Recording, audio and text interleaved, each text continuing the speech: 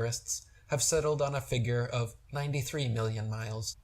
But all of these ridiculous distances are easily proven wrong by the same method flat earthers have used for centuries. Measuring with sextants and calculating with plane trigonometry, both the sun and moon figure to be only approximately 30 miles in diameter and less than 3,000 miles away. Furthermore, amateur balloon footage taken above the clouds has provided stunning visual proof that the sun cannot be millions of miles away. In several shots, you can see a clear hot spot reflecting on the clouds directly below the sun's spotlight-like influence. If the sun were actually millions of miles away, such a small, localized hot spot could not occur. Another proof the sun is not millions of miles away is found by tracing the angle of sun rays back to their source above the clouds. There are countless pictures and videos showing how sunlight comes down through cloud cover at a variance of converging angles. The area of convergence is of course the sun, and is clearly not millions of miles away, but rather relatively close to Earth. The fact that the sun and moon's reflections on water always form a straight line path from the horizon all the way to the observer also proves Earth is not a ball. If Earth's surface was curved, it would be impossible for the reflected light to bend over the ball. 20. Scientific experiments. Several experiments have been performed and repeated by notable scientists like Albert Michelson, Edward Morley, George Airy, and George Sagnac, proving that it is the stars that revolve around a stationary Earth, and not the other way around. The conclusive results of their experiments are not contested or even mentioned in modern astronomy books, but rather conveniently swept under the carpet to keep prying minds from seeing through the lies.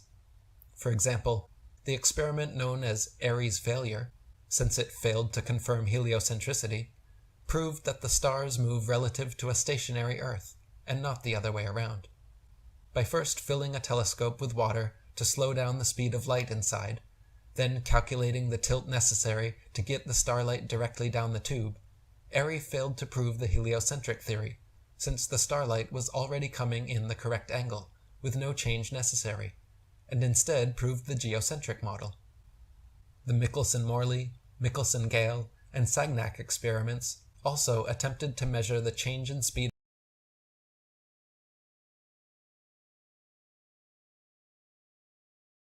after measuring in various locations. They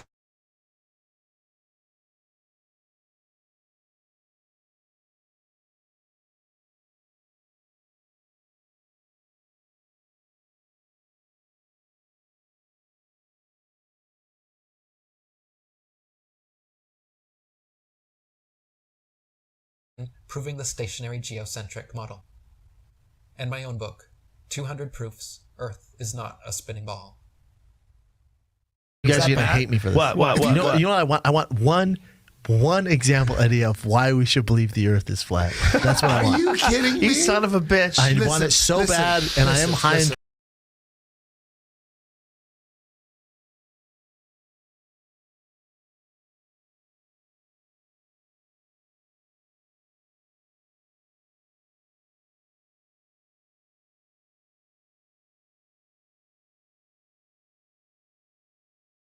Funny? I hard. The indoctrination's so strong. You look at your son's cartoons, it's all space. I look at all my shit, all the shit my son likes, his everything is there taking space. I'm doing research on this currently. I want to direct everyone to hashtag space is fake. I've been doing research on space being fake. Is that real? That's a real site? Yeah, hashtag space is fake is something I'm investigating for my next hour. Yeah. Yeah, I'm for legitimately looking deep into people flat that Earth, there's flat so much earthers material mock there. them. They're Flat Earth is like, what? Space is fake. What? No. You dumb You flat motherfucker. earthers like flat bro, earthers just chill. Oh, no, it's the same thing. Oh, okay. You got it all wrong. You got it all wrong. Is Well, everybody Eddie, that I've believes got to the flat- think this is not everybody- very organized. No, what I'm saying is I got to think I everybody that couldn't have it thinks- all wrong. No, There's everybody, no way. anybody that thinks the Earth is flat, they totally don't believe what we're taught about what's above us. So when the people sun? say space Wait a is minute. fake, What about the sun? They mean all the information we're getting. You're lying about that shit. That it's not that it doesn't exist. Of course it exists. We see Right, it. of course. But space is fake sounds ridiculous. Like There's something we're up looking there. at it and it's fake. That's ridiculous. That's just not what the it means. It Truman means Show. that all the information we got about all We're those off. lights in the sky. Yeah, something else. They're lying NASA's to lying? us. They're lying to us. Why would NASA lie? And there's a reason, and why I can sit wouldn't here they, and tell you, Brian? but you guys don't want to hear it. Hold on. Wouldn't they? So I don't want to talk Can you give about us the Cliff Notes? The Cliff Notes are, man. Have you studied any kind of a? He doesn't need to, from- B. Let's hear just a few of it. The goal has always been for the most powerful emperors is a one world government. They always wanted a one world government. All the Roman emperors, they try to figure out, they try to do different combinations. How about and they would fall, and a new emperor would come and go, you know what? I'm going to fucking rule World the world domination, in other words. Aztecs. I'm not going to let my soldiers get married. That way we'll have a stronger army. They have different philosophies. Everyone believed different shit. But they all wanted a one world government. There's no way to have a fucking one world government. Nobody's into that shit. Right. Not even other rulers from small countries are like, one world government, that's going to put me out of a job. Fuck your one world government. People that don't know shit about politics don't want a one world government. There's no way you're going to sell a one world government. It's impossible. The only way to make a one world government work is to have the people embrace it. They have to want it because nobody wants it. So the trick is to make people want it, to embrace it. There's only one way. I gotta pee. There's only Hold one on, way. Joe. This is very You're gonna important. miss I've out heard on this. I know this. I know this. Okay, I don't know. The That. only way, and they've known this forever. The Vatican knew this. The Vatican, the Pope wanted to rule the world. They all knew it, but they couldn't do it. They all knew it, but they knew one way, but there's no way how they're What's going to the pull it one way, off. man? The only way is if there was some extraterrestrial threat from up above us. That would be the only way to have everyone embrace the one world government. They all knew that for years. But it didn't work That's so far. the plan. They could never It's a make it shitty plan, work. though. They didn't have the technology 500 years ago. The Vatican knew about it. They wanted it. And you go to the Vatican, you see paintings of like Have you been there? UFOs with aliens in them. And back when I used to believe in UFOs, but before I figured out that UFOs they want us to believe in UFOs. They're preparing us for a fake alien invasion. That's always been the plan. A one world government. The only way to do it is to get us to embrace it. And the only way to embrace it is from an alien attack. Ronald Reagan talked about it many times at the UN, CFR. He talked about it because wouldn't it make, he looked at all the leaders of the nation, of the world, and said, wouldn't it make our lives easier if we just had some kind of extraterrestrial threat? He said that shit. He said that in front of the UN. Like he's trying to get everybody into I don't think he ever said that, believing. No, he said that many times. It's on video many times. Ronald Reagan? And Ronald Ever Reagan. heard of him, And Brian? Ever heard of I've while listened George to a lot of his Bush speeches. was vice president, Right. he was talking about, and there's many videos of him saying, what lies before us. He's in front of the nation doing a State of the Union address, saying what lies before us is the opportunity to forge a new world order, an order. Because he's talking about like Do you think that means the space is fake? Yes. No. When people ask me, why would they fake space? It's always been about a fake alien attack. You can't have a fake alien attack. I've never heard a politician ever talk You can't about have a fake alien attack though. without space. But I've never heard a politician You talk have to have about space first. So they always, you know who promoted space more than anybody? Who wanted Nazis. Who wanted Scientists. Nazis? Russians. But before the Nazis, you know who wanted Cavemen. space? Aztecs. No, the Vatican. Mayans. The Vatican. They have all the biggest.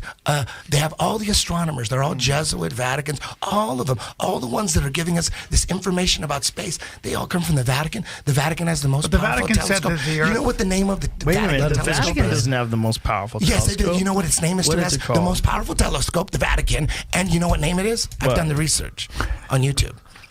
on I have the YouTube. links. But You know what the have name the of links. this? Do you know Isn't what the the biggest name one in of Chile? this? The most powerful telescope in the world. It's in the Vatican. What Do is you know it? the Lucifer? Lucifer's What? dick balls. Lucifer? Lucifer's dick and balls. I've never seen this fucking telescope. Yeah, it's legit, dude. I think the biggest one's in Chile. I think they have to be in high It's in altitude. the Vatican. Yeah, I don't think it's in the Vatican. You guys didn't. So when people ask me why would they fake all this shit. Well, I don't think that's the biggest telescope, This Eddie. is just a crazy theory. It certainly is. We're Now, talking I've a never theory. heard- It's Here's the funny. thing, It's a funny theory. But Eddie, these new Chile Very Large Array telescopes that they're creating are fucking gigantic, and they This take guy's over no- enormous pieces of land. Listen, I was with you. Google I was the with Very you. Large Listen, I was with Array. you. It's called the Very Large Telescope. I watched the documentary with you at your house. It was like 2001, and Yeah, I it said think- in 5 years Yeah. there's a documentary about them putting together the Very Large Telescope in Chile, and they're talking about by the year 2005 we're gonna have 3 telescopes linked with a computer to make us. We're gonna see further into space than ever before. None of that shit came. What are you talking about? None I of think- that shit came. Is that They up? said, Is the Very Large Array up yet? Nope. it's a very not up? large telescope. It's But I all- know they all have images. they have them in Hawaii. What's Isn't that? it weird? Isn't it weird that every space documentary, all the series, I had them all, Joe had them all, we watch them all the time. I try to remember all the shit about a neutron star and a super hypernova. I was balls deep. Me and Joe Hypernova. were balls deep into space. And then So every high. now and then we'd watch this documentary after documentary. Morgan Freeman got the universe. We had Yeah, that all shit that was shit. good. I DVR'd all that shit. Anything that said space. Will Smith I was has a new fucking one. I thought I was better than people and shit because I knew so much about space. And every now and then I'd watch all that shit and wonder what. This is all cartoons. Eddie, why not? This is all hold on a cartoons. second. And then I go, okay, whatever. And then I keep watching. All DVDs on space are all CGI. There's nothing real. And everyone watches that. They believe it. The narration is all programming. What's above us and what we're on, we're being lied to. Once you go flat, you never go back. Listen, This is a campaign. Listen, they're Who lying to is- us about everything, Yes. dude. Who is they, though? It's not about. Who are it's not they, about Eddie? belief. They Eddie, are this is the one they. thing. This is the one thing I want to say. Okay. It's like it's not that we believe something ridiculous and you don't believe it. We're gullible. We're gullible. We believe some weird shit about the flat earth. We believe some weird shit. You don't believe it, you're smart. It's not about that. It's about we actually don't know what we're on, and we always say that. We don't know, but based on all the shit that we got by the mainstream, we don't believe that. Here's what I you think. believe that. I so think- it's not that we believe something crazy and you don't because you smell it, the bullshit. But isn't there a It's like scientific- you- isn't there a we look at scientific it different. tradition? We look Eddie, at it totally hold on. different. They told We you, look at it as Brian. you believe You use all this- the hold shit on, from NASA. Bubba, you Hold use- on. And we don't Let him believe any finish. of that Yeah, shit. but you use so that. we don't wait, believe wait, that Eddie, shit. you use that microphone. You use a cell phone, right? It's science. Hold on. I believe in it. That's science. I believe in it. Okay, why do I you believe in it. that? And why because don't you I don't believe- need but- a study. I don't need to read something to verify. But you benefit It's not from scientism because science. I experience You it. benefit from I know science it. every day. I know. I love listen, science. why wouldn't you I believe wanna- that I those- think we I gotta love cut science. this off. It's 10 o'clock. Man, we gotta science. get out of here. It's I 10 love o'clock. science. Come see me in Vancouver at the Vogue Theater and in Salt Lake City at Wise Guys March 1 and 2. I love science too. I And, love science. I don't want to fight. I want to laugh about it. I'm an idiot. I believe in flat earth. I'm crazy. That's all you need to know.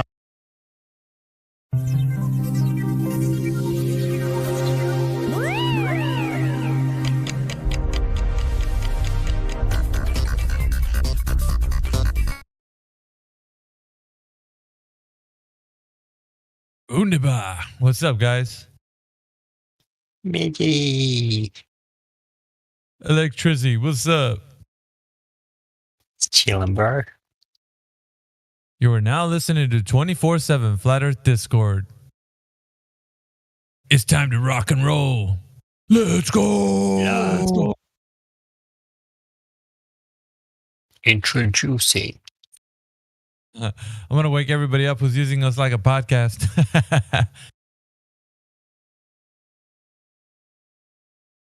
Wake up. I need a good introduction with some like heavy metal beats or something.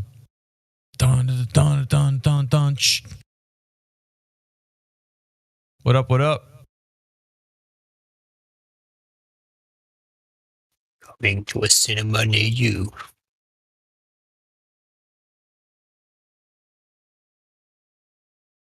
Play some zombie fight. Yeah, we need some intro music. Just another beautiful day, ladies and gentlemen. Yeah, I like Eddie Bravo, man. He's always been that guy. But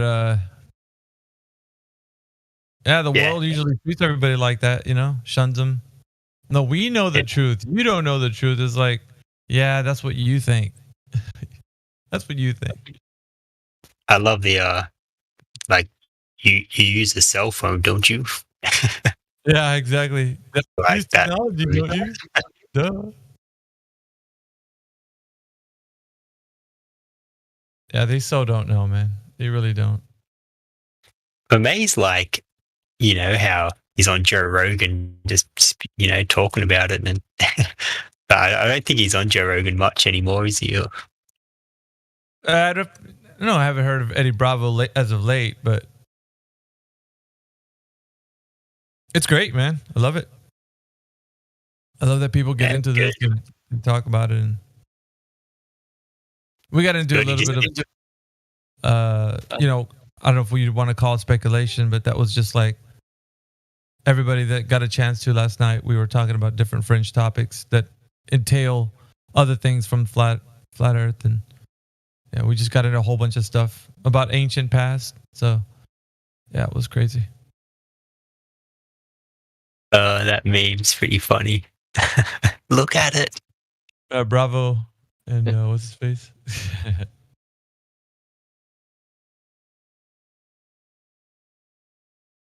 Dude got in so much trouble, didn't he? Fuck, like, yeah, he doesn't care.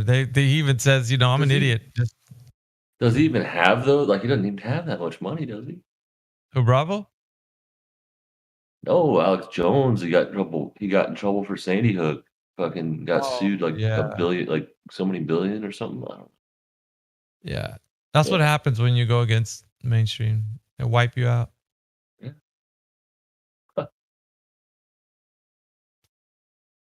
I know. I still think he's probably still well off with all the products he sells.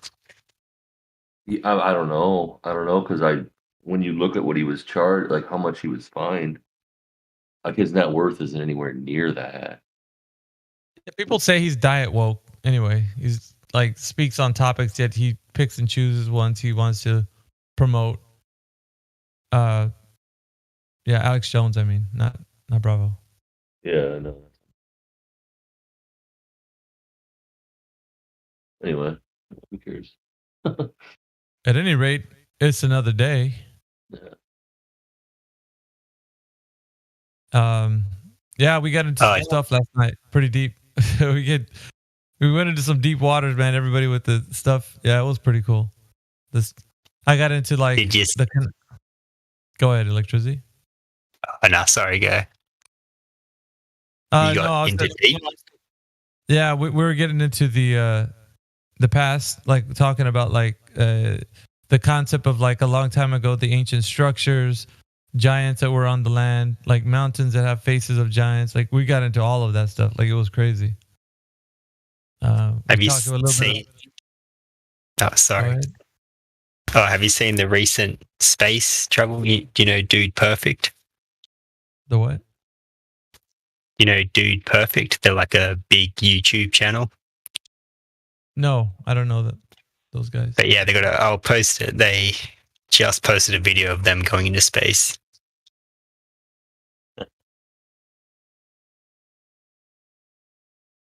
Space has passed the Kármán line, like beyond the Kármán line. Yeah.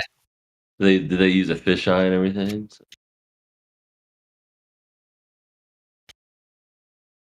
Yeah, you can see the horizon like fluctuating. Kermit, They always do that. Yeah, they use like an obvious fisheye, and then we took a Dude Perfect goes to space. Blue Origin. But you see when they're taken off from the ground, the horizon's curved, and then there's the same curvature as they're in the air. Like, oh, so everybody's going there now. Who is Dude Perfect? He's just some random guy. a bunch of guys. They do like trick shots and stuff like that. But it's funny, like when they land, the first thing they say was, "Is it flat?" It looks like they're riding on a big phallic symbol. The Blue Origin rocket they're going to be on is a giant phallic symbol. Isn't it? You check the videos? I'm skimming through it. Look at the rocket they're going to get on. Yeah, it's pretty dodge. Lots of cuts, lots of edit, you know. Still, like, won't just strap a camera to it and have a, you know, continuous shot. Trying to this is an attempt to show everyday people can do it. They can go to space. Everyday people can go to space. That's what they're trying to like.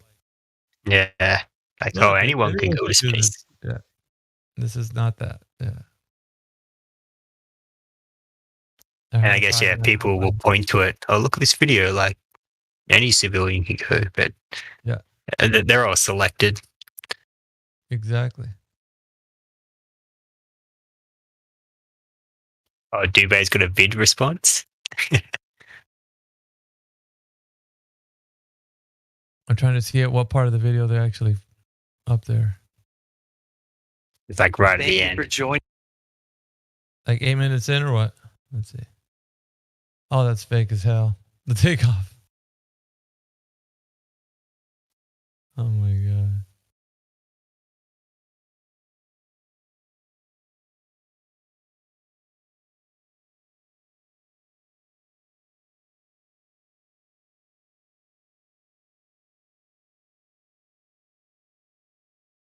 All right, 8 minutes 23 seconds in. Let's see here. And you know what's weird, and I want to mention this, but the rockets that actually take off up into low Earth orbit, do you know they go in a parabolic curve? Are these guys going in a parabolic curve? Or did they forget that? Yeah, that's a good one. Yeah, they go straight up. Hey. And do they have to achieve escape velocity in order to get into Leo? Or are they not in Leo and they're just going in a high altitude? There's a lot of things to consider here because they're either going to go with the narrative or against it. And now you could see, look at like 9 minutes in. There, it's pretty flat up there. Here, look, check this out. I'm going to pause it and I'll take a screenshot. Watch this. They're not counting on this. Watch this. I have to give it to them. Like they're getting better at it. Like the smoke doesn't look fake. Look at this. And this doesn't take somebody hard to like look at this stuff. I'll put a live stream voice text. Look at that. Well. What have we here?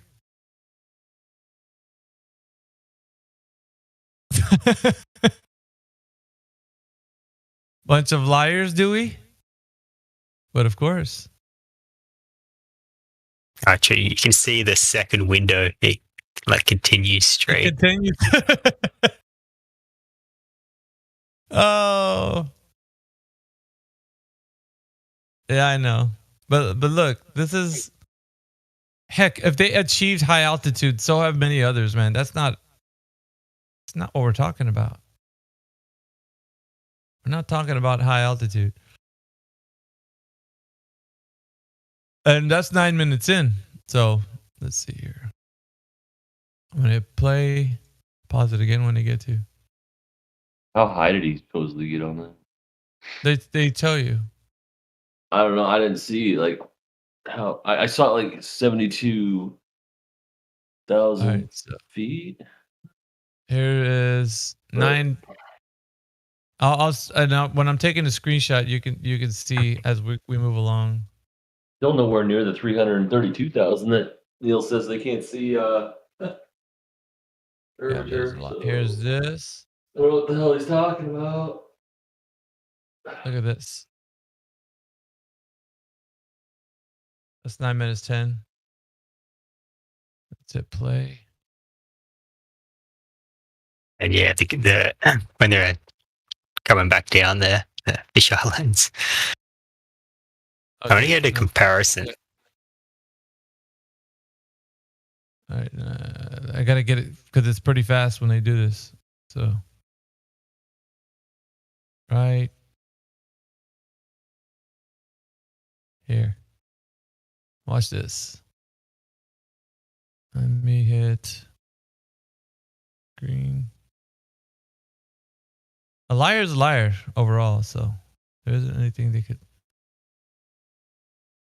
All right.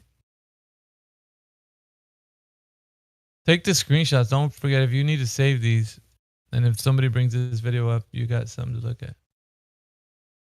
There's the comparison from the ground to the sky.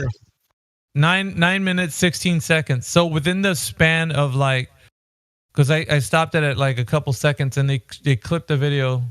So look at the ones that I'm putting up from 10 seconds to 16 seconds. So 6 seconds later, look at how curved that Earth looks, and look at what it was from 10 seconds before when he was sitting down to like what it looks there. Liars. Let's hit play again. Like the side-by-side comparison. Yeah, yes. Now put the other one that I put. It's only 6 seconds apart.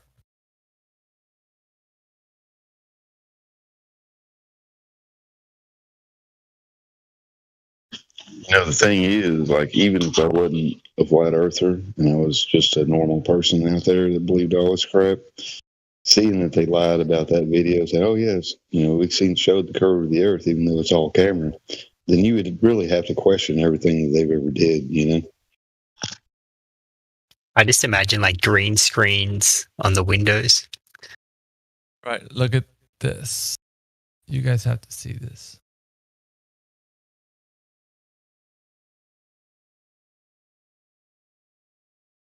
Whatever they done. I mean, even if it's high altitude, like real footage, they really just distort the. This is what we call indoctrination right here. And now think about it being a planet, right? Like say that was a planet. Look at the land below.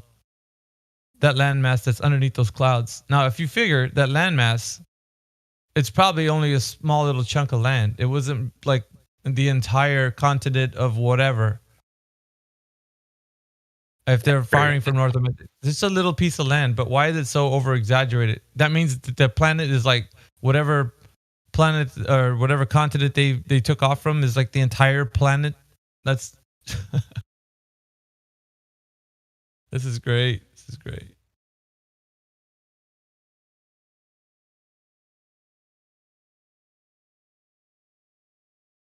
Oh, what is that? Jeff Bezos flight? That's a good one. What is that? What's the same curvature on the ground? Yeah, I think it was his test flight number 2. I pulled those pictures from a Level Earth Observer's video. Oh my gosh. Yeah, even a few seconds. Look at this. There, let's rewind. Okay. Now, I can't show this unless I clip video. But go to like, and let me show you. Go to 9 minutes and go to 9 minutes and 40 seconds just for the beginning. And then look at the way Earth looks when it's like the curve is bending. It's freaking like the curvature is bending due to the way he's holding the camera. 9 minutes 40 seconds, and then all the way to like 9 minutes 57 seconds.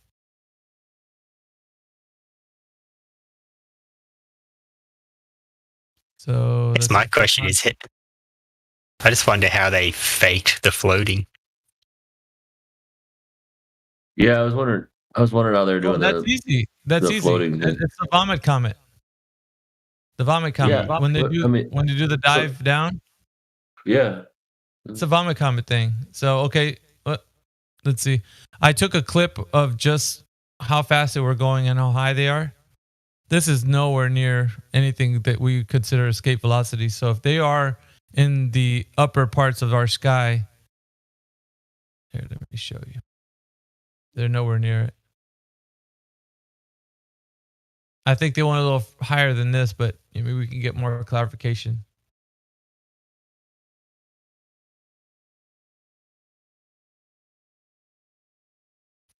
Another weird thing is there's no paramedics when they get back. Like if you hold a festival or an event, you always have to have paramedics on standby. But when they land, there's just like they dust themselves off and they're just like, yeah we did it. Essentially, it's like the vomit comet. Essentially.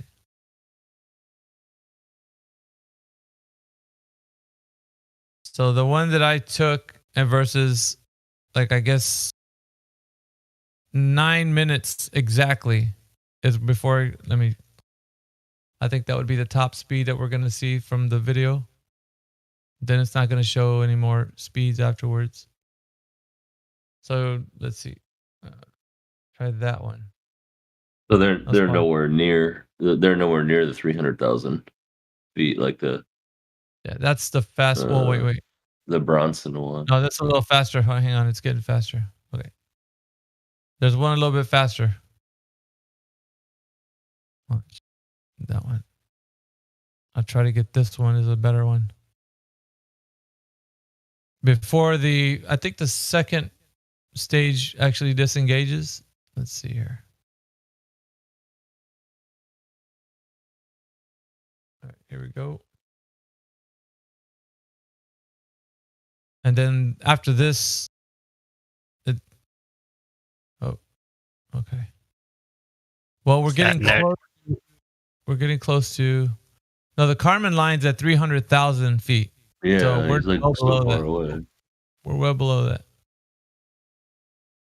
Has to physically hold his legs up in 0G. What's the timestamp, Cuddy?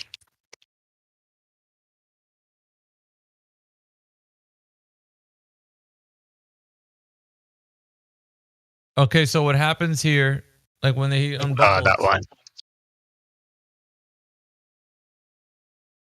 is they're experiencing free fall. That's what it is. That floating thing where everybody's like, "Oh, how are they doing that?" It's free fall. Vomit Comet experiences that. Mm. So you can do what they're doing in Vomit Comet. It's easy. That's been done already. For so long. Yep. That's it. Well, there you go.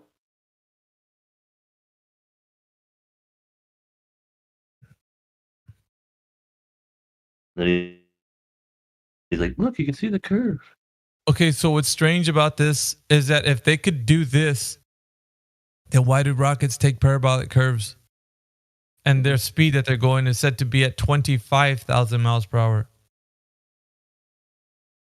If people can actually get out into space this way, right?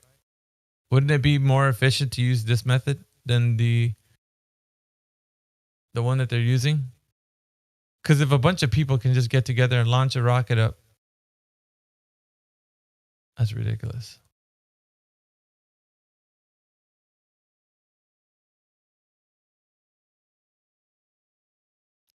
But when the booster comes back down to land, I don't know, the smoke in it kind of looks real, but I don't know.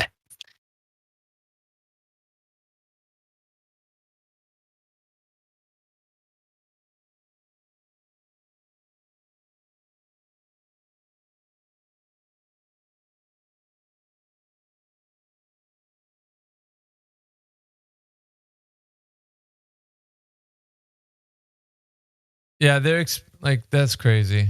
They don't look as nearly annoyed as it were if you were in a, like, you know, it's strange when I'm looking at the free fall downward. They would still be experiencing the queasiness of like dropping like from the height. You know what I mean? Like if you've ever been on, like, I would say, have you ever been to one of those rides where, oh shoot, all right, I need to take a picture of this one. Watch this. Shouldn't the bottom of the capsule, you know, be like red hot? Yeah, not only because they're re-entry from the. Yeah. But that's the thing. They didn't pass the Kármán line, so. Right here. You guys, I don't know. Look, judge for yourselves. This is why the world gets lied to.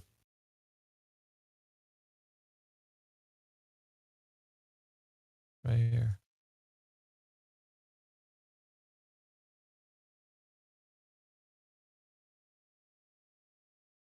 I rest my case, Your Honor.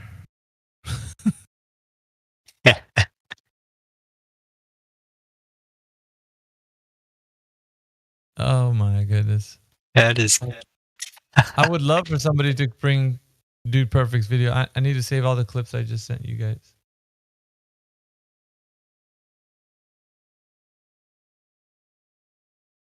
Yeah.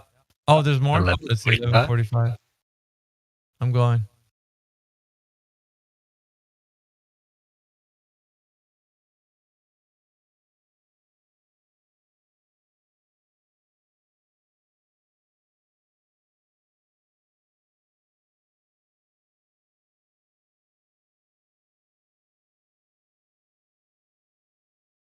Who are they hugging? What's that blonde haired guy they're hugging? That Branson?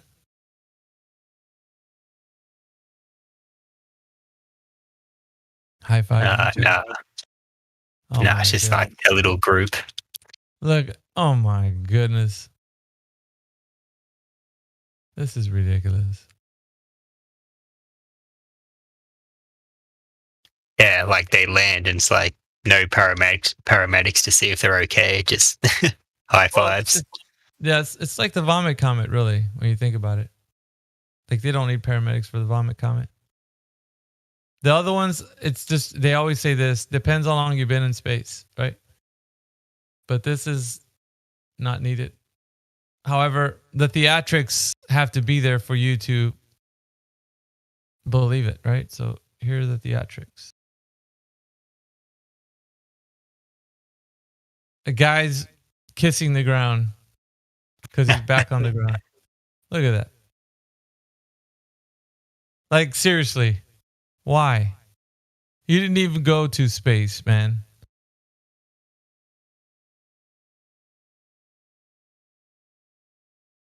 If you would seriously get into a debate with these people that actually question this, oh my God, he's crying, bro. The guy's crying.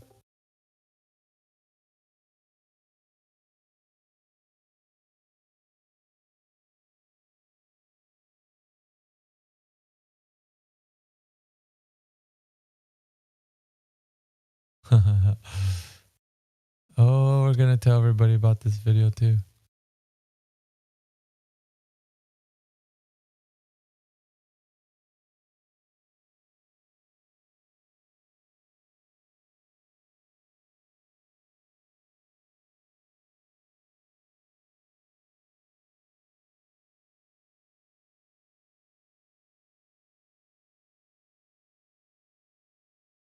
Yep.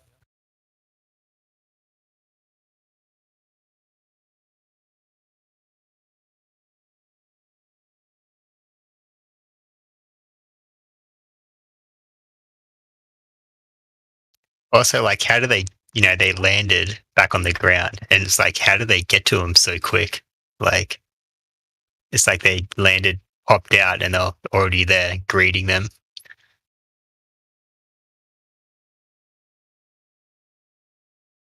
Well, what have we here?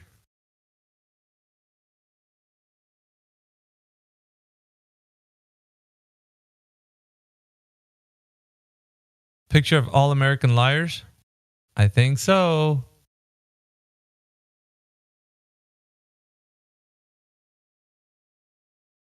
The smile on their faces as they get their check from... I'm serious, bro. Yeah. We just deceived you. Smile.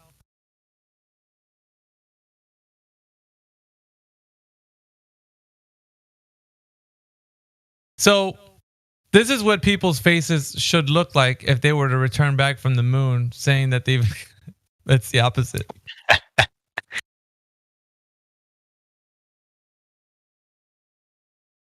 Interesting, yeah. They're going to say, well, how are they floating? Well, it's easy, man. You could do that even if you don't have to actually be in quote-unquote space, according to the vomit comet. And you can float a little bit for a little bit. People do it all the time. Yeah, like what Cuddy said. They went up into space and the Earth forgot to spin or something and landed pretty much back where they took off from. So that's what Dude Perfect's team right there. And here we got the people behind that. You know, because it takes a lot more people to pull this off, right? Yeah. Well, what was the company they went through? Everybody's got to get their paycheck, right? So line up, guys. Whoever wants to get paid, let's get all the actors and liars involved. Freaking liars, man. All of them. A lot of them. But that's what it is.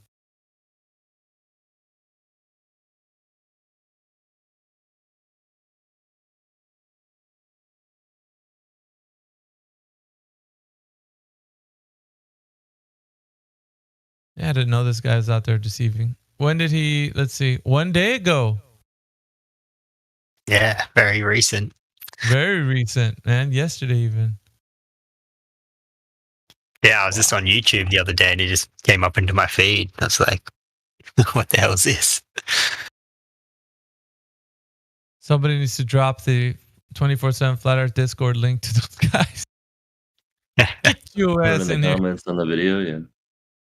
They wouldn't allow it though, because they have to thoroughly block everything that would negate the fact that they've done something, as in going to space.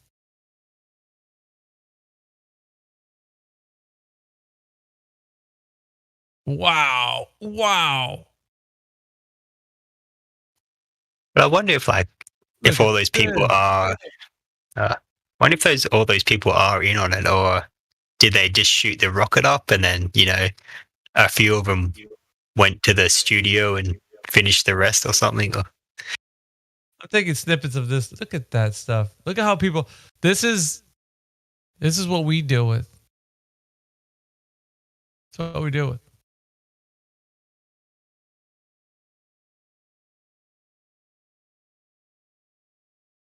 Let's put this into perspective.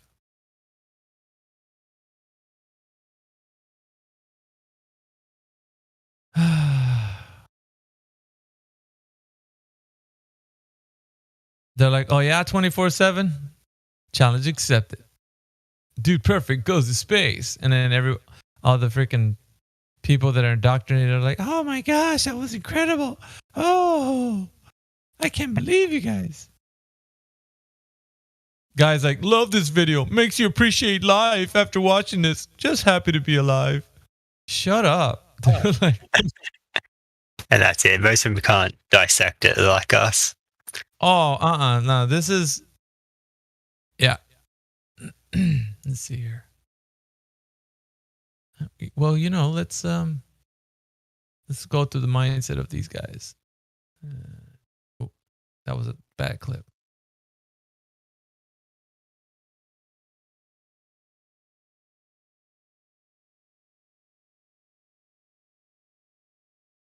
All right, look at this. So, just like I said, just for context, this is what we are dealing with. Now, we don't know if these people are real or just like bots and people that are putting this up there. Gage Anderton says, I'm an absolute sucker, and seeing you up there and looking down at our planet is just absolutely insane. It really does bring me to tears to see how far you guys have come. Congratulations, Cobes. You're an absolute legend. Kuruluvu or whatever. Watching this video just put a huge smile on my face. Watching Kobe say, we're floating, just does it. Hope you have the best time ever. Congratulations, Kobe. Allison Parker says, to think they went from shooting trick shots in their backyard to shooting into space. Crazy how time flies by. I'm real proud of Dude Perfect and all their hard work and dedication. Love y'all, DP family. Check this out. That'll Work says, don't usually watch a DP video expecting to get emotional, but this one got me. So emotional. Stop, man. What the All right. So now this continues. So what we have in the comment section, guys, is further continuation of like, you know, the indoctrination that's happening all over, right? So we're having to deal with emotional states of people, not just because in order to indoctrinate, you have to get people really emotional for the topic, right? So they can defend it with vigor and not give you any chance. So this is the programming working on their mind, right?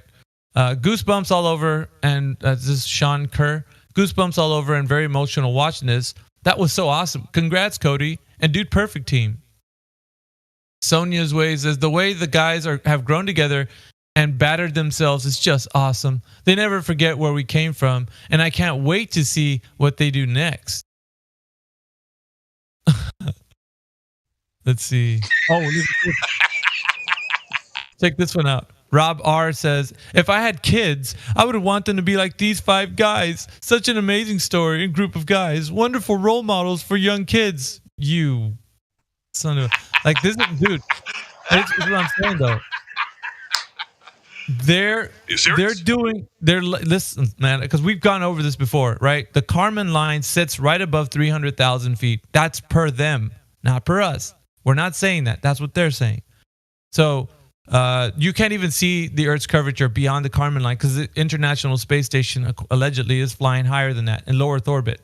But the Kármán line sits between 60 miles to like 80 miles. That's their claim. We're not saying it's ours. That we're just going by like what they're saying. These guys, however, didn't even achieve past that. And they appeared to look like they were floating. Now, this video was just released one day ago, and it has 7.2 million views, right? And in the comment section, of course, we got people just like, I don't know if you want to call like just falling over themselves, salivating at the fact that somebody went, normal people just going to space now. Look how accessible it is. But they keep forgetting that the narrative is always put in place that goes against what they're saying. Now, these guys didn't go into a parabolic curve to achieve escape velocity or nowhere near that, right? But according to them, they punched through close to 200,000 feet without having to do any parabolic curves. They went straight up.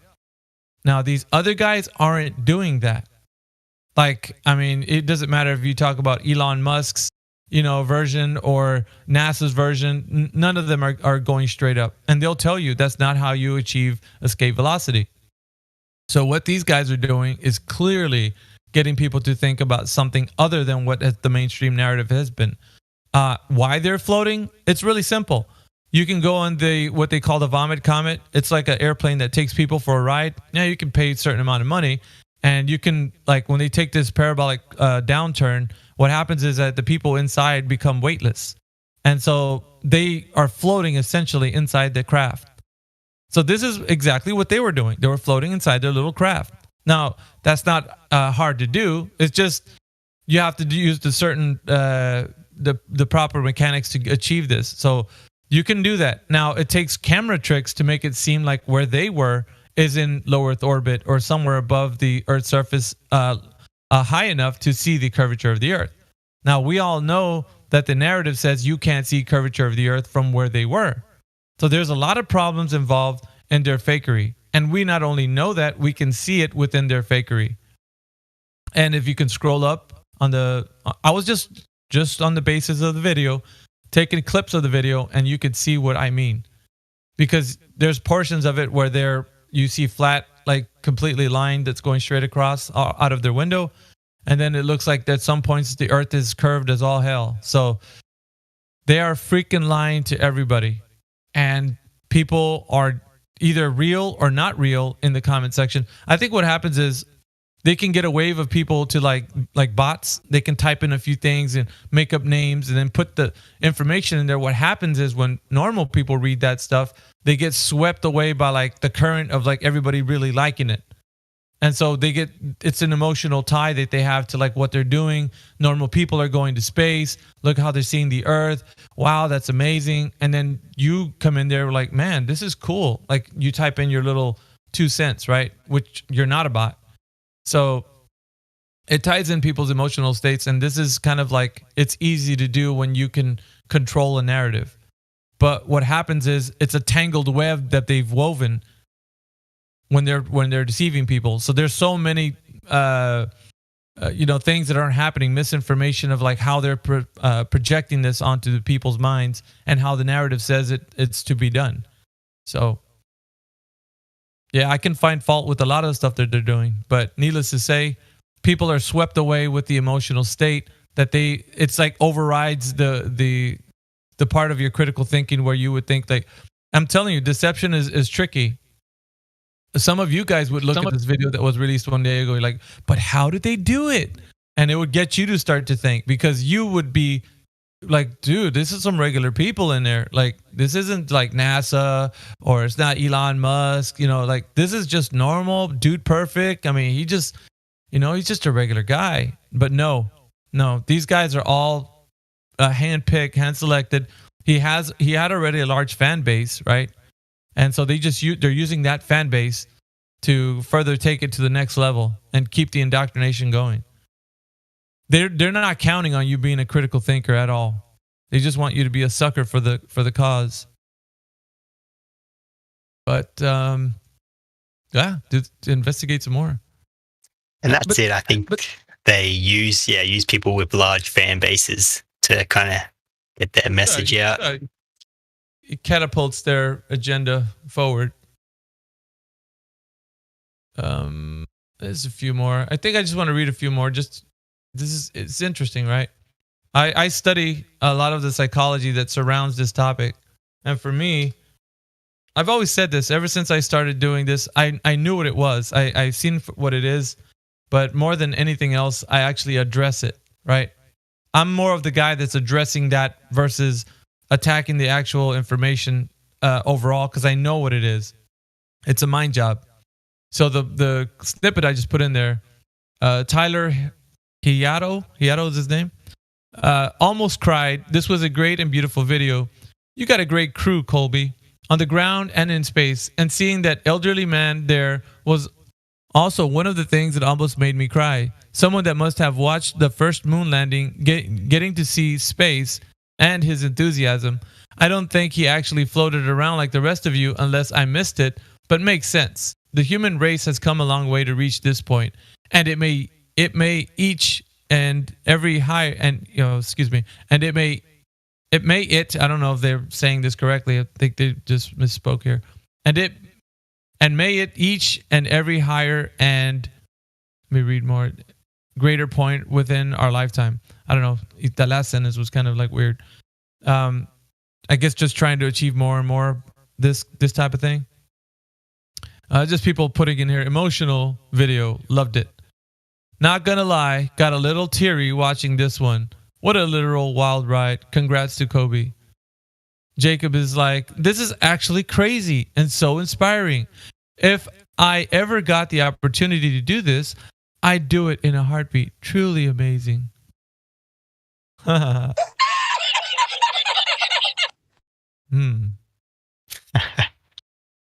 Psychological, my friends. Don't get it's so crazy how they just so blindly believe. But I don't know. It's not like, I don't blame them or anything. Like, they're just stuck in the system.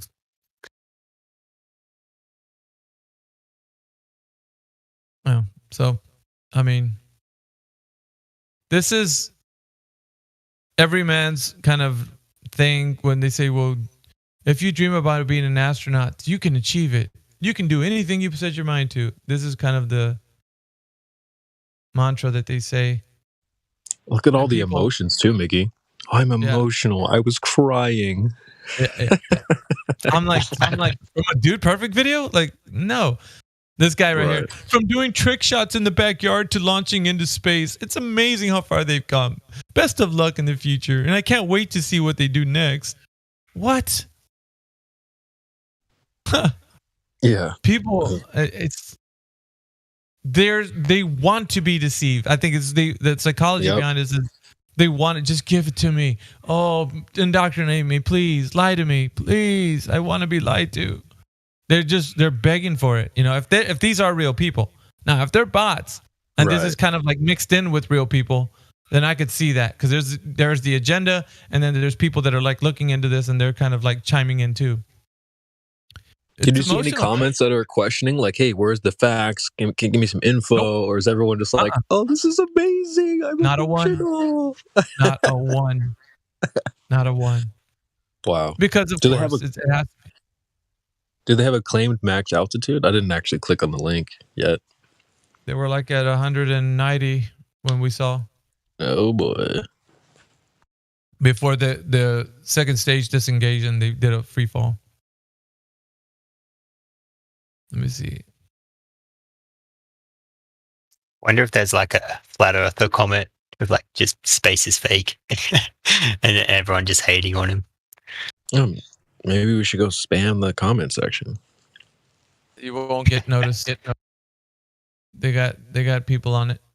They'll remove you. Yeah, I wouldn't be surprised. Any viewers? 72 million. If you don't get removed, you'd be bombarded by the bots or the people that are. Wow, that's 72 their million playground. Views. Yeah, My that's their playground. Just post a just post a comment saying Neil deGrasse Tyson says you can't see curve from 332,000. They won't let it. YouTube videos, like the way it goes with like, especially like this, they're highly monitored. Like, so if you have a channel and if somebody puts a negative comment, you can hold it for review. That's what you can do with your own video. So I know that none of the stuff that we would put would ever get seen in public forum like this. This is a very biased that's right. thing. So you wouldn't get noticed. There isn't any, because everything gets held for review. Like even you can do it with your own videos. Dude, that's why Odyssey's the way to go if you're gonna post stuff, because you can, unless it's like, I don't know. Supposedly with the blockchain, I don't get it, because if somebody posts something that's really bad, I was gonna say they're gonna have a way to take it down, but they're saying that it's on the blockchain, so you're not supposed to be able to take it down because it's like multi-node. It's not like one website or anything. I don't know. So I'm a little confused on the security of that, because if you know, there's going to be some idiot out there that uploads some trash. Yeah. I'm honestly like, this saddens me, because like this actually, it's like now our work is double, you know, because we don't talk about reality no more. We have to get past an emotional state that people are in. That's harder, guys.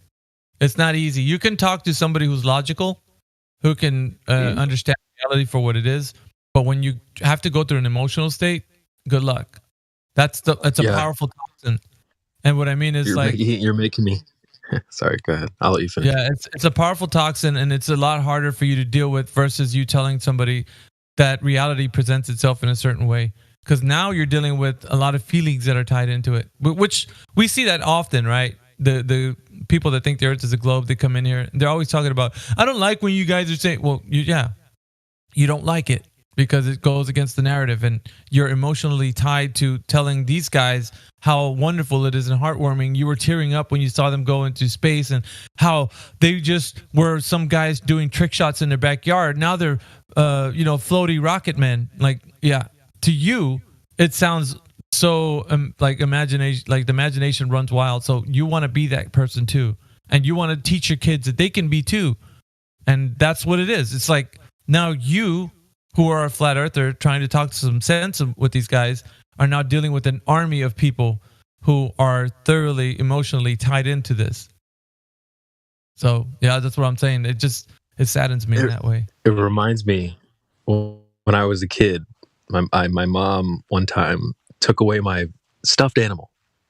And like, I was really unhappy because I was emotionally attached to this thing. Say now, if I was maybe a little bit more, if I was older, more mature, more using more logic, who cares? It's just a stuffed animal. Why? It doesn't matter if she takes it away. But I was so emotionally invested when it was taken away from me. I was broken. I was crying. So, maybe that's why people come here so upset, emotionally invested. So we're trying to take away their blankie and their stuffed animals, the gravity and the globe and outer space. These are things that are comforting to them. emotionally invested. Clearly, all these comments. I've seen, you can scroll as you scroll through. You can say like, well, this is the way I feel. I feel like most of it's bots, but some of it's real people. Like I could see like somebody actually invested the time to actually type in there and put what they wanted, because of the fact that they see the flow of how it is. Like everybody's like all enjoying it. They're saying how teary they are. Like there's a deep emotional like ingrained. So it's like, okay, so flat earth is being more prevalent. People are talking about it. They're questioning. How can we get people back into like being tied into this? Well, let's put an everyday guy up into space. Let's make it achievable for anyone. So we can like kind of get the people who are kind of like wondering with all these guys, like what we're doing, teaching them like it's not. Let's put them back in line and let's get them thinking back into space, and it's possible. And so what's going to happen is that those guys who were kind of teeter-tottering are going to be like, no, these guys, man, look, just an everyday guy. Dude, perfect. I've been following him for a couple years, and like, now he's in space. So yeah, I'm going to go with this guy. Those flat earther guys are kind of crazy. Like anyway, so you know what I mean? Like, so we have the truth. They have deception. But deception has been bought and paid for, right? So you don't have their kind of money. You can't outdo them when it comes to deception. But all you got is the truth and the ability to stand by it. The moment you give up that sacred ground, you are lost, my friends. You'll get swept away with the overwhelming tide of like their deception. This is why I'm like, every time we talk about this topic, I'm always telling you people, 99.99999% sure will get you shipwrecked. Hardcore, hard body. You just be like bamboozled. If you left a little creak in the door, they're going to stick their big old foot in there, and here comes indoctrination. So don't ever feel like you can't be certain of the earth being flat and stationary. The moment you give up that ground to a small percentage, well, I could be wrong, here comes the emotional state that's going to sweep you away and carry you off. And there you go. You'll be like, and that's why people who were previously with flat earth went back to globe. It wasn't something that they were proven right, that the earth is a globe. It was that they were emotionally tied to it, or something that they felt, like Ranty, all these guys that were so hardcore into flat earth, and all of a sudden they made a switch back. It's psychological, my friends. This is what it is. Once you leave that little bit of uncertainty open, they're going to come in. It might take some time. If you always feel like you don't really know, you're like, I'm 99.999% sure the earth is flat. That little creek you left open, they're going to like wedge until they finally crack that thing, and they're going to come right in, and they're going to do something like make you believe again. And you'll be right back into the place you left. And that's why I'm saying this is sacred ground for your mind. I'm always saying that, guys. I might be the last, but I'm going to stand my ground. This is the hill that I'm going to be like fighting on hard to make sure you guys like don't capitulate to that. Whoever said 99.999% sure of the earth being flat, just please be advised that would lead you to further, like, even if you're standing on like, well, no, I'm not. I'm saying that, for the most part, I think the earth is flat. I mean, I agree. It's 100. No, I can't 100, but I can agree for the most part that it is. But if you leave that small part, this might, emotionally tie you back in. So I'm real passionate about that because, man, I don't want anybody to be swept away. Miggy, are you familiar with Sly Sparkane? Yes, anti-flat earther, Sly Sparkane. Mm-hmm. Spotted in the lobby. I invited him to come chat. I think yesterday or early in the morning, like one in the morning for me. I think he popped into the chat and asked if you were around. So I guess be on the lookout for him sometime today. He said he would come chat when he's back on his PC. If I was around? Yeah, I saw when I popped on this morning, I saw a post in the locker room from Sply asking, anyone know where Miggy is? I'm keen to get on the show. Come on. You're welcome. Anyone's welcome. So long as you don't get belligerent with me, I don't care. And I'll let you speak. That's the difference. Before, it wasn't that way. We would like chop heads off in here. And I get it. We get emotional too because we get upset. I look at this and I'm looking at humanity like just shaking my head. Like I wish people would have a little bit more like discernment, but I understand. There isn't any buffer between you and misinformation. There's only misinformation coming at you 100 miles per hour. And they're like, you don't have any, there's nothing to protect you. There's nobody to say, hey, wait a minute, these guys could be lying. Let's examine what they've put out just on the merit of like their video. I've already pointed out some things that are wrong.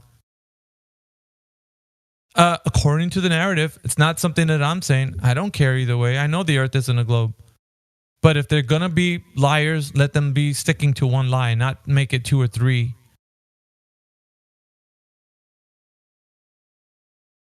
I've dealt with most of these characters in the past.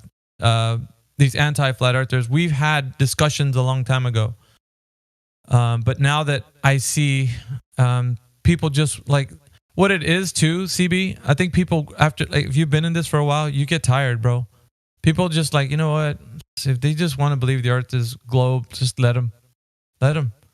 But for me, it was more of a, I'm going to be here if you want to talk. If you want to believe the earth is a globe, kumbaya, my friends. Like, gather together and have your little globe parties. I don't care. Doesn't bother me any. Like, I don't get flustered. I don't get bothered. You can think the earth is a simulation. You can believe 99.9999% that the earth is flat. Like, none of that stuff bothers me anymore. I'm just like, keep on trucking if that's what you think, because ultimately when the deception comes back around, and it will, my friends, it's getting stronger. Who was it? Electricity that said that. Look how they're making an everyday person look like they can go into space, right? According to them. It's going to get worse than this as far as deception goes. No, but the discernment on our end, we're going to be like, yeah, we're going to see everything that they're doing that's not going to line up. But for the people, they're going to be like, is this getting to be like where now everybody's doing this? So what do you guys have to say about that? Looking to us, not looking for an answer, but like wanting us to say, yeah, you're right. You guys are like doing stuff now. No, you're inconsistent with your lie. I don't know, but what do you guys think? Because yeah, this is an interesting topic. We got 20 people watching, right? And listen, if you guys are hearing me right now, and you're the people that are on the live stream, I mainly speak on this topic because a lot of people don't. They don't get into the psychology of what indoctrination is. It isn't just presenting information and showing you that they're doing these great achievements. It's making you thoroughly believe in something that is not possible. It's not humanly possible anyway.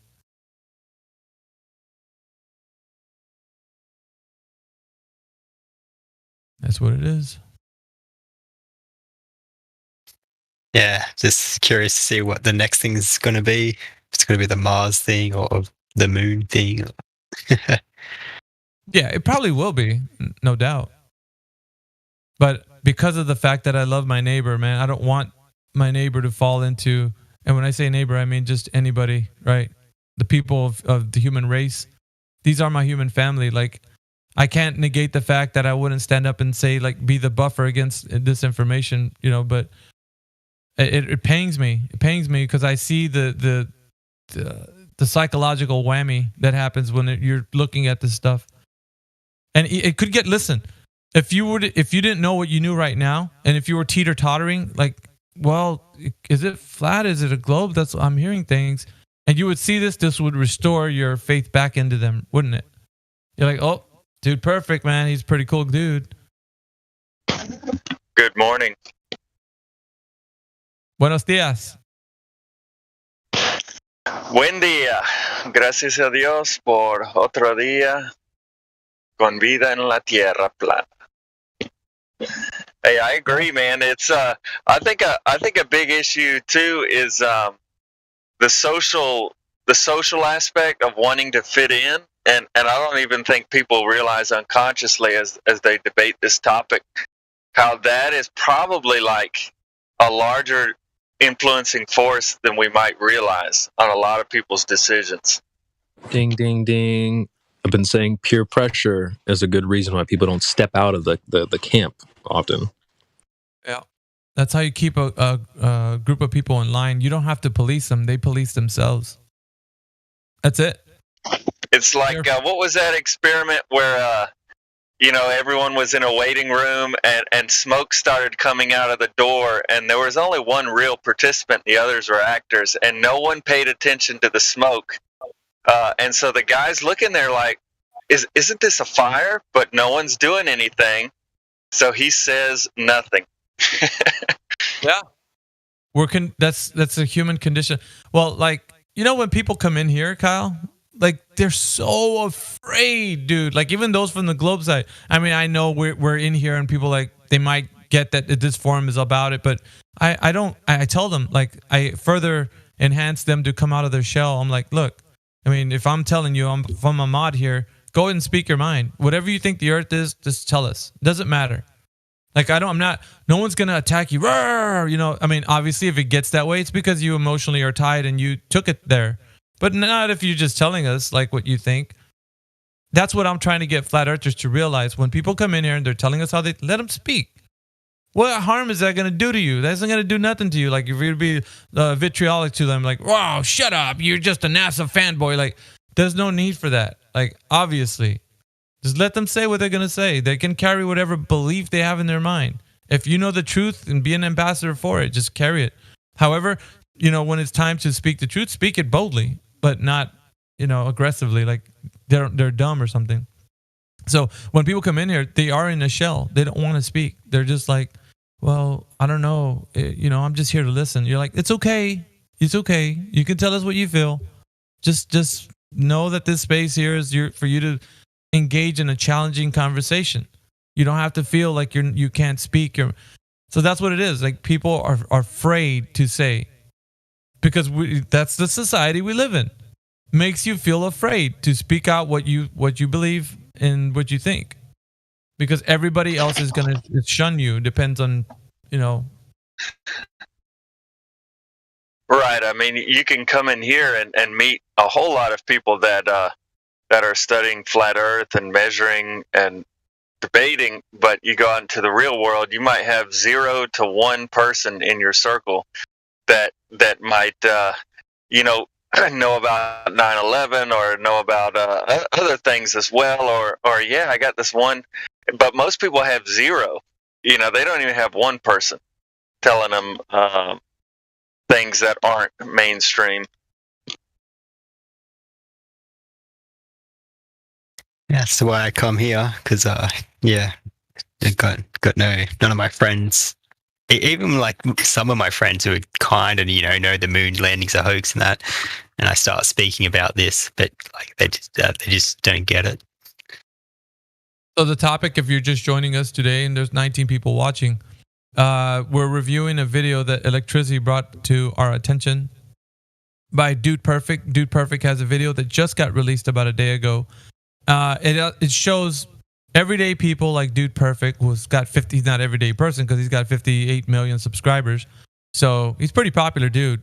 And because of which, I think these people get selected for certain things and, agendas that, of course, narratives that want to be placed over them so they can keep deceiving the people about a specific agenda.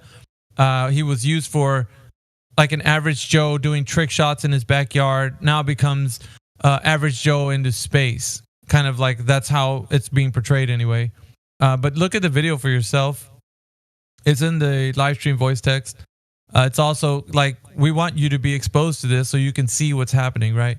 And then with that, peer review it and get into like the inconsistencies that, of course, the mainstream narrative would say about like where space is. Of course, we know that the narrative says that the Kármán line starts between 62 to 80 miles above the Earth's surface, which is past 300,000 feet. They didn't get nearly close to that. They were at about maybe 198,000 feet, according to their, and the speed was at like 2,000. Now, notice this. They didn't do a parabolic curve going out when they were traveling. Of course, they weren't achieving low Earth orbit, so somebody would say it was not needed. But they were punching through the Earth's gravitational pull with the rocket going at about 2,000 miles per hour. So double the speed of a bullet leaving the chamber of a gun. So you get this ridiculous speeds, right, that they were going in this rocket, the G-forces that it would take to like propel them to the elevation that they were. Didn't achieve low Earth orbit by any means, yet they did see the curvature of the Earth, and the clips of the videos, we put them in the live stream voice text if you guys want to see what we were talking about. But not only that, they were floating around, which we understand that can happen because of the fact, if you've ever seen the airplane called the Vomit Comet, it does parabolic downturns, which causes people inside that craft to start floating around. So we do understand that it is achievable. You can do that in a craft. So it's not past the realm of logic that this is something that could be done without having to be going outside of the low Earth orbit or into low Earth orbit, where they claim that that's what's happening all the time. So we do see that, and now we are talking about the video and how like heavily motivated it is for people to be emotionally tied to it. Look at the comment section of that video and how people are teary-eyed when they see this specific video happening, as in just a common guy who was just an everyday Joe, you know what I mean? Like doing trick shots, and all of a sudden he's picked to go to space. Now he went to space and everybody's so proud of him. He comes out of the craft, like waving to everybody, hands open wide, touches the ground and kisses the ground, like as in he was somewhere crazy and he came back to Earth, and all of it's theatrics for the mind. So you see this video, you start like wondering, wow, this is crazy, this is awesome, without even questioning any of the things that the mainstream narrative is saying against their idea of them going to space. They didn't do a parabolic curve, by the way. They did a straight shot upwards. So, a lot to consider. They didn't go 25,000 miles per hour. According to what the mainstream narrative says, you need going around the Earth 3 times before you achieve escape velocity at 25,000. They were at 2,000, and they were already at 200,000 feet up. So you kind of compare like what it's a tangled web when they started to deceive us, right? And now they can't even stick to their own lie, their own narrative. And this is what we're dealing with. We're dealing with people on a massive scale lying to us, and our family and our loved ones are being involved with this lie, and we have to deal with it. So we're dealing with psychological, emotional states of people versus logical, consistent, arguments that are in here, like reality is what it is. Because to them, it becomes something else when they see videos like this. It further keeps them attached to the lie. And my friends, we're dealing with emotional states of people and that's what we deal with. Because they come in here, they're pretty vitriolic, right? They're upset. They're like, well, we've seen this happen. What do you mean? And so they're not thinking logically. When you're in an emotional state, you don't think logically. Your emotional state overrides that. Well, and the decades and decades of movies and film portraying globe Earth, it's so tied to people's psyches.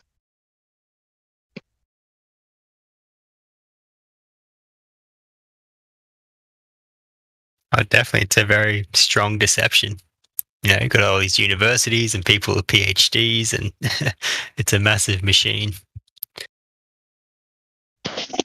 And most people won't take the time to kind of investigate the claim.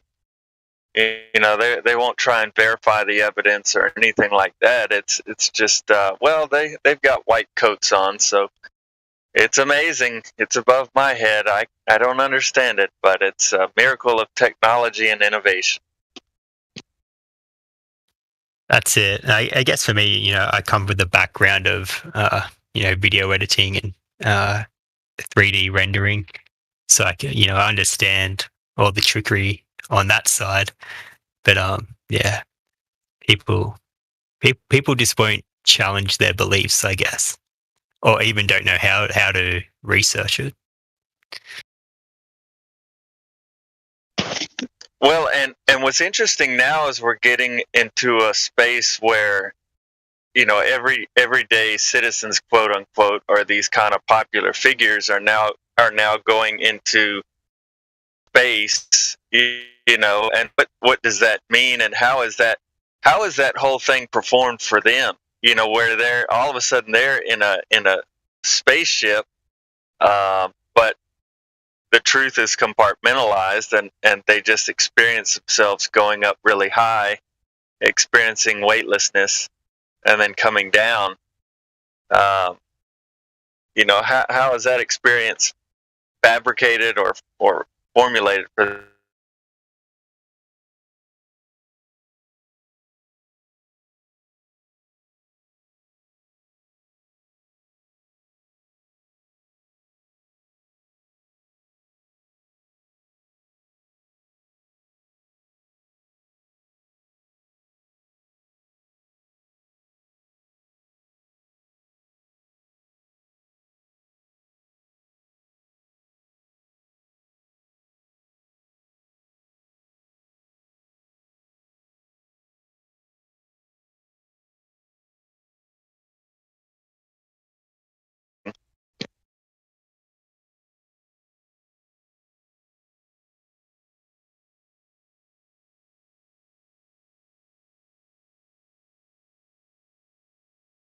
I think you broke up a bit there.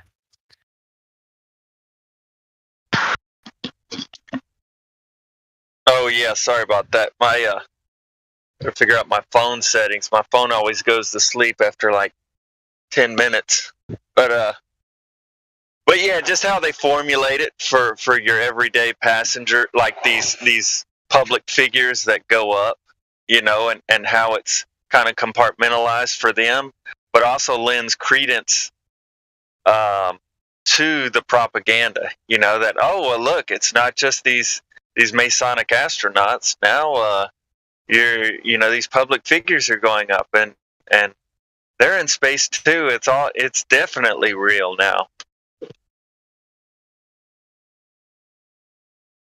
Well, that's it. You got to keep reinforcing it.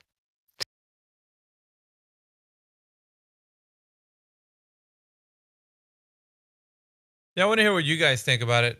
We've been discussing this in this morning, but this video from Dude Perfect has just come out. That's what the topic of what we've been discussing. Electricity brought it in here, so you guys can take a look at it. It was posted 1 day ago, and now it's got 72 million views on it. Whether those numbers are inflated or not, that's irrelevant, because now it's the algorithms picked it up, so now it's sharing it everywhere. 1 day ago, and it has that many views. So it's what we're dealing with. So we're just examining it a little bit, going through it. It's nothing different than what we've seen already. What these guys are trying to fake space, you know, and all that kind of stuff. So it's the same old stuff. Fisheye lenses and all kinds of stuff. We put a bunch of images up in live stream voice text if you want to see the context of what we first started talking about it. I did a lot of screenshots, but you guys can look at the video for yourself, and it is what it is. That's what we're gonna have to. And I'm pretty sure in the future we're gonna see people coming in with this video telling us, what about this video? So I'm already telling you, since it's already been spoken of and it's been a day ago, just be ready for it. That's what Sly came in saying. He was like, did you guys see the Dude Perfect thing? Yeah, we just discussed it for maybe half hour or so, an hour. Like, that could be you guys. That could be you. Yeah. He's emotionally tied. They all are. Anyone can do it. But I mean, unfortunately, he's already off to a bad start in the chat, saying that the pictures from low altitude are showing this drastic curvature, but it's not. Why isn't the road curved? And it looks straight to me. All this stuff. So I mean, it's just. I've already had to make this screenshot because he's saying that no, these pictures are real. 27 minutes past the hour. This is legit. That road is I don't even know. He's saying that the road should be different if it was a fisheye lens. The road looks straight to me. Sly. He said that road looks straight to me. That's what he said. And looking at the horizon, not the road. I mean, we have not all road. He goes right now. So if you are watching this, what do you guys think? Like, Have you guys looked into the Dude Perfect video that is gonna be talked about from like I'd say a couple of weeks straight? I would say every now and again we're gonna hear somebody that's gonna bring it in here for sure. Something we gotta talk about, you know? Meet it head on, discuss it, go through it, analyze it, help people that are coming in with it. So save all the pictures. Think, why do I see a dirt road that is straight? If it was a fisheye, wouldn't that road be curved? It looks straight to me. Why isn't it convex? Not all, and then when I posted this picture, he goes, "Well, not all roads are perfectly straight." You just said it was straight, bro. I like the backpedal he does. That's cool. You know, at which point, you know, he doesn't have to. One of the things I like about that is that he doesn't have to agree with you. You just proving it to him, like, look, you said it was straight. It's not. Well, I know, but some roads aren't straight. So he's just conceding to the point that he previously was saying. I like it. That's still a concession. You know that, right? What he just did. Yeah, you can take it as a concession. But you can see, like, we're specifically talking about the horizon, yet they go off on some other tangent. Oh, yeah, he immediately brought up something else, like, well, why would Dude Perfect lie? They're normal people that make YouTube videos. There's no agenda. Like, dude, hey, channels like this, 72 million views, and they get like 8 cents or something like that per view. That's a lot of money. That's a lot of money. You have moderation power. Can you unmute the guy who's in here? HXLG, because I'm on my treadmill, so I'm not by my PC right now. I got you. Holy Ghost from the chat. Hey man, welcome to the chat. What brings you by 24/7 Flat Earth Discord? I don't know your roles, so I don't know if you've been here a while or you just got here. I just haven't seen you in here, so if you want to chat with us, go ahead and open your mic. Let us know what you think. The topic right now is the video from Dude Perfect, but we can discuss something that you want. If you want to tell us, you know, if you think the Earth is a globe, you're on the fence, you know the Earth is flat, just let us know. We want to talk to you. Oh, it's all good. Yeah, go ahead. I'm just in LA and I just woke up really early, so I just hopped in Discord to waste some time. But yeah, man, I'm team flat, dog. Well, you tell us, man. Like, let us know what brought you here. Why do you think the Earth is flat? We want to hear your experience. Yeah, I've been here before. Like, I've been here before. I already got the rundown. I just haven't been here in a while. Yeah, my bad, dude. Because like I said before, you might have came here before. I just haven't. Yeah. It's all good. It's all good, man. Give us it's all good. What brought you to Flat Earth? What is it that brought you into it? You mean the concept or the Discord? Everything. Doesn't matter. All of it. What brought you here? What brought you to Flat Earth? What brought you to this knowledge? Oh, well, the concept, it's been pretty old, man. It's been around for a while. You know, you guys are aware that actually there was a movement around the 60s and 70s. But because of, you know, they didn't have social media, they got squashed pretty fast. It was actually pretty amazing that it took a while as soon as social media, you know, got popular in 07, 05, 06, 07, you know, people better than you and I took it upon themselves to push this whole flat earth concept to people. And of course, when it took years and years and years and years before it finally started picking up wind. I mean, I think I was brought to my attention around 2016, 2017. And actually, I was pretty against it. So me being a debater and argumenter, I had to go do some research so I can go tell this guy about how round our Earth is. And I'm pretty sure, just like many of you guys, when you went down that rabbit hole, you know, the information just wasn't adding up, man. So the only thing I can think about was just, you know, our adult brains pretty much analyzing the data they gave us when we were kids it's a lot different when, you know, you put your mind to it. You know, I guess I consider myself a pretty smart guy. I mean, at least a logical guy. And all that shit just was not adding up, man, at all. So, yeah, you know, I hopped on board, done my research, you know, whatever the research we can do, right? And years and years and years. And I'm sure, just like many of you guys, you know how it is when you try to talk to people about it. You know, you lose friends, you lose family. And that's what kind of brought me to the Discord.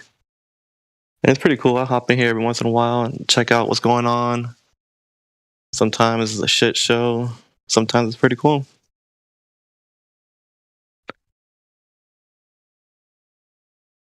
That's it. Yeah, thanks for that, bud.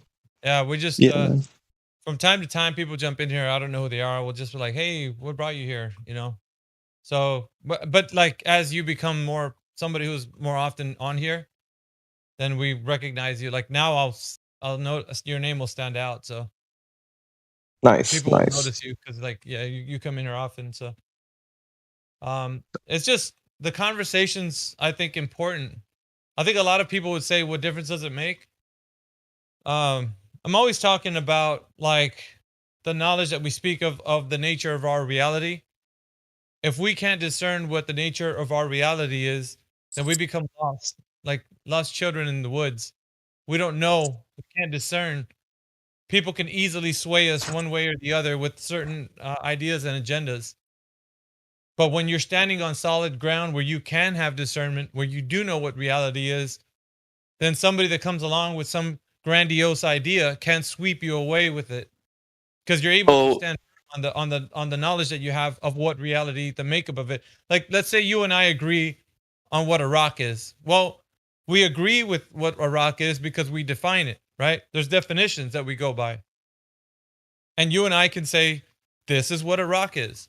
And when we look at a seagull, we say, hey, this is a seagull. It's a bird, you know, by the ocean, you know, whatever. Like it has like baby seagulls, and like we can do all kinds of things, but we make definitions because of the fact that you and I agree on that. So it becomes an agreeable term that we define reality. When people start to say that reality, which we have definitions for, becomes malleable, that it can now change, there's a high percentage or a small, tiny percentage that reality, which we both agreed on, could be something else. It's a simulation. It's just a dream or anything, right? Like you just insert whatever you want. Then it becomes. I hear you. I think what happens is the people, like you said, the people who said, "Was it matter?" Those are the dangerous people, because these people already told them they just don't care.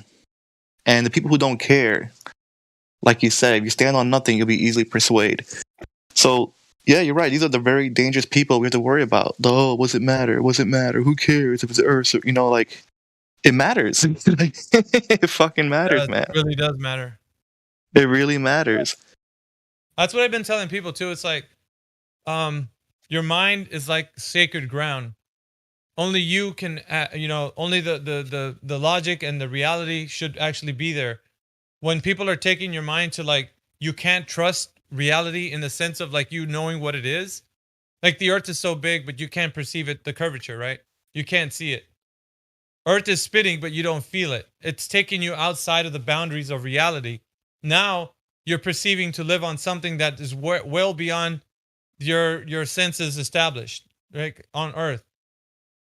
So yeah, that's ideas without having a reasonable, rational reason why.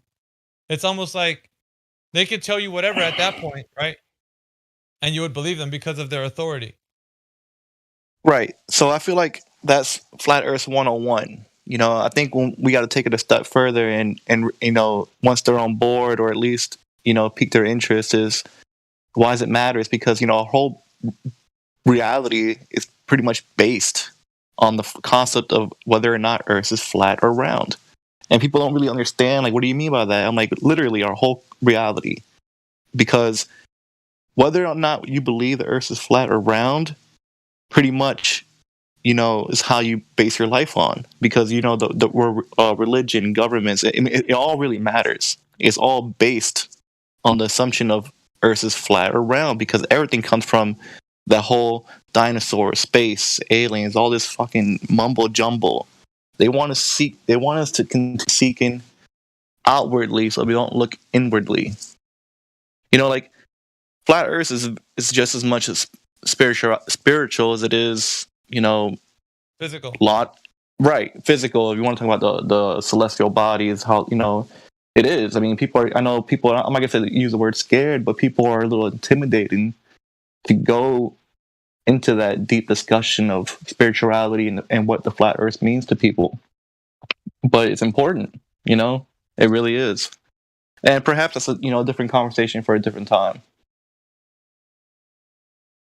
Yeah, we usually reserve the weekdays and talk throughout the week about the physicality part of flat Earth, which is the demonstratable part of it.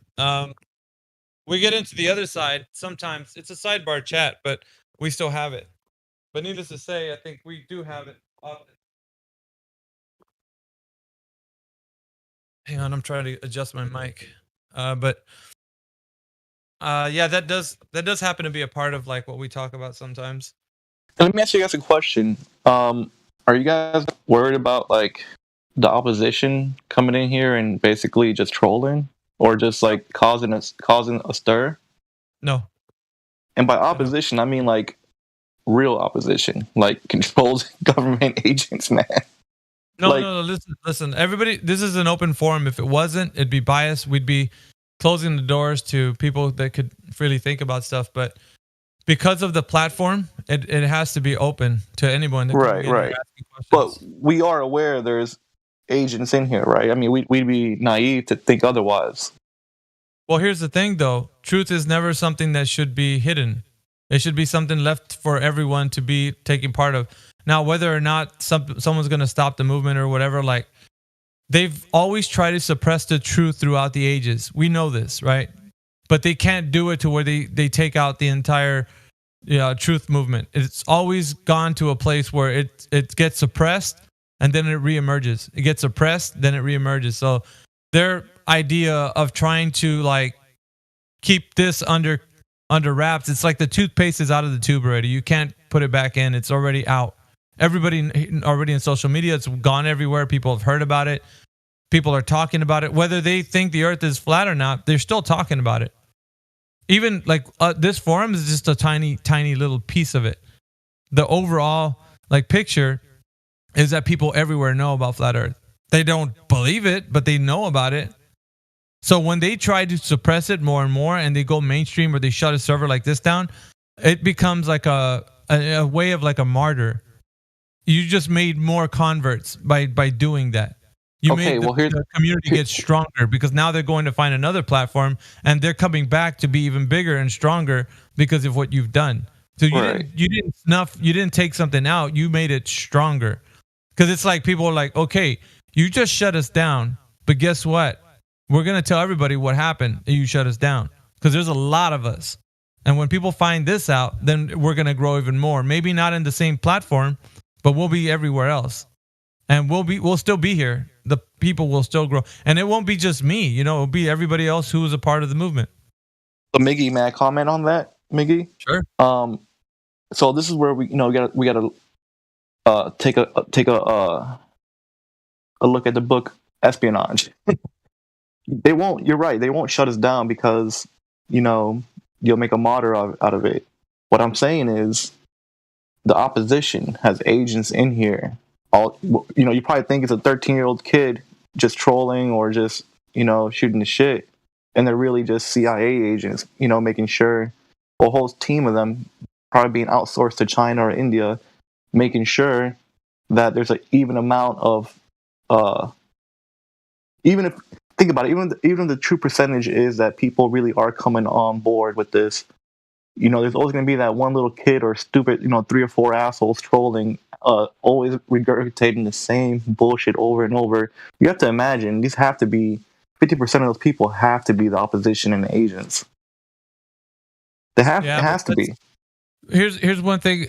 I would say about that, I do have a comment for that. We don't, well, at least I could say a high percentage of us in here don't concern ourselves with that, because of the fact that if that becomes our mission to be concerned of that, then that's all we'll be focused on is like, where are they at? Who's the mole? Who's the troll?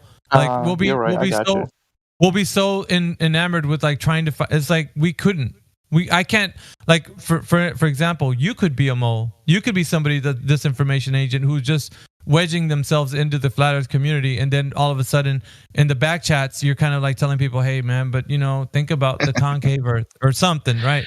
We can't be like policing that. When it comes to fruition and we do know, then it gets talked about. Okay, you were now saying this out in the open that you think this and that, and then we address it. Other than wait a minute. You mean you guys don't believe in lizard people? Yeah.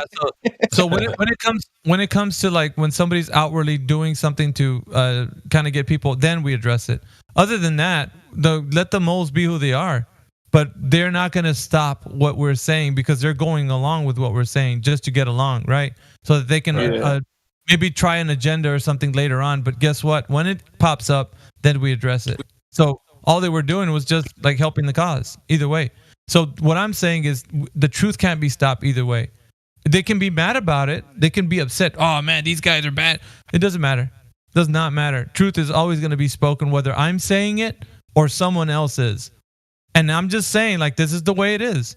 Either you are going to be saying it or someone else will. It doesn't matter. They could stop all of us in here from saying all these things.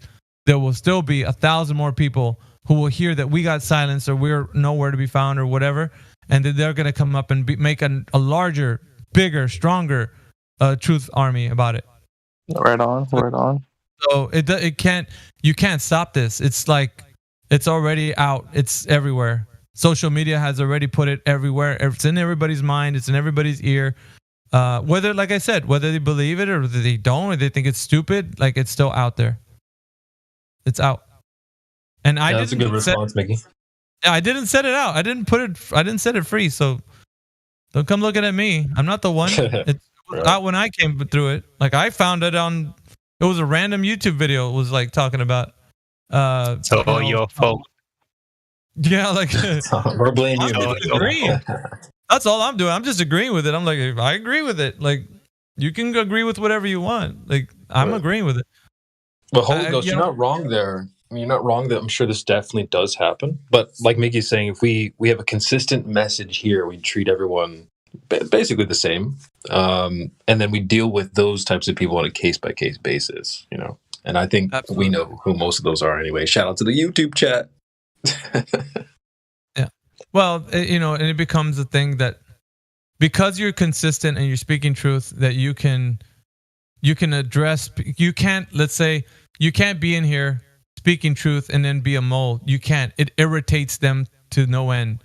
Like if that's what they were doing, like a mole couldn't stand in the light of truth. They would be outed so fast. Like it would agitate them to keep speaking truth day in and day out just to be a mole. You couldn't do that. Right.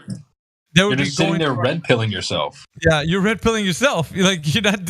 For us, it's great. And then the moment you turn into the mole and you're like, yeah, but you guys don't know the Earth is really concave. We're like, okay, now we're gonna address you case by case. We're gonna deal with why you're saying that. And see, here's the thing. We make it known public. We don't like say, well, he can hang out with us because he said he's flat Earth. Nuh-uh. We do that to everybody who's in here. If you've been in the community, you should already know what the deal is. And if you think they're going to slide by, because I've done it before. I'd see there's people in here, like I came in, there was one morning, and they were just having the nice chat about concave Earth. Well, I'm not saying the Earth is concave, I'm not saying that. And there's two guys were chatting it up like it was something to talk about.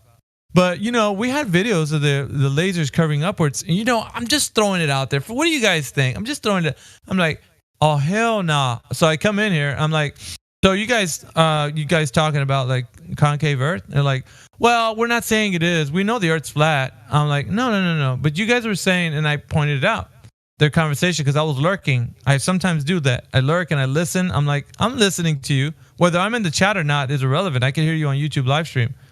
I'll hear you say things. I listen to the conversation. I'm paying attention to your words. So when you're speaking them and you are like out of turn or out of pocket, I'm gonna call you out on it.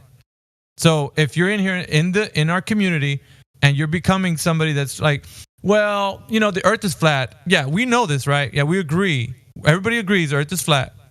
I'm just saying there's some information out there the earth could be curving upwards. I mean, guys, just look at this. Like, I'm going to hear you say that, and that's when I'm going to call you out. Because nobody in here agrees with that. Because if the earth is curving somewhere, then it's measurable. That's the thing we stand by. It has to be measured. There isn't any inconsistencies of that. When people say it's curving somewhere, upwards or downwards, convex or concave, then you're going to have to bring the goods. Lay the evidence on the table and let's examine it. Otherwise, and that's what I was like, yeah, so let's talk about that. What you mean the earth's concave? And these two guys were upset, right? One of them was telling me like, well, how come you don't let us talk about it? We're not saying that it is. I'm like, listen, even if you are mentioning the topic and you don't bring any information, you didn't say it was speculation. You were telling people like, well, what do you think? Like, so that they can have an idea in their mind that it could be what you're saying. So it's suggestive. And what you're doing here is you're doing a disservice for the truth. So I told him, you need to stop. He was like, well, I just want to talk about it. Like, why are you getting so upset? I'm like, bro, I'm not upset. It's how you're presenting it. And if you want to continue to do that in here, you're gonna be reprimanded, because none of us here stand by what you're saying. So I talked to him a little bit. He didn't want to stop. So I muted him. And then I was like, if you continue, and he kept on in the chat. And the guy he was speaking to started to white knight for him. And I don't know if you know the term white knight, which means that you start advocating for the person on their behalf. So I told him to stop. He didn't. He continued in the text, so I banned him. He's gone. So case by case. And then the guy who was advocating for him said that I was worse than a Nazi. He called me all kinds of names. I'm like, dude, settle down or you're going to follow suit with this guy. I don't care. You're effing this and that. And I was like, all right. Talk to you later. Toodles. So he's gone. So we don't, there's no, listen, we run a tight ship when it comes to that. We make sure that people aren't giving people misinformation. This is sacred ground that you're standing on right now. The mind is a very sacred thing for all of us. It's very precious. It's very, you can't make the things that we understand in reality to be true to be malleable. I won't allow it. If you want to do that, you can do that on your own. Go make your own server where you can talk about concave earth all you like, but not here. The people in here have come to a knowledge of reality, and we're all speaking the same. There isn't. I didn't make them think that. They arrived on their own. So I'm agreeing with them, and that's the thing. It's we don't say well, if you don't do what we say, you're gonna pay for it. It's no, they agree with what I'm saying. So we're all in agreement. It's kind of like a definition, right? When you agree upon a definition, you're that's a rock. That's definitely a rock. You're not gonna say it's a it's a cupcake or something else. A human being. Yeah, we all in here, we agree the earth is flat and stationary, which means there's no measurable curvature. Anybody that speaks outside of that starts becoming an agent or a mole or the controlled opposition, however you want to call that, and we address it case by case. But definitely people here know where we stand, and so either you're going to red pill yourself to all hell, or a year from now you're going to come out with some crazy agenda that we don't agree with, and then we address it. But you would have already done a lot of work for us on our behalf, so why? You know what I mean? Hopefully you don't choose to do that. That's the dumbest thing ever. But yeah, you've reminded me, Miggy, how easy it is to spot a faker, especially nowadays. And I think a lot of people they lack that discernment. This dude perfect comment section, everyone's like, oh my God. People just completely lack any discernment. But here, we've really ramped up our ability to discern fakers from the real deal. So yeah, it's easy to spot somebody trying to be a fake flat earther in 2022. It's crazy easy to find those guys. And that's the thing, all our talks and discussions here is we're formulating our arguments better, and we're getting better at kind of explaining ourselves, so to speak. kind of thing. Because when you first come into flat Earth, it's like, and you're trying to explain it to people, it's like you kind of don't know what to say. But with all these talks and discussions, it kind of helps us kind of reach people. Our community is so like tightly woven. We go through the DMs and we hear people that are saying things contrary. Like we'll know. Like the mod team, we're friends with a lot of people in here. So if somebody was to be like that kind of agent, like spreading misinformation or sending DMs to some people, we'll hear about it. We'll know. Once it reaches to, like, let's say the agent is speaking to some other person that they think is not associated with anybody. Once they do, that person actually is a friend to somebody that we know. And that word will get back to us and we'll find out. So you can't hide like being that way for too long, other than somebody will find out. One of the mod team will know. And then it'll be all for naught for the agent, for the mole. But I'm not. They're just red pilling everybody. In the meantime, so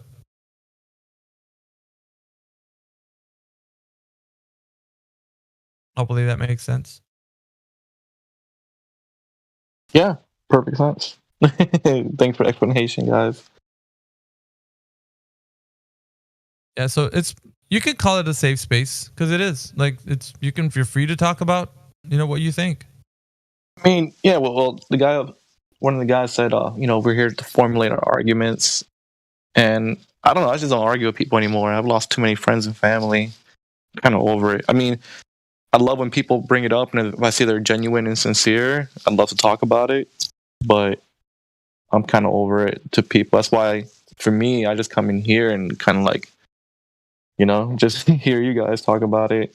I love seeing just new people coming on board. Yeah, if that even ever happens on here. It does, but we usually tell people we're not in the convincing business. We just want to challenge you. So they're challenged, They leave, they come back, they're like, cool, I did the research. And yeah, it's not what I like that told. one. I'm going to use that one. Yeah, because if you're in the convincing business, you're going to put a lot on your shoulders. And it's going to weigh on your mind. Man, I could have done this differently. I could have done that differently. It's like, that's too much for you to be worried about. Speaking truth is the only thing you got to do, period. If somebody else, and like I tell people too, when they come in here, they're like, well, I'm not convinced either way. That's fine. I don't care. At the end of the day, I know the truth, but I mean, you need to walk your walk, and your path is your path. It's not my path. I'm not bothered by your path. So, but people that carry it on their shoulders, they take it like it's personal. They didn't believe because they didn't get the information from the person, or the person didn't convey it over to them correctly, or how it is. Like some people are like, I just don't get what you're saying, dude. Okay, all right, it's fine. Well, I guess now that I just thought about it, one other reason why I jump in here every once in a while, like I'm not here often. Like I said, I come here every once in a blue moon, but I'm actually interested to see too if there's been any update or like new information. I say that because, again, when I came, when Flyers came to my attention years and years ago, we knew this, that, and the other. As it progressed, more information was brought to me, more information was brought to light, and now I feel like there is a basis, and then there is the physical. And lately, I'm on IG all the time, and I see a lot more Flat Earth content now. But now I've been seeing a little bit extra stuff, and then I'm just gonna repeat it, and don't hate me. But yes, I've seen that. Hang on, before you get into that, I gotta split for just a moment. So if anybody else wants to respond to him, I'm gonna be out for just a moment. I'll be right back, okay? But continue if you go ahead and finish. All right, cool.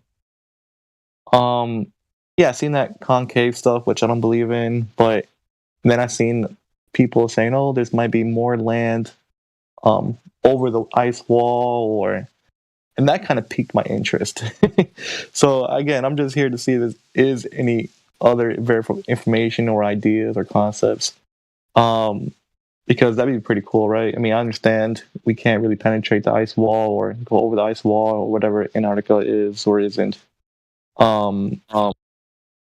But that's just my interest. I'm curious. Yeah, and I think that's a real big one because it's something we can go to. You know, we can't go to the moon or the stars or whatever, but Antarctica, you know, that's something we can physically go to and check out. Exactly. Like the North Pole is also interests me as well. Like, you know, like the center. Like what's in the middle, man? I'm so curious to know. I know, just so many possibilities though. And you know, you hear about the magnetic mountain in the North Pole, or there's four rivers joining. I don't know, there's like all this stuff, but yeah, you just don't know unless you go. Well, there's got to be something unique and special about magnetic north. Like, why? It's almost like I can use a metaphor. Like, why? It's almost like saying all roads are pointing north. Why? You know, that's got to be like special or spiritual in some capacity. Like, it's basically, think about it. What if hundreds and thousands of years ago we don't have all these modern instruments, but for some compelling reason we do know all roads point to north? Wouldn't the curiosity in men be like, all right, let's go that way, let's see what's up there, right? Or am I the only one? Sorry, I was just reading a message. What was It's that? all good. No, what'd you say? I'm saying, like, would you not think it's a natural thing for men to have the curiosity to search what's in the north when men first found that metal and the whole compass situation, right? You would think is Earth or Mother Nature's way of telling men, come this way, come seek what's in the middle. No one's ever thought about that? Or am I the only one? Yeah, I just want to like jump on a plane with a compass and just follow the north and just see what happens. Well, no, not a plane, but, you know, in early men, when they were, you know, trekking across, you know, the I'm sorry, how do you say the Inuit, the proper name for Eskimos these days? Excuse me if anyone's Inuit. I don't know how to say it, but, you know, that region. It's got, like, again, I understand some people say there's a portal, or perhaps, or it's just a speculation. I think it's all fascinating information, or just fascinating. What's the right word I'm looking for? Concepts, and of course, the South, which is very intriguing as well. The ice wall, the whole. You know, I think if they say the 100 laterals, I think they say most of Earth's land is in the first 40 degrees, and like the other 60 degrees is just all water. So it's a lot of water out there, and who knows if the ice wall is the end or just a wall, as they say. But I'm curious to know if there were other lands and other stuff like that.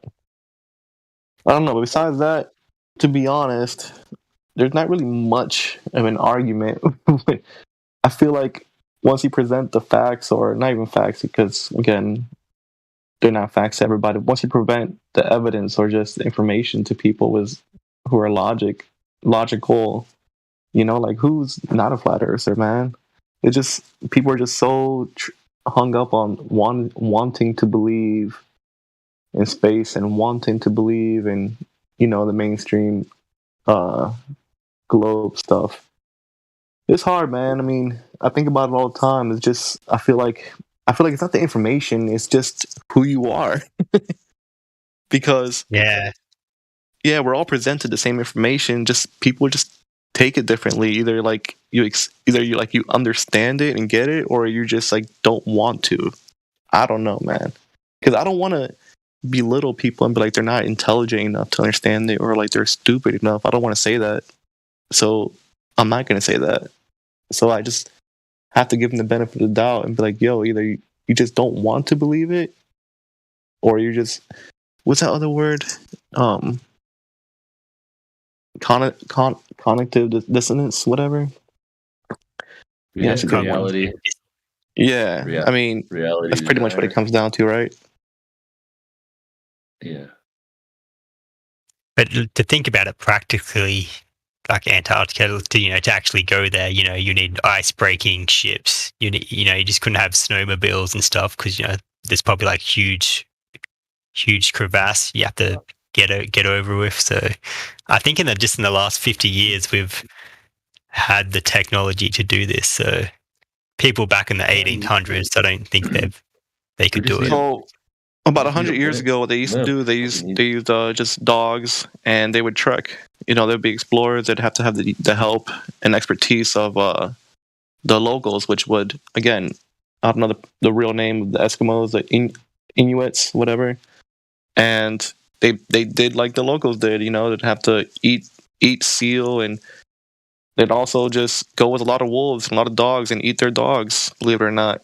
And I think it was a lot of Greenland, Canada, Northern Russia. Like, I don't know. Like, again, they're just hiding it from us, obviously, because they always talk about true north and magnetic north.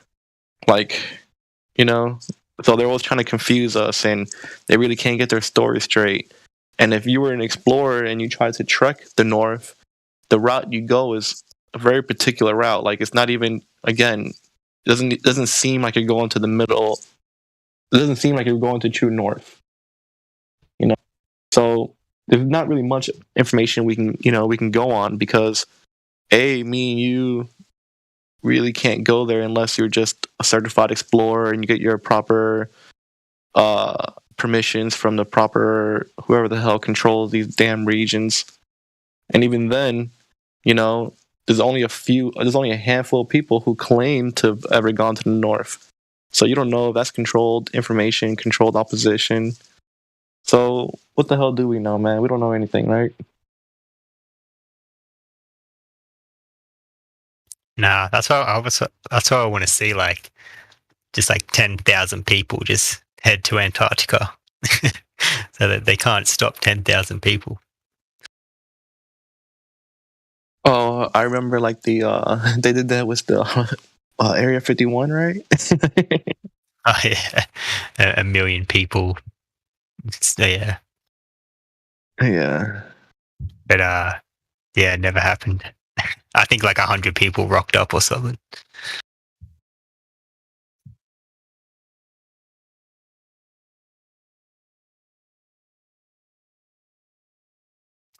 But yeah, who knows? So nobody else on this chat talks, just us. Hi. All right. Well, Hi. I'll tell you what, guys, it's been real, but I'm gonna go ahead and jump off, and I'll catch you guys next time. I really appreciate you guys letting me talk in this space. Take care, man. Yeah, bro. Thanks for being here, buddy.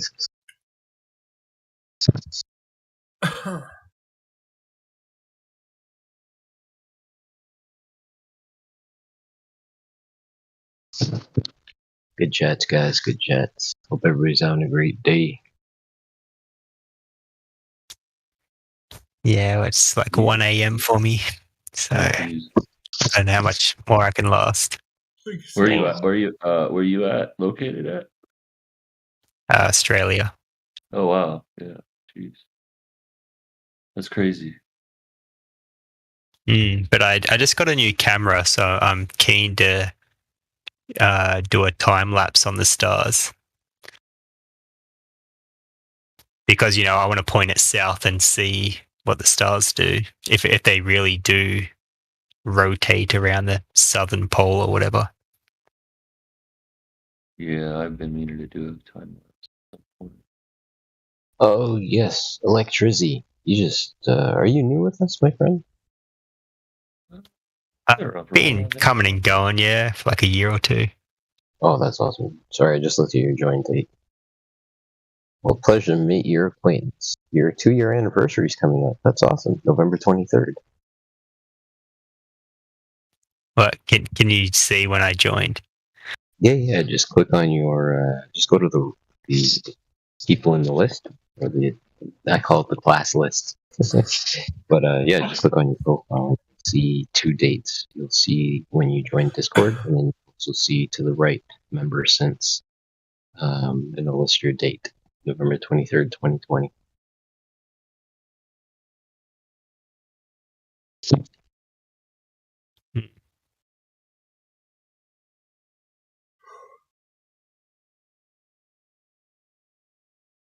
Yeah, I think it was like I know. I think I've looked at flat Earth for like 4 or 5 years now, and I remember like the first 3 months was like solid every night. I would have like long distance photos on one screen and then the curve calculator on the other screen, and I would just go through photo after photo, just running it through the curvature formula, and just and I think like probably like the 50th photo, I was just like, okay, there's something to this.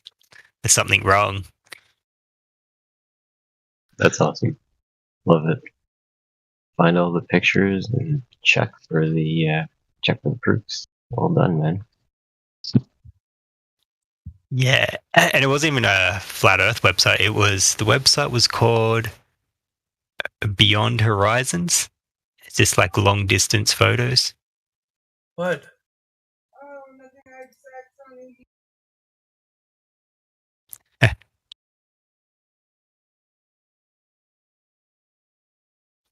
And then I guess, because I saw the moon landings first, and I was just like, all right, that's a load of crap, and and then the long distance photos, and then like Eric Dubay, ODD TV, and started hearing all the arguments, and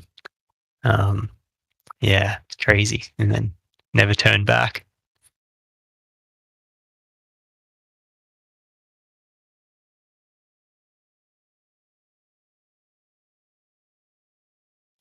Which is it's crazy. I remember like learning about the stars and the sonoluminescence, that the frequency,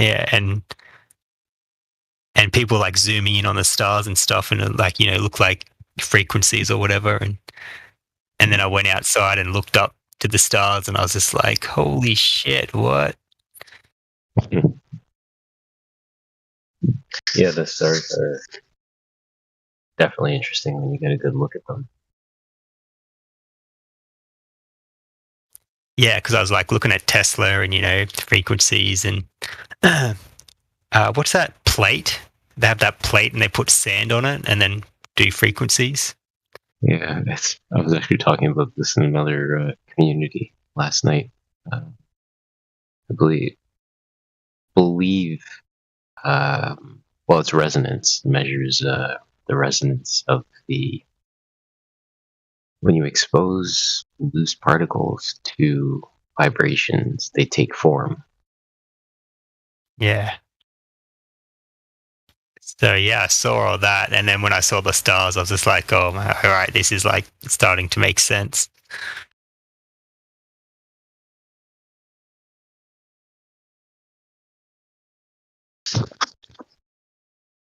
I keep thinking it's harmonic resonance.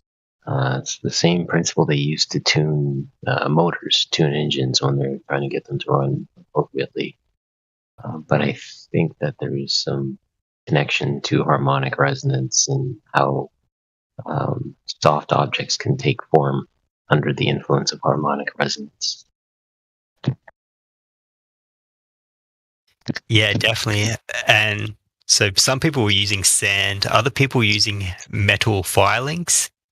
And that was like, it was taking form, like it was like jumping off the plate, and it's crazy. So, I think I heard Dearth, says, we kind of like live in a battery, and how the sun and the moon is like negative and positive and all that stuff.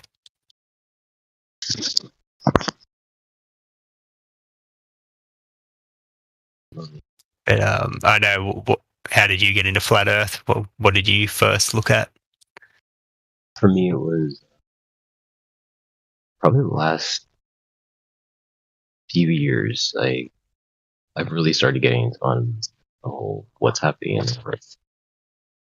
But the last year or so, I went back into scripture a little more and looked into what was created on the second day. And then meeting up with this community probably about 4 months ago, I started to plug in the rest of the concepts, the fact that gas requires a closed system, and even at that, requiring a closed system using gas, to realize that, again, looking to the firmament being the closure to it. I then was pulled back to a memory I had in high school about 20 years ago that I kept thinking we're in like a petri dish.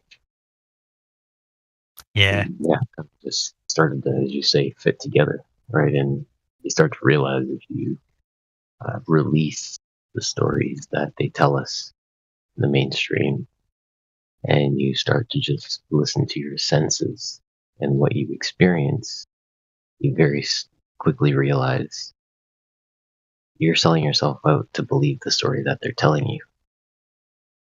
And that's the worst part. I think that's it, yeah, because I guess, I wasn't very into the Bible or, the creator, like, I am now. But because, when I learned about flat earth, then you go to, well, how was it created? Like, what's the story? Where can we look to for a story on creation? And, that's when you run into the Bible and day 1, day 2 in the firmament and all that. And then you're like, holy hell, it's like starting to make sense. Yep. It all starts to fall in. Yeah, definitely. Which is, there's only really 2 explanations is, the Big Bang evolution or God and creation. And, if someone has got another story, I'm glad to hear it. I welcome it, but they're the only 2 I can, they're the only 2 explanations that are given to us so far. Exactly. Thanks to the chat, too. Got a big submission at the end to deal with. Pleasure for the chat. Pleasure chatting with you, man. Be well. You, bro. Peace. Take care.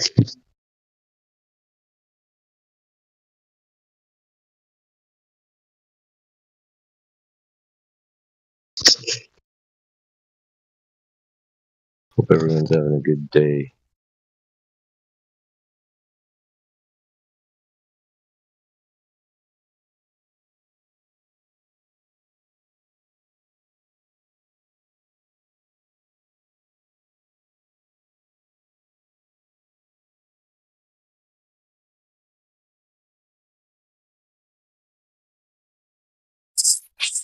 I didn't even have to use my AK. I have to say, it was a good day.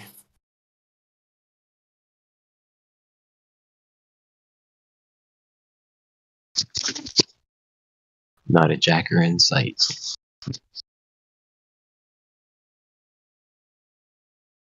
Mama cooked the breakfast with no hog.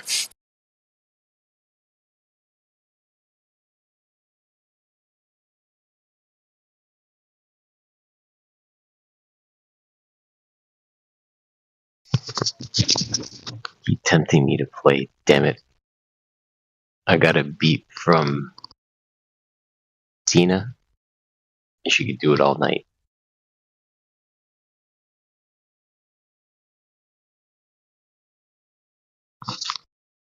But yeah, last week I messed around and got a triple-double.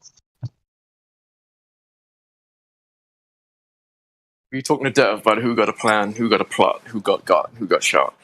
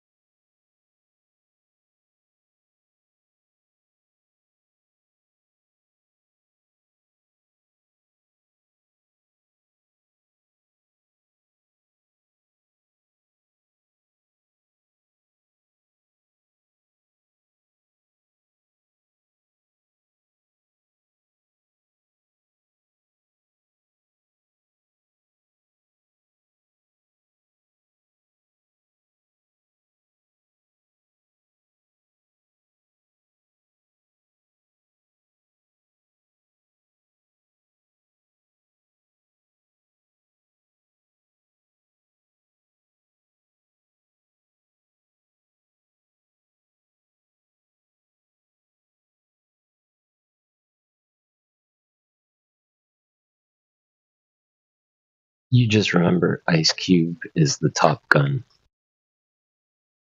And it's so flat. Yatch!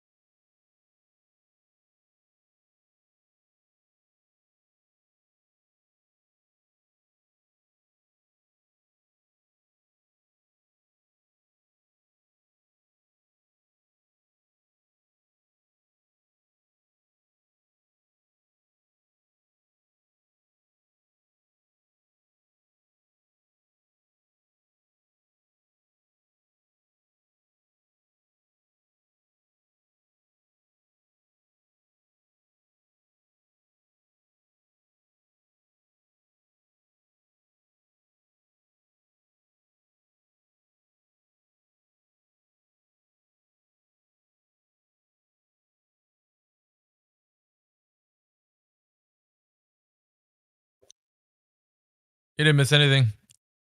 I stepped out because I was going to get something to eat and then come back and nobody's here.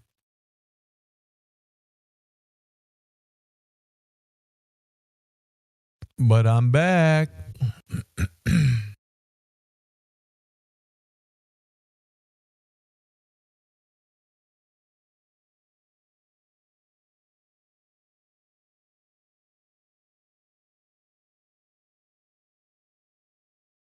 Yeah, we should put that up every now and again, Cuddy. Just for a reminder, concave Earth also requires measured curvature. Heidi ho, ha ha ha.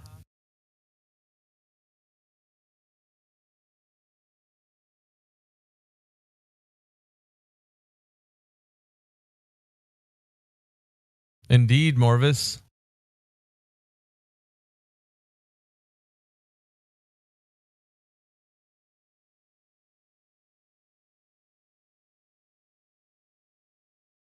We were going over, this might be news to you guys who are maybe just joining us right now.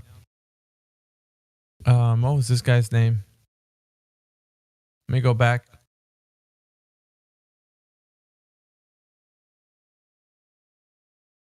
Give me a second.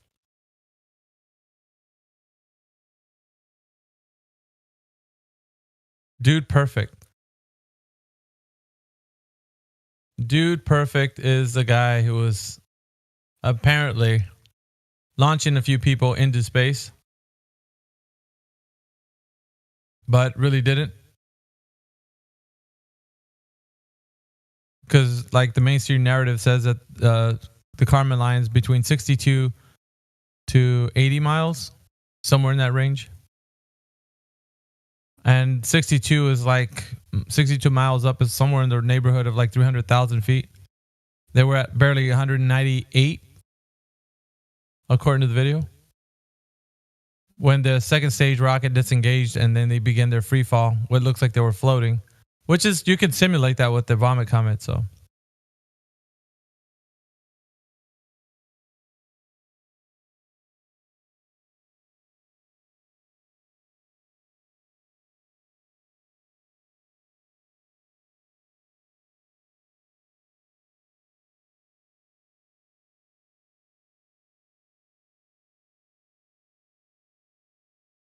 Dude Perfect had a video that just come out, and it's going to get a lot of people talking about it. Yeah, it's going to be crazy. But we're here for that, you know? You have any questions about that? We'll talk about it.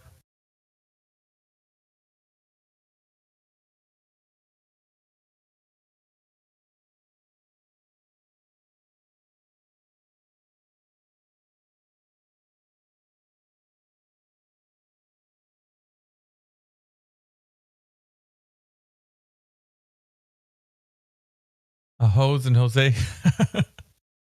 That's funny as hell, dude.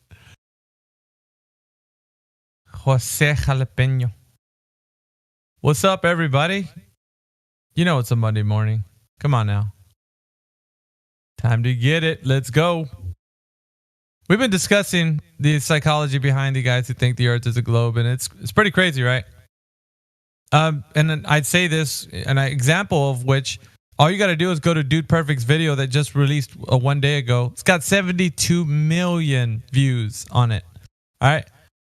1 day ago it was released. Well, he's got 58 million subscribers, but these guys that like to push agendas, they use the channels that have a lot of popularity, which this guy does. So, you know, they're going to use it. And they did. They got the everyday average Joe who does trick shots in the back of his backyard. Oh, that guy was chosen to go to space. Oh, just, you know, some random guy. Yeah, right. He was hand selected. He had a large viewing audience that would look at his stuff. So why not, right? Hey, Dude Perfect, you want to make some money? Check it out. You just fake everybody tell everybody you're going to space, make them believe it, and you know, checks in the mail. Which is what happened, because now the theatrics are all too real with these guys, and they're just making everybody look at like what they're doing. When mainstream narrative would say, you guys didn't go to space, not even low Earth orbit. What's wrong with you guys? Needless to say, it shows them in some kind of rocket that looks like a phallic symbol. And yeah, it's pretty obvious that they're just laughing at everyone else who's believing it, like the public, which a lot of the anti-flat earthers are gobbling it up. Oh man, I was teary-eyed when I saw that rocket go up. Can you imagine a guy who was doing trick shots in his backyard is now someone who's going to space? What do you think about that, flat earthers? And we just got to tell you, man, like, this is the kind of, you guys are begging for this. And so deception, here we go. You guys want it. Here it is. Just like you asked for. More deception. And of course, you guys are so involved with it that you just like follow blindly because you want to believe so bad that people are going to space. And this is kind of more of that why you're being hooked into it. Psychologically, that's why. And you guys can't get away from it. It's going to pull you in every single time. It's too bad, though. Yeah, when you come in here and speak with us, that you can't see that that's what's happening. Just like band member, band member was the same coming in here. Show me the measurements for flat Earth. We're like, band member, we're telling you, the Earth has the metrics that they say it's curving by. Have you checked it? No. Band member, will you go and check it? No. Well, there you have it, ladies and gentlemen. Band member won't go look at the information, yet he's in the YouTube live stream text chat telling everybody, well, all I'm doing is asking for flat Earth measurements. And we're like, did you check the claim first? Because we both understood that when we were learning this, it was taught to us. And we didn't check into it. But you're saying that we need to give you flat Earth measurements. The Earth being curved is a positive claim. Do you understand that, band member? Or do you still want to spin everybody's wheels in the YouTube live stream text chat telling everybody, I'm just asking for flat Earth measurements? Once again, you don't understand. The positive claim lands on those who make it, which is the globe Earth. That's what you've learned. That's what I have learned. That's what we are investigating. And when we do that, we find out that it's not what they claim. Do you understand what I am telling you? Therefore, if there isn't any curvature, it can only be flat. I think that was pretty slow even for you, band member. You can understand that, can you? But once again, that cognitive dissonance that you have, that you come in with, that you don't want to say, and you've said it twice, right? You don't want to investigate. You don't want to check it out for yourself. And that's where you're at. You want people to spoon feed you information so you can hand wave dismiss it. Yeah, I have to talk slower because I think that you can't understand when I'm speaking at normal speeds. So possibly you can understand it this way. It's annoying, isn't it? I would say it is. But it's even more annoying when you're asking for us to give you this evidence that we're telling you is already given over and over and over again. And that's annoying. I believe that wholeheartedly. 100%. I agree. Your onboard processor cannot keep up. Hey, but nevertheless, the information is out there. The truth is out there, my friend. And so it just gets annoying when you're like, yeah, but all I'm doing is asking for evidence. And we're like, we're presenting it to you like all the time. You come in here, we're presenting it to you. Go look. Band member, go look. Band member, go look. Have you looked? Band member? Go look. And you're like, no, I'm not going to do it. Well, then you will never find out. How about that? You're only going to hear us, what we tell you, and then you're going to be like, yeah, but you guys you don't know what you're doing. Well, there you have it. You're going to hand wave dismiss us and then say that you don't want to do it. So you're going to be continuously stuck in a perpetual cycle of ignorance. And round the hamster goes. Where he stops, nobody knows. So that's you in a nutshell. Coming in here every day in the text chat and continuously spinning everybody's wheels. Like a hamster that's stuck inside of a wheel. You can get away from that. You can. All you got to do is do it yourself, but you don't want to. So we got to deal with you, right? You're just like that annoying thing that's like, Where's the curve? Where's the curve? Where's the flat? Where's the... You don't understand stuff. You just don't. You want... Somebody's got to give you the information, spoon feed it to you in a very elegant manner as you put it. Well, we're not about that. So the information's out there. We've been presented. We've done what we could do with you. After that, my friend, you can believe whatever you want. Yeah, indeed, COVID. If you're in here as an anti-flat earther, I can only accept your A game. Other than that, you will be consumed by the truth. It will wholeheartedly swallow you up. At any rate, we're still here. We got an open mind. We want to listen to what you guys have to say. And believe me, there isn't any shocker. You're going to tell us, oh, Earth is curving upwards or downwards, or it's a cube, or it's whatever you say it is. I don't care. That's not the point. You believe whatever you want. The thing that I'm going to ask you and challenge you on is, where is the evidence for what you believe? Clearly, if you believe something, there must be evidence.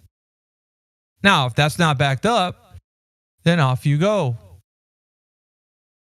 But I can actually look at it now in a very clear way. Like, band member coming in here every single day, spinning everybody's wheels, even in the YouTube live stream text chat and in here, got nothing more to contribute to the discussion. It's already been pointed out to him. He doesn't want to look.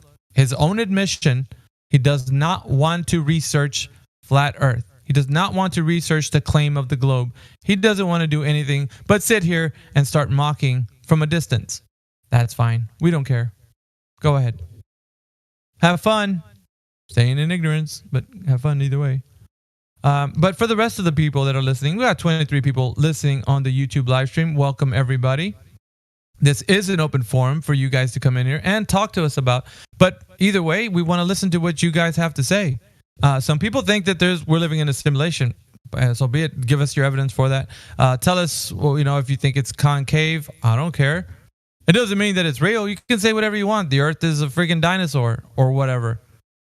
Who cares? Where's the evidence for it? Earth is a donut. All right. Where's the evidence for it? I'm going to ask everybody the same thing. It's not going to change what the truth is. It just means that you believe whatever you believe. And it doesn't really matter at this point. So, open forum. Open for you guys to come in here, have a chat with us. 25 people. Let's go. It's a Monday morning. 8:36 in the a.m. We rolled back 1 hour. It's all good. We still got more daylight.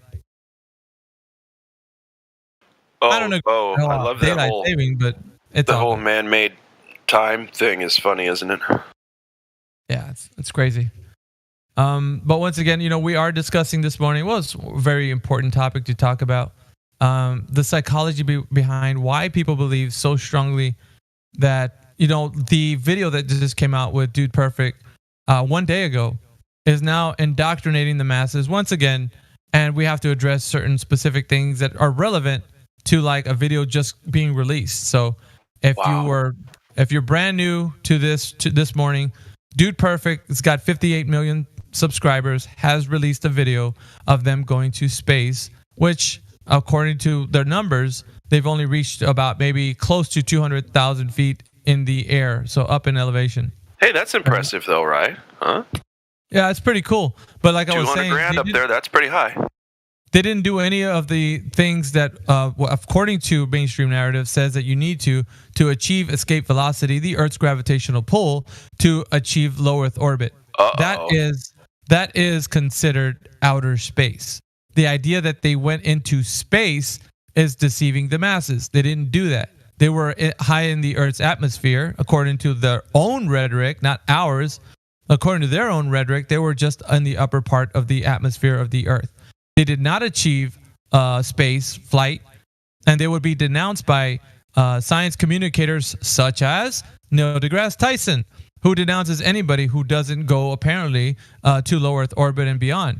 But, hey, you do you, right? You think that you're going to space and then put videos up that the average Joe, who's just a backyard trick shot guy, has now got the opportunity to go onto Blue Origin's phallic symbol rocket onto a place called space. But see, that's how you get indoctrinated. And the comment section is definitely filled with the veracity of people. Oh, so teary-eyed. Oh, such a wonderful thing. These such wonderful young people just helping their fellow man out. Yeah, deceiving them into thinking they're going to space. Well, here's what I think is going to be great, if I may. The general public is going to be like, ooh, even more and more layman types, like, oh, he's only a millionaire, he's not a billionaire. What happens when people who only make 100,000-ish a year can start going up into space, and then people who only make 75,000 a year go up into space? It's like, hey guys, there will come a point when, not everybody can afford to go to space, but you'll be complaining about it because you'll be thinking, oh my God, my stepdad, he owns this company and he was able to go to space, but they're not letting me go. I don't know why. Do you need a passport to go to space, by the way? All these things that just you're never going to have to deal with, because I know you think that these people are going to space, folks, but you're not. So the theme this morning is I want everybody to go look at that video. I don't care if they get more views or not, because this video will be brought to you by the indoctrinated ones, right? Just like Sesame Street. This letter is brought to you by the letter W. Well, this programming is brought to you by the letter I for indoctrination. Dr. See, this is the thing, guys. You're going to hear about it whether you like it or not, and they're going to bring it in here whether you like it or not. So, you know what? Let's meet it head on. Yep. And so, looking at that video, so many inconsistencies. Like, I can just start from the very beginning, right? But it doesn't matter. Like, to me, pointing things out to you is most important, because you guys think the narrative supports this guy and what he's doing and their idea going to quote unquote space. They're not doing that. They're going high altitude. There is a big difference. So if you understand that much, then you can understand they did not go to space as you're looking at what they're trying to make everybody see. And they did not see the Earth look in that curve as in that thumbnail that Dave Hinkle put up in that video. So no, they are not seeing the Earth looking that curve. You can't see the curvature of the Earth, not even past 300,000 feet. Now, that's not our claim. That's not our claim. That is mainstream narrative's claim. So what they are doing is lying. Now, we've seen this. This is the first attempt, right? Well, let's go through it, shall we? The Red Bull space jump. Remember that one? Red Bull space jump? That's one. He was at 100 and some thousand feet. Nowhere near that. And the Earth looks so curved in that video. And it was already explained that they're using a fisheye lens. But when it first came out, everybody was hopping on the idea, oh, these guys are, look at that Earth. Come on, flat earthers. You're seeing evidence right here. Earth is curving. And then the mainstream narrative is like, shut up, fools. We're not saying that's the Earth's curve. Yeah, then your boy Neil was like, nope, sorry, that's not it. Y'all are dummies. They weren't in space. Yeah, sorry. Y'all pretty ridiculous. Quiet when you can't see their curvature. Then he says it was veracity, right? Because of course. See. Yeah, that's how he's saying it. Because we got a lot of people saying that that's space. And he's denouncing them because you guys are indoctrinated. You want this so bad you can taste it. It's going to get to the point where they're like right next to the moon and Neil deGrasse Tyson's like, they're still not in space. You don't see the curvature of the You don't see, even from space, even from the moon. Yeah, like so, But well, okay, so this is why we're getting into it. Red Bull space jump, and then you got old dude, right? Virgin Galactic, Branson, and all those characters, and they're floating around doing the same thing that practically these guys are doing in a different craft, but yet they're doing the same thing. And everybody celebrates because you got some old people up in space. That video was also denounced by your boy Neil. Your boy Neil has been denouncing you guys and just like completely stomping on you like ants. And you guys are just taking it on the chin.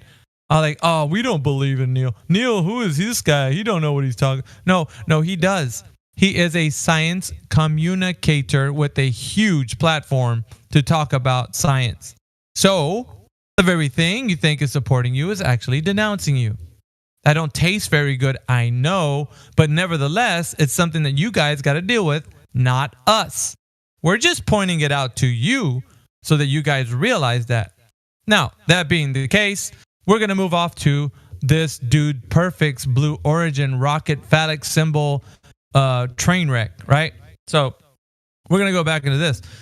200,000 feet, because they were, according to the video, we're looking at the timestamps and stuff.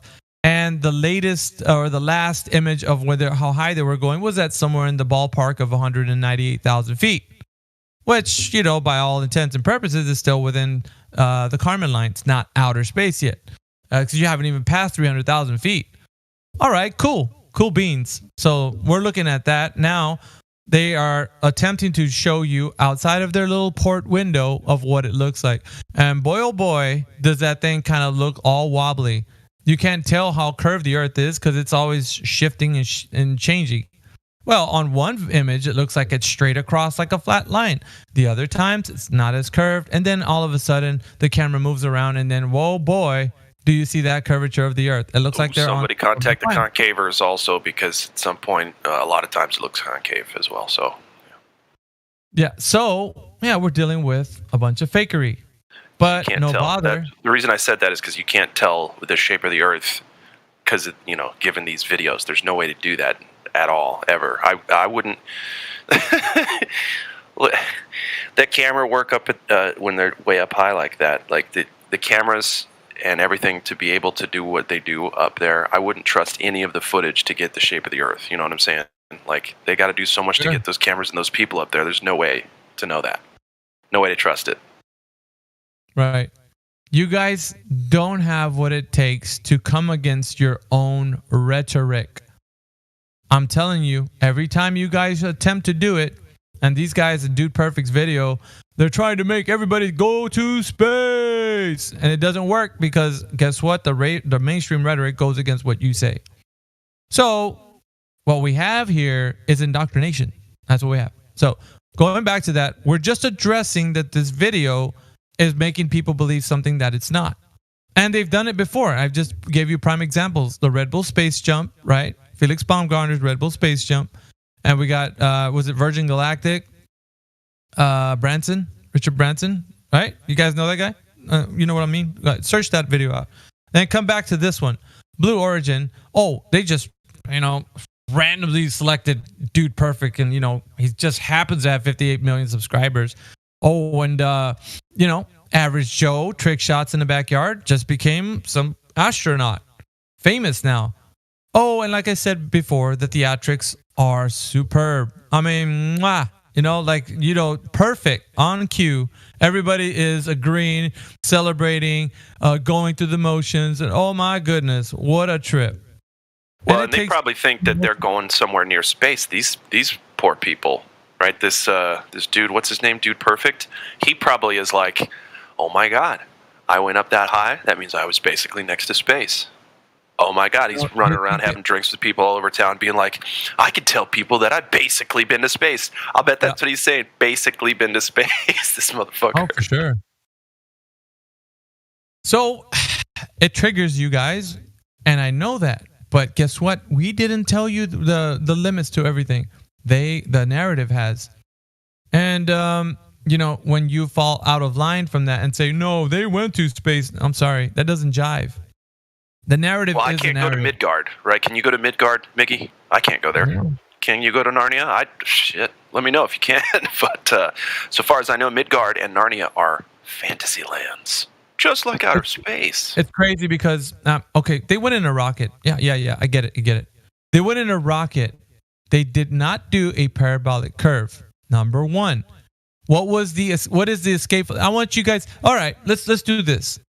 I want you guys to look at the narrative. What does it take to achieve escape velocity from the Earth's gravitational pull? Go ahead and look it up. Go do that Google search for me. Well, yeah, that'd be great. That'd be fantastic. For a human space flight, that is, not for any escape velocity. So just go ahead. Just if you are believing the Earth is a globe, entertain me this one time, because if you're gonna look at Dude Perfect's video, right? 72 million views, guys. Wow. If you're going to look at it, you might as well compare notes. Well, what does NASA do? Now, there can't be inconsistencies because according to them, to achieve escape velocity for human space flight, you need to do a parabolic curve going with the Earth's curvature, with using the radius formula and so on and so forth. And these guys didn't do jack squat. They didn't apply any complicated mathematics. They just got in a rocket that somebody allowed them to get into, and they were going up, up, up, straight up. There was no parabolic curve, which is the worst thing that you could possibly do when you're faking stuff. Because if you're not going with the narrative, they just went straight up and then somehow out to outer space. Well, That's what happened. yeah, they went into space, but according to them, well, the mainstream narrative anyway, you're not high enough to be in space. According to them, they were in space. So there's two different contradictions right there. Good. So how fast were they going? Well, according to their numbers, they were somewhere in the ballpark of 2,100 miles per hour. When the second stage disengaged and left the bottom part where their capsule was the only thing there floating around. So they were in about the 2,200. I want to give them the benefit of the doubt. I'll embellish it a little bit. They went 2,500 miles per hour. Let's just go with that. I'll just give them the benefit of the doubt. They didn't turn to liquid. No problem. No problem. Right. So, I mean, we're talking about 2 times the speed of a bullet leaving the chamber of a gun, right? These guys were being propelled forward. That kind of speed would make your brains turn into mush. But never mind that. Let's look at how the height they achieved, right? Because they need to get past Earth's gravitational pull, which is in low Earth orbit. Remember, the carbon line is the line. 62 to 82 miles, somewhere in that ballpark, higher than 300,000 feet. They did not achieve that, yet they were floating around in space? No. This is the upper atmosphere, according to mainstream rhetoric, right? So, going straight up, no parabolic curve, this is where they were. That's the first thing that went wrong with these guys. The second thing, they weren't achieving the maximum velocity to escape Earth's gravitational pull, to get into low Earth orbit. So they didn't achieve 25,000 miles per hour. No. They were at barely 2,500. Remember? Because I gave them a little bit of leeway there. All right, 2,500. So not nowhere near close 25,000 miles per hour. So no, they didn't achieve escape velocity. Number 2. Number 3, we're looking at the video from the perspective of the people in that little, whatever you want to call it, capsule, bubble, or whatever. And looking outside their window, well, I mean, we see many different things, don't we? We see a flat horizon, we see a curved horizon, and then we see a really curved horizon. I mean, super duper curved. And all within the time frame of watching the video and seeing the curvature being warped, really like where you can barely see curvature, and all of a sudden it starts being more pronounced, and wow, what a curved surface. I mean, you could actually see the whole entire curved ball. So at the height that they were, could you see the Earth in that perspective? Absolutely not. There's no way that they could get a curved surface because you can't see the curvature of the Earth, according to Neil deGrasse Tyson. So what were they seeing then? I ask you. Oh, yeah, I forgot. Fisheye lens. That always helps. Oh, and how can I stand by that? It's pretty simple, ladies and gentlemen. Because when they landed on the ground, that same camera view looked out the window, and guess what we saw? Oh, yes, a curved Earth from the ground level. Curved Earth. So we know that's a fisheye lens. It doesn't take a genius to realize that. So yes, we have already debunked it on its face. And then just those 3 points. I mean, we can go on, but why? You wanted some evidence that they didn't actually go there, and it's pretty simple. They didn't. And based on mainstream narrative, the narrative that you guys actually follow, if you think the Earth is curving, they basically denounced you, not me. I'm just pointing it out. That's all I'm doing. I'm like, hey, man, it's pretty funny how you think they went to space. And you're using this as a catapult to actually make it sound like they did. When I can point out that you are totally believing the lie. Thank you very much. You all have been great. I rest my case.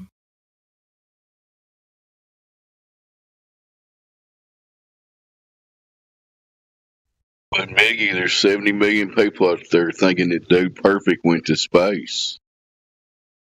Well, that is the issue.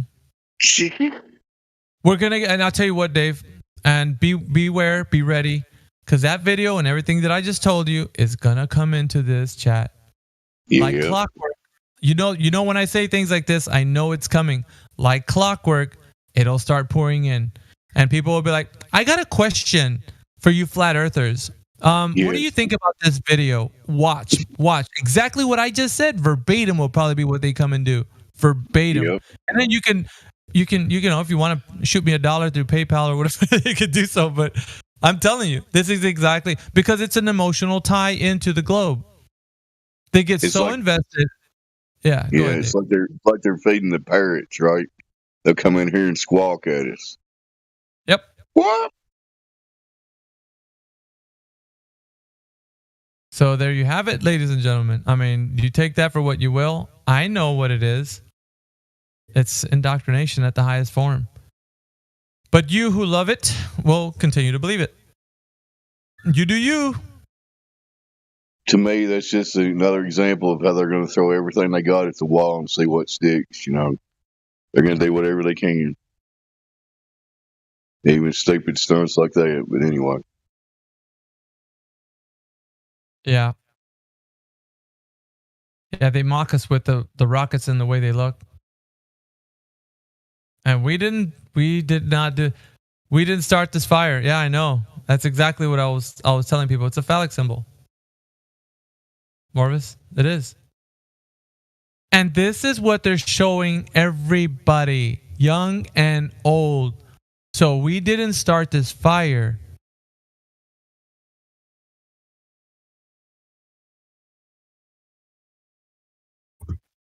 Yeah, how you doing, Biggie? All right. Let me show you something real quick, right? Like, I'm gonna go to Judgment's point. Yeah, hang on, Andy. Like this, you gotta see this. They're not just laughing at you. They're taking snapshots at laughing at you. That's how good this is. They're pointing at the camera and laughing at you. It's called Duper's Delight. Look it up. Let me see here. This has to be palatable for you to actually really comprehend what we're saying. Oh, this isn't on a scale that we're saying they're laughing at you. No, they're literally laughing at you. Here, let me save this image because I clipped it out. It's important to know the psychology behind this. So give me 1 second. Let me save this to my downloads. All right, now let me put this in here. Here, chomp on that, if you will.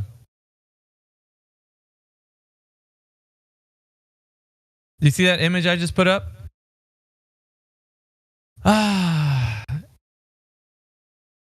But far be it from me to say they're laughing at you. I'll just let the photo speak for itself.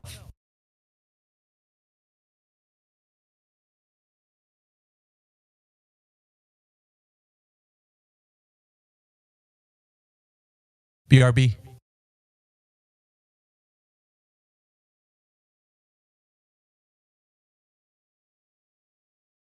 Go ahead, Andy. Hold my beer. You had something to say. Yeah, oh, well, I could talk endlessly about these megalomaniacs. You know, they're having a good time. There's... Even if it were real, the amount of money spent at NASA, and you think about all the shit just the homeless alone, just look at the homeless in America. Even if it were real, it'd be totally immoral. But we know it isn't. So that makes it even worse. It's just, it's so gross. But I was just thinking, because Miggy talked about the Kármán line. So I'm talking about that. It's allegedly, I don't know, 62, 63 miles or something like that. But this gas pressure that we breathe, the gravity's strongest at the ground. You know, this is watching Austin Whitsitt on his tour. That was brilliant. That was so much fun. And, you know, he'd say this quite a lot. The gravity is supposedly strongest at the ground, obviously. If it's all attracting to the middle of this so-called planet, the gravity is supposed to be strongest at the ground. And yet, it can't hold the gas pressure. It can't hold it. Where does it come from, the gas pressure? It comes from the ground and goes up. So it can't hold it at the ground, but yeah, it holds it at 62, 63 miles. It makes no sense at all. And don't even get me started on the clouds. Yeah, but you silly flat earther. Dude Perfect went to space. So what do you got to say about that? Yeah, I watched Dave, Death. I watched his little. I don't think he could actually show it on YouTube, so I had to watch it on BitChute. But yeah, I'm not convinced. What was interesting to me as a student of psychology was the moment. I don't know if you noticed this when he said, "I can confirm that it's round," and he sort of looks away, and it looks very odd when he says that. Just that little moment. I don't know. I noticed these little things. The body language. And they always say round, right? Not spherical. It's always round, which could be flat and round or whatever. You know what I mean. I know what you mean. They always use that vague term round, just so they're, it's their favorite thing to use. Yeah, it's funny because I often talk about we live in this realm what they've done is they've turned it into this contract place. Like, there's a lot of things I'd like to talk about here, but I can't for obvious reasons. But it's difficult. But yeah, it is interesting how, when you look into the law and the living man and all that good stuff and the straw man, that's really interesting. That does interest me quite a lot, and it's so clever, so devilishly clever what they've done. You understand a little bit about psychology, right? Yeah, a little bit. Yeah. You can see the mind job that this has done to people, right, and how it's being portrayed. Oh, absolutely. Yeah. Let's just say you were on the fence about the topic. A video like this could push you off back onto fully wholeheartedly believing that. So there's somebody that's muted in here. Who's this? Let me unmute you. Hang on. Harry, are you there?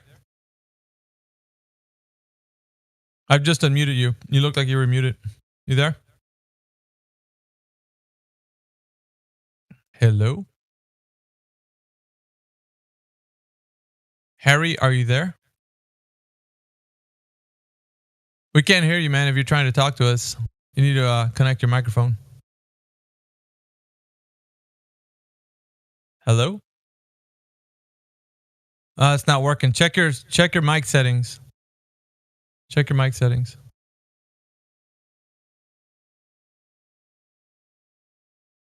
Still can't hear you. Yeah, figure that out, man, for a little bit, and then come back to us. Go ahead, Andy. Finish what you were saying, please. Yeah, no, I was just talking about how this place is a contract realm. They've managed to turn this, with the laws. As I talked about this a long time ago in 24/7. Just what was the guy's name? I always recommend Eustace Mullins. Go watch some Eustace Mullins talks. Right. Sorry, I've got to sort this heating thing out. One sec, I'll be back in a bit. Okay. And once again, guys, this is an open forum. We're discussing Dude Perfect's video. It was released 1 day ago. And we're just kind of, I don't know if you want to call it psychoanalyzing. I guess you can say that. And analyzing it just on the merits of it being against mainstream narrative. But hey, we're going to keep doing it because I think a lot of times people don't realize that's what's happening. You're going to say, but you flat earthers, no, you flat earthers, nothing. It was not us. It's mainstream narrative. They're going against you. We're pointing it out. Just to be clear, that's what we're doing. Yeah. I think you don't know that, and that's why we're showing you. Anybody with manned space flight that's going to achieve low Earth orbit, it's going to have to do the things that they say that needs to be done, like going with the curve of the Earth in a parabolic flight, like We hear a lot of people that are anti-flat Earth. They're like, well, you guys know that they have to do a parabolic curve. That's obvious. They have to do that. But when you see the Blue Origin, you're going to be like, oh, no, it's totally fine. They can go straight up. That's fine. So fine. That's so great. Yeah, no, that's right. That's right. They can go up, straight up. But hey, we're just pointing it out. You guys are the ones really believing it, you know? I find it kind of cool, though, on our side, that we can just point it out to you and be like, hey, did you guys see they went straight up and they didn't do a parabolic curve? Oopsie. So, Miggy, is it like if you're going to go to the ISS, you have to do that parabolic curve, but if you're just going to go up and down, you go straight up? Is that what it is? So, now get this right. Because when they do, like, if you've ever heard them trying to do that, they go through a tedious process of having to have everything's checked, rockets checked, fuel systems checked. You hear them like it takes. Whoa, you got like this super panel of people, like a giant, like the world is like all working on this thing to get these people up there. And mission control, we have liftoff. Like it's all crazy, right? And this thing, what we just seen about a day ago, is of some random dudes that have a YouTube channel, 58 million subscribers, you know what I mean? They were doing trick shots in their backyard, got selected to get on the Blue Origin rocket and go into space. And so this is like the freaking irony of it all, you know? How is it possible that on this other side you have such logistical like things you had? Well, we can't launch today because the weather's we got there's a flock of geese coming in from the south and there's no way everything's gotta line up with Jupiter and Mars, and we got to be sure that everything's the temperature, it's got to be right. And you hear the anti-globers are like, man, you think they could just take off in any weather and again blah blah blah, and you're just like, okay, fine. It's so delicate, like it has to be precise. And these guys jump in a rocket and they just head up there like, man, you talking about Dude Perfect, right? You talking about Dude Perfect, right? Did you see that video? Yeah. It was so fake too. I'm like, wow.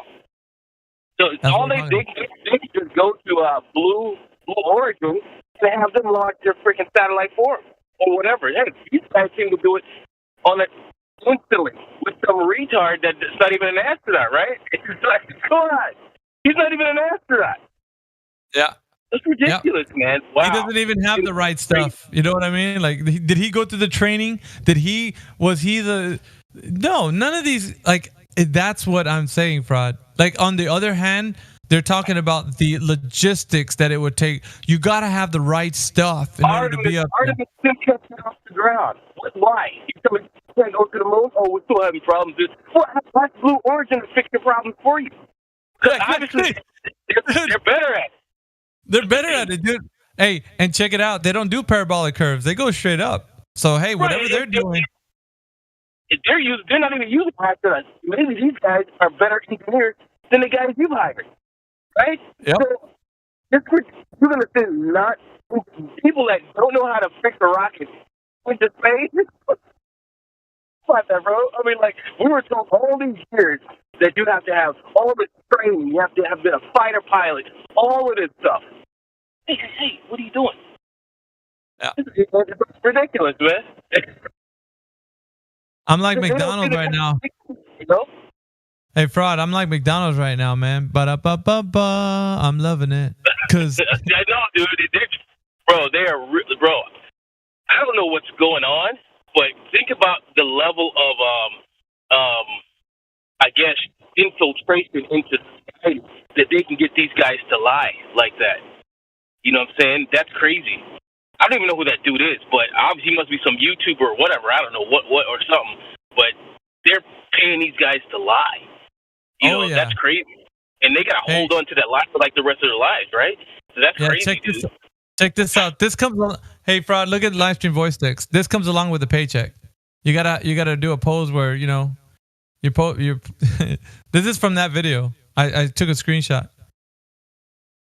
The pose. Look at that. Oh, you playing Fortnite? Yeah, we lied to you. Hello, everybody. Look at there's like they're loving it. We got you. Yeah, That's what it is. We gotcha. And they're also saying that because they're about to get paid. Son, about to get paid around this piece. You know, like they're gonna get.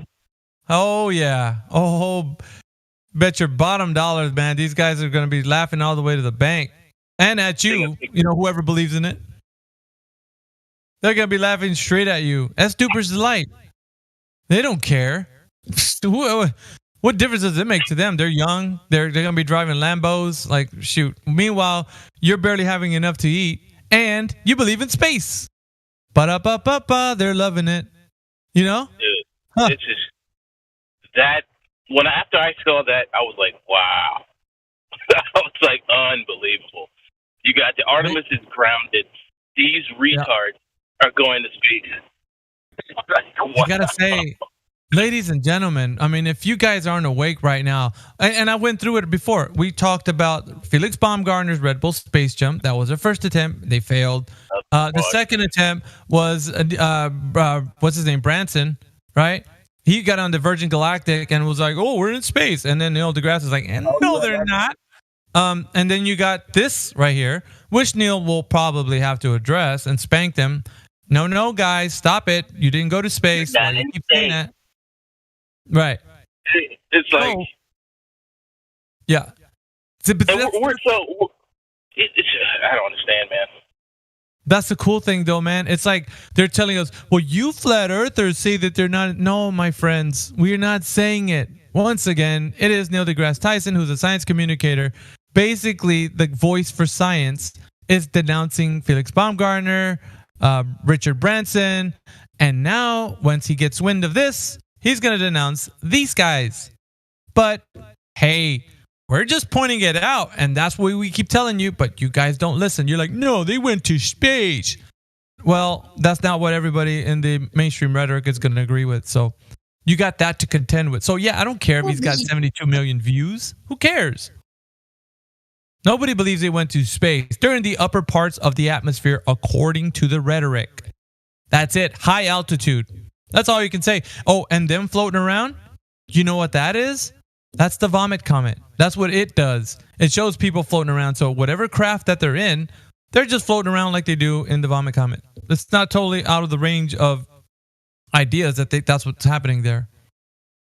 But they're definitely not in space. Miggy, it's almost like we need a Glober versus Glober debate so they can figure all this stuff out. Iron out their contradictions. We'll just stay out of it, but let them figure it out. Yeah, we got to say, okay, what's escape velocity for getting out into low Earth orbit, or LEO, as you guys like to put the acronym? Oh, is it 25,000 miles per hour, or is it somewhere in the range of like 2,000 miles per hour? That's a mystery. But you guys need to figure it out either way, because according to Blue Origin, they've done a hell of a lot more than any other space agency has done. So I'm just saying, I'm putting it out there for you guys. Wouldn't you rather go with the winning team? Because they're obviously doing more. But, these other space agencies that are lend credence to the government's actually doing something in space probably have a bead on what's going on, I would say, right? Wouldn't you agree? But you guys clamor and want this to be so real. It's amazing. It's like that's why you get deceived, because you want it so bad. Sorry to say, guys. I know 41 people are listening at the moment, but think about it, man. Dude Perfect, go check the video out. Dude Perfect's video, 72 million views currently. It's probably rising by now. It's probably in the 80s by now. Who knows?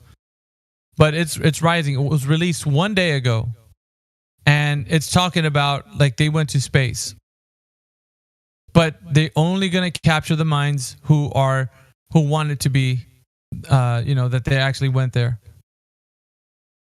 We can point out all the discrepancies because we know what the mainstream rhetoric is, so we ain't gonna fall for it. But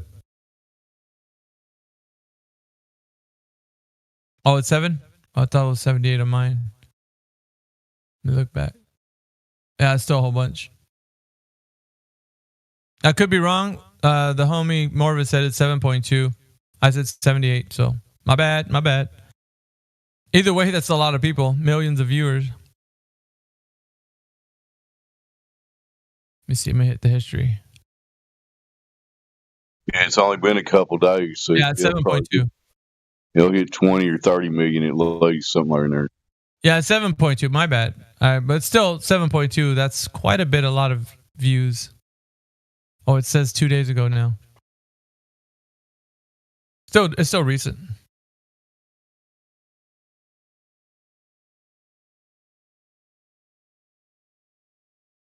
So to go to the moon, you got to have like 20 guys sitting at keyboards and everybody working and for weeks on end and stuff.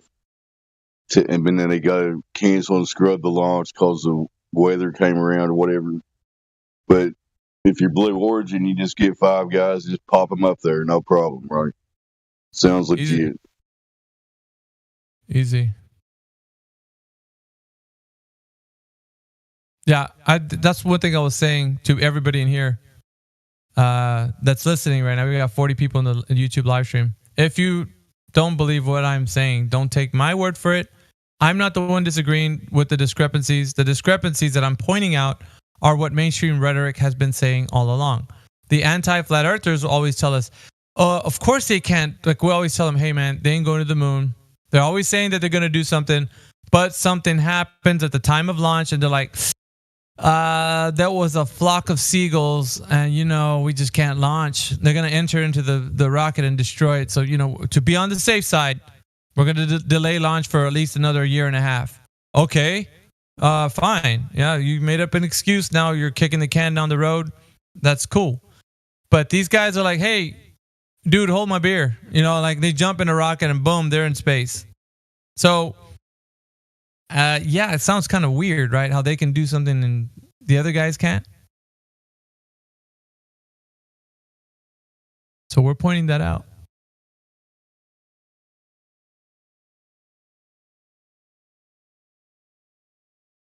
Interesting. Meanwhile, we're just chilling here on the flat, stationary Earth, enjoying the entertainment, right?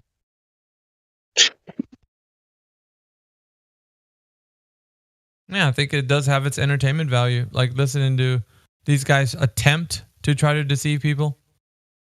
I think a lot of the people that see this for the very first time, they're like, oh man, if you didn't know about flat Earth or anything, and if you were to like questioning like the just mainstream narrative, this would restore your faith back into that any man can actually do this. So the psychology behind it is just anyone can do this. Joe Schmo, who has a lot of viewers on his YouTube, can get picked to be someone who's going to space, so that's what it's making it seem like. So that more people, it could be palatable to the mind where you can be like, I get on board with this. Yeah. Dude Perfect was just chilling like not too long ago. Now he's in space. So maybe I can be that guy. And on the indoctrination goes. It's troublesome. But I'm alerting the flat Earth community because of the fact that we know what's going to happen. People are going to come in here and be like, hey, did you see the Dude Perfect video? Oh, man, it's wild, man. Flat Earthers, what do you got to say about this? And like clockwork, they're going to come in here with the video. But we know.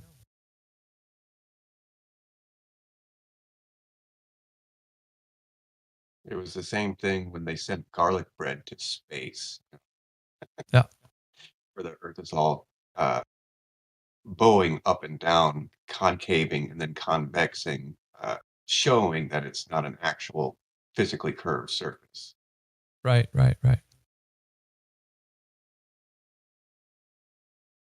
That's why I like. Oh, go ahead. No, that's why I like keeping this as an open forum. I want people to come in here and be like, hey, what do you think about this video? What do you think about that? And we'll talk about it. It's important for you to kind of process this information, use your own critical thinking, and actually analyze what's happening. It's important for you as the listener. Because when you're listening to this, you're not, there's no buffer for you. You're getting hammered by this indoctrination at light speed. There isn't anybody telling you, wait a minute, wait. That's not what they're saying going to space sounds like. Everything that they're doing here sounds like just a bunch of guys who had a random thought, hey, you know what would be cool? If we got in a rocket and just went straight up, like it sounds like a bunch of guys in that kind of way, making it sound to the audience like that's all it takes. It's just some random guy who, made a lot of popularity on YouTube. All of a sudden is like selected for this, mission, like randomly, and then they went up into space. And to you, it sounds like, well, that's kind of cool. No, it's not. Everything's calculated. The money, the production value that it would take to achieve maximum efficiency it's on a scale that's unfathomable. Just to get the idea for this to come across your mind as if they were achieving what they say they're achieving. So, and that's what we're talking to you guys about. It's like, do you think this is actually going to space? Because guess what? I used 2 examples. They thought about it with Felix Baumgartner's edge of space jump. That's how they deemed it. And it got into people's minds. The talk was, what do you guys think about Felix Baumgartner's edge of space jump? They would come in here with the video because it was just fresh out the oven. So everybody was in here trying to tell us about it. And we're just like, it's not at the edge of space. Look at the camera. Look at the... And we only did it to a certain extent. Because your boy Neil came out and was like, he's not in space. No. And so, yeah, we're understanding more and more. I mean, shoot, we don't have to do the work for us. We're just pointing you to your own rhetoric. I'm like, hey, the guy who actually talks about science is denouncing you guys. Plain and simple. And he's going to keep doing it. So I hope that he gets around to this video too, so that it kind of like does away with you guys coming to bring this. But since it just got released like 2 days ago, well, we'll probably see it within the next month or so. Keep trickling in here.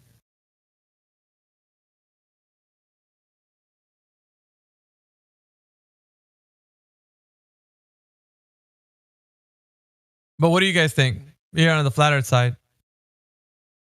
Well, I'm thinking about this panel that I saw that was all Globers, where that point was brought up to them about Neil deGrasse Tyson calling them out, and they all collectively threw him under the bus. And they didn't disprove him. They said things like, oh, he doesn't represent us. Like their cognitus was just that high that they didn't care.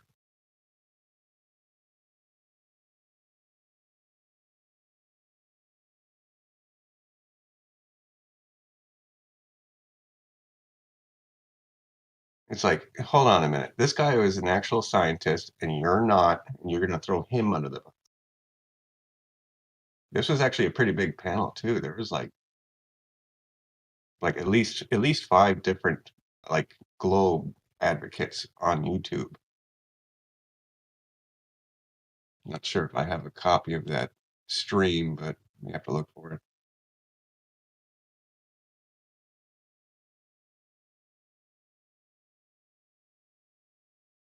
Hey, Derek.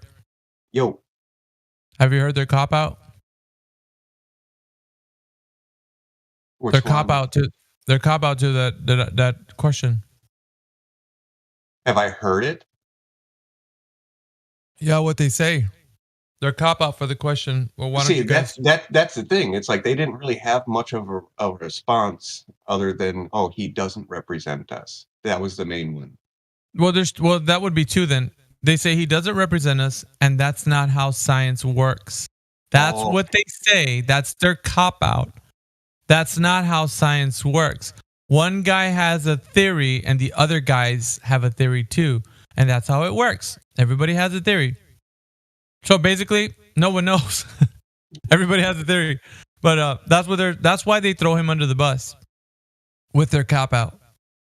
That's what he's saying, but we don't agree with him. Well, then why is he speaking? He's a science communicator. That's his job, to communicate science to you. And now you're denying him? Oh, that's rich. How about Michio Kaku? He goes under the bus as well. He don't speak for us, they say. But yet he's speaking for them. The irony of this all. He don't speak for us, but he's speaking for you. So he has a platform. Do you? No. You're in here fighting on Discord and YouTube chats, talking about Earth is not flat. And he's like, all the while, we can't see the curvature of the Earth, with a huge platform of millions of viewers and followers. So, going along with your logic, basically he's right. Because you guys always go with consensus, appeal to authority, and according to you guys, he's the authority, and appeal to consensus, well, he's got more viewers than all of you guys combined. Bigger platform, must be right. There it is.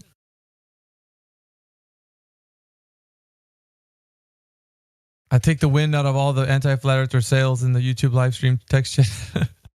I do it every day. They start falling away and I don't see them anymore. It's all good. Troll on.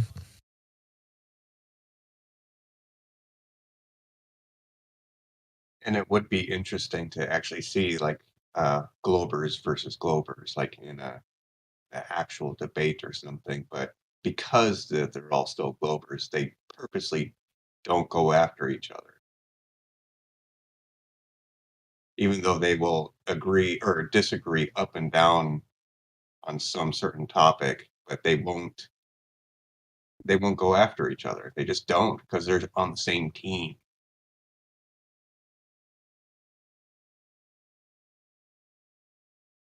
Kind of like Bob the Science Guy and Professor Dave. I mean, like, why isn't Bob going after Professor Dave? He wants to agree with him, that's why. Right. And in doing so, he called himself a con man. For the sake of agreeing with him. Because that's what Professor Dave was saying. He's like, if anybody uses 8 inches per mile squared, that person is a con man. He says it so, his position is so concrete.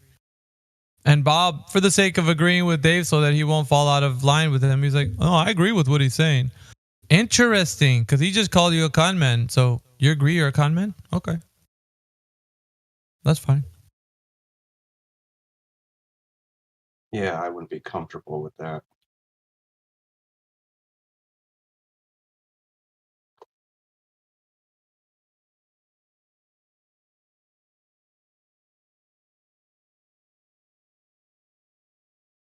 It's crazy. I usually have the topics about these guys, and like it amazes me that we still have people that are looking at these videos and questioning and wondering and be like, oh man, I was so moved by that. Like, people are begging for the indoctrination. They want it. They want to believe. And that's why they're trapped in there. So when they come and talk to you, but like, how can you tell me the earth is flat? They really just want for you to understand that there's evidence that they have, that their indoctrination is true. The reality that they are living in right now is that people can actually go to space, not just anybody, or not just specifically astronauts, but like just any old Joe. Look at Dude Perfect. He can go to space. So why are you flat earthers sitting there saying that no one can do this when those guys can? So there, it's really placating to their emotions. So now they're just so like thrilled that the average Joe can do this. They're gonna start telling everybody, "Hey, man, we got people just every day going. You could be too if you want. You go to space." That's been like one of the things that when they give us hypotheticals that they tell us, they're in here. They're like, "Hey, if you got in a rocket and you look down and the Earth was round, would you say that it is?" Well, I mean, it's a hypothetical. I could look down and it looks like a donut. I mean, you're saying that it's a hypothetical. I could say whatever I want. What if the rocket doesn't stop and it keeps going into another galaxy? Like, we could talk about anything in a hypothetical. Reality? No. Doesn't happen that way. Not even close. But, if you want these guys right here, I'll put the... let's see, I'll put the image up. Yeah, if you want those guys to point at you and say, ha, ha, ha, we gotcha. By all means. Let that be the reality that you live in. But I won't live there with you. I'm telling you, man, those 5 got paid.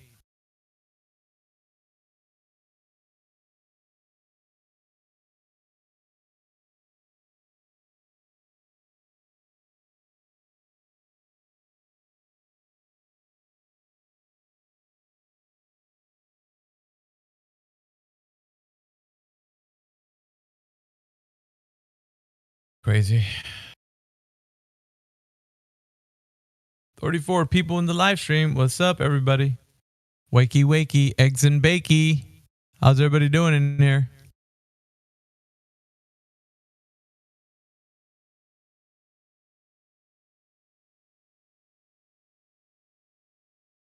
I'm just waking up myself, honestly. Don't need to go make myself my first cup of coffee. I'll be right back. I just finished making some breakfast earlier. I was pretty hungry. We got like 36 people listening on the YouTube live stream text chat. We're just having a discussion about the latest video that has been put out. And by Dude Perfect, what's interesting is that we're talking to this morning about like what's happening there and how this video will probably be recycled and brought forward to us, and probably going to talk about it. But there's a lot of inconsistencies that concern that whole thing. But it's not because we're finding those inconsistencies of what we're saying. It's what mainstream narrative says, and that's why we're saying it. So if you want to come in and chime in and maybe just like if you think the earth is a globe or whatever you think the earth is, come in here and let's have a chat. At least talk to you about it. And like I said, you can believe whatever you want. I really don't care. The important thing is you have some evidence to back up what you're saying. It's what you can prove, right? That's important.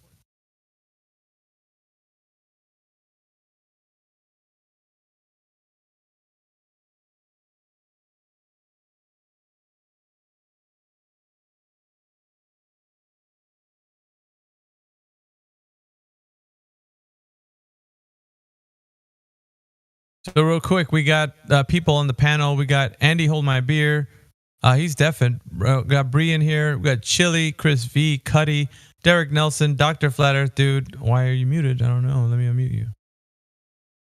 Dr. Flat Earth Dude has joined us. El Bariqua's in here. Effie Batman, Fraud, Gizbo, Jeshman Perham, Julius J, Self, Morvis, and Flatty.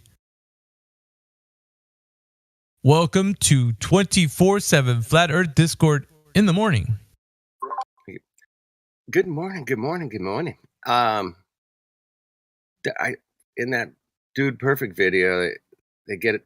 His buddies come walking up to him and they're like, "Hey man, is the Earth flat?" And he's like, "No." What's the timestamp on that? Let's get a timestamp. It was on the David Weiss version on BitChute. I think he dropped it. That's Deep Inside the Rabbit Hole video. He dropped a link. That's important. That's important. What they just said. I want to know where. Drop them links. All right. Every link here. I want, if I may, before I go about my day, I got to do a bunch of shit, and I love you guys, and I can't wait to talk to you later. But don't let them. Shit. What was I even gonna say? Anyway, keep going, guys. I just thought it was really funny that his buddy's like, "Hey man, is the Earth flat?" And he's like, "No." Like, I was just like, really? Who said no? Dude Perfect or whatever. Oh, you talked to him? No. I'm gonna drop the link to the. Oh right, okay. To David Weiss's YouTube video. Oh, okay. What I wanted to say was, anytime anybody starts talking about a link, you got to post it up right away in the voice text because that'll help the audience, and I got to do it too, right? The second I start talking about something that I can link, I'm gonna do it. All right, I got to find the timestamp here. Hang on. Word. I'll be right back. All right. Anyway, I got to go do stuff, but I'll be listening. And you guys tear it up today, per usual. Tearing it, a new one. Ooh. That's right. Got it. Booyah. All right, hold on. I'll be back with a timestamp for that video where he said. Click on that. So I'm going to mute for just a second.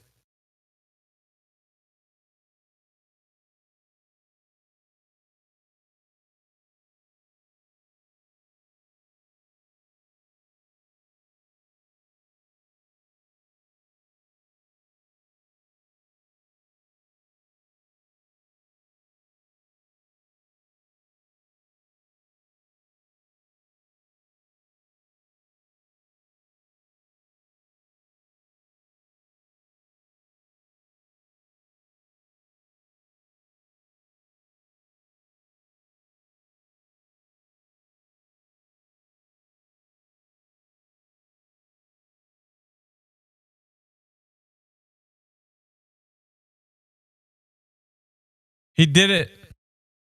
It's a direct jab. Yeah. Direct jab at 29 seconds. Right there. I can confirm. No, 29 seconds in the video. It's 29 seconds in the video, but where is it on the original video? We got to look that up. Well, I Let's don't go know to the where because that's after he landed. So, well, let's go look back at the after he landed. Like, let's go to Dude Perfect's video real quick. Let's do that this morning. All right, let's kind of.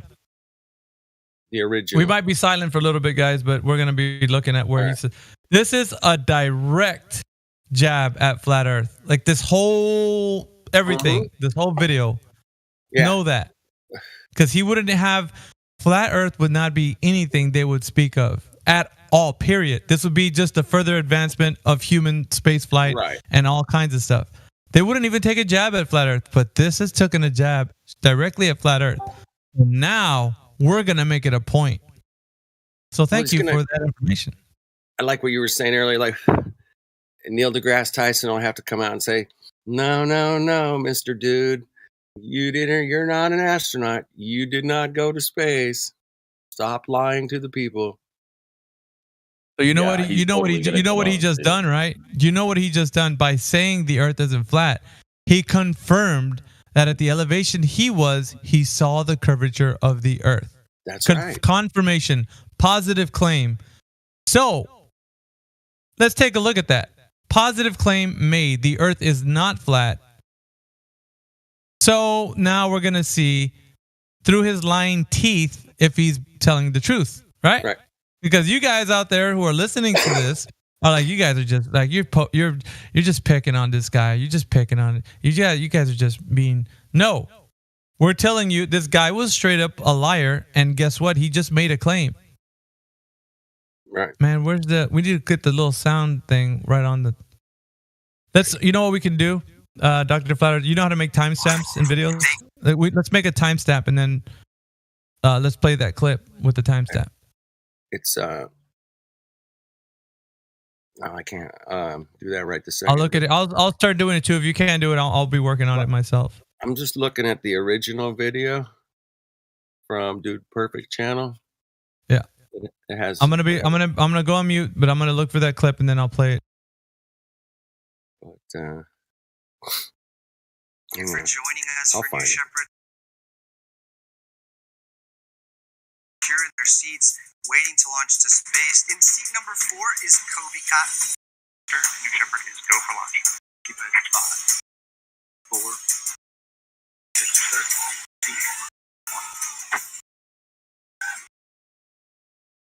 Pleasure to meet you, sir. Lifelong fan. Is the Earth flat? Not flat. Confirm it's round. Okay. 12:37. Got it. 12:37 of the Dude Perfect video.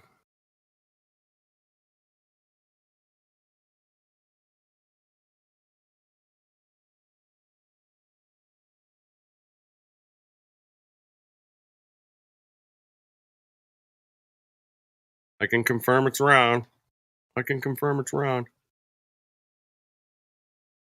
The dude's brother standing next to him. His body language is all awkward. Yeah, he's got his hand over his face. Let's get a. Oh, I was gonna say let's get a timestamp going here. Let's see if we can do that real quick. All right. We can share and then start at. Let's see, 11:32. I'll start at 11:32. Here, this is what I'm gonna do. I'm gonna copy this, put it into the live stream text chat right now. I'm gonna actually play this for you guys, a little clip of it, anyways. Just a little clip, just a little bit that you should hear. With the music bot, right? Or okay, whatever. Play it any way you want. That's cool. Thank you. It's got background music too playing, so I don't know. Anyway, the fact that they had to take the jab at us and go, "Oh, yeah, hey, is there?" Yeah. So like, just no. I'm gonna put the bot up. I'm gonna put the bot up. So you guys just listen, okay? This is for you guys listening. 31 listening right now. Anti-flat earthers, flat earthers, everybody, get ready to hear. This is for you because you guys don't believe us. Now we're gonna show you so you can understand. Give me a second so I can load this up into the bot.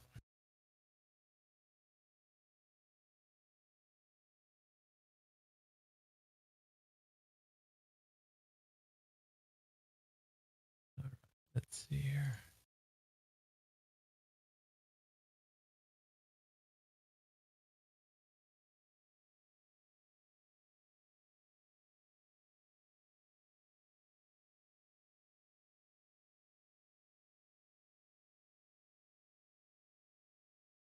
All right, here we go. Thank you for joining us for New Shepard's 6th human flight. Today's astronaut crew is secure in their seats, waiting to launch to space. In seat number 4 is Kobe Cotton. Flight Vector, New Shepard is go for launch. Keep it 5. No, it didn't do it. Let me see. It didn't do the timestamp that I wanted, so give me a second.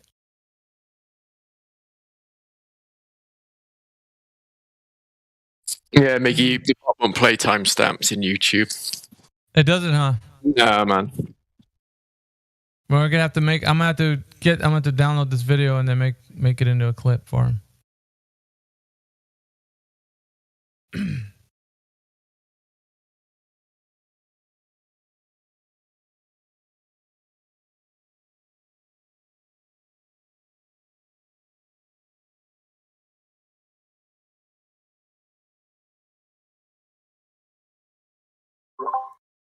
I watched the Eric Dubé one where he's pointing out the fact that they use those fisheye lenses all over the place.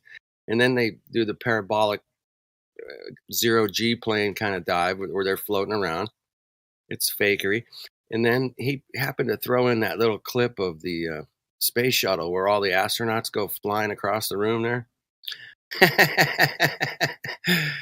And it, like, they're like floating, and then they just float to the other side of the room all at the same time. Oops. And they kind of crash into the wall. It's kind of funny. I think Dave Hinkle dropped that link earlier in the live stream voice text. It's pretty great. So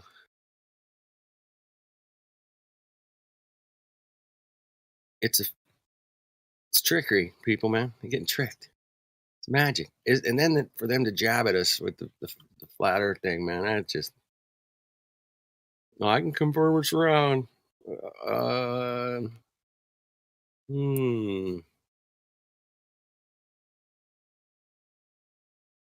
200,000 feet, huh? It's round. It's like super round. It's like planet fucking Texas. Instead of planet New Mexico, it's planet Texas. It's so round. If it was that round, man, we'd be seeing curvature everywhere we go, man. We'd be like, dude, man, we got this thing. We got this. These flat earthers are stupid, man. If it was that damn round, be like, I'm gonna edit this. So just give me a moment. You guys talk amongst yourself. I'll be editing the clip so that you guys. Yeah, I got like 15 minutes. I gotta get something to eat and get going. But it's just funny. It's how round it is, man. There's a couple of landmarks in that where he sticks the camera outside the window there. It's like planet Texas, man. That's where's Mexico? Is that where they're launching from? Texas? Yeah, they're somewhere in Texas there. It's like where's the Gulf of Mexico? Where's California? You don't see any of that shit in the picture. Nothing. Let's see here. If it was that fucking round, man, we would see curvature everywhere all the time. At the beach, in an airplane. We don't see that. That's why we're still here. There is no curvature. Yeah. Earth is Texas. That's right, Chris. All right. Shout out to the YouTubers. If you guys want to come in here and talk about this Blue Origin dude perfect trip to the high altitude trip. Getting high, man. Dude's high, man. Damn. And then he floats. And then they get back in their seats. They come down. The first question they ask him is Earth flat? Really? Ugh.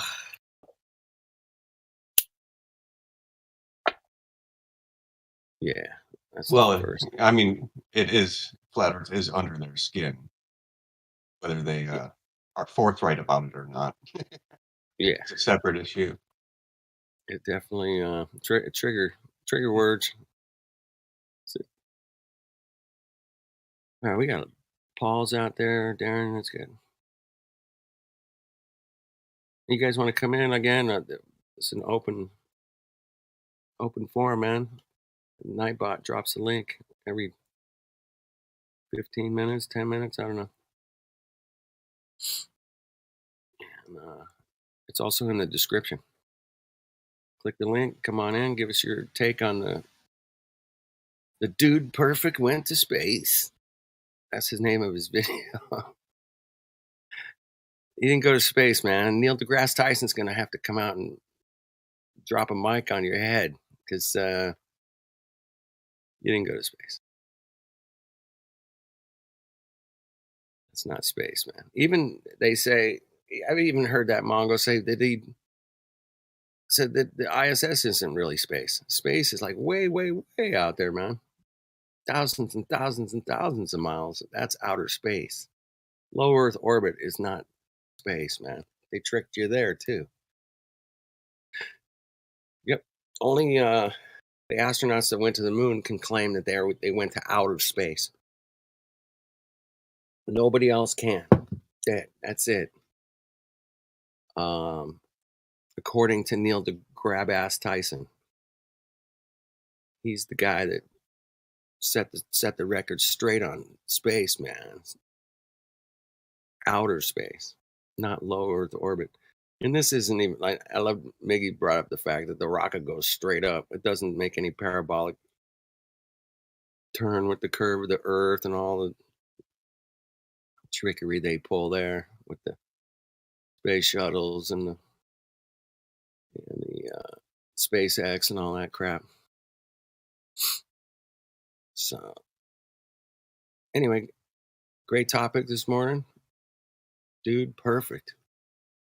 Goes to more of his posting those comments. I mean, they're crying, right? Right. It's not different than years ago when people would cry for WWE, WrestleMania.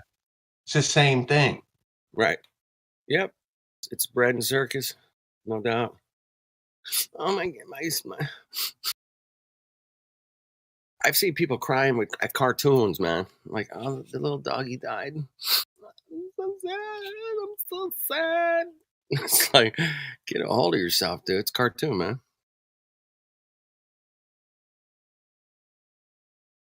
It's like, I keep clicking on the wrong thing.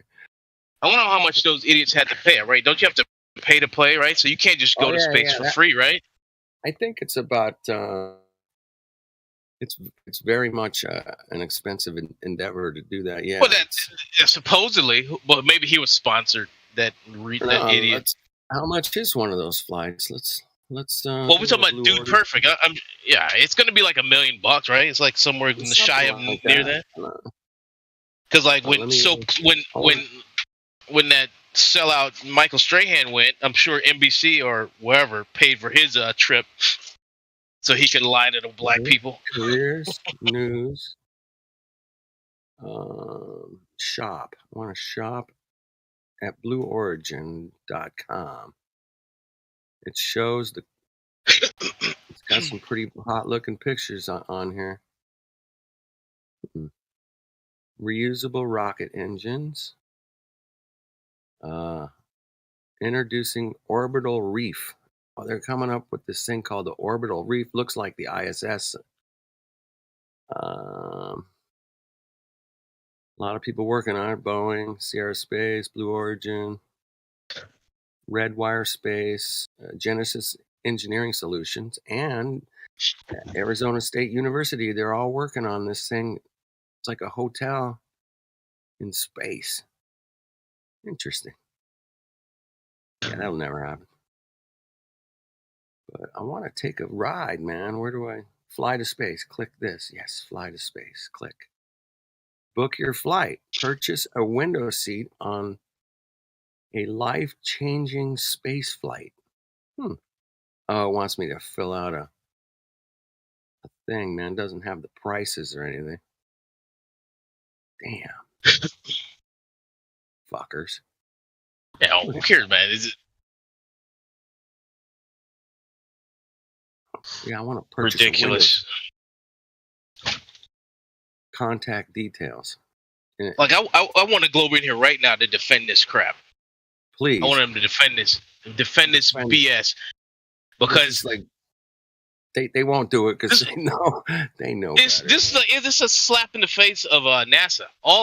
Seriously, this really makes NASA irrelevant. Stuff like this. If you guys continue to believe these idiots, something's wrong with y'all. You know what I'm saying? Because apparently you can go to space on a whim. Any freaking day, any time of the day, you can just hop in Blue Origin. Oh, let's just take me up, please. I'm not an astronaut. I have no training. I'm not an engineer. I've never been a fighter pilot. Please send me up into space in a capsule that I don't know how to fix. You know what I'm saying? It's like, come on. It's like, really? All right, well. Wow. Clip. I got the clip. I want to see if it actually plays in here. So just give me a moment. Go, take I want time to drop out. it in the live stream voice text. This is for you guys. Save it to your hard drive. It's just like I clipped it down to like a minute. So What is it? What it's about? well, once we play it, I want to surprise you. Don't say anything, Dr. Flatter. This is a Nice surprise. Yeah, Nice it's a good surprise. surprise. I'm gonna look. I'll mute. I will mute. All right, so let me try to play that clip. Meanwhile, you know, if you want to just do whatever you want with that. All right, so let me see how we can do that. Oh, I watched this thing. If it's on that, I watched it. All right, so let me Just see the lies. No, this specific part. Let me see. Just give me a moment. Is it the one that you just put in there right now? Yep.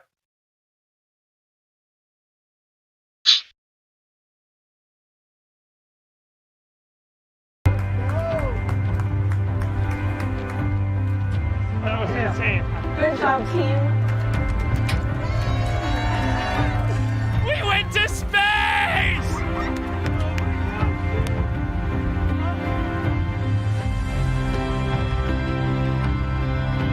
That was absolutely insane.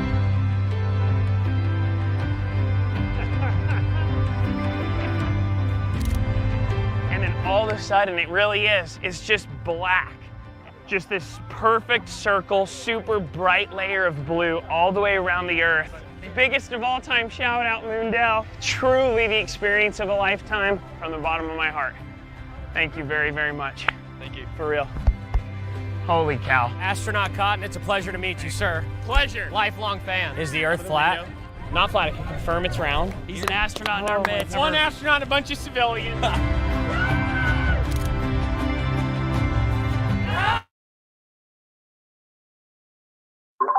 What part? Hilarious. That is so cringy, man. I gotta Oh my download that. It's horrible. There you go. That's for you guys. That little bit right there, that was all worth it. It was all worth it. Yep. What was I listening for? I missed it then. The guy that yelled at the beginning, is that what He goes, is the Earth round or is the Earth flat? He said. And the guy goes, I can confirm it's round. One more time. Let me just play it one more time. Meanwhile, we One got more time. everybody's listening audience. We need to chop that up. We need to chop that up and then put Neil on there saying, this is 63 miles. Where's CB, man? It's gonna get played one more time, so everybody don't talk over the thing. Oh, Just listen. so he said flat and round. Okay, I see what you're saying. Okay, yeah, I but missed listen that. I missed to what he that. says. Yeah, Fraud, listen to what he says first. He says something, he sets it up first and says, oh, it's so round, it's like round. But then they say, so is it, he asked him, after he finished telling him that it's already round, he's saying, so is it flat? Like, as in, taking a jab at this community. So just listen to it. I'll play Right. once more.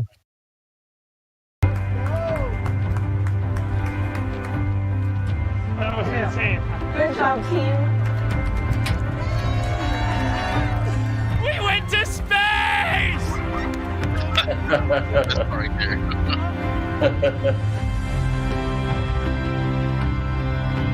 That was absolutely insane.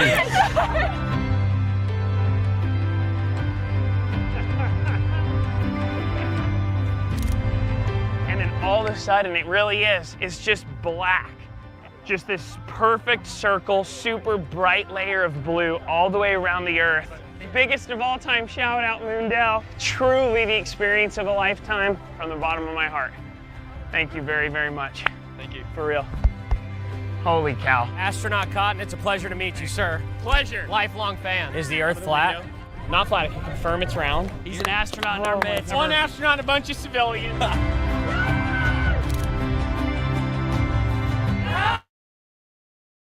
Why would that even be a subject for them to even acknowledge, right? Exactly. And you know what's interesting? I thought was so interesting between this whole thing, and maybe you guys didn't pick up on this. I'm going to explain it to you. He said, "Holy cow." What cow? I'm telling you, who worshipped this cow? Like this is I can't make this up, man. This is for you guys to look at. Like this is all. I know it's a way of saying like, wow, it's amazing. I understand that from the figure of speech side. But that he said it was just too coincidental. Anyways, beside that point, why did flat Earth even come up? It's so round. Oh, it's so round. Yeah, but why? He said it's round and he said all the way around. First all of all, the way he said around. All the way around. So you didn't go all the way around it, dipshit. Yeah. First off, Get how this. the fuck you know? Wow. From at least 198,000 feet, from that height, he saw the entire Earth looking round. All the way around. All the way around. All the way around. Oh, we got this clip. These guys are fucking finished, man. Yeah. Put this clip in your arsenal. Desperation. Put this clip in your arsenal, guys. This is the gift for the flat Earth community right here, buddy. The gift that keeps on giving, baby. And they are still open. Yeah, NASA's shaking. They're shaking in their boots, man, because people are waking up. They really are, dude. We're making. I mean, however this stuff is going, we're making waves, man. One thing, can we just play one more time? Just one more. Just so we can. Yeah, I like listening. It's great. Yeah, this is great, dude. Okay, just one No more time. stars either. He didn't mention any stars. I just point that out. Let's hear. It's just black. Pick up on everything that we just said right now, and like let's listen. Okay, here goes the clip again. Ready? Here he goes.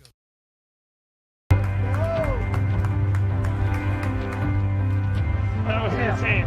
Good job, team. We went to space!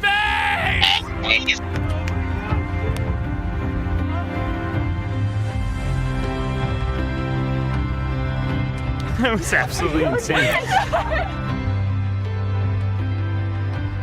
I love the music. That's the best part. The music. And then all of a sudden, it really is. It's just black. Just this perfect circle, super bright layer of blue all the way around the Earth. Biggest of all time shout out, Moondell. Truly the experience of a lifetime from the bottom of my heart. Thank you very, very much. Thank you. For real. Holy cow. Astronaut Cotton, it's a pleasure to meet you, sir. Pleasure. Lifelong fan. Is the Earth flat?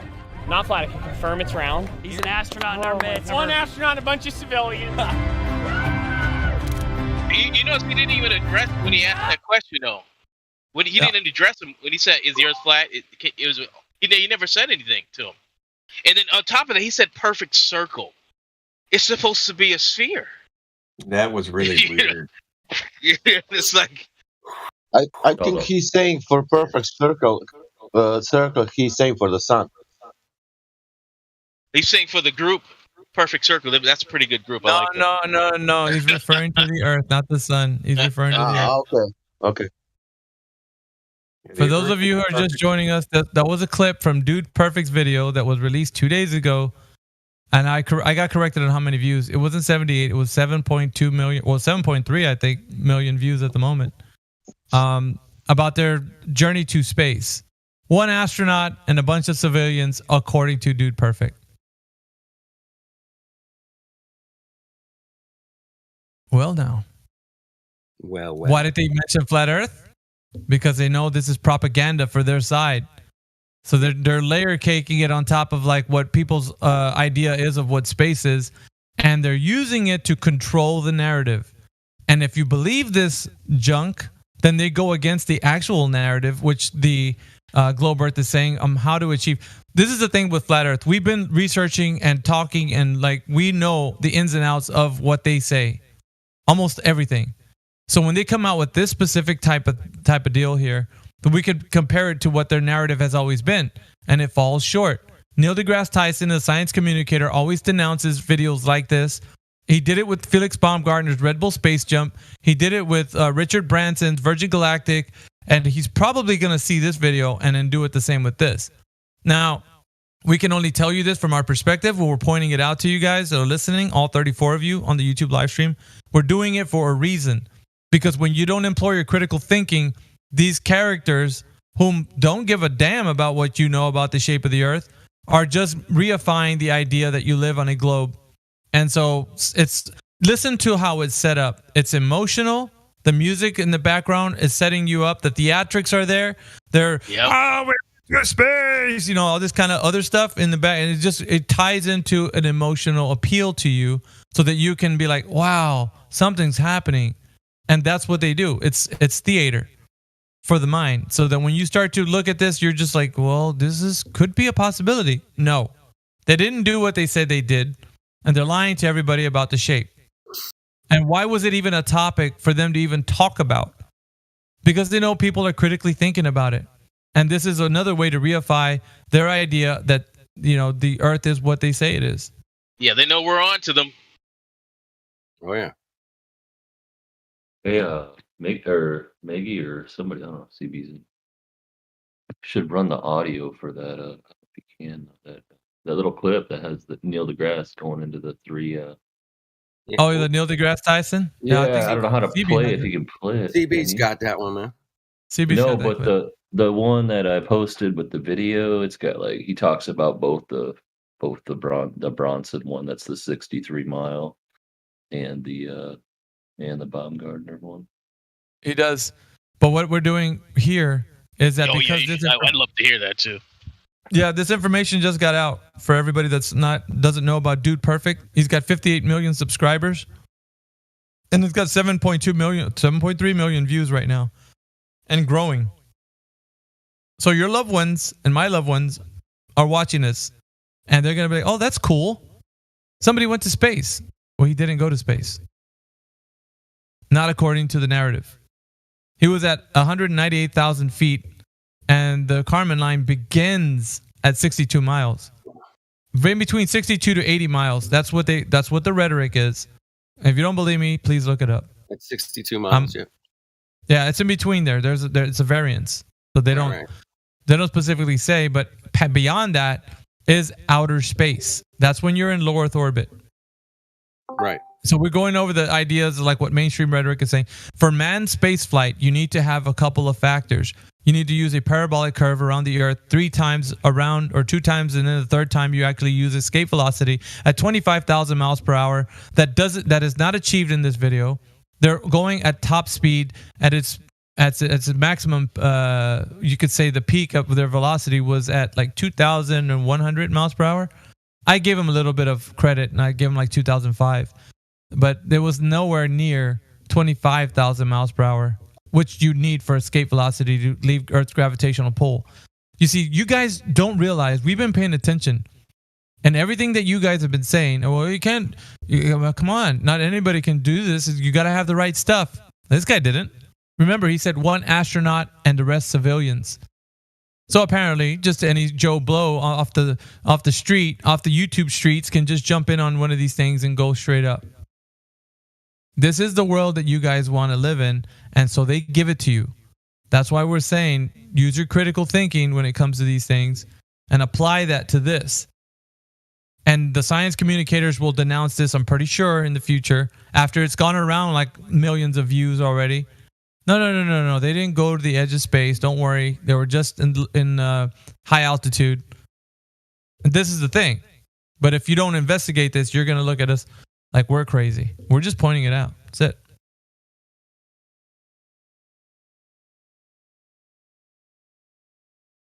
But what do you guys think about that clip? And now that you guys can get it, put it in your arsenal. Well, how he said it's a perfect circle. I mean, I think he's kind of being honest. Yeah. Hey, let me just since we're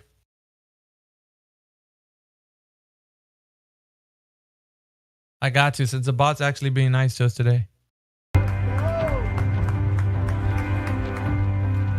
That was insane. Good job, team. We went to space!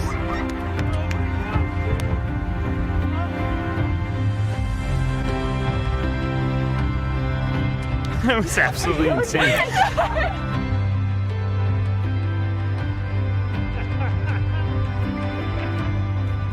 It was absolutely All this side of it insane. really is. It's just black. Just this perfect circle, super bright layer of blue all the way around the Earth. Biggest of all time shout out, Moondell. Truly the experience of a lifetime from the bottom of my heart. Thank you very, very much. Thank you. For real. Holy cow. Astronaut Cotton, it's a pleasure to meet you, sir. Pleasure. Lifelong fan. Is the Earth flat? Not flat. I can confirm it's round. He's an astronaut in our midst. One astronaut and a bunch of civilians.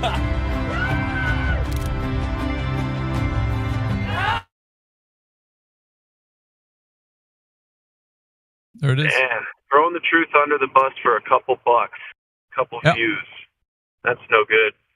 That's that's your lot, anti-flat earthers. That's you guys. Pathetic.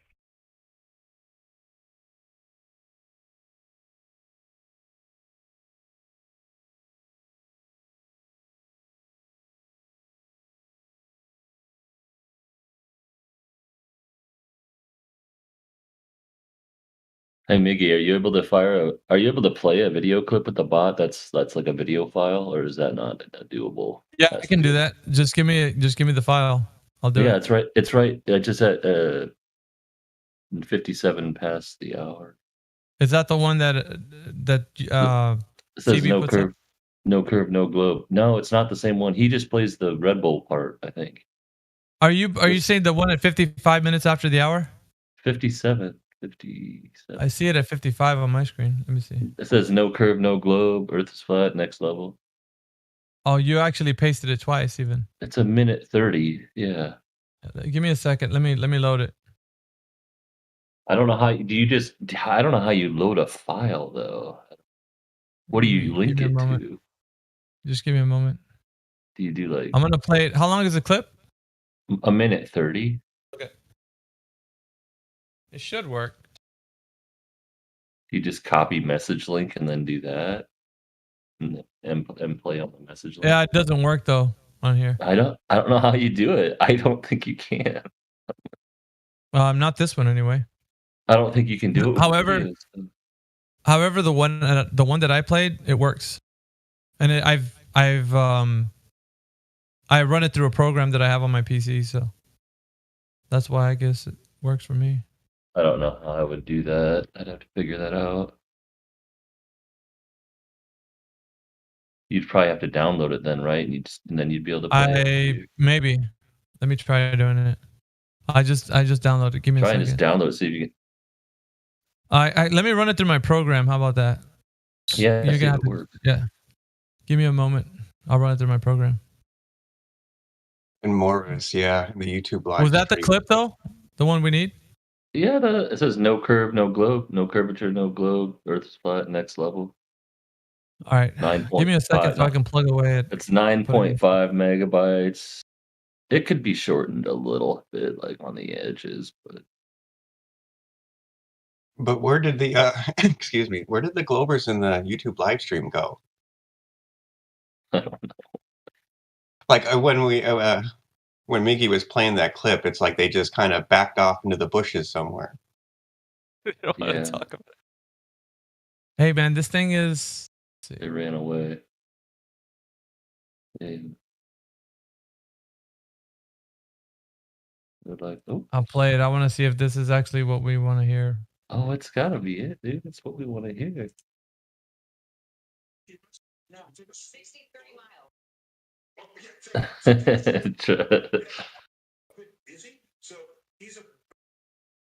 All right, let me see here. No, I got to put it through my program. Do we need to chop anything off of here? Is there any bloat that we need to take away? Not only, maybe like just at the very end, they kind of put a stupid. Well, there's a thing in there. dude explaining stuff. Hang on.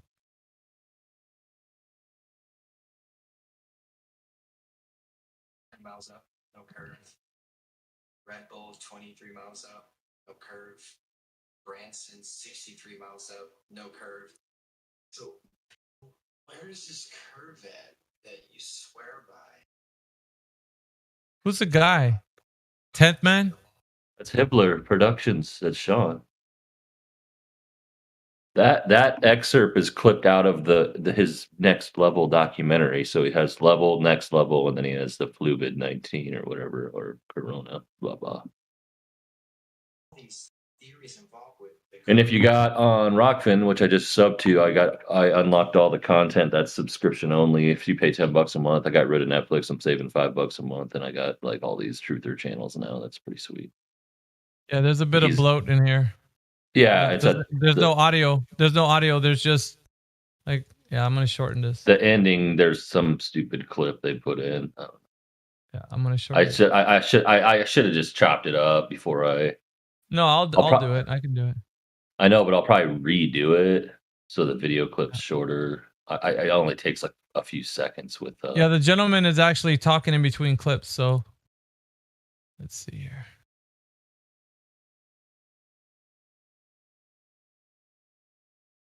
Just audio. Fade out. Let's see. I kind of like that when he's kind of commenting, this high, no curve, this All right, high. So Kind of want to have that in there. that's all. I'll export. I just clipped out the ending. That's all.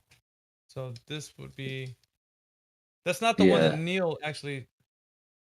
He actually says a few. He says it at the beginning. He says he just doesn't. That one's not the good one where he's like, "You do not see the curvature of the earth." Like that's the best, and I gotta get that. I gotta find a video that has that because I want to cut that out and make a ringtone. Well, a text message notification that says, "You do not see." Yeah, just ask CB. He should be able to give you that. No, too. I know. I keep asking him, but he's blowing me off. Every time I ask him for a clip of something, and I'm like, shit, I think it's bugging him. I gotta stop asking him now. Because every time I ask him for one, he's like, oh yeah, and then he never posts it or anything. We'll ask him the next time he comes in here. All right, so I'm not gonna ask anymore. I already live stream worn out voice my text.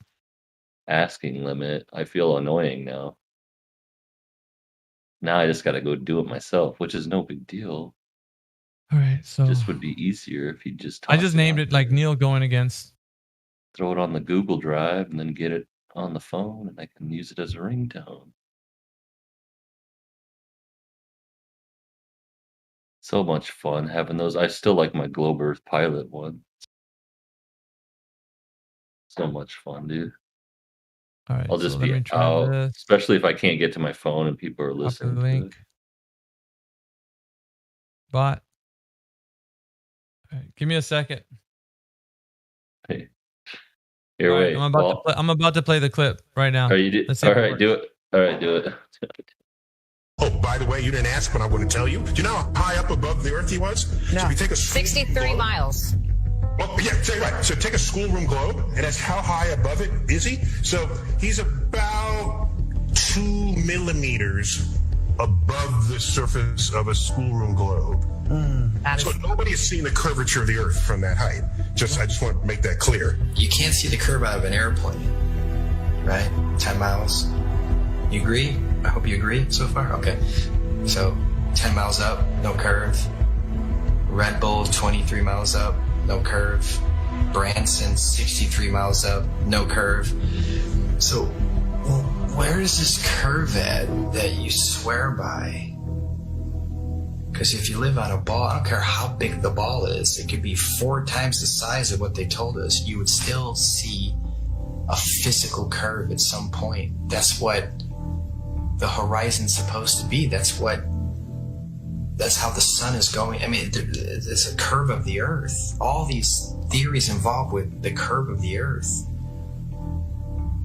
get thrown out the window. That's what happens with a new company.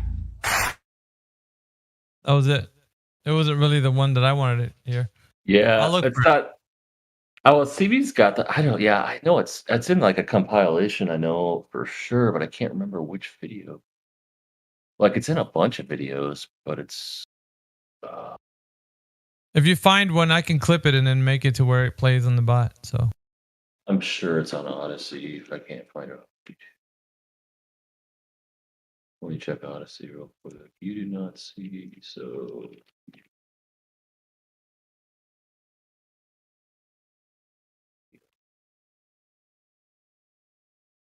Be on there somewhere. That's such a catchy one.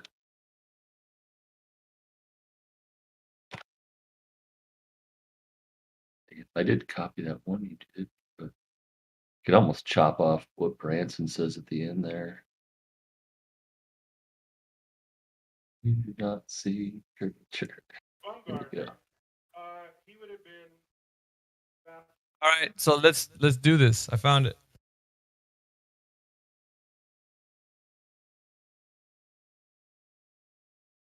Here it is. This is actually another one, but another one. Let's see if the bot will play this one. Wait, I think I found it. All right, here we go. And that dude who jumped out of a perfectly good balloon, what's his name? Felix Baumgartner. He would have been about 2 millimeters above the surface of this globe. That's his edge of space jump. That one's really good too. I just posted there. Now, I don't. It's fine. He wants to. I don't have a problem if he does it, but the honesty of it would greatly diminish what I think people thought he was actually doing. And not only that, they made sure to photograph him standing there with a really wide-angle lens, which curves horizontal lines. So in the photo, you see this curvature of Earth's surface, and he said, "Wow, he's in space. Look at that." No, he's not. At that height, you don't see the curvature of the Earth if you are 2 millimeters above this beach ball. You just don't. That stuff is flat. I totally grabbed that one. That's pretty good. That other one's really good too. From it's basically the clip from Next Level, but it's the full thing, and it has shows both of the Red Bull. Now, everybody, what do you think about that? Oh yeah, baby! Dude, that's gonna be my ringtone. You don't see, or it's gonna be my text message. I mean, you don't see the curvature of the Earth from 2 millimeters above this baseball. Yeah, that's like the best ringtone. No. Just leave it going. What did he say at the end? That stuff is flat. It's flat. Yeah, that's I love it, man. Yeah, thanks, Neil. You're one of. No, I'm serious, dude. Like some people hate him, dude. Like on the, I'm just you gotta change your mind a little bit. Go ahead, Glad. Flat Earth.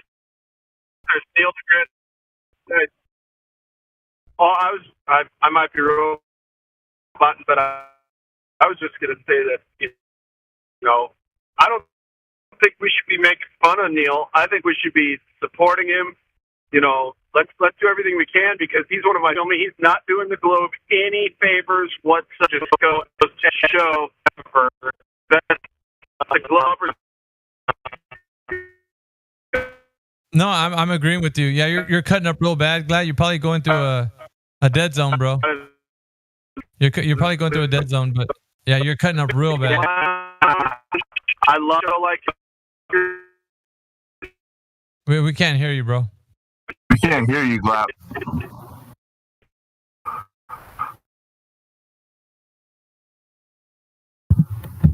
But I do agree with him. Like I know some people dislike him, but he's been actually the guy that used as a hostile witness has been actually proving our point. You can take a look at it any way you like, but see, he's still going against what these anti-flat earthers have been saying. He doesn't speak for any of them. So they have it wrong. He has a platform. They are just some internet people that are speaking about what they say the rhetoric is, and they're getting it wrong.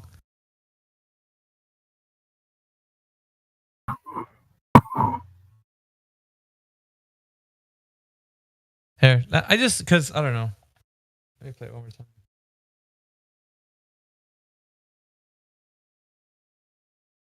And that dude who jumped out of a perfectly good balloon, what's his name? Felix Baumgartner. He would have been about 2 millimeters above the surface of this globe. That's his edge of space jump.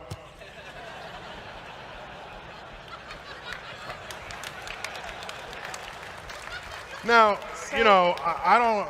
It's fine. He wants to. I don't have a problem if he does it, but the honesty of it would greatly diminish what I think people thought he was actually doing. And not only that, they made sure to photograph him standing there with a really wide-angle lens, which curves horizontal lines. So in the photo, you see this curvature of Earth's surface, and he said, "Wow, he's in space. Look at that." No, he's not. At that height, you don't see the curvature of the Earth if you are 2 millimeters above this beach ball. You just don't. That stuff is flat.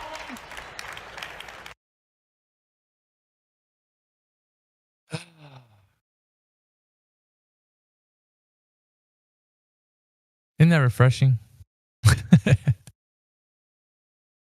You guys don't even know your own narrative, man. That's what every time, man. It's like the place that they say you can see the curvature is not even where you're saying you see it. So no, you don't see boats going over curve. You don't see it from your airplane window. You don't see it on a mountain. You don't see it anywhere. It's nowhere to be found. Felix Baumgartner didn't see it. The Blue Origin guys from this recent takeoff didn't see it. Like, come on. What else do you need for these guys to tell you you're not seeing it? Oh, and Neil, like he represents the mainstream. So it's like Yeah. the anti-flat Earth folk. By default, they are anti-mainstream. Yep. They're heretics, bro. Hey, band member, what do you think about that? Should I play it again? Oh, you know what? Let me play the clip earlier because, okay. Well, we heard that clip, right? That's cool. Let's play this one once more. Miggy, I just posted another one if you want to steal that one. Yeah, I'm going to do this because band member is now in the chat. So listen up, band member. Right? I got to play this for you. Grab that one I just got. It's pretty good. Oh, wait a minute.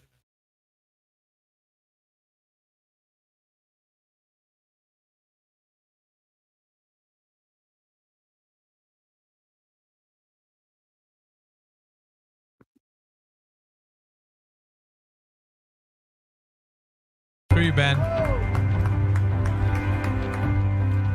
That was insane. Good job, team. We went to space!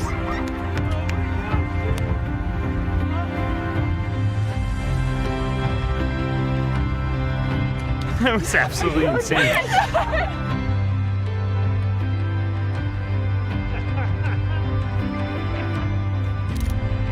And then all of a sudden, it really is. It's just black. Just this perfect circle, super bright layer of blue all the way around the Earth. Biggest of all time shout out, Moondell. Truly the experience of a lifetime from the bottom of my heart. Thank you very, very much. Thank you. For real. Holy cow. Astronaut Cotton, it's a pleasure to meet you, sir. Pleasure. Lifelong fan. Is the Earth flat? Not flat. I can confirm it's round. He's an astronaut in our midst. One astronaut and a bunch of civilians.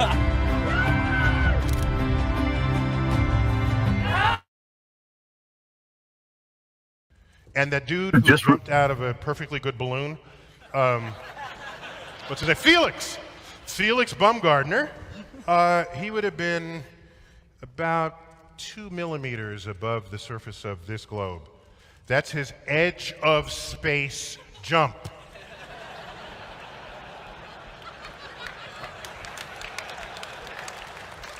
Now, you know, I don't. It's fine. He wants to. I don't have a problem if he does it, but the honesty of it would greatly diminish what I think people thought he was actually doing. And not only that, they made sure to photograph him standing there with a really wide-angle lens, which curves horizontal lines. So in the photo, you see this curvature of Earth's surface, and he said, "Wow, he's in space. Look at that." No, he's not. At that height, you don't see the curvature of the Earth if you are 2 millimeters above this beach ball. You just don't. That stuff is flat. Thank you. Come again.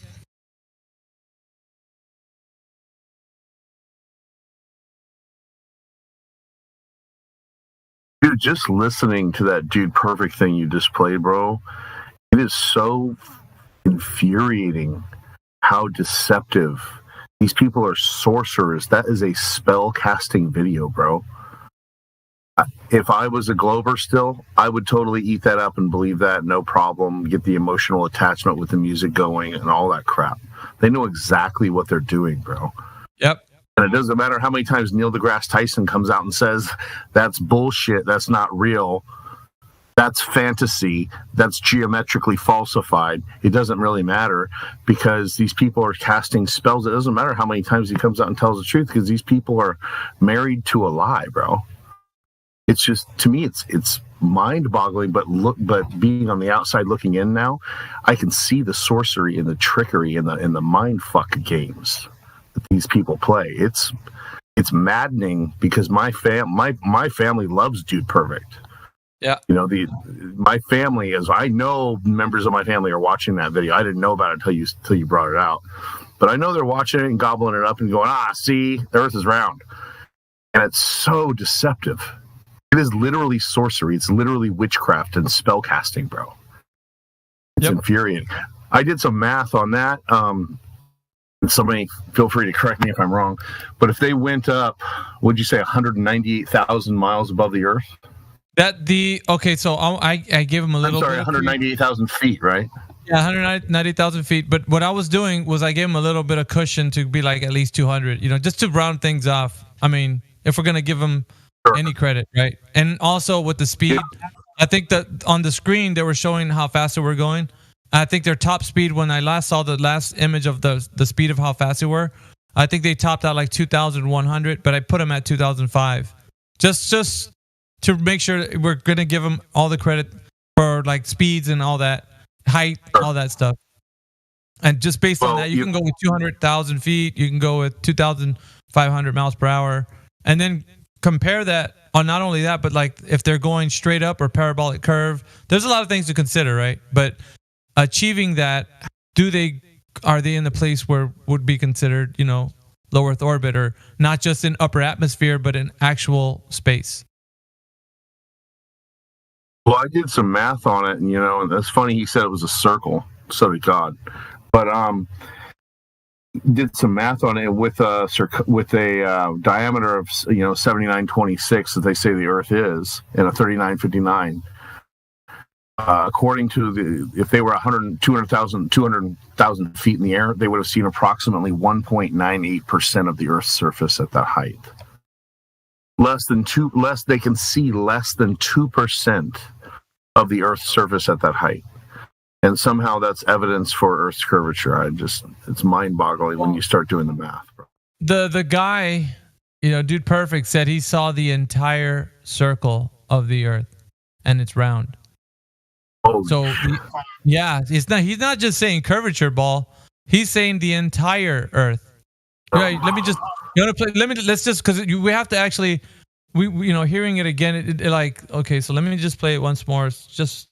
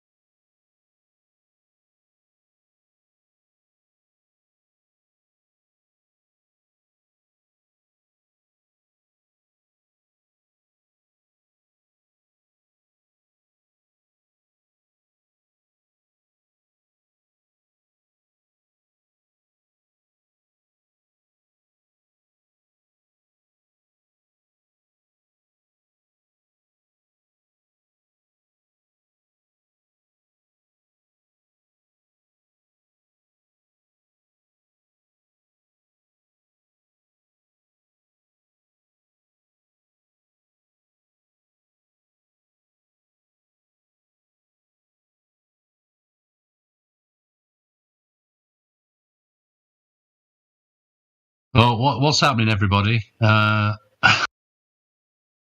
hope somebody's talking. I'm not talking over somebody.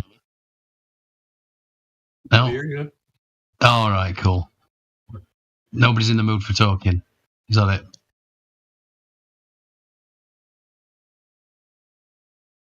I think Miggy was trying to load a bot or something. Yeah, Miggy was trying to load a bot. So yeah, we were just kind of pausing for that. But they had played that Dude Perfect video where they went up 200,000 feet above the Earth and saw the entire Earth and all these geometrically impossible things that you can sit in your living room with a calculator and prove them to be lying about. It's kind of tragic. Well, I'd got a situation with the boiler that needed to be sorted out, so I'm back now. But basically, what I was left off talking about was Eustace Mullins, and I'd highly recommend going and checking him out because I'll post a video. I always do. I love the guy. He did the Eustace Mullins. He did the original, guided by a brilliant man called Ezra Pound. Well, I'm not going to go into the history of that, but that's kind of interesting in itself. He did the book called The Secrets of the Federal Reserve, I think that was about 1952. This book here is called The Rape of Justice, and it's really interesting. Just go watch that talk because he explains to you that the lawyers, they've got no. You should never have a lawyer. You should never go into court with a lawyer because first and foremost, they are, entrepreneurs trying to make money for themselves. You're way down the list. They don't give a shit about you. What they care about with you is to take all your money. Because, you'll be gone soon anyway, and they're on to the next client, the next victim. So, yeah, there's no winning in an American court, that's for sure.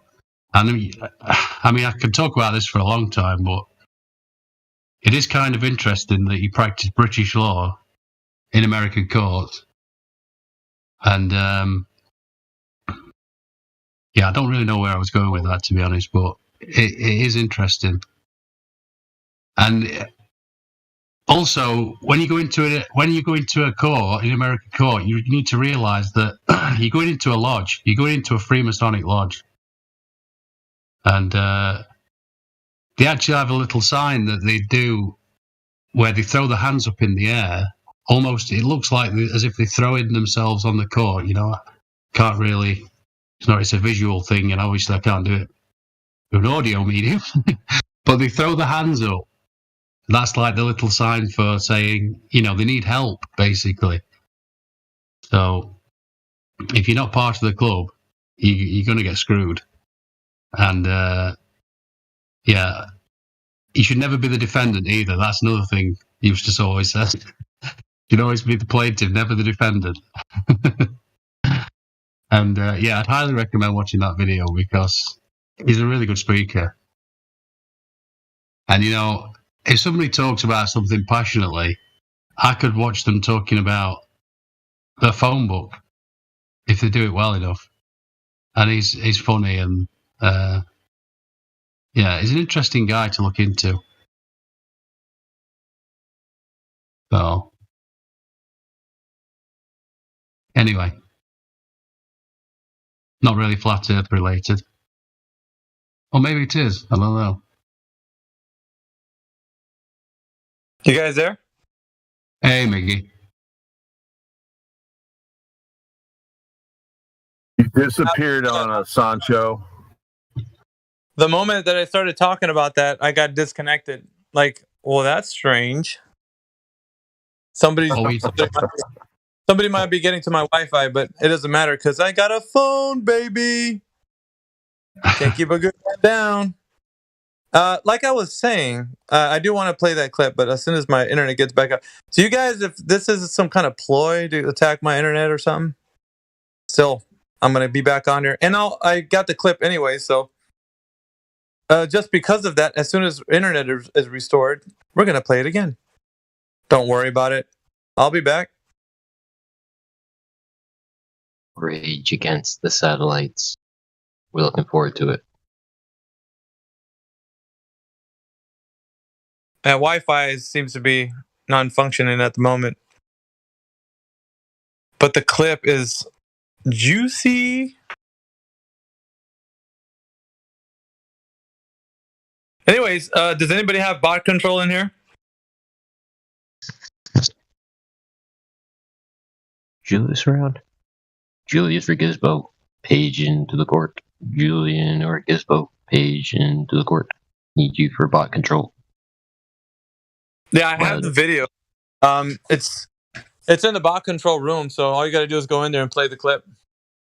Mickey, I made a TikTok and I connected both of them. The Neil Grice and that one. Is on TikTok. What? That's awesome. Yeah, the Dude Perfect video just came out, so you guys have nowhere to run. This video has already got out, so sorry. Cat's out of the bag. Yeah, Kiwi, I'm on TikTok. You didn't know? Bro, that's sick. Proud of you, man. That's amazing.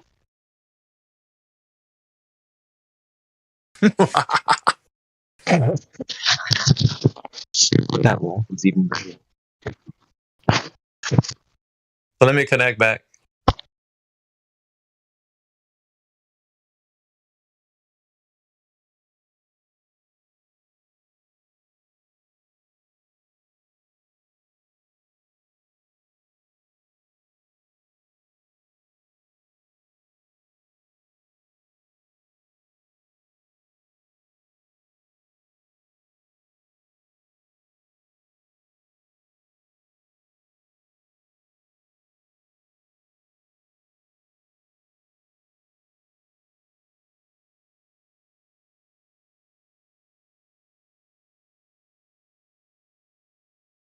Julius?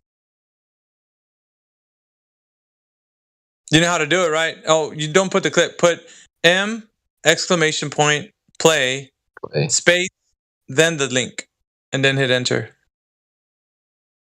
Go, Julius, go.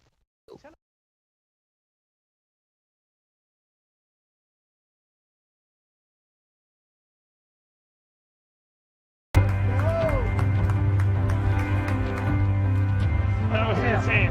Good job, team. We went to space!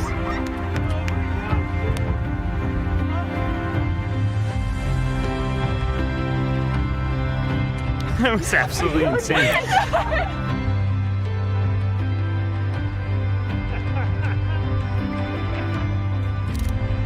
And then all of a sudden, it really is. It's just black. Just this perfect circle, super bright layer of blue all the way around the Earth. Biggest of all time shout out, Moondell. Truly the experience of a lifetime from the bottom of my heart. Thank you very, very much. Thank you. For real. Holy cow. Astronaut Cotton, it's a pleasure to meet you, sir. Pleasure. Lifelong fan. Is the Earth flat? Not flat. I can confirm it's round. He's an astronaut in our midst. One astronaut and a bunch of civilians.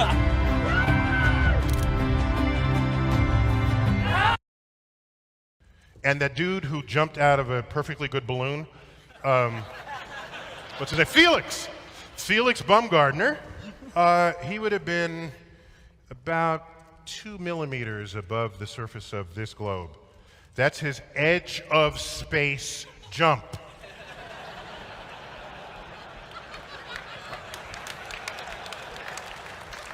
Now, you know, I don't. It's fine. He wants to. I don't have a problem if he does it, but the honesty of it would greatly diminish what I think people thought he was actually doing. And not only that, they made sure to photograph him standing there with a really wide-angle lens, which curves horizontal lines. Okay. So in the photo, you see this curvature of Earth's surface, and he said, "Wow, he's in space. Look at that." No, he's not. At that height, you don't see the curvature of the Earth if you are 2 millimeters above this beach ball. You just don't. That stuff is flat.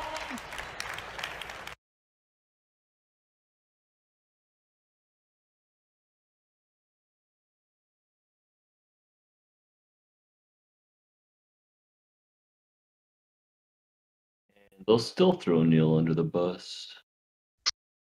That's a pretty big, large admittance of guilt. This isn't going to change anything. They're going to they were throwing Neil under the bus yesterday and the day before. They're just going to be like, yeah, we're still throwing him under the bus. They'll throw their mothers under the bus, dude. They'll throw anybody.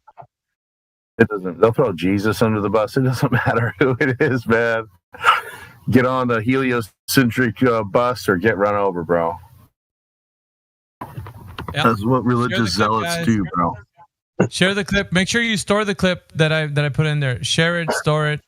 They can't do nothing but accept it. That's it.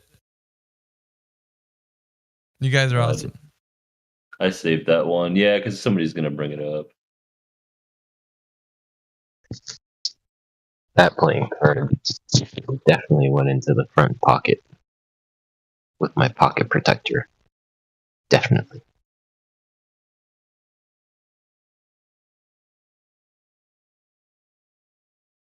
Hey, where is that clip, bro? Did you post it here in the chat? Yeah. You can scroll up. It's there. However, I will repost it for you.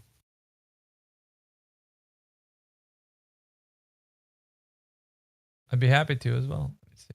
Copy. Flashing voice text. There you go. You can download it too. Download it, save it, share it. It's just the ending clip of the Dude Perfect's video, so that's the only bit that you actually need because it takes a stab at Flat Earth.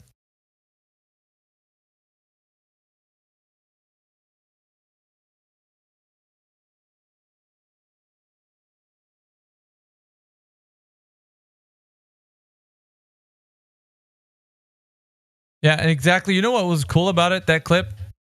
You know, you could talk about idol worshippers, but the guy mentions like, you know, he uses it as a figure of speech, like "holy cow." I'm like, yeah, I know what "holy cow" you're looking at. Yeah.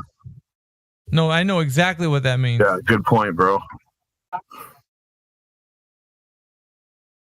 Like I said, I didn't say it; they did. So it is what it is.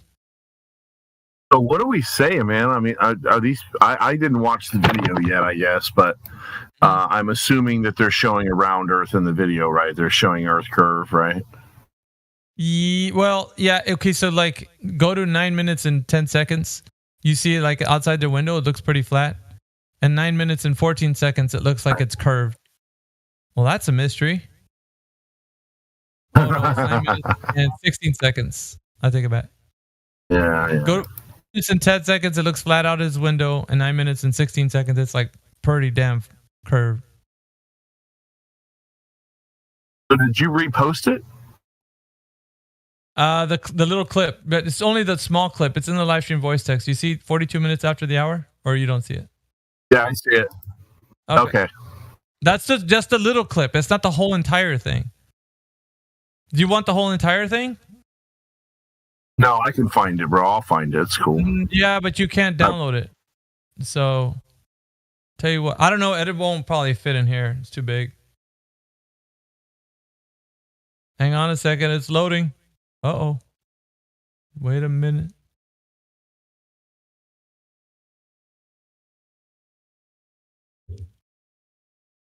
This is the entire clip that I'm actually uploading right now.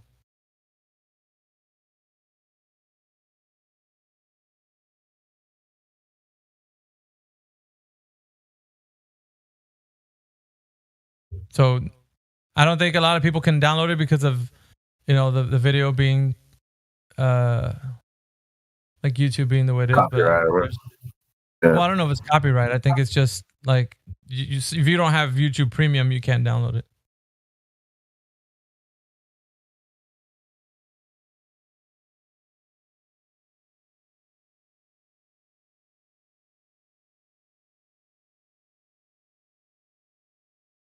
I was at another server yesterday, bro, and they were talking about how this server is, you know, kind of like anti-free speech or whatever, and it wasn't, whatever, dude. Oh, but it was funny because there it is. Download it, guys. Everybody, that's the full video. Download it, save it to your hard drive.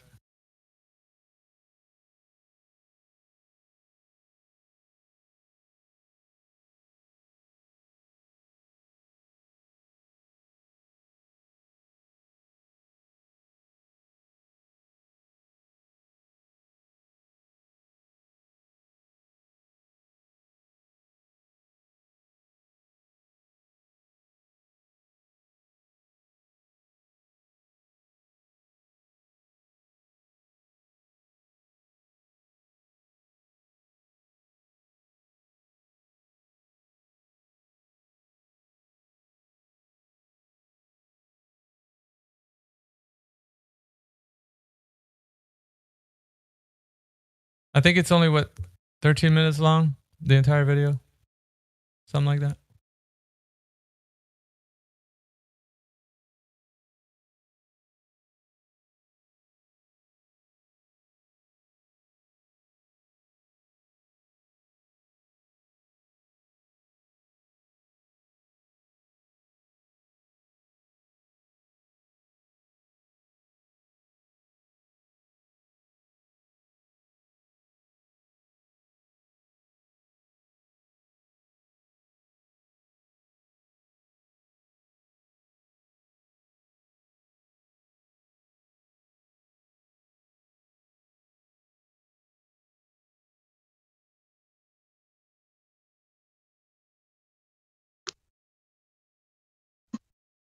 Yeah, all the way around the Earth.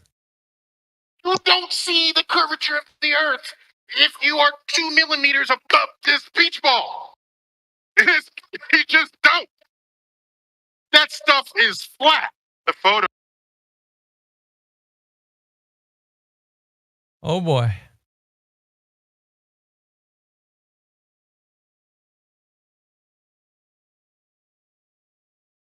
Pilot. You definitely said a mouthful there. Sorry, boys. I have to push the nose down to deal with the curve. What are you talking about? Guys, we're going 500 fucking miles per hour. There's 8 inches per mile squared down there. I have to buckle this thing down a couple hundred feet of like in a fraction of a second.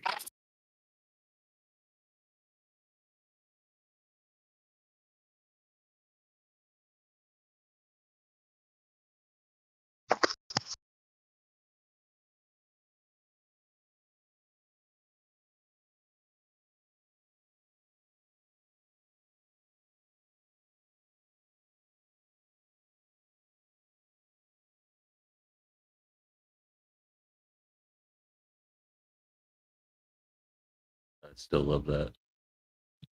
Globe Earth pilot. If you guys just joined us right now, I put a Dude Perfect video like that's downloaded. It's perfect to save as an archive for you guys that like want to have that. It's in the chat 45 minutes after the hour.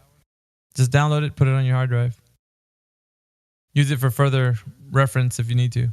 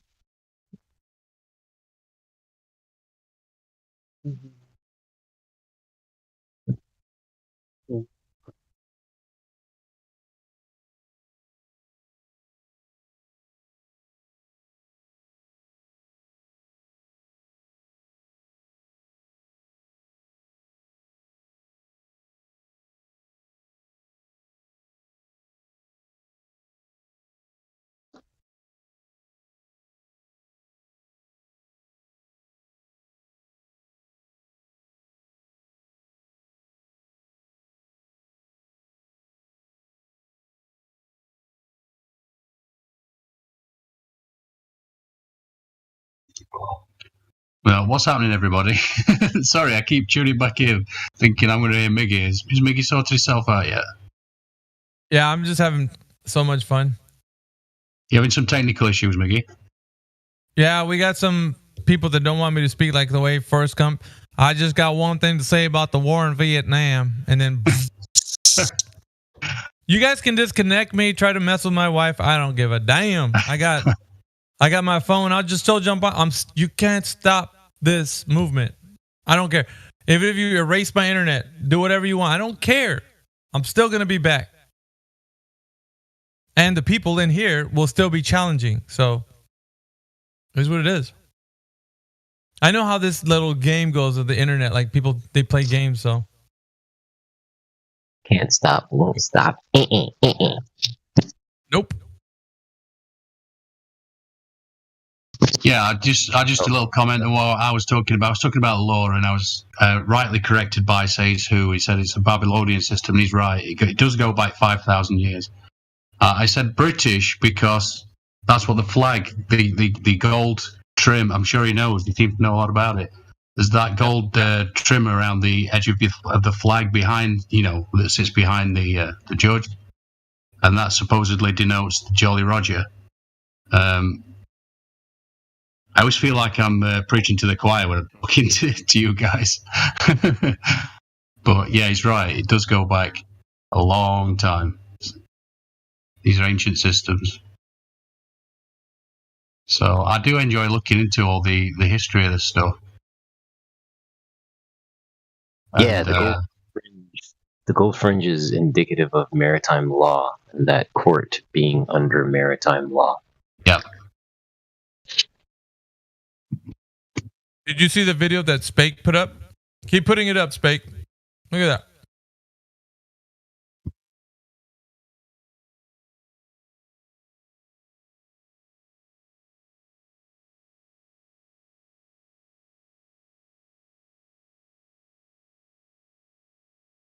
Houston, we have a problem.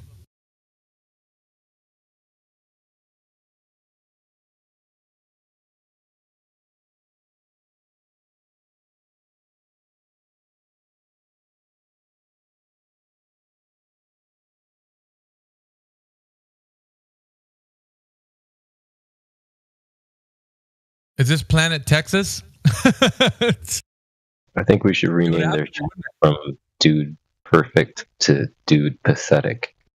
Yeah. Try hard, All of man. Texas is the entire planet. Okay. That's horrible. Dude I mean, we Pathetic. knew Texas was big, but damn.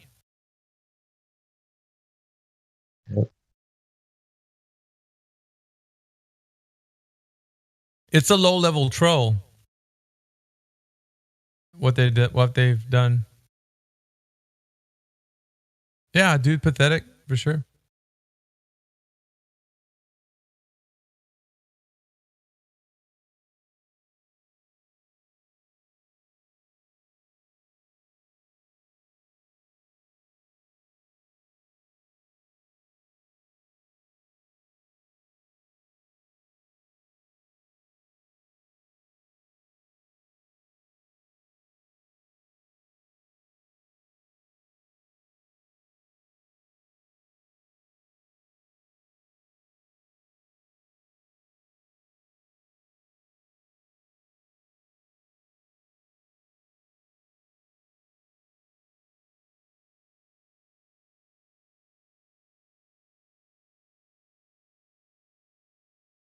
Meanwhile, back at the ranch, Earth is still flat. We got 27 people in the YouTube live stream. What's up, everybody? It's a lovely Monday morning. 10:54 in the AM. 11/7/22. Let's go.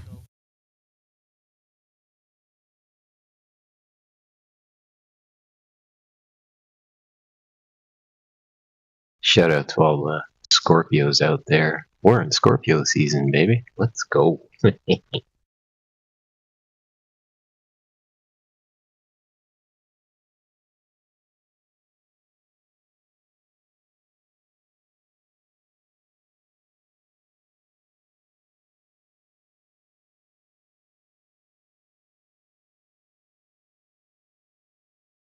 Yeah, there's a brilliant video somewhere that I watched. I don't think kind of wiping all of this good content, but there's a brilliant video somewhere where they got this guy's got a big old beard. He's just an old guy, American dude, and he's in a courtroom, and he's got a female judge, and he's really well prepared, and he's trying to go through the motions, and the other lawyers sort of trying to throw him off his course, and I don't know if I could. I'll probably look for it, see if I can post it. But I know they removed it last time I looked for it, and there's a brilliant moment where she starts shouting at him, and he's really calm the whole way through. But in this instance, and you can tell he's got his family there as well, he just barks at her, and it's the best thing. He just goes, I can't remember it very well, so I'll not do it justice. But it made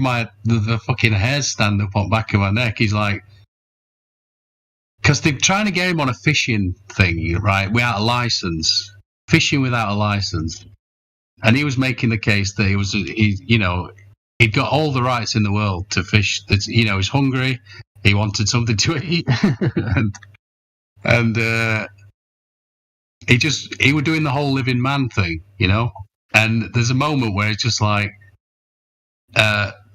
sort of, who do you think you're talking to? That that the soil has a voice, sort of thing. And it's like, whoa, he really hits him with it. And she runs away.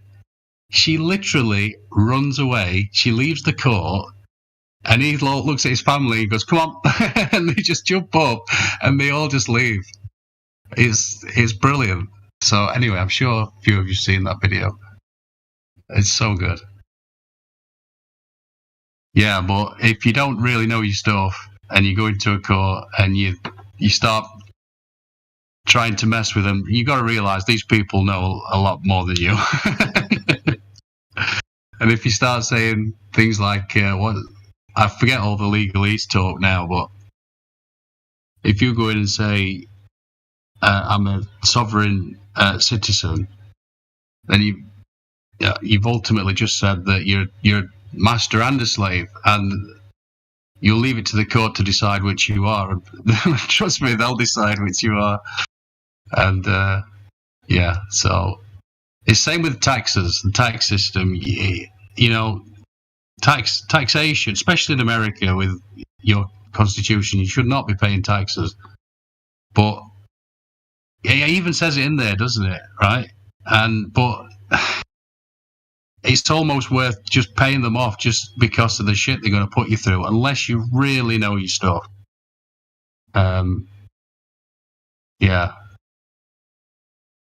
I often wonder if remember all that stuff years ago about Wesley Snipes? I often wonder if they do these things just to send a message to the public.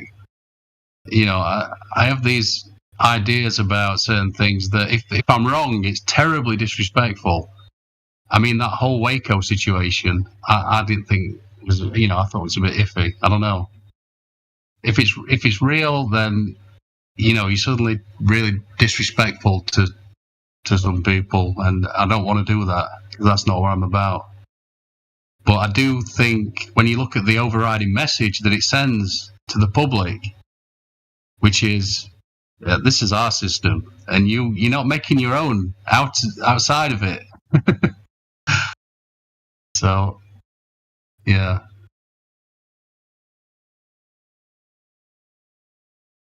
Yeah, they've been doing this a long time. They know what they're doing. And, we're just fumbling around trying to figure it out.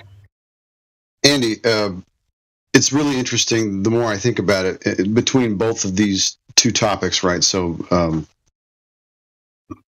planar cosmology, I'll call it, or flat Earth, and the law systems are all based and predicated on the same types of lies. Okay, so when we think about law, usually in this system that we're in, it's like Roman civil law. So it's all about commerce, right? Well, then they just go ahead and they create these things called debtors. Well, debtors, there's no such thing as debt. It's a concept, right? It's like reality is math and math is reality. There's no way you could ever show something to be negative. It doesn't exist, but it's an idea. It's a concept. You know what I mean? So everything is based on concepts. They just tell you things that are obviously not real or physical or reality as you experience them, but they train you to think in terms of concepts and ideas, and that numbers are real. So if they call you a debtor, you instantly fear that you owe somebody something, but there's no way that you can prove a negative, right? So, like, it's this really weird mind trick. And at the end of the day, you just have to look at what is actually in front of you that you can touch, that you can see, that you can taste, that you can smell, that you can prove. And they would never be able to prove that you owe something to the negative. And so if you just keep that in your mind and understand that money is just a concept, value is just a concept, and it's subjective, it's the same as like the globe. Everything is just a concept and a way of thinking things that isn't real. It's an illusion. It's an artifice. So I try to apply the same mentality to both, and you kind of unravel it the more you think about it. Yeah, I completely agree, and I also think that I'm sort of on that path too with that atomism. I don't know. I mean, I already don't believe in atom bombs, but the it's like you say they've built a framework that works, but it's not actually what's happening. They built of like a you've heard Austin Whitsitt talking about the ether and all that kind of thing, and he talks about, well, which framework's more viable, and that's kind of where I'm at the minute. And yeah, the more you sort of look into light is obviously complete mystery, but the nature of this photon and what it does, I'm starting to rethink the whole situation. I just don't think we've been told a thing and how it works, but I'm not sure it is actually how it works. But then I start thinking about things like rangefinders and things like that, and I think, and it starts to really hurt my head because I'm like, well, how the shit, if light's not traveling, how is that working? So I'm trying to sort of work it out, and yeah, it's tricky, but it's fun. It's fun also, but sometimes I have to take a break from it. So I think Austin covered how rangefinders work within the removal of atomism, light traveling. I wish I could remember what he said. I'd just tell you right now, but I'm pretty sure he covered that. Right. Yeah, there's just something when he said that. Sometimes when I often say, when you hear the truth, you know it. You just know it. I don't know. It's beyond like thinking. Even it's carries that sort of resonance. And the moment I heard him say the light's already there, that just, I don't know. It just made so much sense to me. On some level, I don't know. So yeah, definitely interesting, but I really don't know enough about it to speak on it, unfortunately. I'm what they'd call a jack of all trades. Like it's not a good thing, I suppose, IRL. But in this situation or a dinner party, it's wonderful because I can chirp in on almost all topics. But yeah, I really don't know enough about it to talk about it. I'm definite noob when it comes to electromagnetism, but I'm enjoying looking into it.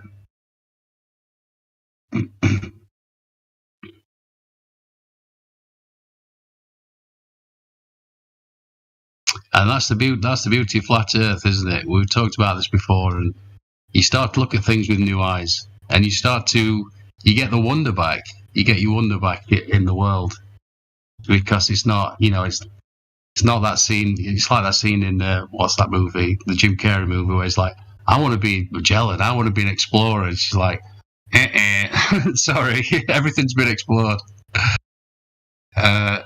Yeah, and you can start to look at things with new eyes. So yeah, it's exciting.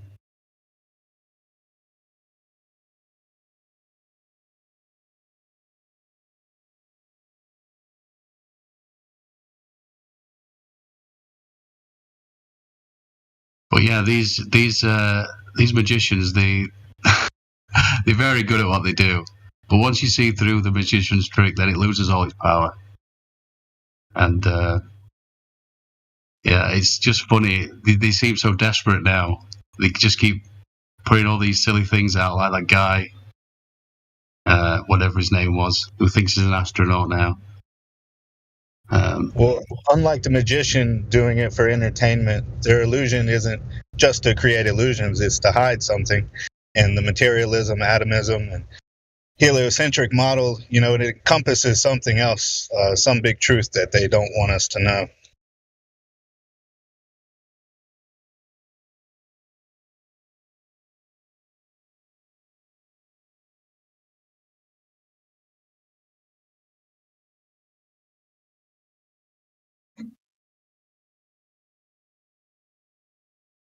Hmm.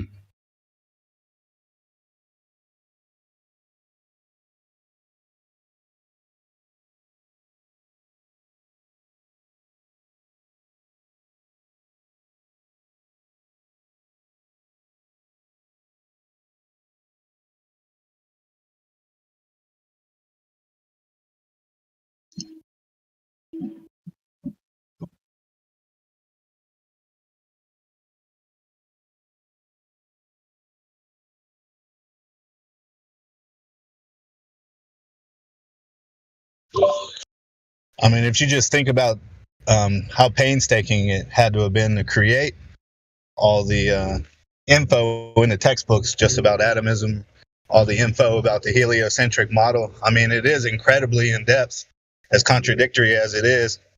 There's so much detail to it. They went to great lengths to create this lie. So whatever they're hiding must be just as, substantial as profound. And if they got the key to it, or they fully understand it, they're molding everything with that understanding and us in the dark.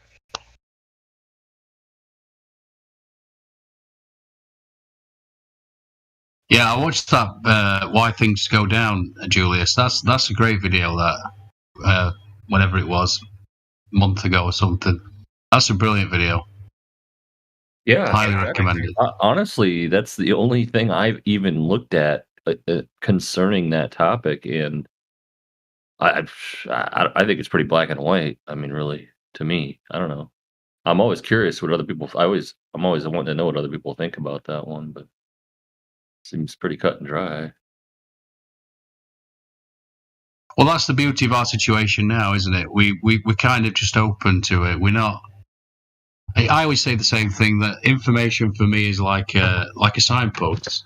This is because when I first came into these servers, I was like, "Oh, just call me the ideology guy," because I believe that ideology is so dangerous, potentially, and so I'd want to warn people against it. That was my whole thing, but then that just went away pretty quickly.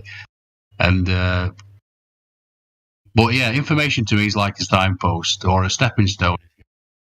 And then you just see the thing, and you're like, okay, and then you go to there, and then and then if it makes sense, well, then we're open to things, aren't we?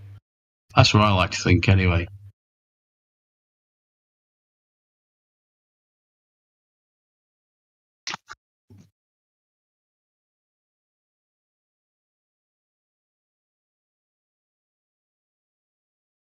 Yeah, just I mean, the main points that I took away from that is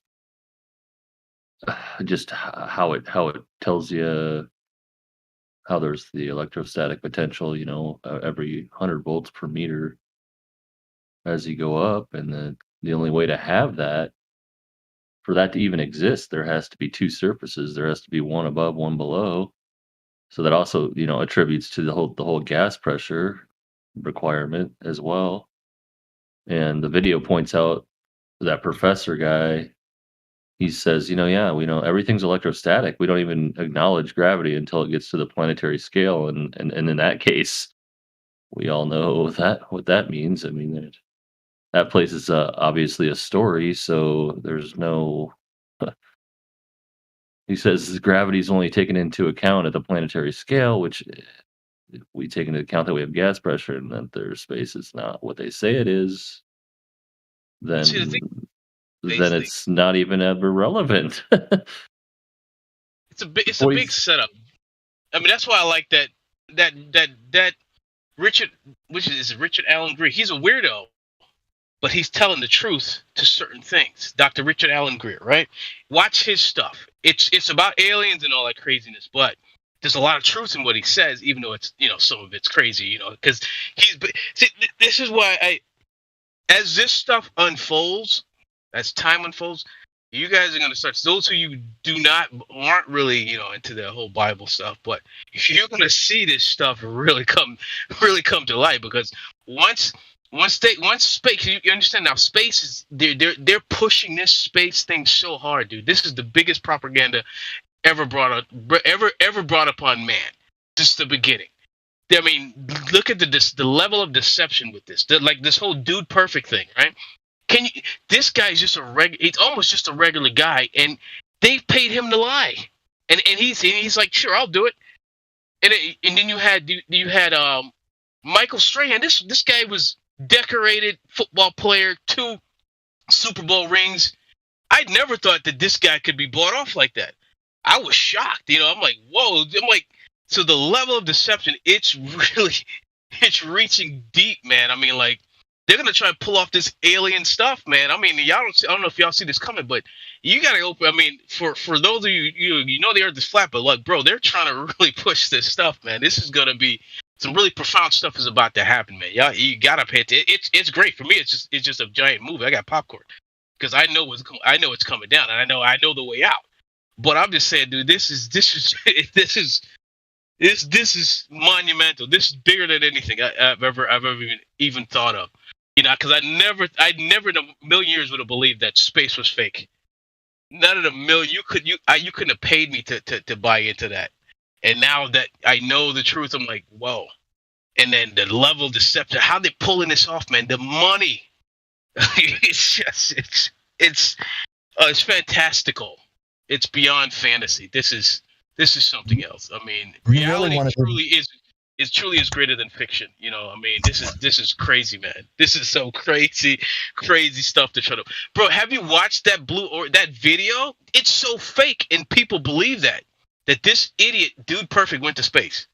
You know what I'm saying? If you watched, it looks like a giant dildo going into space, bro. This is, I mean, like, we're supposed to. I mean, but people believe that. That's the scary part. I don't know if you understand how scary that is. People believe that that's real. That is. Yeah, we're talking about this all morning. Man. I think a lot of people haven't realized that the video has been out for 2 days already. And I think the more people see it, we're going to probably hear about it more and more coming into this chat. So I mean, just how we were taught rockets are supposed to propel themselves into space. That's not it. Yep. That is freaking scary, dude. That people believe that. If you want to see really how fantastical it is and how much money is involved, go to Disney World. That place is sickening. How much is trying to shove space down your throat. I mean, it's pretty much why the place exists. That and superheroes believe in these false idols and stuff like that, worship these, make-believe characters. I don't know if you've been, I went during the summer, and I was like, knowing what I know now, it was really eye-opening. We're talking about false idols just a while ago, Adam, and Dude Perfect at the end of the video, he's like, we were up in space, holy cow. Like, yeah, a little plug to your idol, for sure. You know what I mean? I watched it yesterday on Glowbusters. Yep. But I just pulled up at the gym. I got to go get this leg workout in. See you guys. You can't skip leg day. But man, dude, yeah, he's right about Disney. Because, like, when I went, that was years ago, like 20-something years. I could have been, 15, somewhere in there, middle school. That's the last time I've ever been in there. And my favorite place was to Epcot Center, because you're fed space. I mean, like, dude, space just, screams, boys. You know what I'm saying? Like, you have girls too, but I mean, like, guys are driven by, love the science fiction, all of that stuff. So I can't imagine what it's like now. I don't even want to know. So Jeff Bezos owns Blue Origin, no? Blue Origin, yeah, Blue Origin. Richard Branson is Virgin Galactic. I mean, we got these. Elon Musk, SpaceX. It's just like Elon Musk, SpaceX. So, Origin continue into space without a helmet, right? You don't have to wear a helmet, but everybody else does. It's like everybody else does. It's like, because you're flying inside a helmet already, so you don't need to wear one inside the helmet that you're flying in. And you're going 17,000 miles. Listen, bro, what are they breathing? They got experts. They have experts working on this stuff. Don't you understand? Yeah, 17,000 miles an hour, bro. They're pushing hard, man. The G's, man. I mean, come on. Yeah, the G's are. Hey, but you got to think about the G's. You know, they said it takes 25,000 miles per hour to use escape velocity to get past the Kármán line. 25,000. Okay. But these cats were cruising at 2,500 miles per hour. Something don't make any sense. And you still gotta have a helmet on. You're not gonna be able to breathe. That's the speed of like of an F-18. You guys seen that new Top Gun movie? Yeah. Yeah, I mean, even in those things, going at that speed, they're breathing pretty hard. They're going, but in the Blue Origin one with this perfect dude, or you would have think they're not doing that. That would have been the first thing out of his mouth. Dude, the speed was incredible. That should be the first thing out of his mouth. And I'm gonna post this here for you guys because I think I've been saying this and I didn't put the context, so I have to put the context. This is something for everybody to look at. I didn't say this. This is here.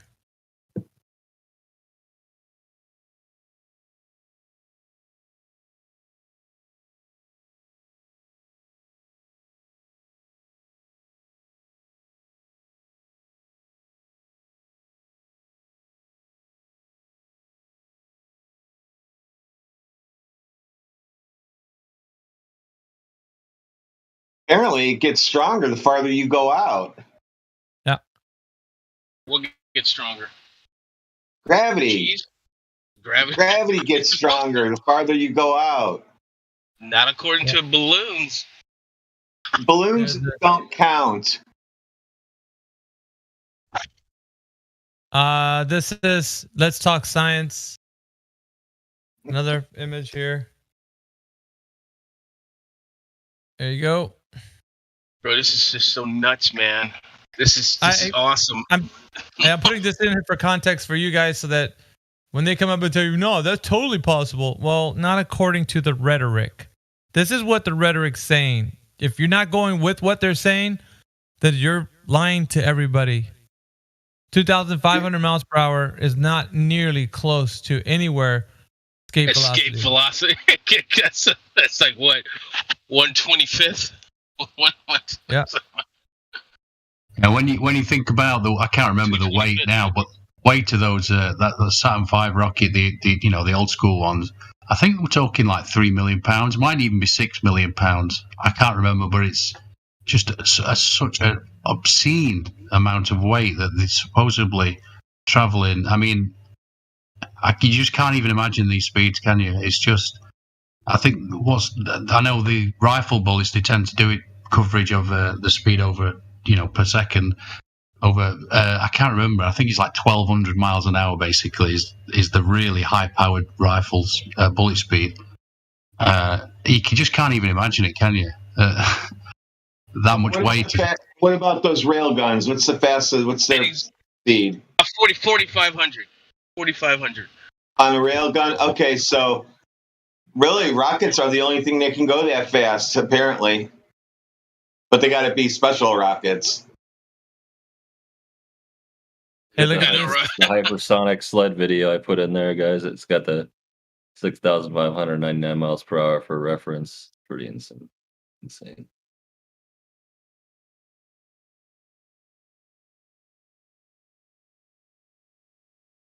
And to think those rockets look like they're going so slow when they're flying. I know, dude. But they're really moving at 25,000 miles per hour. You just can't tell. Yeah, just like you can't tell we're moving.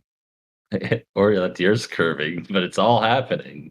Perfect. Well, that's because we're spinning with the rocket, so it looks like it's like when, you fly with an airplane and it looks like it's standing still.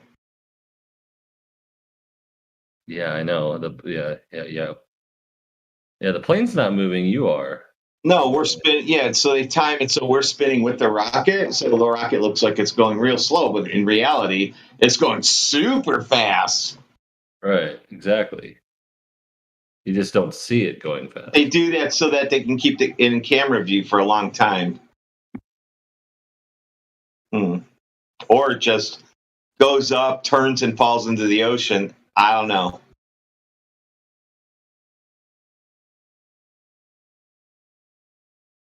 Safety first, though. You always got to have those boats out there in case it falls in the water.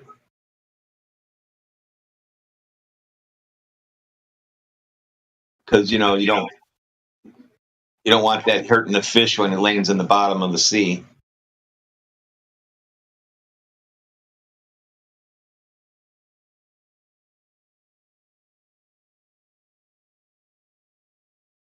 Okay, like Miggy covered this earlier, like with the Felix Baumgartner jump, where Neil deGrasse Tyson said that he's not in space, but yet this other guy, Dude Perfect, basically does the same type of idea, or at the same altitude, kind of, and it's like they just believe that he went to space all over again. It's kind of like how we can pick apart the Felix Baumgartner jump, and let's say they did another Felix Baumgartner jump, and all of a sudden it's just real again. Yeah. Old Haas, I believe that's called the moon, that ball of light.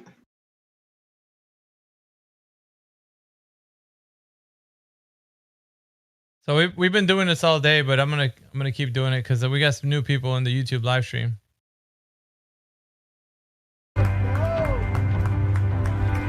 Sorry, I didn't know I was still in here. That was insane. Good job, team.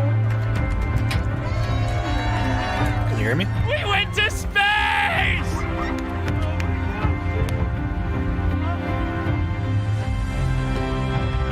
Hello?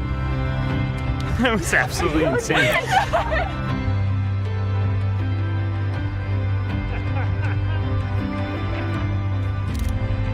And then all of a sudden, Hello, is anybody here? It's just black. Just this perfect circle, super bright layer of blue all the way around the Earth. Biggest of all time shout out, Moondell. Truly the experience of a lifetime from the bottom of my heart. Thank you very, very much. Thank you. For real. Holy cow. Astronaut Cotton, it's a pleasure to meet you, sir. Pleasure. Lifelong fan. Is the Earth Put it flat? window. Not flat. I can confirm it's round. He's an astronaut in our midst. One astronaut and a bunch of civilians.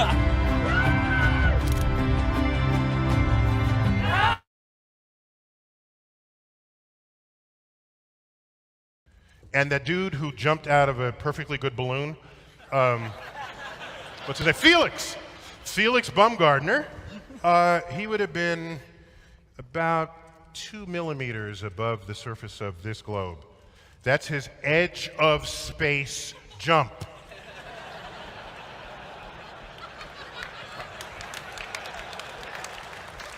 Now, I don't.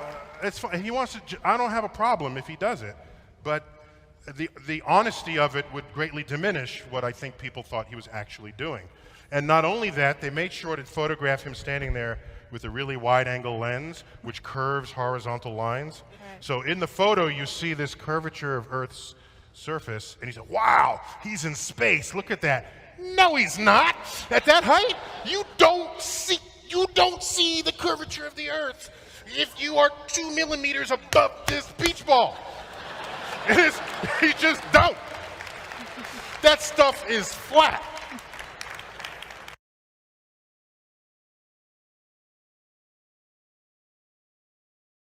Satoshi must have the bot muted, so he couldn't hear it playing.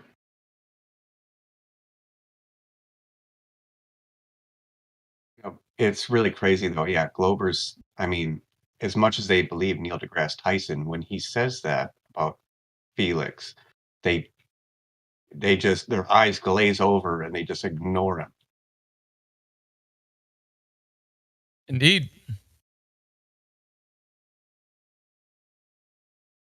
So that's to you guys in the YouTube live stream text chat. You guys heard it? We didn't say it. We're just pointing it out.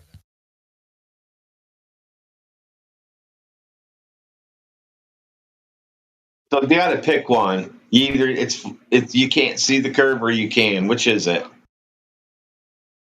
We got to believe the guy who is a YouTuber over the astrophysicist. Science communicator.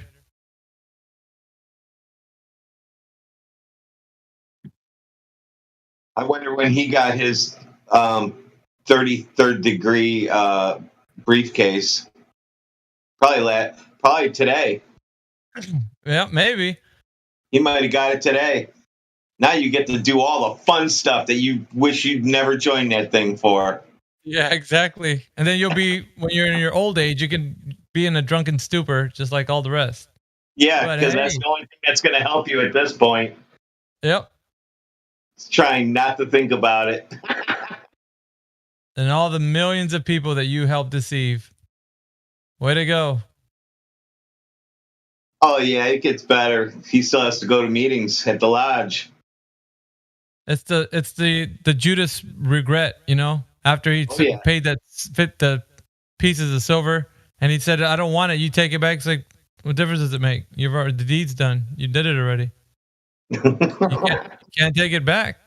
Yeah, has anybody got that clip of old Buzz saying they didn't go again? I love that. It's like an Oxford Union, but I think it's in America. It could be Harvard. I can't remember, but basically, one of the audience, a girl, says to him, "What was the most dangerous part of the mission and all this?" And he just says, "Well, it weren't dangerous because we didn't go."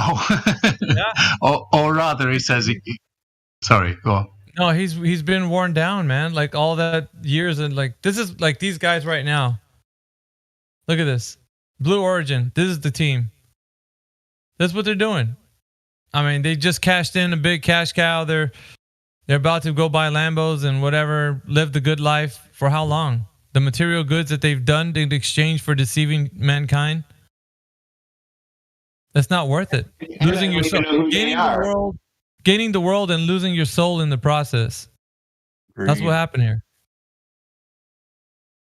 Yeah, you don't. Oh, they don't know what they got themselves into. Nope, they sure don't. They're young. They have an idea. I'm going to say the guy in the blue is going to be the first one dead out of that group.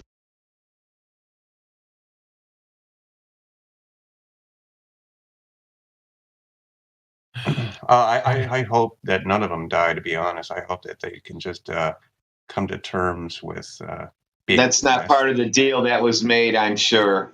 Maybe, yeah. It's kind of like Buzz Aldrin in a way, you know, where it's like he can't quite come out and say it. But can I give an opinion on what I think happened when they made their little deal? They probably, in their own minds, come to think that like God maybe really isn't real, and that we are on the spinning ball. Like they gave him that experience, and so he probably just believes God less. He probably doesn't believe in angels or demons or any of that stuff. He didn't go up in no airplane and see a ball under him. It's impossible. Right. We already know that. So he lied. That's all. You can't say maybe this and maybe that. He didn't go up and see a ball. We all know that that's not possible. Oh, and see, like when he went up, he called it a perfect circle, and then said, "Yeah, it's round." That's not an admission of a sphere. Strangely enough. Well, in circles, a circle is a circle. I've always said that. Like when you sit there and you say that the Earth's round, like yeah, it's a circle. Like in my opinion, yeah, it's a circle. It's not a sphere. Like the Bible tells me it's. So, what are you? How do you know it's a sphere? Yeah, I just watched that clip, Julius. I love that clip of Buzz because he's like, "Well, it just didn't happen." It's almost like his conscience has just got the better of him now. I mean, he's done it several times, we know, but it's just hilarious to me. What was the most dangerous part of the trip? Well, it didn't happen. That's kind of dangerous because it didn't happen. You know, that he's at the point where he doesn't care when and how and when he dies, so he's going to take everybody down if he can try to. He's already saying we didn't go there. Okay, then it's out there. But no, even the believers the NASA lovers, when he says we didn't go there, they don't hear that. They hear, well, something else. I don't know what they hear, but they don't hear that. They're saying you're misquoting him, Radwin. Like I'm looking at the text chat. They're saying you're misquoting him. How can you misquote a man who's answering directly back? You know, it's like, fine. I don't. To me, it's like this point. We understand he's tired, man. He's tired of it. He wants to be like done with it. Like he wants to be guilt free. He wants to at least go to the next life, you know, without a guilty conscience. You know, having that weighing on his mind, like outwardly deceiving people. It's the cost factor, right? Why do you think he's in a drunken stupor? I mean, it's just like the guy who achieved the greatest feat of mankind is like the worst, like, in the worst place of his life. If that was a real feat that was taken care of, it's like, I don't know.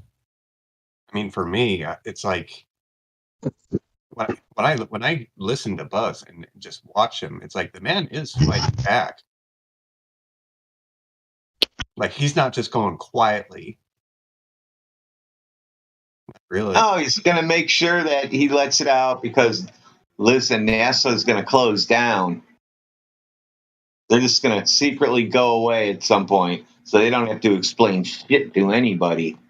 Yeah, that's what I think's going to happen, too. They got all these other space ventures out there. They're going to just let them take over. They're going to slowly go away, and there'll be like a remnants of NASA for like museums and shit. But they'll be like, well, NASA as a whole really doesn't exist. Yeah, there's no records of what happened because NASA doesn't exist anymore. Yeah.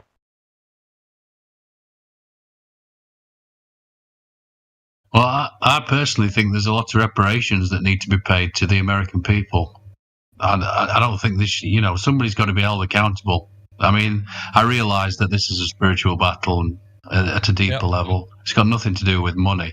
But still, there's a lot of people facing a lot of hardship, and I think they need some reparations. That's just my opinion. So, and the way it looks from this vantage point, Andy, is that will never happen. Those who are in absolute power are going to hold that power absolutely. There's nothing about that they're going to unclench and let go. No, they're tightening up. They're tightening up, aren't they? Yeah. They'll press harder. Yeah, they'll press harder. So all you got to do is just create distractions, and that gets the heat off their back. Big distractions. Every time. All you need is a big distraction, and people forget about you for 10 years. Well, because and even if you take him to court, why did he even mention flat Earth? Why did he mention that? He didn't have to say that. Like, there was no need for. It was just a feat that Blue Origin done. It could have been all to the credit of the Globe or whatever, and they could have just been cheering on their side, not even mentioning flat Earth. But just the fact that it was mentioned. Did you see the Earth and was it flat? No. So that right there made it all about everything. The whole video is about discrediting flat Earth. I don't care how they spin it. That's what it is. It's to discredit flat Earth. Remember, the Earth is already flat. They're just spending all this money and all these TV shows to pretend it's a ball and to help you believe in it. We had that discussion last night. The Earth is flat and you can't do shit about it. No matter how you want to cry and say whatever you want, YouTubers listening, it's flat and there's nothing you can do about it. They come at you. Listen, you're just some feeble person on Discord, somebody who's like a no-name. You know, whatever field you work in, you might not even be like somebody who's in the field of academia, or any type of something that's knowledgeable, like the way they would claim credentials and such. Yet they come at you with all their bags of money, with all their trickery, with all their videos, with all their rockets, with everything, and they still can't move the truth.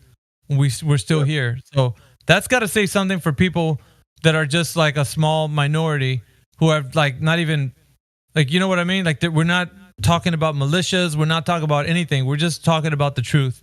And yet they're coming at us with the most trickery that they can possible.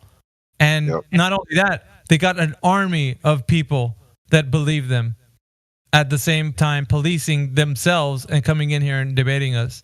Like I said, everything they got, and we're still here. Like I said last night, I'm 40, 30 plus years of indoctrination, and it wasn't good enough to keep me indoctrinated. You know, like, hey, I got a prediction. Not one Glober will come in here and try to defend that freaking whatever dude, perfect dude. Not one will even come in here and try to defend it. You get a prediction? Is that your prediction? Yeah, why can't we get those guys in here? They have a YouTube channel. Get those guys in here. Yeah, they don't. They're. And when I'm in here, or if anybody else in here that they know, they won't. They won't. Bendy Light won't come in here. Lejla won't come in here. I mean, he has come in here, but he's been kicked out by Indio, so I can't help that. But everybody else can come in here. I don't kick them out. They can stay in here, but they won't come in here. Claus has been in here, but he's been out by his own self. He rage quit the other day. The Dude Perfect guy's in here. Who? Dude Perfect. He went to space. Remember? Saw it round. Let's get him in here and ask him. Tell me when to interview him. You won't. Well, we'll just have to ask him on his channel. See how long the question stays up.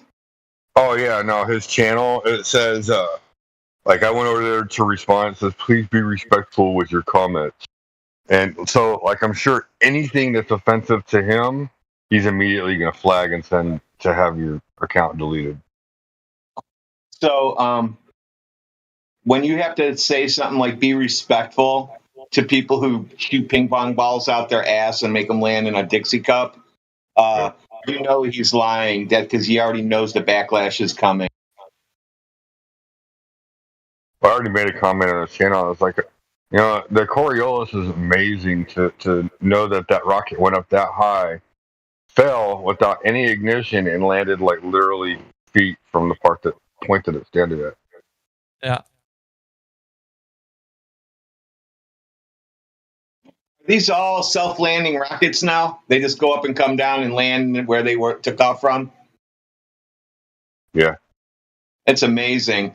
It's amazing the technology they have, and I can't get a fucking board ordered at work without a 6-month wait list, but these guys are making shit happen. Like, I don't even know how many people. They must have millions of people working on these things at a time. Yeah. Well, the rocket went straight up and then straight back down. I mean, didn't the Earth move under? Yeah, but doesn't the Earth already, the gravity pull the rocket, so it has to pull straight down, and even when the Earth is moving, it's pulling it with it? Yeah. I already know, I can tell by watching that video what happened when they got up there. When that capsule detached, all that weightlessness, all they felt was like in an elevator effect, you know, when the elevator moves out from underneath you, that's all they felt, dude. If you guys think anybody went up in a rocket ship, you're smoking crack. Nobody went up in anything and came down in anything. He proved that with a ping pong ball when the ping pong ball went straight up. It didn't float, it went straight up. So he proved that with the ping pong ball. Oh, he did. Trillion's in the chat. Trillion, come on, man. Ain't nobody getting booted. You already know nobody's getting booted. Klaus came in here the other day and he rage quit. So you guys are leaving on your own.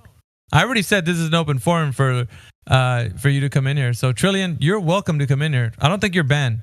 Come on in here. I think that excuse is very tired. Come in here, our chat, so we can boot you. We're not gonna boot you. Go come in here. Talk to us.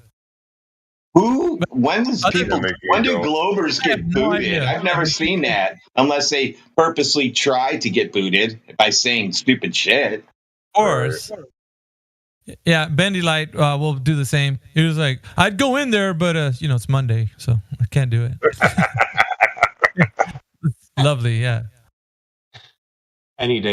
Come on in here and prove listen, and everybody's listening to me say that. I got a panel of all these people that are hearing me say, come in here, you won't get booted. I'm the moderator here. You won't get booted. Come in here. See? It's up to you. Now the ball's in your court. Pun intended. But it is, right? Because now you have to come in here. I just told you you're not getting booted if you come in here. So let's see if you will. I doubt it. No, Shamrock Banks Observatory, good old Bobby, has come in here plenty of times. So there we have it. Offers on the table. You don't want to take it, so that's up to you. So don't sit there and say we're going to boot you. That's just an old, tired, washed up lie that you guys say. So offers on the table. It's not our fault that you don't come in here. You want to spin everybody's wheels in the text chat. And Benny Light, it's like, even by mainstream standards, Blue Origin did not go to space, but yet you're sitting there still parroting that Dude Perfect went to space. Yeah, Dude Perfect. Nice. Yep. Even listen, the guy's got a bunch of 13. The guy's got a bunch of 13-year-olds that watch him. That's all they need to attract.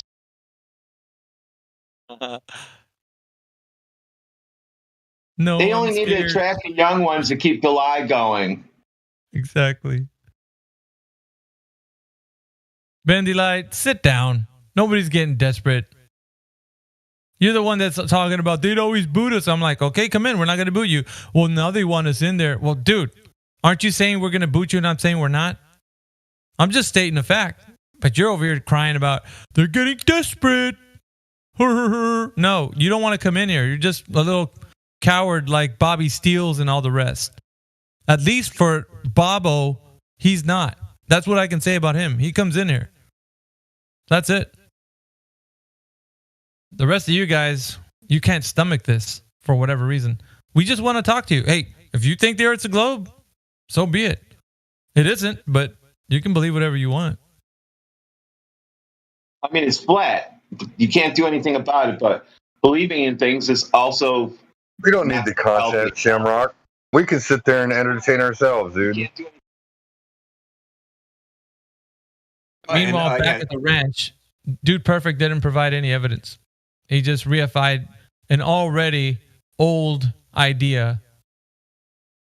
Oh, it's like he called the Earth a perfect circle. What the heck? A circle is not a sphere. Never has been. Yeah. Remember what I said, Miggy? Yeah. When he let go of that ping pong ball floated up. It didn't float still in space. It went up. So he was in a downward motion. Yeah. Yeah, or he was just kind of hanging upside down on a green screen, let go of the ping pong ball, and it went down. Here, this image, nobody posts nothing when I put this image up. I'm going to show the YouTube live stream. This is for you guys. They're pointing at you and laughing. They're laughing at all of you guys believing the Earth is a globe. Look at that. Suckers, while they run off with the money, you guys are struggling to survive. And they, however, are living large, my friends. They got paid for lying to you. But never mind that. They're doing a good service, aren't they? Huh. Interesting. It really is interesting how you guys process this. We're pointing it out to you, and you're like, no, no, no. They're awesome. Who cares? They didn't do what they said they were doing. They're a bunch of liars. That's all there is.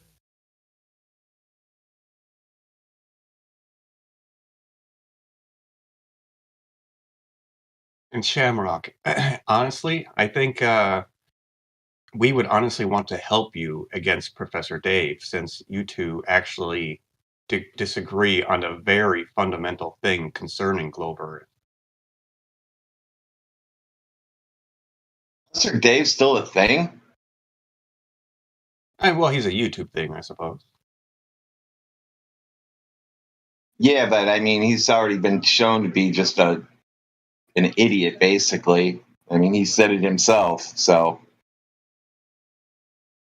I mean, when it comes down to it, I think Professor Dave is a con man. And so when he's out there calling anybody else who disagrees with him a con man, I would take that a little personal.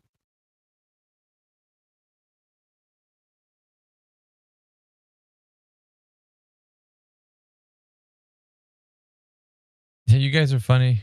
The guys who are mocking you are the ones you support and defend. The ones who are trying to tell you you're being mocked, you come at us.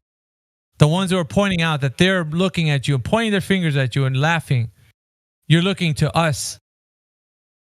What do you call that? Is that Dunning-Kruger? When you the abuser that's been like constantly like mocking you and you just like laugh and you think that we're the ones telling you that, hey man, these guys are like Stockholm Syndrome. Stockholm Syndrome. Thank you. That's what this is, man.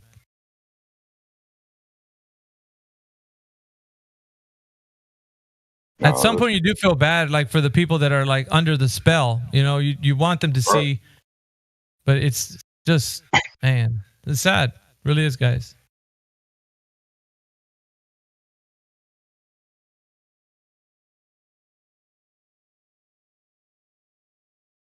Yeah, no, I mean, if Dude Perfect walked into this live stream and said, all right, what questions you got? First question I'm going to ask him is, hey, how come that ping pong ball went up instead of sat in the middle? Mr. Physicist. I would ask him, why did he call the Earth a perfect circle? Yeah, there's a lot bigger questions than a ping pong ball, Gizbo. Like, you'd have to address the fallacies. You have to address the entire fallacies of what they're doing. They're not doing anything. They're not doing anything according to mainstream rhetoric. So for us, our standpoint would be filled with questions of why aren't they doing anything that NASA, SpaceX, and all the rest are saying. You see those guys when they go up, they got helmets on, they're geared up. These guys are just hanging out like just normal people. We could say the same for Virgin Galactic, all of them guys. Yep. But you know what? Like, I mean, they want to stay stuck in this perpetual cycle of cognitive dissonance. So be it.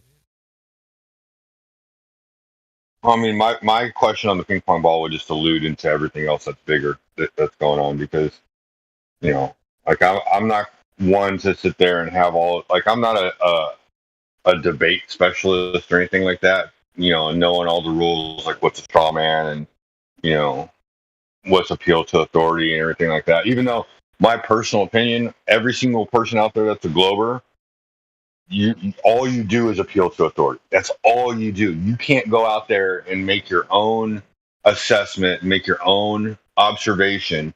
You literally, they'll tell you, "Oh, you're seeing an optical illusion." The fuck, I am seeing an optical illusion. I'm seeing this with my own two eyes. Yeah, this isn't a hologram. I'm sorry, but yeah, these guys don't understand. Maybe it takes repetition. I don't know. Here we go. One more time. From the top. That was insane. Good job, team.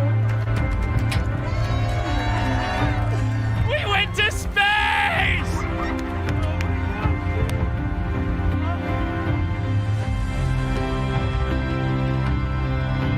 That was absolutely insane.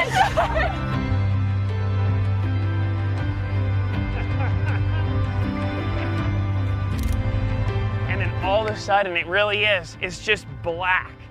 Just this perfect circle, super bright layer of blue all the way around the Earth. No stars. Time shout out, Moondell. Truly the experience of a lifetime from the bottom of my heart.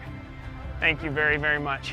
Thank you. No stars, just perfect black. Holy cow. Astronaut Cotton, it's a pleasure to meet you, sir. Pleasure. Lifelong fan. Is the Earth flat? Not flat. I can confirm it's round. He's an astronaut in our midst. One astronaut and a bunch of civilians.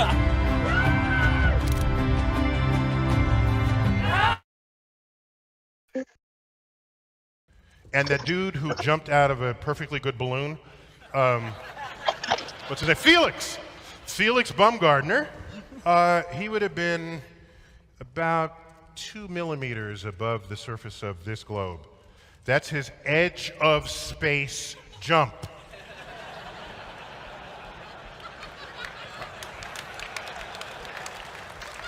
Now, you know, I don't.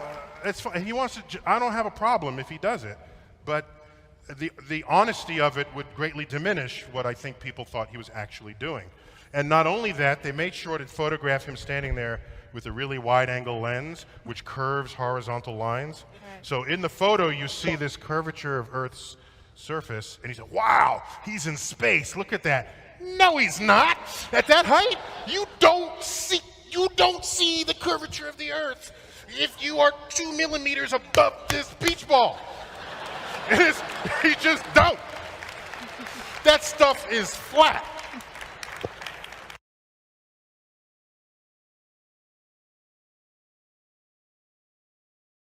So is it flat or is it round? I wonder if we can't make something where it's like Globers versus Globers. Yeah. Go to the other server. You'll hear Globers all day. Red ants versus black ants.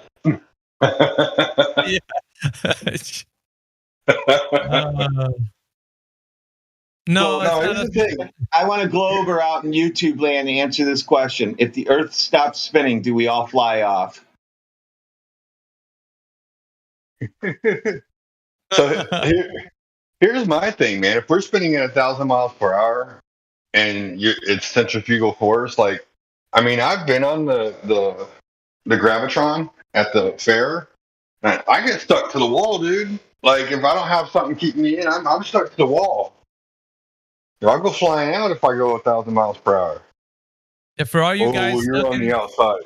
For all you guys stuck in cognitive dissonance, we're going to keep playing that clip all day long, back to back, both of them. We're going to play the Dude Perfect one. It's only a minute long. Doesn't last too long. We'll rip it off like a Band-Aid. And then the next one is going to be Neil deGrasse Tyson completely refuting anybody else like Felix Baumgartner or Richard Branson. And then you can do with that what you will. So thanks, 2 guys. millimeters. 2 millimeters.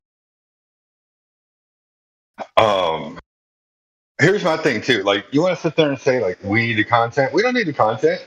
There's people that come in every single day and they're curious. Why do you think the Earth is flat? And like what would you say? Maybe probably like 1 out of 10, 1 out of 5, 1 out of 10. They'll say, they'll have a genuine question and they'll listen to what we have to say. They're just like, I'm just curious. I just want to hear what y'all have to say. We'll ask them a few questions and then we'll explain to them what's really going on. And it just makes them think. They're like, I never really thought about it that way. They'll literally have a genuine conversation about it. They don't have to be little assholes like some of these people are.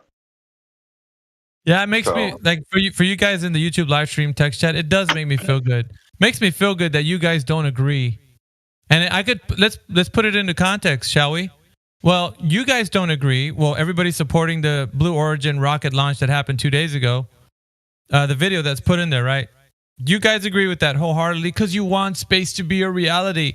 But then when you listen to Neil deGrasse Tyson talk about it, he directly refutes you, and it amuses me because you guys are so enamored with the idea that space is a reality that you'll just die to hear anybody tell you that it's real. Oh, it's so round. It's when you go up there, man, I'm telling you, it's round.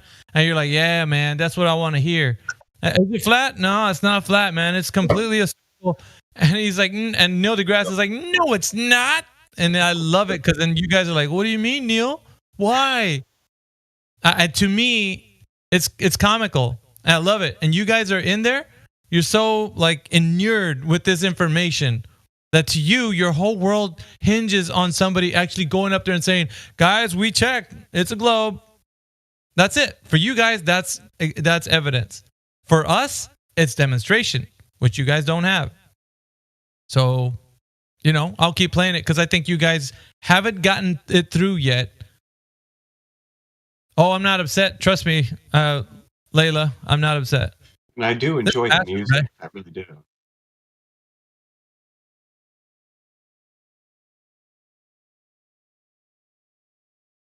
So if the Earth stops spinning, does everybody fly off? I want somebody to answer that, a glober. I don't want speculation from flat earthers. I just want a glober. They can even answer it in YouTube. It'll get relayed back to me. I just want to know. I want to hear what this answer is. No, the Coriolis will keep you from flying off. Wow, the Earth stopped spinning. We're spinning. Now there's no spin at all. Didn't slow down. I said it stopped spinning.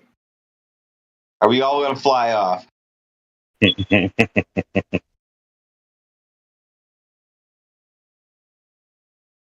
They won't touch that with a 100-foot pole. They won't touch it with their neighbor's pole.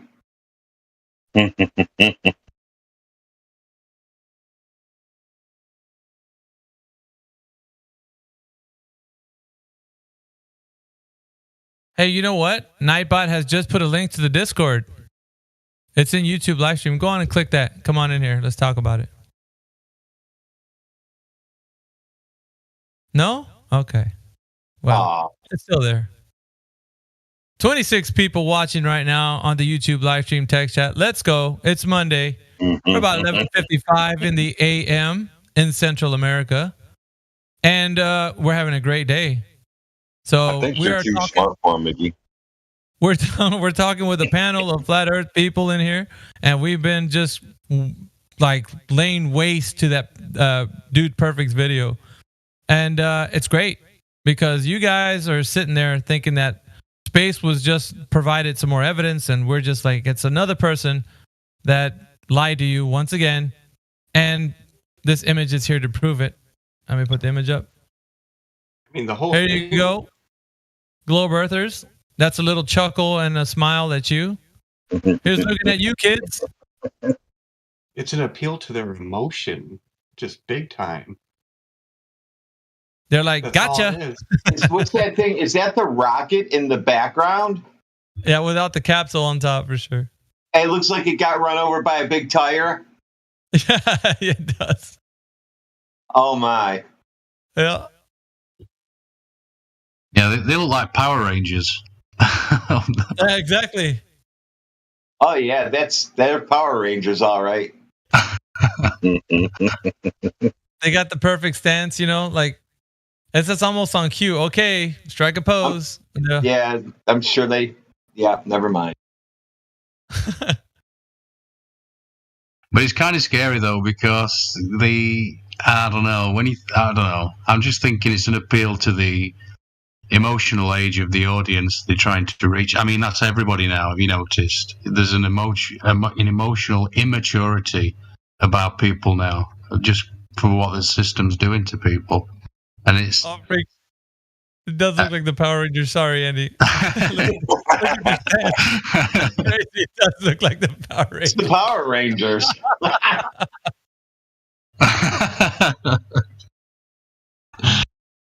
I had to mute myself for a second. I was laughing really hard. Oh. That's pretty spot on, yeah. Except the Blue Ranger's the one in the middle, so. Right.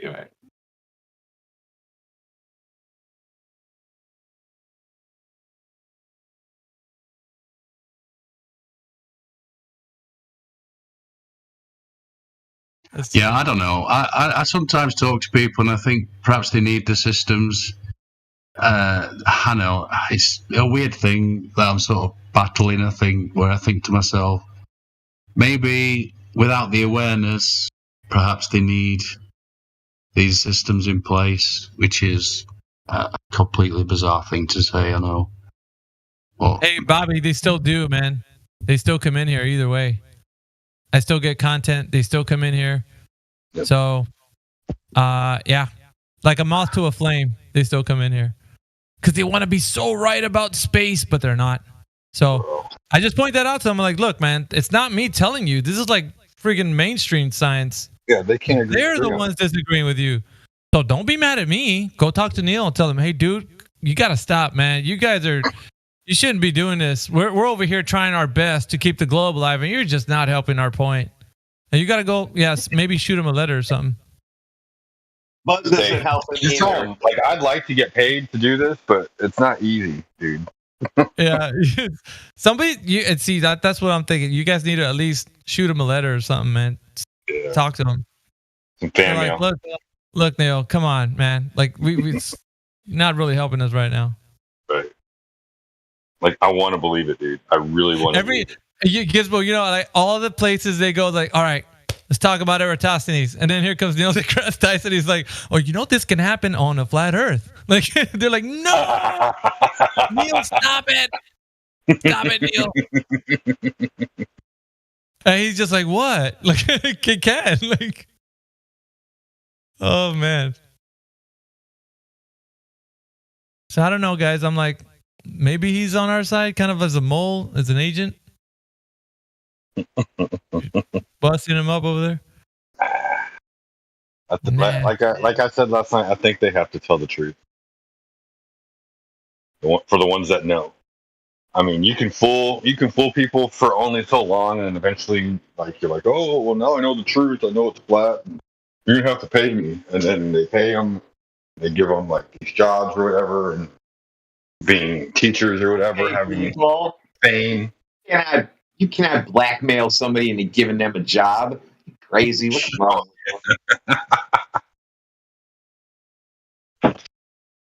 No, that's not how the VP got her spot. No, not at all. What's Slice Barcane doing in our chat? Is he coming in here, or is he just like playing footsies in the live stream voice text? Why was in there? Was here yesterday? He's just wishing that camera lenses are what causes, or is why we don't see the Earth round.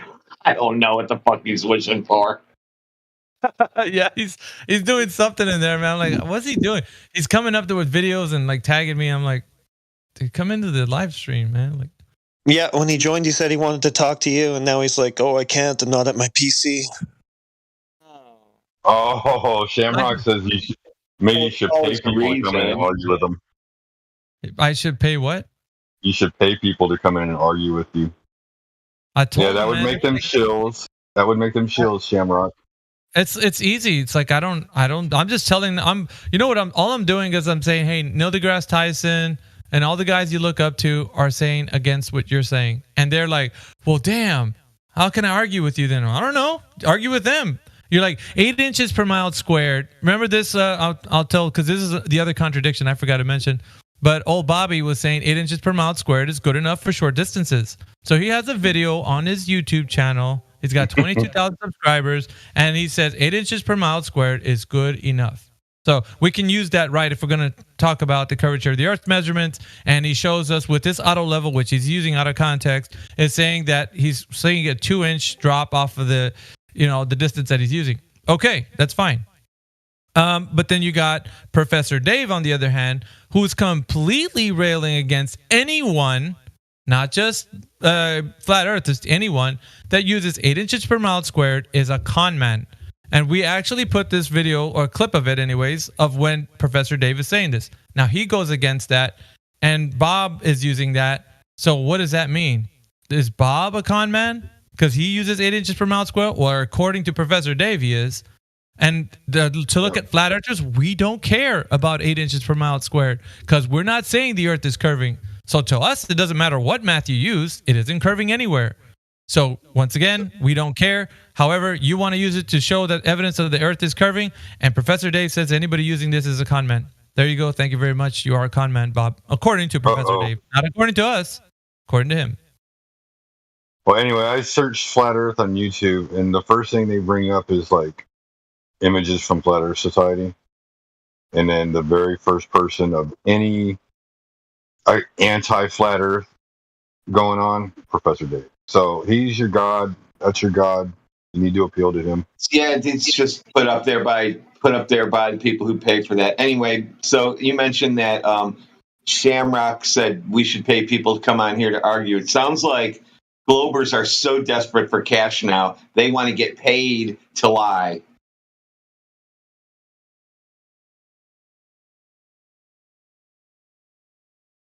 Well, it's like, yeah, I'm pretty sure that that Professor Dave admitted that he reads a script, right? There's a video of that. Oh yeah, he does. Yeah, I've never really watched the guy. I can't watch these people. It's like bloody cheese graters on my ears, if I'm honest. But I did see that one little bit, I think, on something where he just literally admitted he reads a script. That's fine. I'm sure he's getting paid well for it. Like, he's even out there admitting that he doesn't use science. I mean, it's tongue-in-cheek, but it's like the Globers, they don't hear that.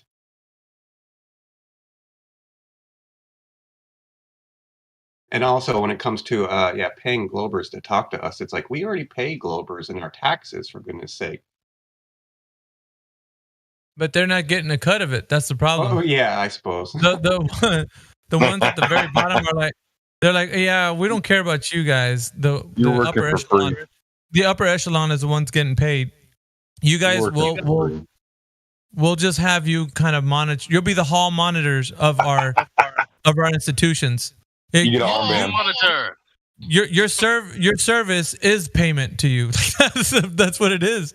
Your service to the globe is payment. So it's just how ironic is it that we pay Globers in our taxes, yet the ones we pay don't give us answers, and yet other Globe advocates do it for free or try to. Like, that doesn't even make sense. Globers don't make sense. Right. Yeah. And they're okay with that. Yeah. Most of them are. They're just zealots. That's it. You just don't understand. Yeah, you just don't get it. Because And when then you they quit. Then they rage quit. Then they rage quit and blame it on us that we kicked them out. Yeah. They love to. They're telling us in the YouTube live stream, like, man, I would go in there, but you'd kick me out. I'm like, no, we're not gonna kick you out. Come in here, unless you become belligerent. Then of course we'll kick you if you become pretty rowdy in here. But other than that, I don't care. But because you don't want to come, the truth. because you don't want to come in here, these guys will continue to do that. See that image, Globe Earthers, in the YouTube live stream? They're going to point at you and go, ha ha, got him. And you guys, meanwhile, be like, no, man, they're pretty cool. They're cool. They're cool.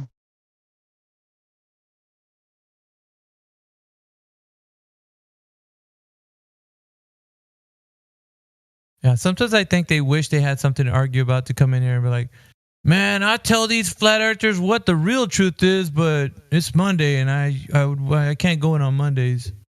Hold me back. Hold me back. Somebody, please hold me back.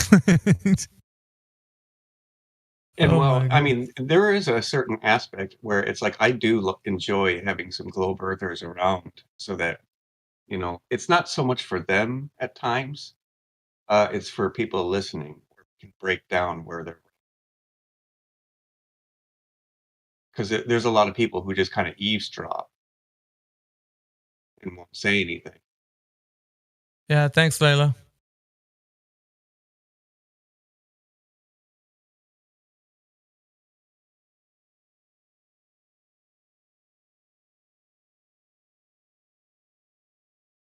Kids, what the hell? That's what that picture looks like to me.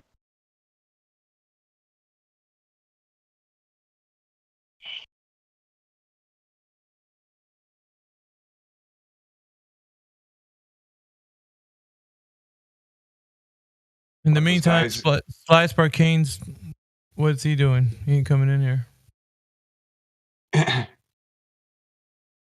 The Sparkle Girls, yeah, it's like it's not much different with the Dude Perfect guys. They're putting on a performance and then striking a pose. Yep. He was Strike looking at the you, pose. Globies. Let's get to it. Vogue.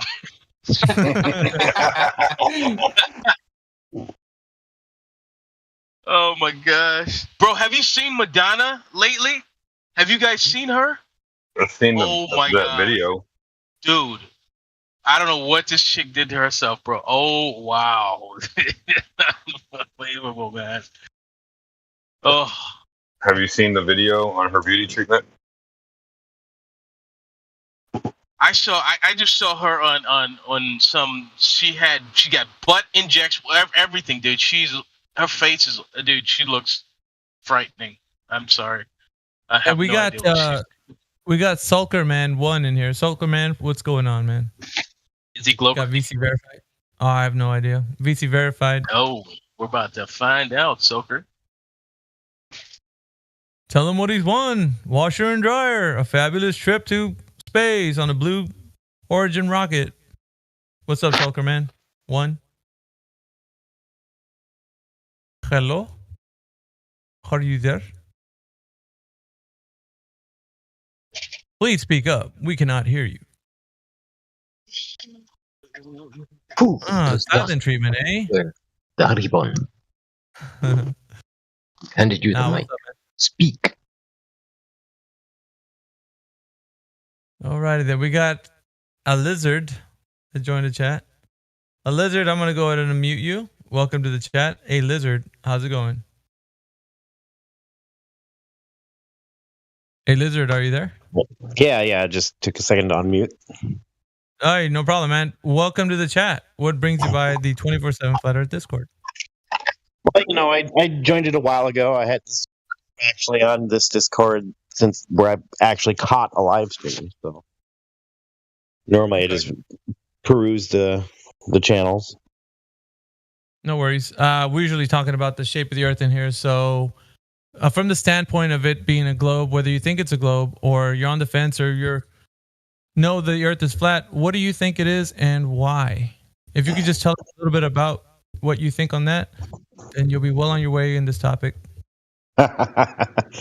Well, my stance is the Earth isn't moving as far as we know. It does not move. That doesn't mean that there isn't ether or other stuff that moves around us, along with the stars and the sun and the moon. So I'd argue that a lot says it's flat. We see too far. You can say it's refraction, it's this, it's that, it's whatever, but we can certainly see further than the ball would have us believe.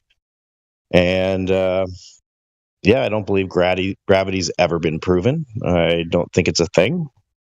I tend to subscribe more to an electromagnetic universe made up of sound and frequencies of light. So I guess that's pretty much where I stand. How long? I'd say that I came to an awakening. Was it January of 21? It took me about a day to question everything, and in about a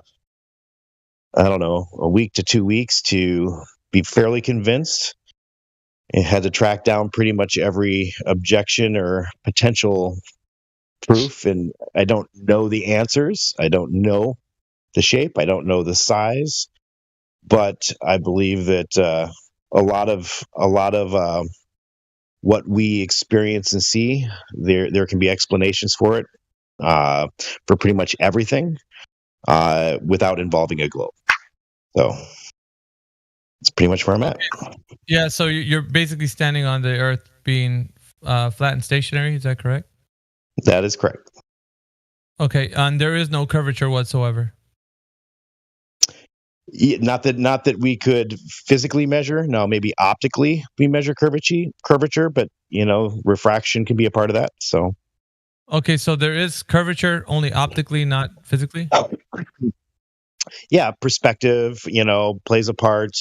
Refraction, changes in density. Let me put it this way, A Lizard. I think this is kind of going to give us a better understanding.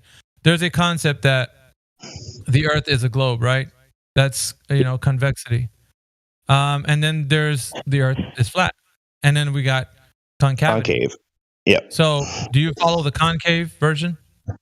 I would say we're more flat. I don't think that we're sitting inside of a ball. That's with a ball above our heads. So it isn't curving up or down. Is this correct? Yes. Okay. So, but you said that we see curve optically, which is, I think, it's going to throw people off because physically. No, I didn't specifically say up. I said optically, not up. Optically. We can see curvature, and I didn't say any one direction or the other. And you could argue that optically you can create both, depending on how you have the temperature or the density medium, the variance. You can force light to bend upwards. You could, even though it generally bends downwards. But yeah. But light doesn't bend downwards. I don't know. Have you noticed this? I don't know if you've actually did a study or you're just going off of something that you saw somebody put it in a diagram.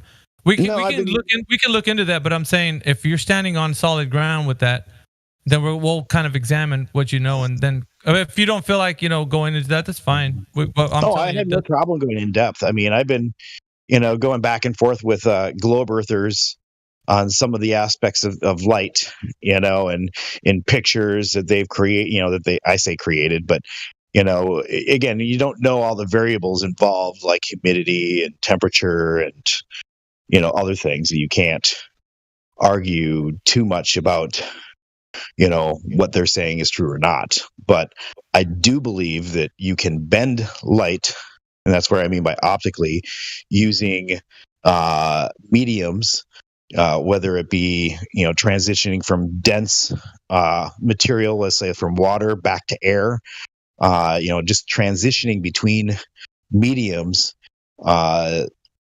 affects what we see with our eyes. that could. All right, so that was one direction. Now, how do you bend? How do you make it bend?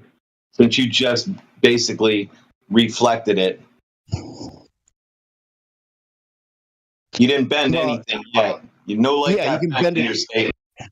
Yeah, you can bend it any which way. I mean, it's all about a lensing, right? Whether it's a concave lens. Yeah, but you left the medium, so you're not bending anything. You left the medium. That's not bending. Well, I think what he meant to say is that it can be made to appear to bend, not actually. Yeah, no, it only appears to bend in your imagination. That's the only way you can make that happen. Right. And, I still have challenges getting my head around all of it because I do believe that it's more of a field, and we perceive and we're taught, about photons of light. And I don't believe that light travels in the form of photons. It can be scalar. It could be, but I believe it's more waves, and it can be, scalar-like waves. But I guess this is where we get into weird concepts of time, right? And this is when you get field into the part where things like it's that. like people just you need to tackle light at its basics foundation, right? So if you got a flashlight, dude, right? When have you ever seen your flashlight bend?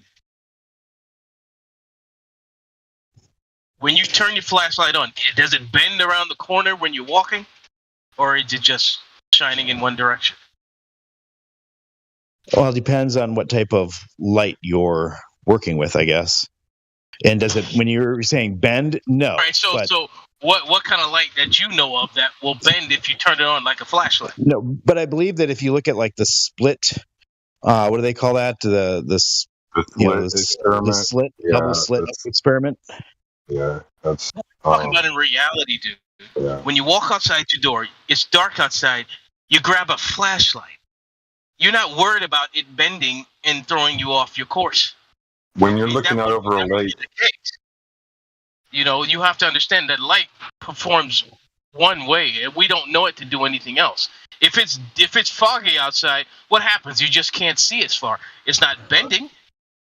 It's just instead of it. What ends up happening is the fog. It's like a wall, right? So when you put a light on a wall, it basically spreads. And that's really what happens. It's not going to. When you go out and look over a large body of water, you're not performing a slit experiment, dude. So, come on. Either way, I just think people are just getting too confused. They confuse themselves with light by looking into it and reading somebody's paper when it's very basic. It's simple. Like you have a car, it has lights on it. What's the purpose of a light? To show you the direction you're going, which is usually straight, right? Yeah. Right. I mean, it's like, why are they making it difficult? Light. Like you can't see the cars coming to you from your right, or make sure you're not going to get hit when you cross out into the intersection.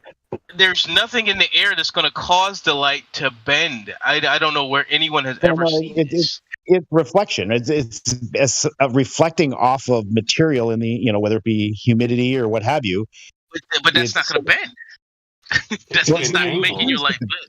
It appears to bend, but it's just you're looking at a reflection.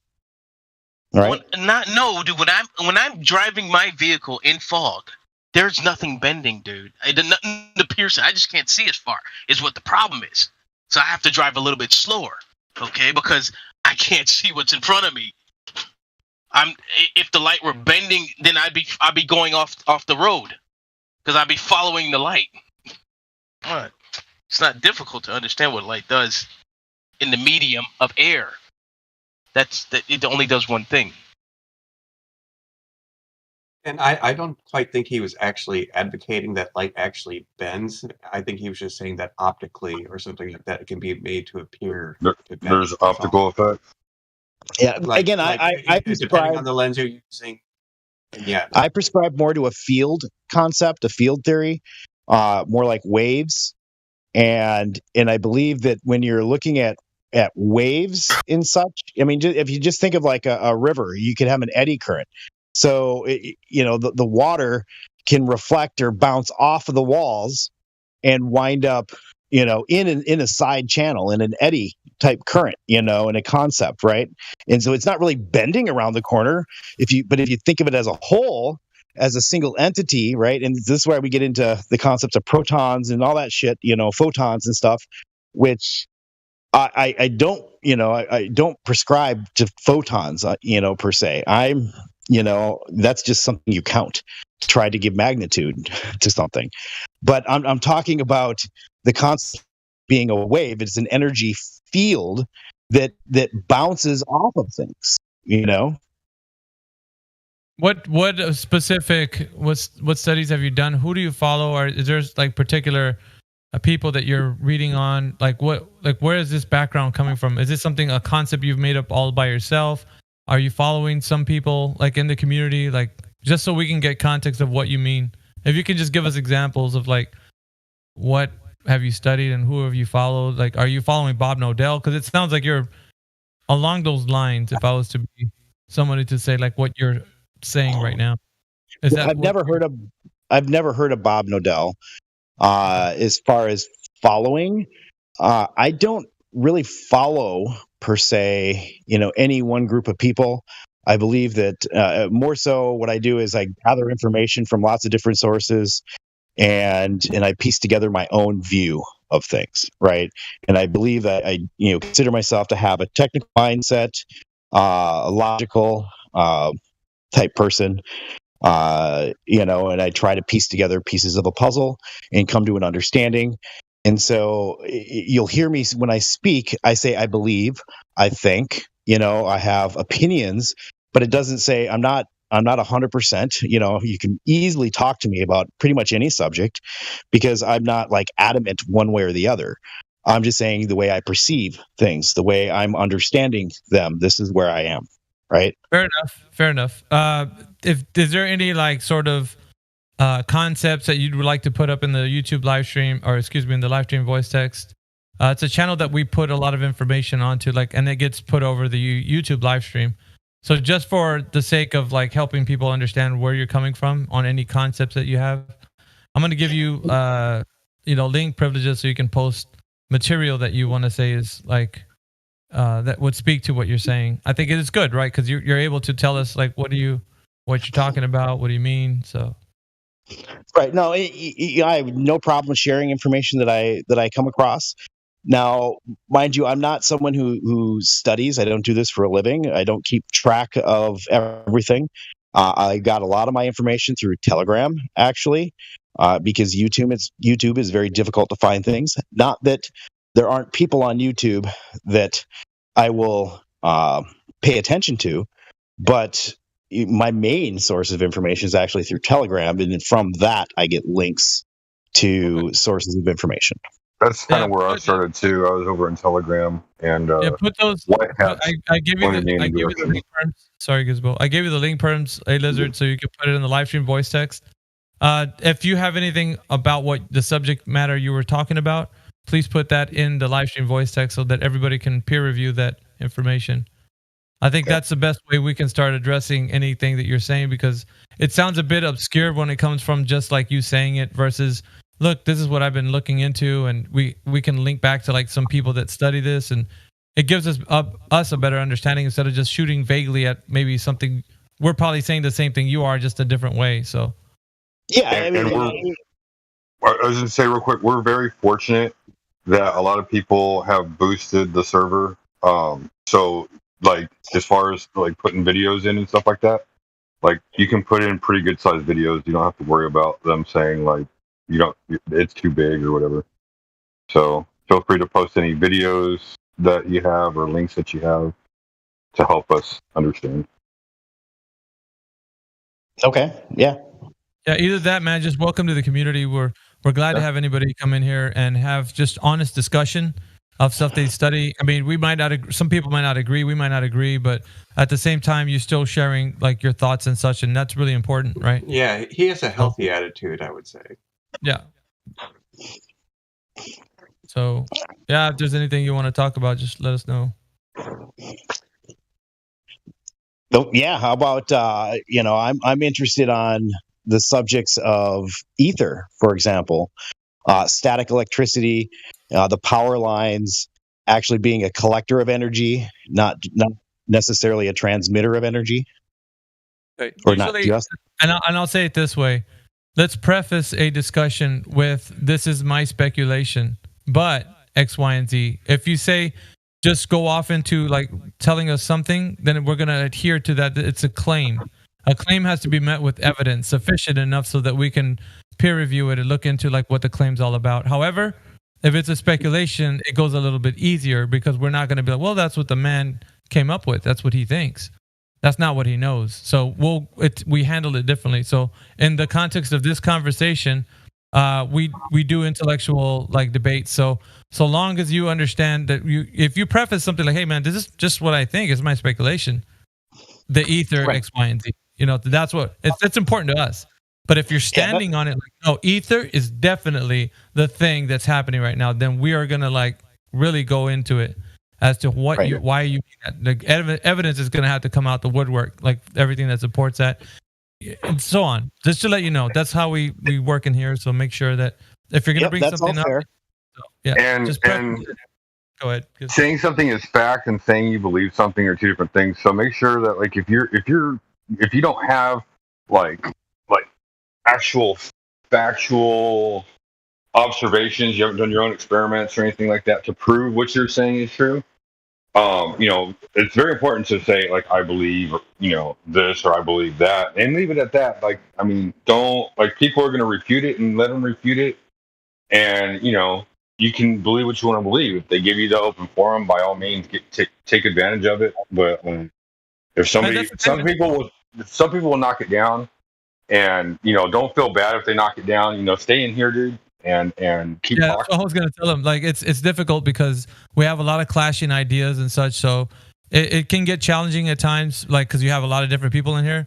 But so far as this service goes, we've learned to kind of like understand that people are at different places with their knowledge. So just kind of know that like they might come at you and be like, dude, what do you mean ether? But like at the same time, it needs to be open so that people can share ideas and not hold down to like this is the gospel truth kind of thing. You guys are wrong, I'm right, and when it becomes that way, it's divisive. So yeah, I totally get it. And I'm fully, for example, the subject I just brought up, I'm fully capable of having a reasonable debate about my knowledge and understanding of how things work, showing some evidence of things that I've come across that lead me to believe what I believe. And keywords there is believe. And again, I believe that when I spoke up about it, this particular subject, I prefaced it with, I think it would be interesting to discuss and talk about things like the ether and the concepts of, our power lines are actually energy collectors versus whatever. And I do have information to help back that up. So, but again, those are my beliefs. I don't directly work with the power lines. However, I do have, stuff in some background in some of this as well. Yeah, there's a lot of people that have certain fields that you might be speaking to, and they might chime in. That's why I'm telling you. So, if you're not knowledgeable in a specific field that you're touching on, somebody that's been an expert in that field that works in that field might be coming in here and be like, wait a minute, no, that's completely wrong. So that's why I'm saying. So. That it's difficult, right? When you're handling this information, it needs to be done in a way where the sources that you're like, you have to cite sources and just what I mean, like back up the stuff that you're saying to be able to hold a position. And I personally, I'm like, you know what? You can believe whatever you want if that's what you think is what it is. I mean, so be it. Like people might not agree, but that's not the point. The point is you get to be able to say what it might make some sense to people. Who knows? A lot of different engineers of different types in here, whether they're like weekend engineers where they do it as a hobby, or they're actual construction people and work with the stuff on like large scale. So yeah, I don't know what did you want to start talking about with that, like the ether? Like I don't know, is there something specific you're wanting to talk about? We're definitely interested in it here. There's a lot of cool theories, and the air does do some pretty crazy things.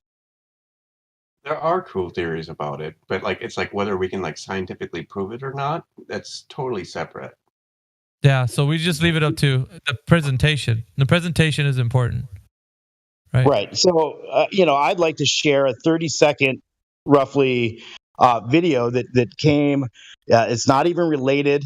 It's just simply talking about high voltage power lines and how it differs from low voltage or power in the houses and stuff.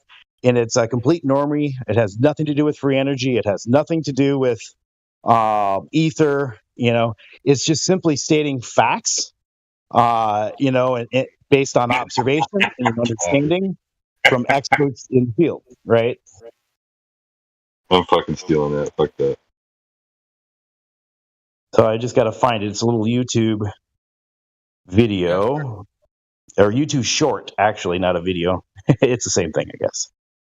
Yeah, and I was just mentioning Bob Nodell, and he's saying what's up in the chat. He's a moderator in the YouTube, the Flat Earth YouTube live stream. Cool. So that's the guy. If you're speaking of this issue, he's like, yeah, I like ether subject. So he's all about it. So you said you didn't know him, and you don't even know about him. So that's kind of it's strange that the topic that you're talking about. He's like, that's his forte. So, but I'm saying yeah, and I just brought up one. I'd love to listen to debates on pretty much any subject. I could. I like talking about things that aren't even necessarily, Just let you know right now, Lizard's posting in the lobby. If he's supposed to be posting in the live stream. Yeah, you're the wrong channel, Lizard. It's YouTube. It's live stream voice text. So the channel that's right above us. Oh, got it. Do it there. Okay. Redwin. It all happens to us. Yeah, sure. Even me, last night I was posting in the lobby. I'm like, whoa, I meant to be posting. All right, so what's the context of this video? I don't know. Some people might not click it, but you go ahead and. Okay, so basically it starts with just asking questions of a guy who operates on high voltage lines, and the video is showing a demonstration of what he needs to do in order to work on the high voltage line. The electrician who's working on the high voltage line begins by saying that he's working on a line that's dead. So it has no power. It's not connected. It's been, it's dead. He's got to work on it to fix it. But in order to work on it, he needs to ground it.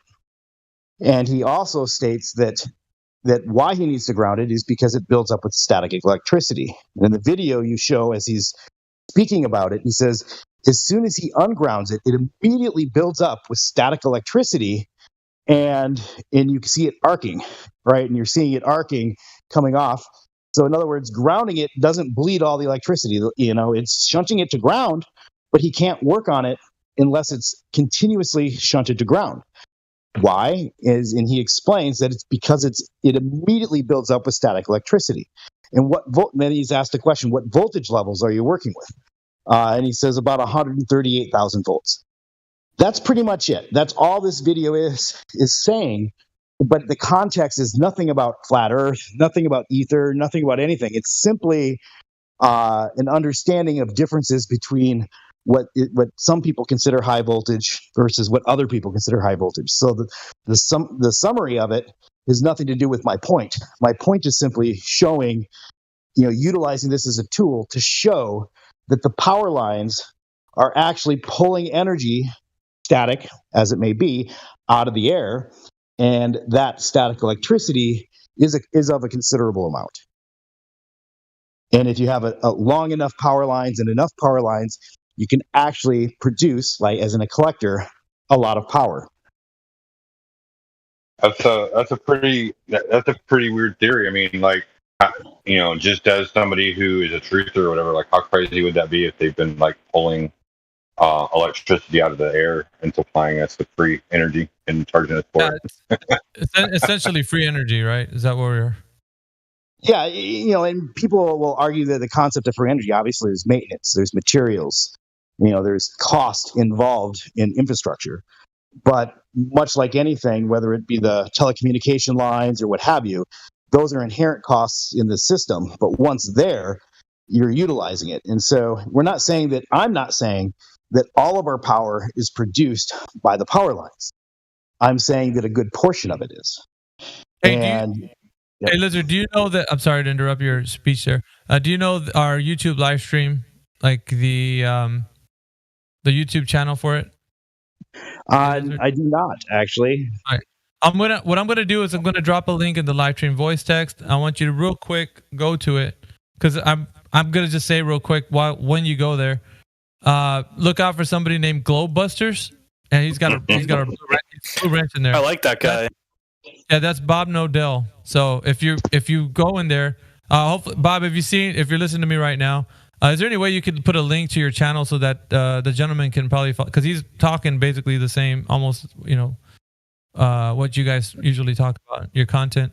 I just kind of directed him to you so that maybe you can fill him in, and it just seems like you'd probably appreciate that. So yeah, I mean, I would even elaborate even further if we wanted to talk about power source, and things of that nature. Yeah, I mean, I can get off the rails a little bit. This is more, hearsay.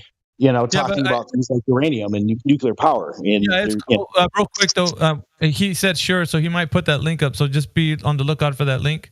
But please continue. Okay.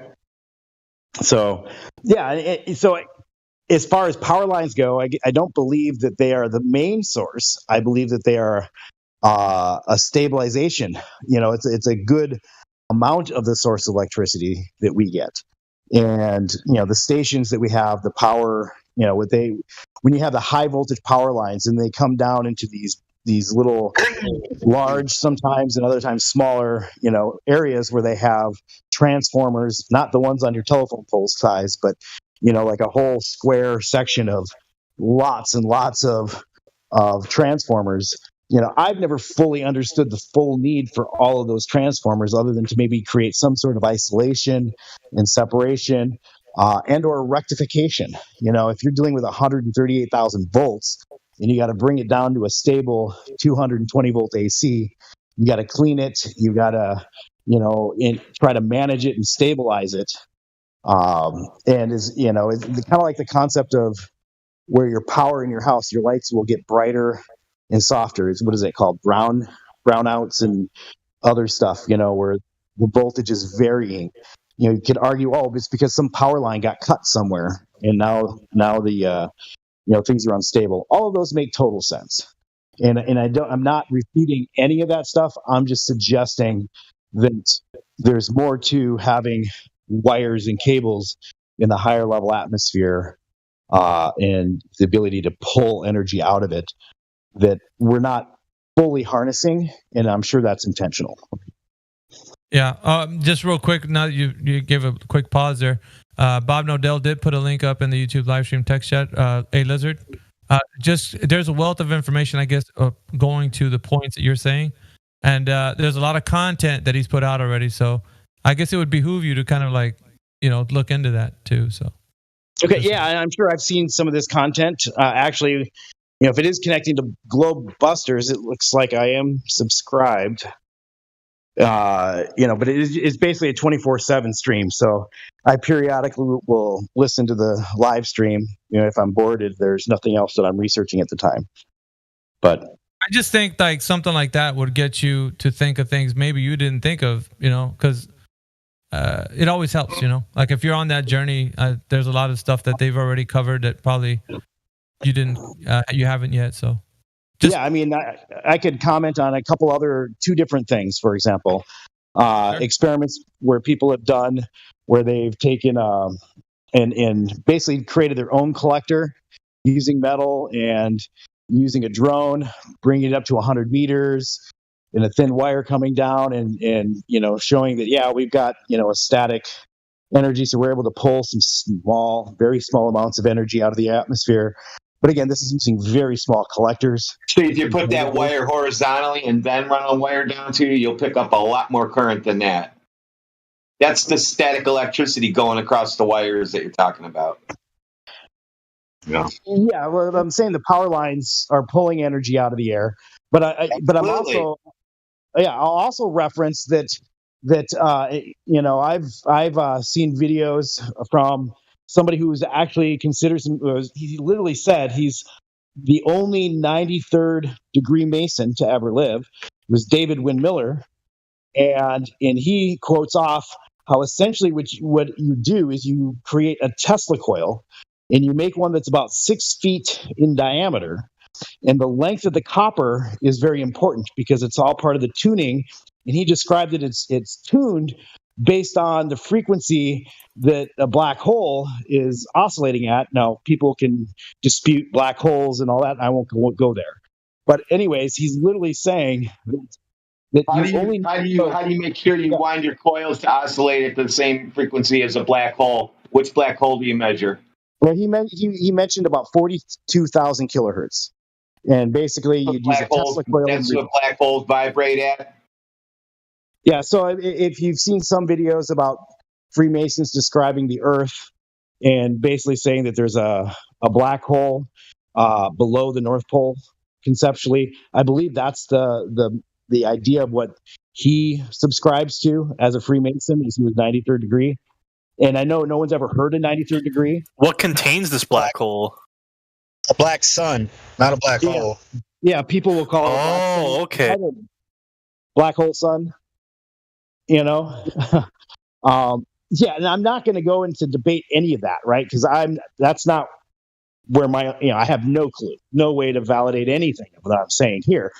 All I can say is I could point you to a video where David Wynn Miller, goes off for about 5 to 15 minutes in a conversation, a presentation, more or less, a seminar that he was giving about something completely different.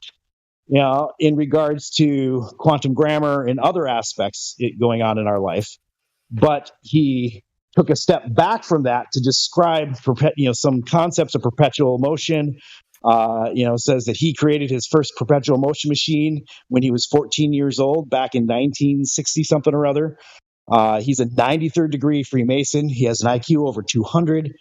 Can we get a live stream of that perpetual motion machine still running? No, not at all. So again, it wasn't perpetual. This is all hearsay. Okay, there is no proof given because again, the whole concept of this particular seminar was about quantum grammar, which is a completely different subject matter. That in the middle of his going on about how things work in the world and the cabal and the power structures of our Earth, also talks about free energy, perpetual motion, the concepts of taking lithium batteries and making them 100 times more efficient at holding energy for size and weight by simply adding an additional chemical compound. And then, but again, keep in mind, this is a Freemason. This is a guy who is all about controlling the world, not about helping the world. And so it's a really complicated subject matter. And so I don't even want to begin debating anything about that. But again, the point that I was trying to make is the idea that an efficient way of pulling ether energy out of the air, as he would describe it, was to use a Tesla coil as the collector of energy. And so basically you're using you're thinking the Tesla coil as the reverse of the way we've been taught. We've always been shown that you run a charge into the coils, then you use a spark gap to create this the collapse of the electromagnetic field, which then induces it into the coil and then generates sparks. And then of course you just have a frequency where you're just charging the capacitor, sparking across the gap. The energy is consumed, and then the gap breaks, collapses the field, and you're basically upping the voltage levels from hundreds of volts to hundreds of thousands of volts to millions of volts conceptually, and you can create large arcs with the Tesla coil. We always think of it in that direction, whereas he's saying you actually use the Tesla coil in reverse. And the main intention of the Tesla coil from a free energy standpoint is to use it in reverse, so that you're taking the high voltage atmospheric energy and you're stepping it down to a voltage that you can then rectify and utilize. That's what they did in the 1800s. That's what all the little antennas were on their homes, to take the voltage in the air and step it down. Right. And I believe that we're not too far off from some other truths coming out that I've seen plenty of videos on for the concepts of uranium and radium are not actually don't actually get you sick, you know, and that is, you know, we're told. That's interesting. I don't know. I've seen what you're starting to talk about right now, but there's a lot of misunderstanding about it. Like, or what should I say? What's the word here? There's a stigma about it, like that they portrayed it being like super toxic, like, you know, thing that, you know, you get near it or something, you get like all messed up. So I just heard they make up different uranium levels. Uranium 795. This one will make your eyebrows peel and shit like that. So it's all made up stuff. Right. Well, what my understanding is that it's really 0 point energy. It's very similar to what you would consider a magnet, except for it's happening more in a different frequency level than magnetism. So it's more of like so nuclear power plants would be real. It's just that it's not working the way you're told. The concept is that these are 0 point energy. It is giving off a lot of heat and energy that you can collect. In the case of nuclear, they're like steam engines. Basically, they're essentially steam engines, right? Yeah. The rods are in. If they go dry, you'll catch a fire. Yes. So that's the idea. Is they're giving off energy that they are simply, you know, putting into water to turn into steam. And so nuclear power plants are really steam engines. There's a steam. It's a glorified steam engine. No, there's validity because of steam engines. That's what they are. Steam generators. That's what they are.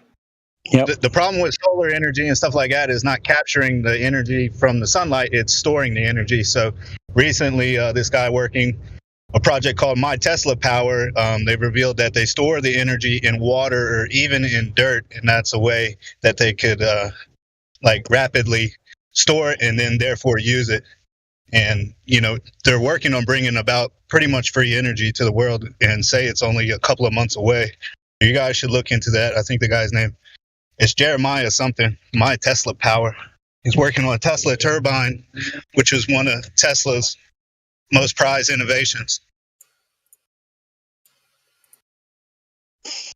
Yeah, and so what I question again is in the world that we live in, how, you know, are they really looking to allow information like this out yet? Because, you know, I think it's leading to that, right? I believe there's an awakening happening, but I think it's manufactured awakening. I think this is all part of a plan. Yeah, I can agree with you for the most part, Lizard. I think people that are moving towards that can go only so far. And when there's a breakthrough, they get silenced. So I don't know if maybe we're seeing it from a different lens, but I'm thinking that you're seeing it from the perspective of like, if we can just put a lot more resource and really get to it, we'll probably have a breakthrough and then have people actually discover the truth. I don't think it operates that way.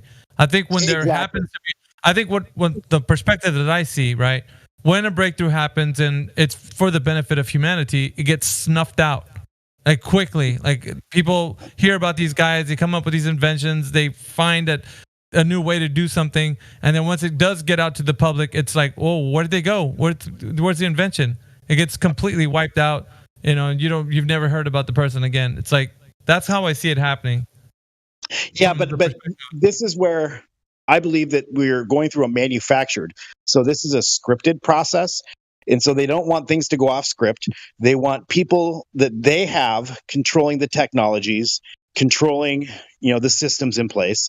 They want to have control over it, right? They need to be part of the group, you know, whatever, whether it's blackmail they want on them, whatever. So you can't really be a good person and be allowed to help the world because they want to use it against us to control us. And so it's a narrative that they play out. And I believe this free energy and stuff like that will come, but it's going to come wrapped in a package, you know, for nefarious purposes long term.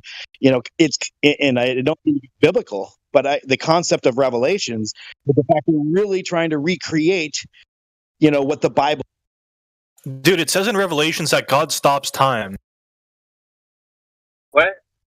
It says in Revelations that God stops time, and the guy's lagging out or something. Yeah, but let's stay out of it. Let's keep the Bible stuff out for right now. Yeah. Yes.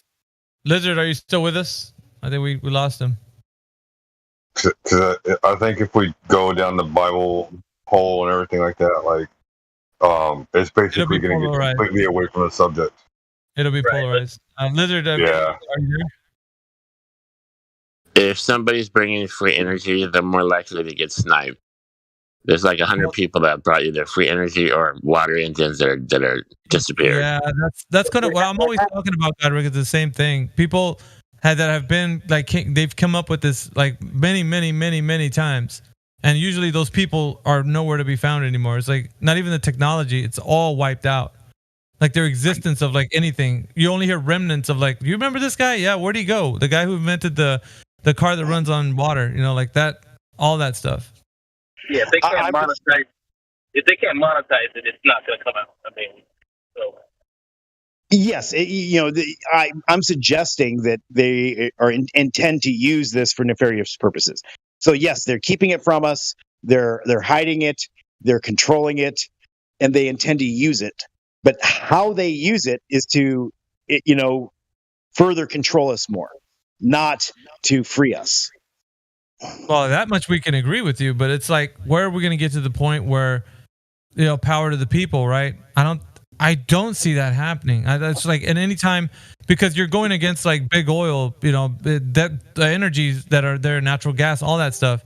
So those companies that are already established are these entities that you're going to be like, hey, it's me. It's, I just did this in my garage, and they're going to find out, take you out, and then remove the technology. Like, because they're going to keep the stuff that's already in place. So I'm saying, like, I don't know if it's like maybe a pipe dream that people have that, one day we're going to have this technology. It's like, I know that it's available. People have already tried doing this. It's just, we see the reality of it is that anytime somebody comes up with this, it gets removed. Like, so it's a good aspiration to have, no doubt. It's a good aspiration, but that. I just posted a guy who's working on it, and he's literally saying his product is ready to come to the market as soon as December, which is only a month away now. I posted his link. He's asking for some support from Patreons. He works with a truther. I can't remember his name, Clyde or something like that, brought him into his own lab, and he's looking over him. But the guy's not making an income doing this. He's pretty much like an intern, right? And any support can help. But his product is ready to come to the markets, and it's open. I'm really interested. It's open for entrepreneurs to take this, build your own system, maybe do it at your own house, and then take it from there and start building it for other people and maybe build businesses out of it. And if they're going to take them out, then we can keep a watchful eye out for that. And we'll know, if something happens to them. But literally right there, working on it, bringing Tesla's innovations to the world. Yeah, right. I know a guy in Uruguay who's working on it right now. That's a great idea. Let's not disagree on that. That's a great idea. And, definitely we would love to see everybody here. Who wouldn't love to see that come to fruition?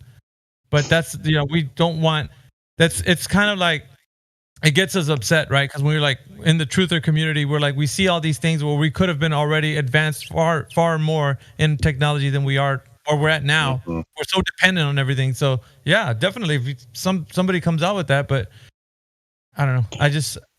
I hope that it does, go to fruition, and he does everything that, he's claiming he's going to do. And this powers the new way forward. But then you got to think about all the companies that are going to suffer because of this. Right. Now, even I can point you to some truther videos from seminars done in the last couple of weeks where a guy is claiming, and again, this is, his name is Russell J. Gould, and he claims that he has patented basically redone our periodic table of elements. He's removed it from the piece of paper that they show us, in all the boxes. And he's organized everything into a tetrahedron. Everything actually fits into a tetrahedron type shape, kind of like the tree of life concept or whatever. But it's it mathematically forms a tetrahedron, and as well as monoatomics, where he's actually identified 32 different monoatomic elements, and created the periodic table of elements for that. And this is somebody who I'm expecting to break through in the next probably 6 years. And so when we talk about December, something may happen. I have no idea what. I know people are working on things, but I believe that someone like Russell J. Gould is part of the cabal's plan, and he'll be coming forward in another 6 years and appear to be a savior, even though he doesn't call himself a savior. He's touting sovereignty, and I believe that his following is going to grow and grow and grow between now and the next 6 years, and I believe he's going to bring forward some of these technologies, and that's how the cabal is actually going to present them to us after they destroy our economy, of course. Added with ESG scores and probably social credit too, right? I have no idea. Russell J. Gould fights 5G. He fights vaccine. He fights the legal system. He says we're in martial law. He says that the U.S. President Bill Clinton was the last president of the United States, and everything from 2000 on has been a sham, complete lie on the truth, and they're all just actors, as we're actually operating in martial law. 9/11 was an inside job. Just pretty much, we did it ourselves to ourselves. Okay, we're getting a bit off the subject topic here. Yeah. I mean, so anyways, this is just the story that is likely going to eventually come out, and so I believe it's part of the awakening process, and it's scripted. That's another story, like the QAnon and stuff. I mean, that stuff, like, take a grain of salt. I mean, because that's always sticking to flat earth stuff we can really verify. Because I mean, most stuff is conjecture and opinion, and we can never really find true evidence to actually bring out the facts. So it's whatever they feed us, right? So yep. And I believe flat earth plays a part of all of it. So there's flat earth stuff on Russell J. Gould's channel as well. It's a crazy world.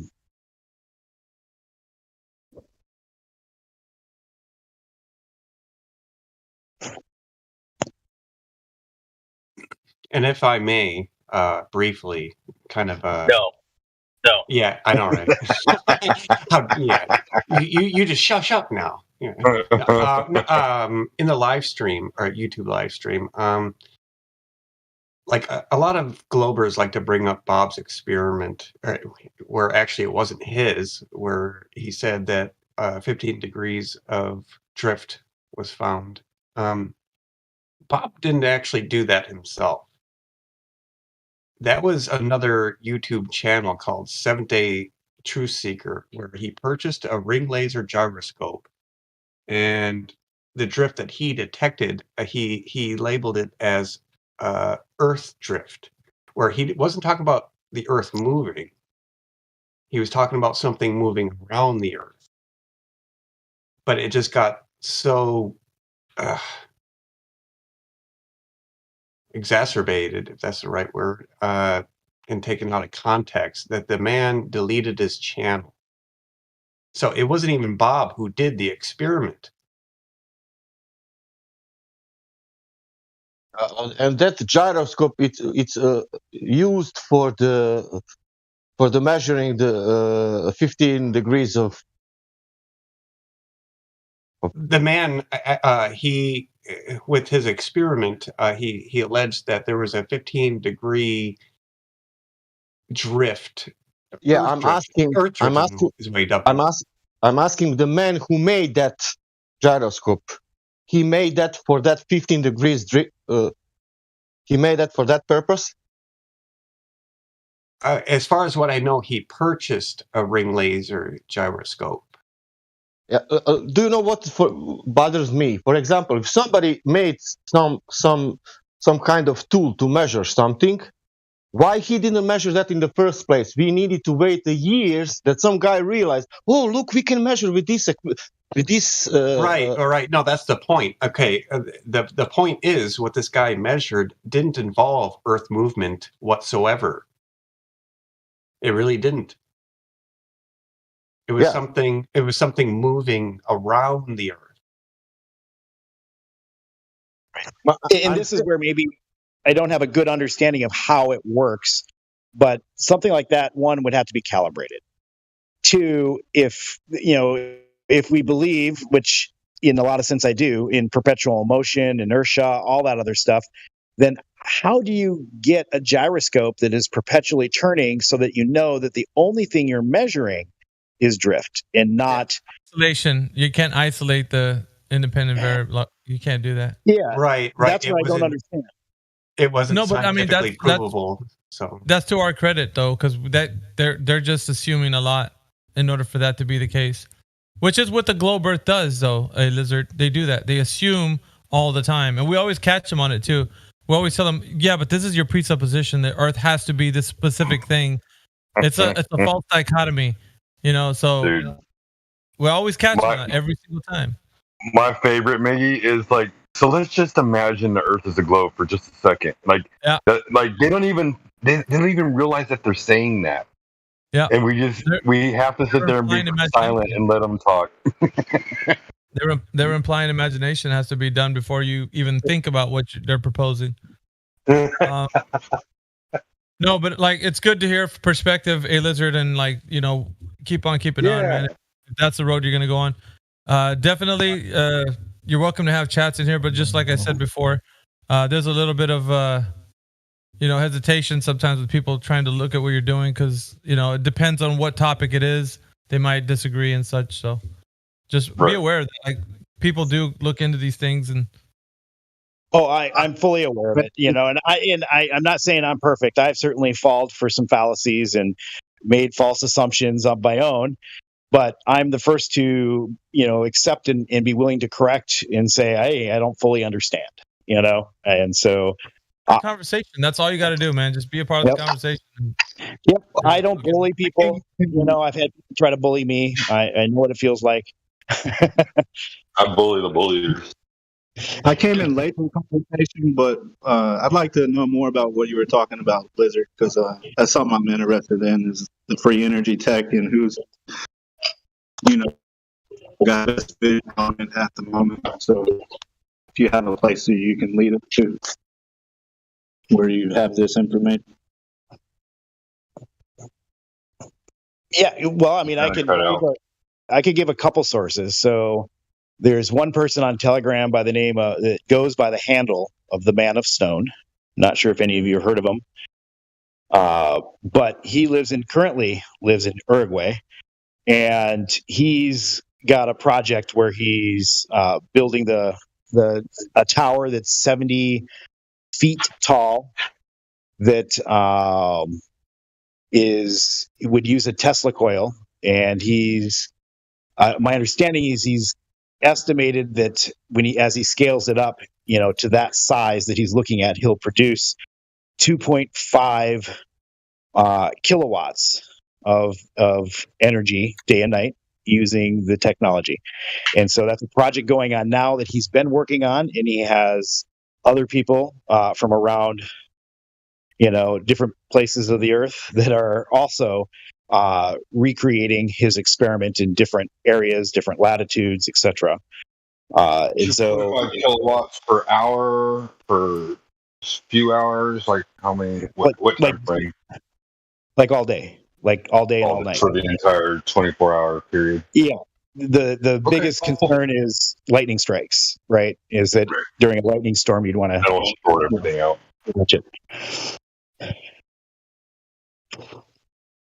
Well, cool, dude. So compile all this information, and we get, the pioneers of this type of tech get their heads together, we can actually figure it out. And for me, I'm trying to win the $1 billion lottery because if I do, we will definitely save the world from big energy and a few other things. Yeah, I'll skip the vacation and all the honeymoon and go straight to research. Right. So, I mean, that's one piece. The other piece, like I said, I could point you to a video. It's like 7 some hours long, and it was somewhere around 2 hours or something into it where the subject of free energy came up. And so it's like, it's just random, nothing to show for it other than words being said. Right. You should isolate that segment. You know what I mean? Like, on your make a YouTube channel, isolate that segment and put it up and then give, reference to that video per se, and maybe even talk to them, say, hey, can I use this segment as a reference? I was really interested into it. Somebody else might be interested into it. And so I would like to have this segment portrayed, but I will reference your entire video so that way you get full credit for it. And it sounds great, except for the person who stated it died in 2017. The video, I believe, was recorded in 2015. And the other person, during the presentation was somebody else, along with them.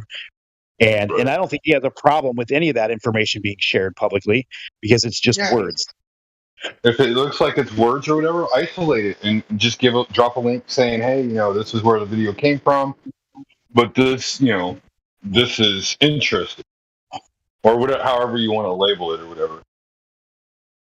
I think you have a good idea on that, and that would, if there's fallacies in there, people will address it. But at the same time, like it's something that's helped you come to understanding of things. So why not share it in a way that you can make it easier for others to follow? Because you know how it is. People see a 7-hour video, show me where I need to go, and it gets into like this whole, like, we don't have time. Time is precious to each of us, and for you to have found a gem in a 7-hour video, I mean, that's kind of a big deal. Right. If it pans out. Right. I mean, things are what they are. This person, I could go into the backstory a little bit. So this person, again, self-proclaimed 93rd degree Freemason. He literally says he's the only person in the history of Earth to ever be a 93rd degree Freemason. And he gave why. First off, we know Freemasons lie, so. Yeah, well, he gave his reasoning why, and his partner, who actually, him and his partner wants to do good, and this is what's crazy. You get into the crazy shit. He was wanting to control technology. His partner wanted to release technology. They had a splitting up. Very complicated story, and. The guy that split up with him basically says, well, the problem that we have is that what David was proposing people do would actually control us for another 200 years in this power cycle of control. And so Russell's like, what he's saying, it would work, but it enables them to control us. And what we need is to separate from it. And so really what Russell cares about is about sovereignty. That's his number one thing is setting up sovereignty so that we have what we need to be responsible for ourselves, so the government doesn't have illegal grounds to come and put us in jail. And then once you've taken care of your sovereignty, then we can collaborate and we can start building in things based on these new technologies. But we have to first get a critical mass of sovereign people so that we have a way to manage ourselves forward. And so the hardest part about sovereignty, and I agree with sovereignty, but the hardest part about sovereignty is you get individuals with individual agendas. Like people still haven't learned how to be team players individually. And that's what my personal experience has come to. Now, there might be people out there that are like, oh, no, let's get together and let's create our own community. I mean, I'm all for that stuff, dude. It just... Like you said, it's pretty far off still, and I think the division process was it's portrayed pretty good on it. Like we're still divided, even so, because we can't come to that mutual agreement. Right, and well, that's why I like what Russell J. Gould is espousing. Is saying is that he's got a tool to fix that, and it's all about contract. It's all about grammar and language. And I don't know. You guys are getting into a topic that probably none of us have. It's like a conversation between two people. I'm not saying that it's not interesting, but none of us know what you're talking about. So I'm just going to bring it back to Flat Earth. So if you guys listen, if you guys want to carry on that topic, we have channels in here. You gentlemen are welcome to go there and have that conversation. Trust me, you guys can talk about it all day if you want. But for this forum, we want to keep it back to flat Earth. I'm going to start getting us back on track so that we can. Lizard, thank you very much for presenting that information. Gizbo, you as well. Like everybody who put in on this conversation. But we're going to refocus. We're going to reset, and we're going to go right back into flat Earth content. This is 24/7 Flat Earth Discord. We all have the ability to talk about certain subjects that tie into flat Earth, but we always bring it back. It's really cool. It's really interesting. Thank you very much for that. And also, remember, Bob Nodell was in the chat. He put the link to his channel in the YouTube live stream text chat. If you guys want to come in here and have a conversation with us, go ahead and hit that Nightbot link that's being put up in YouTube live stream text chat. Come on in here and have a conversation with us. We want to know if you think the Earth is a globe, or if you're on the fence about the whole topic of flat Earth and globe, or if you know the Earth is flat. And you can have a conversation with us. Be honest about what you're saying. That's the only thing that we ask of you when you come in here. And everything's going to be good. Other than that, just be cool when you're in here. Don't get belligerent. Don't get loud. Don't start to bully your way over the moderators or tell us how to run the forum. And everything pretty much is hunky-dory at that point. But we invite everybody here. It's an open forum. Definitely to have a conversation about the topic of the shape of the Earth or lack thereof. And you guys are all in here right now, enjoying the conversation. And we have about, let me see what we have on the live stream. It looks like 45 people in the YouTube live stream, listening in. And we like to have a chat with any new people in here. We got some new people in here. We have, let's see. He left. It looks like the guy that was in here just left. Can I make a statement? A bold statement there, maybe? Yeah. The Earth is as flat as a Dr. Pepper that's been opened and left sitting there for a week. We also, the earlier context, and we've been doing this basically all day, but there's a video that has just surfaced. When was it? 2 days ago. Dude Perfect, right? This guy has 58 million subscribers. Just released a video about Blue Origin, which is Jeff Bezos' company, going to space. So we were talking about it mostly all day. There's a clip of it that we made, and I put it into the live stream, so everybody has a clip of it now. At least copies of it are now going around everywhere.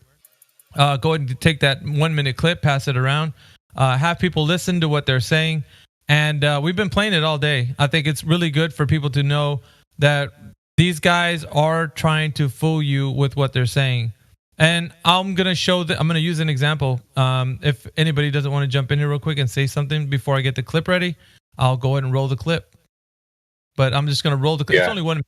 It's 1 minute. So we've been playing it all day. I think it's good for everybody to know what's going on. Yeah, he only went 2 millimeters into space. Yeah. So the clip is about 1 minute long, and I clipped it from like a 13-minute video. So here it is. Just have a listen for yourselves. That was insane. Good job, team. We went to space!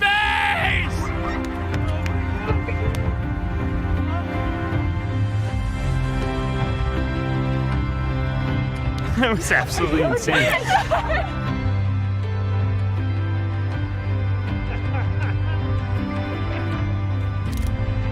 And then all of a sudden, it really is. It's just black.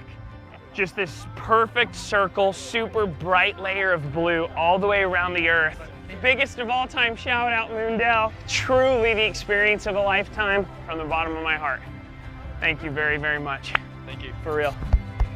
Holy cow. Astronaut Cotton, it's a pleasure to meet you, sir. Pleasure. Lifelong fan. Is the Earth flat? Not flat. I can confirm it's round. He's an astronaut in our midst. One astronaut and a bunch of civilians.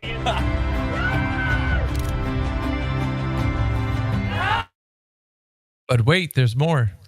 Dude, those guys sound like losers. You could feel the energy in that one. Jumped out of a perfectly good balloon. What's his name? Felix Baumgartner. He would have been about 2 millimeters above the surface of this globe.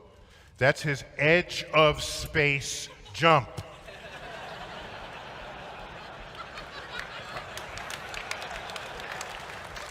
Now, I don't.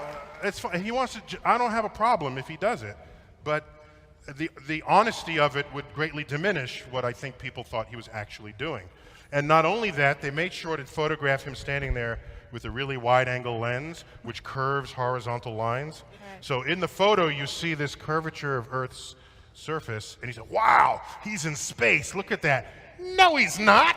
At that height, you don't see the curvature of the Earth if you are 2 millimeters above this beach ball.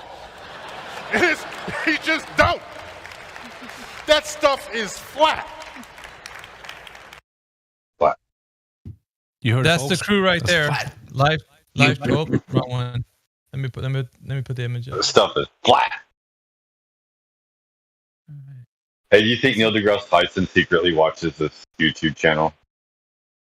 I don't think so, but that's the wrong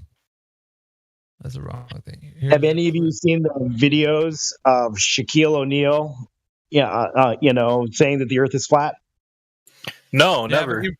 He recants it. No, of course. He recants it. He doesn't stick with it. Pressure gets built on people of celebrity status, and they have to make statements that, oh, I was just kidding around. I didn't mean it.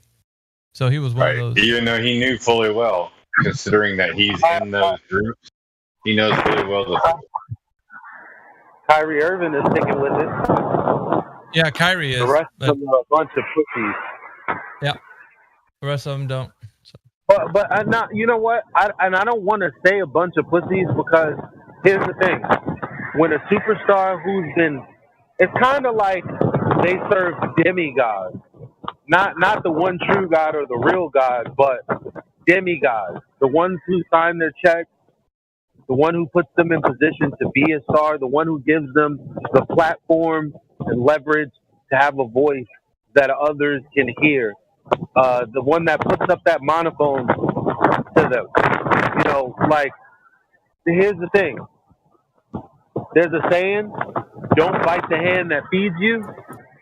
And we expect people to bite the hand that feeds them, which is fine. Some celebrities have stuck their neck out to do that, but guess what happens?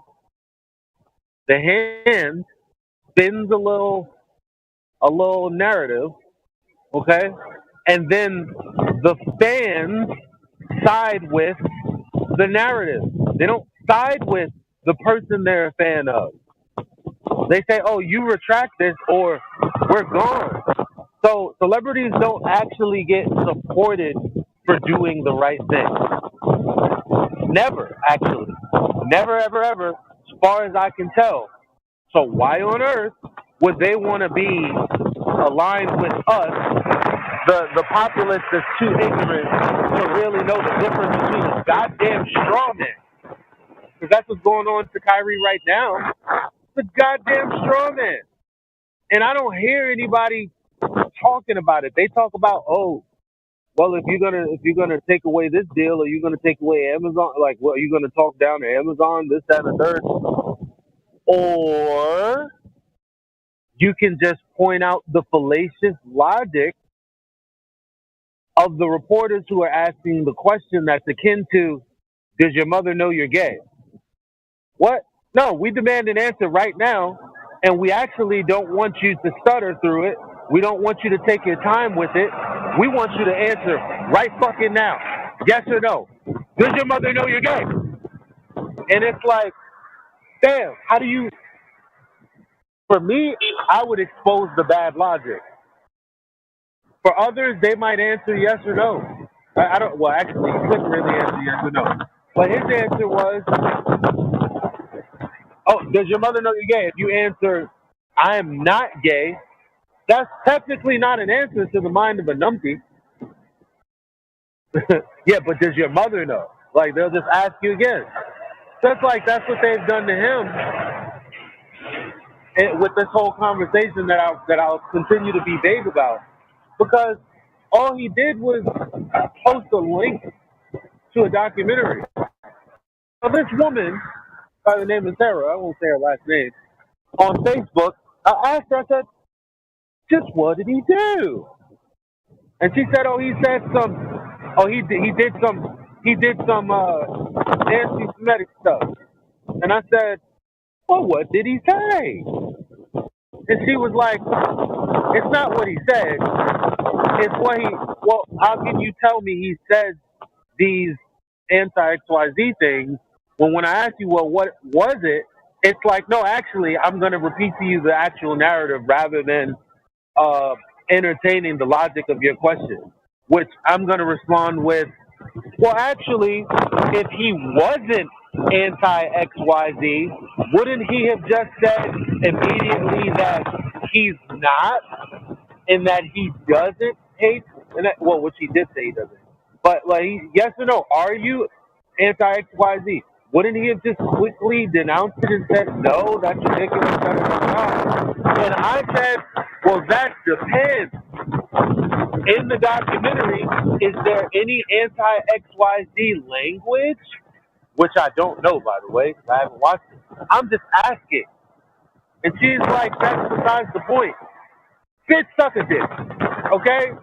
You're sitting here levying a claim against somebody, and you don't even, you know what I mean? Like, your question is birthed from the assumption that there is anti-XYZ language in there. Therefore, you're going to ask him, because he posted it, hey, do you share the views of these anti-XYZers? That's the only thing that justifies that question. So, the whole point is, if the video has nothing to do with what they're talking about, it is a goddamn straw man. And the fact that people, I don't see anybody asking questions like me. They'd rather just, assert, other things that are like non sequitur completely. Like, well, you should do this to Amazon. You should do this. Like, no. Is what he did in the first place? Is what he did what they said? No. Well, I don't know if the answer is no. What's going on? I just, no one knows that the answer is yes. That's the problem. I don't know. Nobody can confirm for me. Nobody's actually watched the video. They just want to talk about what he should and shouldn't do.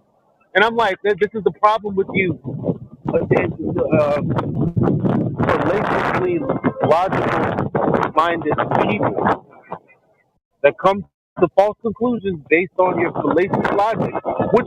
You didn't come to that fallacious logic. The media did, and you parroted them, demanding an answer the way that the media demanded an answer. So, you were the second line of defense. So they're the people with the message, and then there's the media. First line of defense is supposed to be, but it's not. Then you got the journalists that are out there supposed to be fact-checking the people, the talking heads on the TV. They're not doing it. Then you got the people that are the fans. They're not doing it. So who the fuck is going to speak up against fallacious logic? Because if we were focused on doing that, guess what? People would be asking the right questions about whether or not this is the globe too. Because they would be getting fallacious logic, and when they hear it, they'd be saying, no, that's not a justifiable answer. That's actually a straw man of my position. Because, first of all, I didn't even give you my position. Well, don't you think Thursday's fine? Shape? It's not shape. I don't know what you're talking about. Elijah, that distortion on your mic is like not letting us hear what you're saying. It just sounds like a bunch of wind, and like every other word Probably we're hearing. outside. So I don't know. Like, so yeah, it's hard to hear what you're saying, bro. Hey, did you see the eclipse this morning? No, somebody said it was supposed to happen 26 hours from when I went to sleep, which led me to believe that it's happening tomorrow. Yeah, okay. Tomorrow morning. I fucking missed it? No, I don't think you missed it. I'm just wondering. I don't know what it is. I'm not going to get to see it. Oh. See, that's what happens when you go for other people's information. I might have missed it. I doubt it, though. I know it's coming up. If it didn't happen last night, it's going to happen tonight or tomorrow morning. Gizbo, your alarm thing's beeping again. Smoke alarm. You can hear it. Holy shit. You and Heboriqua. All right, that's cool. I think we got a new guy in the live stream. Someone named Harry. Maybe he wants to introduce himself. Yo, Harry, what's up? We got Harry in the chat. He was here earlier. Let's see. Is he muted? Yes, he is. He got no roles. I don't see him. Harry, welcome back to the chat. I was saying what's up to you earlier, but you just skedaddled. So, are you there, Harry? Still can't hear you, Harry. I think you got some mic issues, bro. Can't hear you, Brian. So is this the new Miggy show during the day? No, this is a 24/7 Flat Earth Discord show. I just happen to be here, so I'm just messing with you. It was good. We had fun yesterday. Yeah.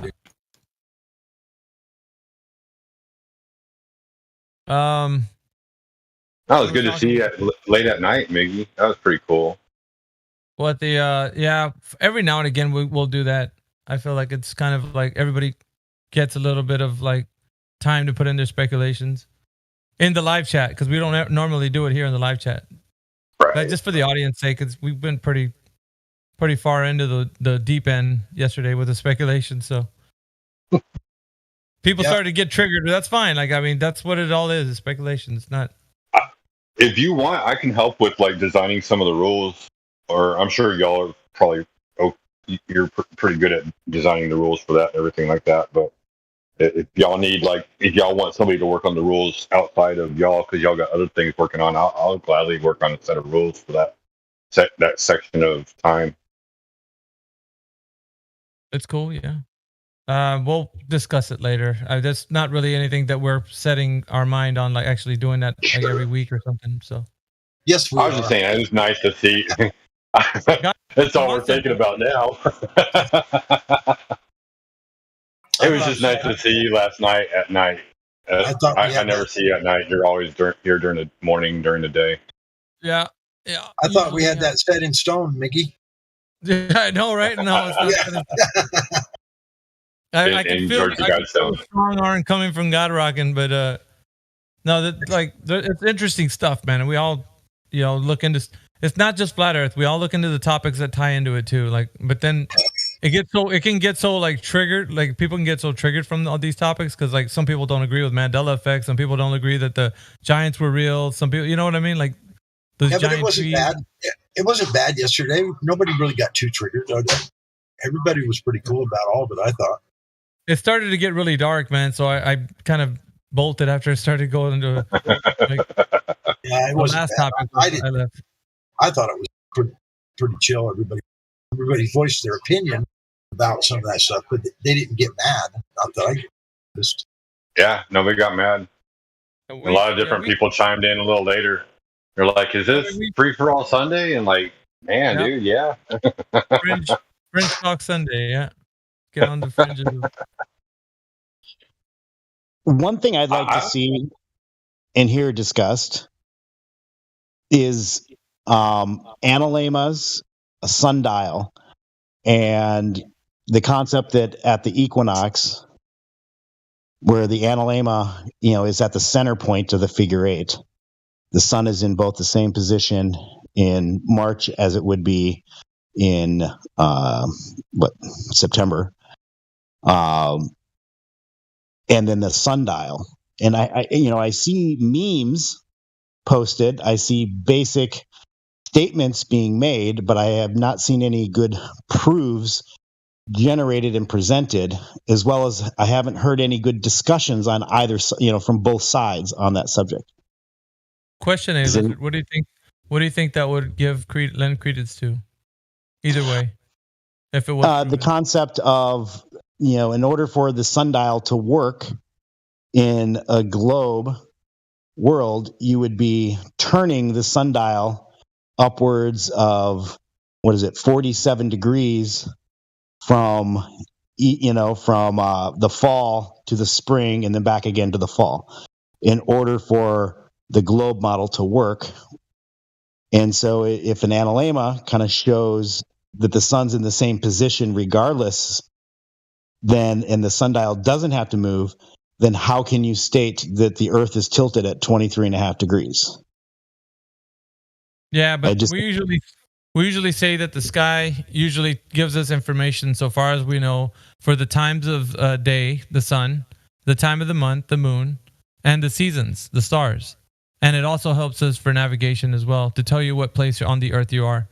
So its purpose and their usefulness give us an indication of how to do those things. Outside of that, it becomes something in the realm of speculation. Like if a globe Earth person thinks that because they have time-lapse footage of star trails that gives idea that it can only happen on a globe is incorrect. So they don't know. So using something in the sky other than what I just mentioned and inputting that's can only happen on a globe or a flat Earth would be incorrect to say, because we can't use the stars for anything other than what navigation, right? Telling what time of day it is, what time of the month, and what season we're in. And that's good, right? It's for those, it's like a sky clock. So it helps us navigation and do those things. Other than that, like for both sides, I would say, because I always talk about both sides. I don't just say globe, but if you're using it for flat to prove that the shape of the Earth or the surface of the Earth is flat or it's curved, then you're already in the wrong. Like you're going in a bad direction with what they're supposed to be used for. I think you misunderstand my angle. I'm not using it as a proof. What I'm trying to use it as a way to pose the question to somebody who believes in a globe Earth. How would this be possible in a globe Earth model? It no different than them asking how this or that is possible in a flat Earth model. And the idea is to get them to come to a realization that I don't understand how things work. And honestly, I've never seen this addressed, and I wonder why. Because it's a begging the question fallacy. It's a logical fallacy. You're begging the question right at the get-go. So it's not about like having them provide evidence for how this actually works on a globe, that you're starting on the premise that like it could be a globe, so prove it to me with the sundial. That's kind of like rephrasing it of what it would sound like as if you were to tell them, okay, if you think it's a globe, prove to me how sundials work. And so they might be able to prove that to you, and you're like, oh crap, then sundials work on a globe. And so you know what I mean? I've just never heard it. I just never heard an argument. Right, because it's a faulty premise. It's a faulty premise. It's a begging the question fallacy. So if you're begging the question on the get-go, then you're not providing evidence for the thing that's used for a presupposition. The presupposition for the Earth being a globe is that it measures like what they say it is. So you have to start at the foundation, which is the radius, diameter, circumference. They have to provide evidence that it actually is a globe. So this isn't like a offense, defense, switcheroo kind of like, okay, now my turn to defense. They also say that we experience sunlight because of the turning of the geometry of what we live on. So this also can be used as a debunk, not as a proof of a flat Earth debunk. Remember that other guy that came in here with the yellow icon, just a yellow Discord icon, and he was asking about sundials and it was an interesting time. I don't think I was here for that guy. I don't think I was here for him. You was. It was like a very short. He was here for like 2 days. Oh, did he get? But I guess I was the only person. No, I was the only person really interested, obviously, because you were always on the main thing and everybody else was on the main thing. So he kind of just like left. Well, but yeah, usually, like I would say, there's other topics tied into that, like how does this work on a flat Earth? How does this work on a globe Earth? And those kinds of conversations lead to like begging the question fallacies on their premise, like what they're trying to do. Unless there's something that can only happen on one, that's different. But like if it can happen on both, because we're looking at Eratosthenes and what he's trying to do, and it can happen on a curved surface and on a flat surface. We understand that. But my point is that I don't see how it would work on a globe. I just in my mind I don't see how it would work, and I've never heard anyone argue how it would work. So I'm right. just. So if they was to bring that evidence to you, do you think that would convince you like, hey, they got a point. It works on the globe. Like, you know what I mean? I'm not saying it would convince. I just would like to know if there is any evidence. But that's actually fine, right? Because when you do beg the question and you ask certain questions, some of the logic checks out within the paradigm. So you can go, okay, well, thank you. I didn't know how it would work, and you've shown me. That's all that would happen. Or they don't have an answer. But here's the thing: when they do that to us, we don't have a model. We're not proposing that we understand the inner workings of the sky and everything else. So although in that sense, the question is unjustified. Whereas they do have explanations for these things and mechanisms for these things.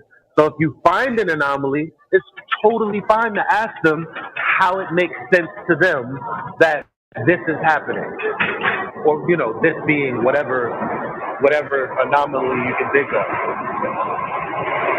Yeah, at the end of the day, I would say this: you do you, but it's always going to lead to begging the question. So it doesn't matter how you phrase it. You're asking them how something works. They haven't provided the evidence that it actually is a globe, so you're going to run into the same. They might have the explanation, but like what I was saying from your perspective, if they're able to give you the answer and it's sufficient, and you're like, I'm happy with that answer, or somebody that's listening to you ask them that question, they're like, damn, he had the answer for that. Like, that's great, So you got to understand, we beg the question of a globe to debunk it as well, and I don't think that that's actually true. We're just taking a propositional statement and validating it or invalidating it. So it's not us begging the question. And that's why what he's doing is not begging the question either. Okay? So your mic is really bad, Elijah. Like, I don't know if it's wind or something. It's like I hear you, but it sounds really like. Bro, it sounds like you're in a wind tunnel. If you applied your logic, then we wouldn't use the black swan. But it's not the case. Dude, you got nothing but noise, man. Yeah, it's hard to hear you, Elijah.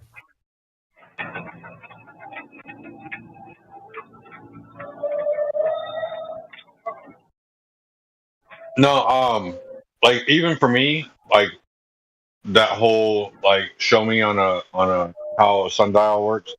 Like it doesn't show me curvature. You know what I mean? Like at the end of the day, I want to see curvature. But what it does do, like you said, there's people on here that say, oh yeah, that works on the flat Earth model and the globe model, or that works on the flat Earth idea and the globe model.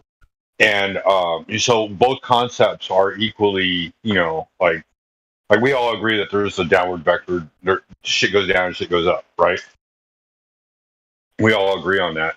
And but it works on both models, right? It works on both ideas.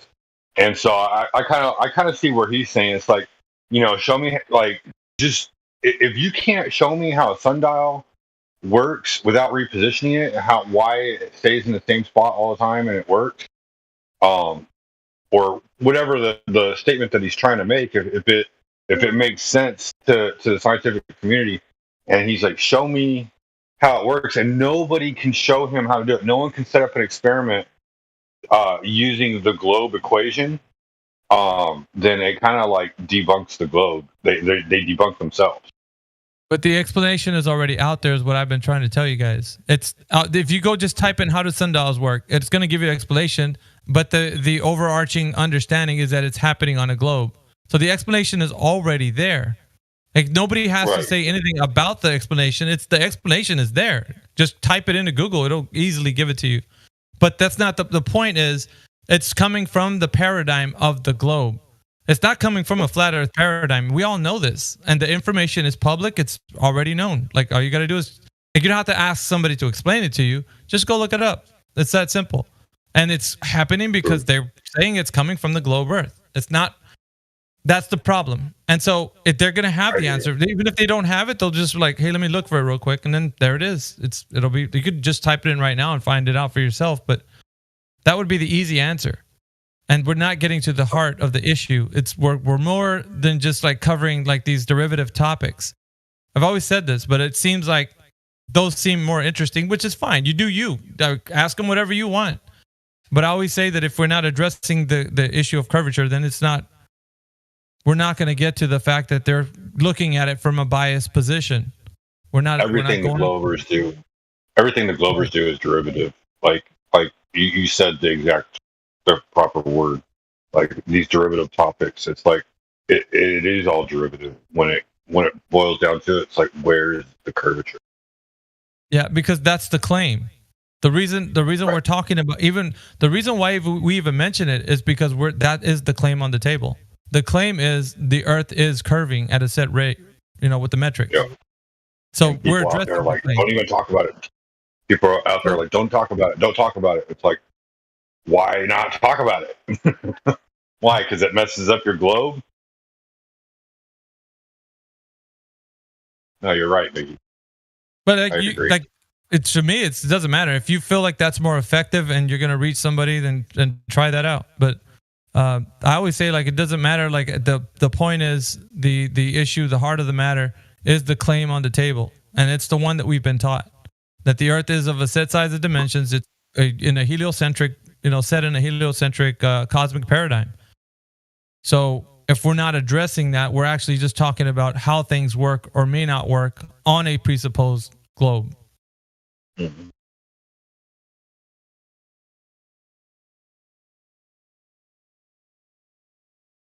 It's just like I said, like, truth is, like, it cuts to the heart of the issue. Like, it doesn't waste any time to, like, okay, you've explained that, now explain this. Okay, you've explained that, now explain this. And it's like we'll never end. It's just a complete cycle. They got explanations for days, brother. Like, they could explanation your head off, like, for sure. We know that. It's like, even in here they try to explain, like, why the curvature is happening. It's optical, it's physical. It's optical, it's physical. Wait a minute, it's both. Oh, really? Both at the same time? Let me give you an example. Because we met such a person, like, not even a few days ago, didn't we? And this is what he proposed. And just to show you in context what live stream voice text. This guy, his name was Rice, and he took the Soundly's image, and on top he said there's curvature up there on the red line that I'm putting up on top, and the bottom there's a line going across those electrical poles. That's also curvature.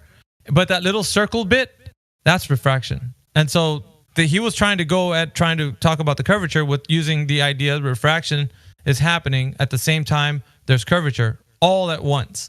So he wants to have his cake and eat it too. But at the very beginning of our conversation, he was just saying, no, it's all refraction. It's what you're seeing, because I think we had the Black Swan and we were talking about that. But did you have the clip?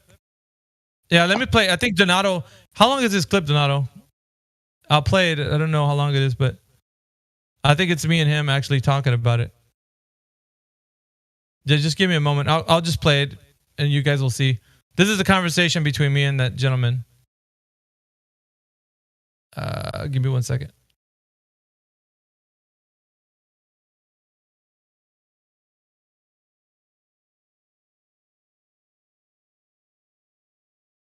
The SpaceX thing, or who's that?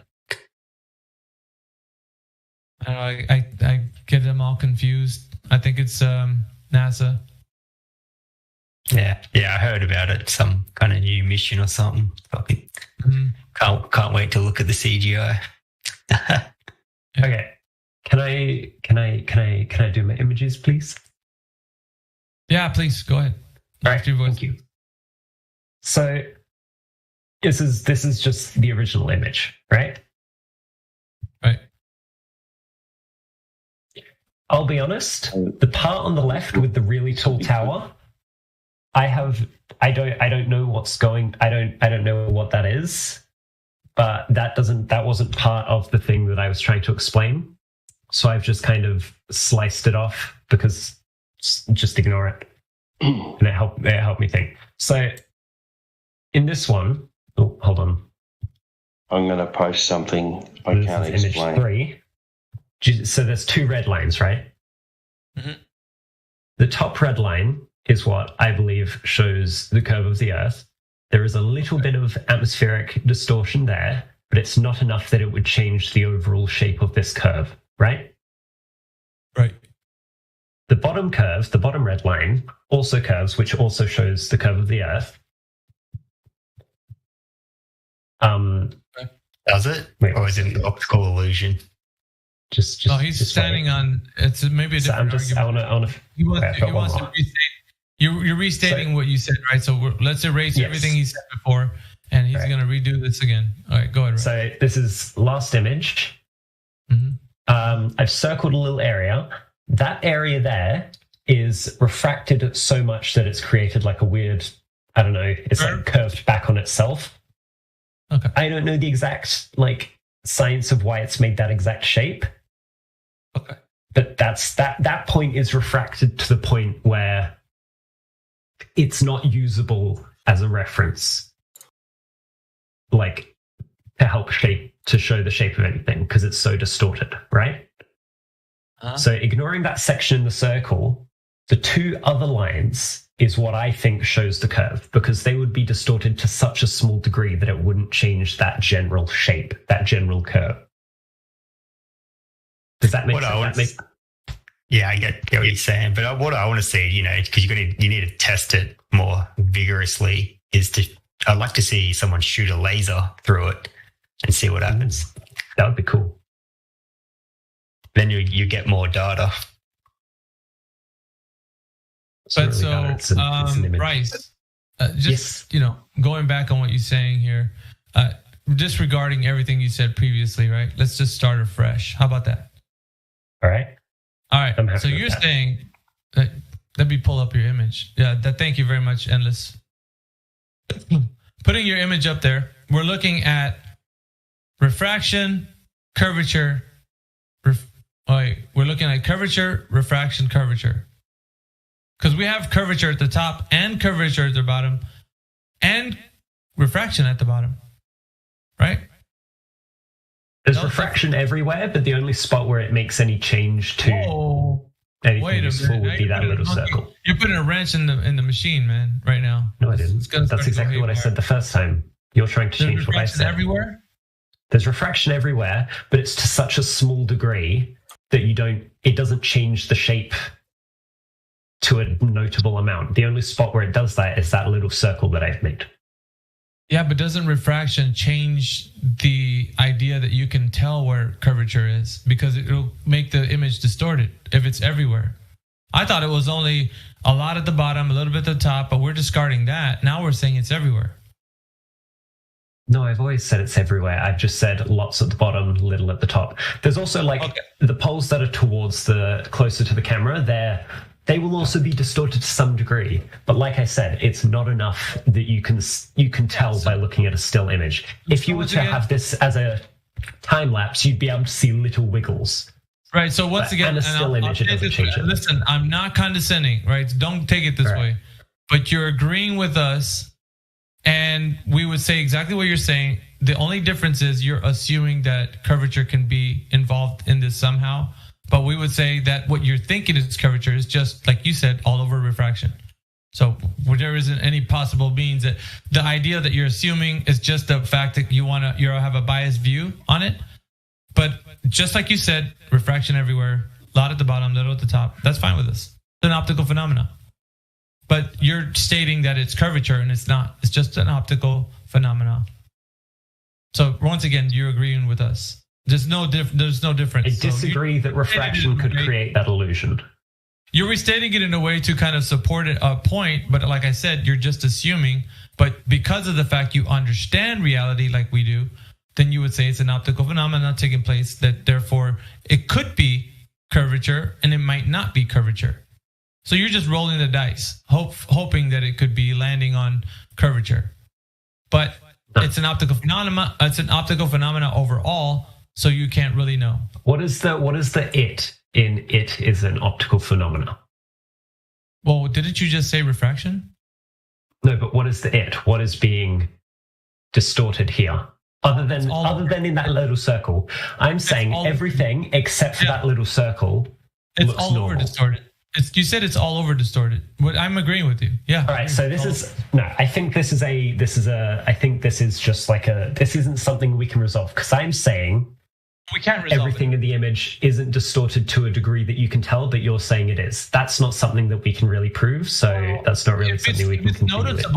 If it's noticeable, then yeah, it's happening, right? But it's not noticeable. Then it's not noticeable now. That's what I'm saying. So, okay. I get where the confusion's come from. I'm not repeating what you're saying. You're saying all over refraction. We know that it's happening, so it's noticeable, right? Now you're saying it's not noticeable. It's noticeable in the tiny circle that I drew. I'm not saying it's noticeable everywhere. This is okay. I think I know where the confusion is. Okay, I know where the confusion is. Everywhere, right? But not to a degree that we can see. So it's happening everywhere. But not to a degree that we can see, so you can effectively ignore it. Yeah, I mean, no, it's not noticeable. I'm literally saying it is not noticeable except for the circle.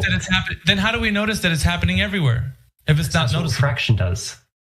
You said refraction is there, but it's not noticeable. How do you know that it's happening if it's not noticeable? Because refraction just happens when light travels through air. Anytime. Everything you see is refracted in some way. Okay. But it's so tiny, it's such a small amount that you do not notice. The only time you notice is when it's extreme, like in the tiny circle that I drew. Bryce, that's a contradiction. If something's happening and you don't notice it, then you won't know it's happening. That's pretty simple, right? We don't know that refraction exists because we see it. We know that refraction exists because we know how light works. You just finished saying that at the bottom it's heavy, at the top it's light. So we do notice it. When I say at the bottom, yeah, I think I need to clarify. When I said at the bottom, I meant at the bottom where they're really far away in that little circle, and then at the top, above that little circle, those power lines out there at the top, those are barely distorted, not to a degree we can see. Then we can't say it's happening all over. You can't say that because you don't notice it. All right, fine. We'll say it's not happening all over. It's only happening in that little circle. I'm just stating, Bryce, that it comes to the point where you're going to have to say that you can't notice it. Then all right, I agree. We can't notice it. We can't notice it except for in that little circle. All right. So that's what we're going with. But wait, what about all the other photos? Like, you just can't base your whole thing off this one photo. Like, what about all the other photos that kind of...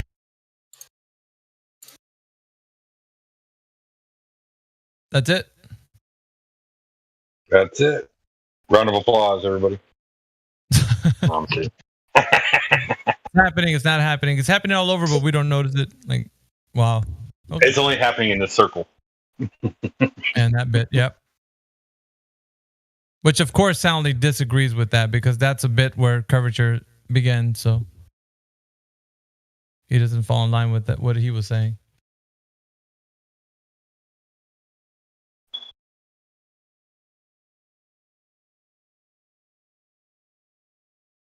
Y'all know what the most offensive word is to an anti-flat earther? Most offensive word? Yeah. No. What? Curvature. I thought it was flat, man. They avoid that word like the plague. They don't want to say. No, because hold on. The reason I say curvature over flat is because they say flat earthers this, flat earthers that, flurf, flat, whatever. They don't mind saying the word flat when they're condescending or whatever. But not a lot of them say curvature unless we bring it up. Yeah, you know what true. I mean? Out the gate, they're not going to be like, hey, I got this evidence of curvature because refraction. They wait until we present something and then say, but of course that's refraction. I've never come with my own evidence. Go ahead.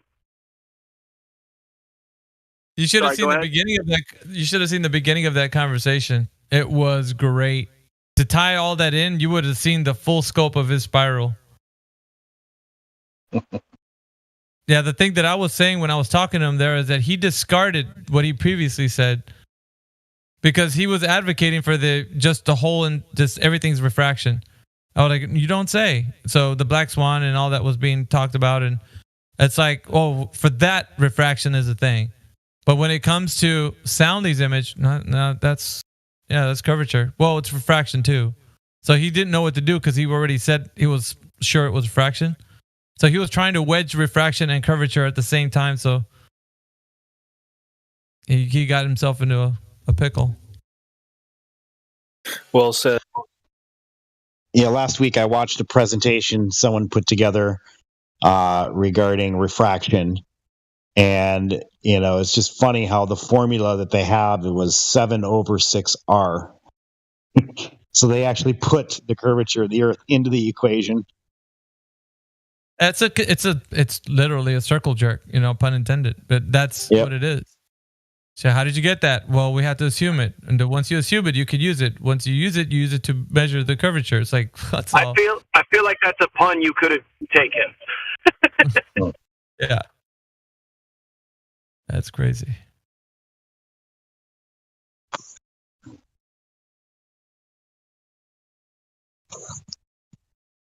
Well, don't get it twisted now. Every minute that goes by, Flat Earth wins regardless because we're still out here. And not only, Flat Earthers there could be not one Flat Earther on Earth, and Flat Earth would still be winning. You feel me? But there's actually an equivocation going on between 7/6, the radius, and whatever they do to justify the Black Swan. Because it's completely non sequitur. I've seen India's video. That's a good video. They themselves say the radius has nothing to do with it, standard refraction has nothing to do with it. And then where's the math for what you're talking about? Because if you go to Mick West, right, they love to go to the Metabunk. Guess what? If you try to look at the Black Swan simulation, guess what? The horizon is in front of the oil rig, unless you switch it to flat Earth mode. So what's that about? Like where is your justification for the horizon is behind the oil rig because XYZ? Where's the justification? Where's the adjustment? The adjunct to that. You get a justification that like you're not even speaking to.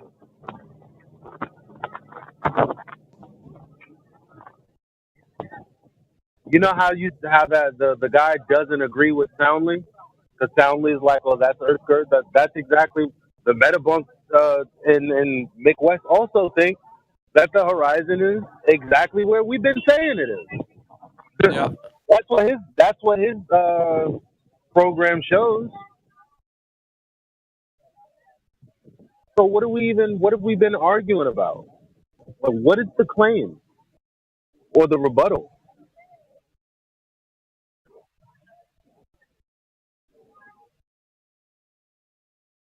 Right, we got some people in here, guys. If you want to chime in, go ahead, unmute your mics. We got What Jack up? Hayes. What's up, Jack Hayes? Hey, what up? What's going on, man? I just joined here. I know what y'all talking about. We're talking about the shape of the Earth. Yeah, shape of the Earth. Oh, for real? And, All right. I don't know what to add, man. Well, I'm just letting you know what we're talking about. But Yeah. if you're of the mindset that the Earth is a globe, or if you're on the fence about stuff and you don't know either way, or if you know the Earth is flat, either way, we kind of like to hear what your perspective is. Nah, I'm mostly here to listen, and if I have to say something, I'm gonna say it. Jack Hayes, you don't have an opinion? Come on, man. You got an opinion. You got an opinion. Everybody has an opinion. My current opinion is the one that I was raised with, which is that the Earth is a globe, but I'm here to learn about flat Earth because I don't know about the Earth being a globe. What you mean the Earth is I'm just kidding, bro. Yeah, I know. I get you. No, but it's cool because like it's beautiful that you did that. I know my mic is shit. But it's beautiful that Hey man, where you at? You in the middle of a busy road or something? fuck, nigga. Hey, Bro, what is that sound? Hey, chill. Some dude on that back New of York my City, ass dude. on the floor that's like, yo, damn, like Fucking here. New York City, bro. That's New York. Anyway, so yeah, that's the thing. When people come here, somebody mute Elijah? No. Why are you doing that? Who did that? Hell Mike no. check. Yeah, go ahead, Elijah. Yeah, what I was saying is when you come here, what you get is a re-education of the globe. Right. That's what was actually really said. Yeah.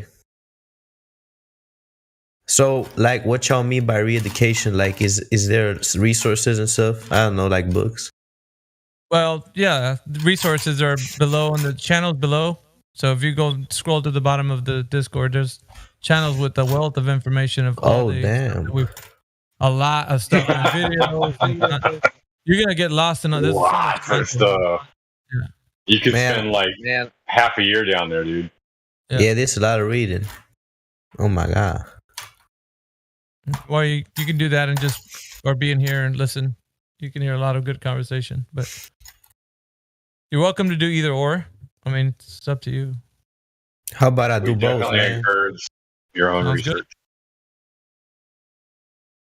We And also the have some research other is down people in there here. We got Jinzu Kaiman. I hope I said that right. Yeah, Is that right? hello. Jinzu. What's going on, Jinzu? The same like Jack is. Like, what is your stance? Do you believe the Earth is a globe right now? I'm kind of trying to find out, but I'm leaning towards the flat Earth more. Okay. And we got. Is there Manny. anything that's waking you up? Oh, sorry. I just want to get all the new people. Oh, I was just curious. Is there anything that's waking you up? I feel like there's a lot of like lying from the government and schools and stuff. Like, it feels very weird about some things. So real quick, just want to get to all the people that are new so they can at least just say hello. Yeah, go. Manny, are you there? Yep, what's up? What's going on, man? What brings you by? Just researching, honestly. Asking Okay, around and questions. Just like Jackson, Jinzu, what is your position? Do you believe the Earth is a globe right now? Currently, I believe that it's globular, but honestly, I'm quite open-minded, and yeah, that's why I'm here, honestly. Just to see what you guys believe in, and maybe even change my belief. Well, just have a listen, man. You know, and ask questions if you want. All right. We also got Harry back in the chat. I think you've been struggling with your microphone, Harry. But if you want to, I'm going to mute you. Go ahead and chime in. Harry, are you there?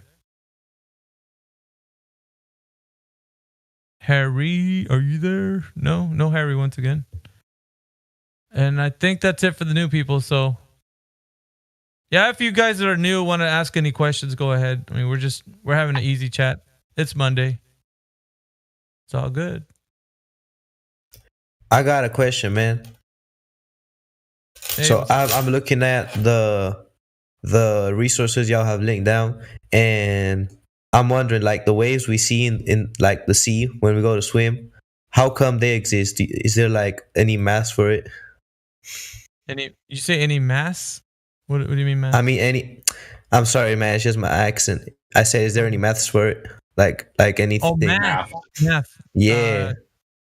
Yeah, it's just wind moving across the surface of the water. That also with the bottom of the underneath the water, you know, there could be like where it shores up, and the wind pushes the water, and it's just, you know, creating the waves with also like the current underneath the water pushing against the water underneath.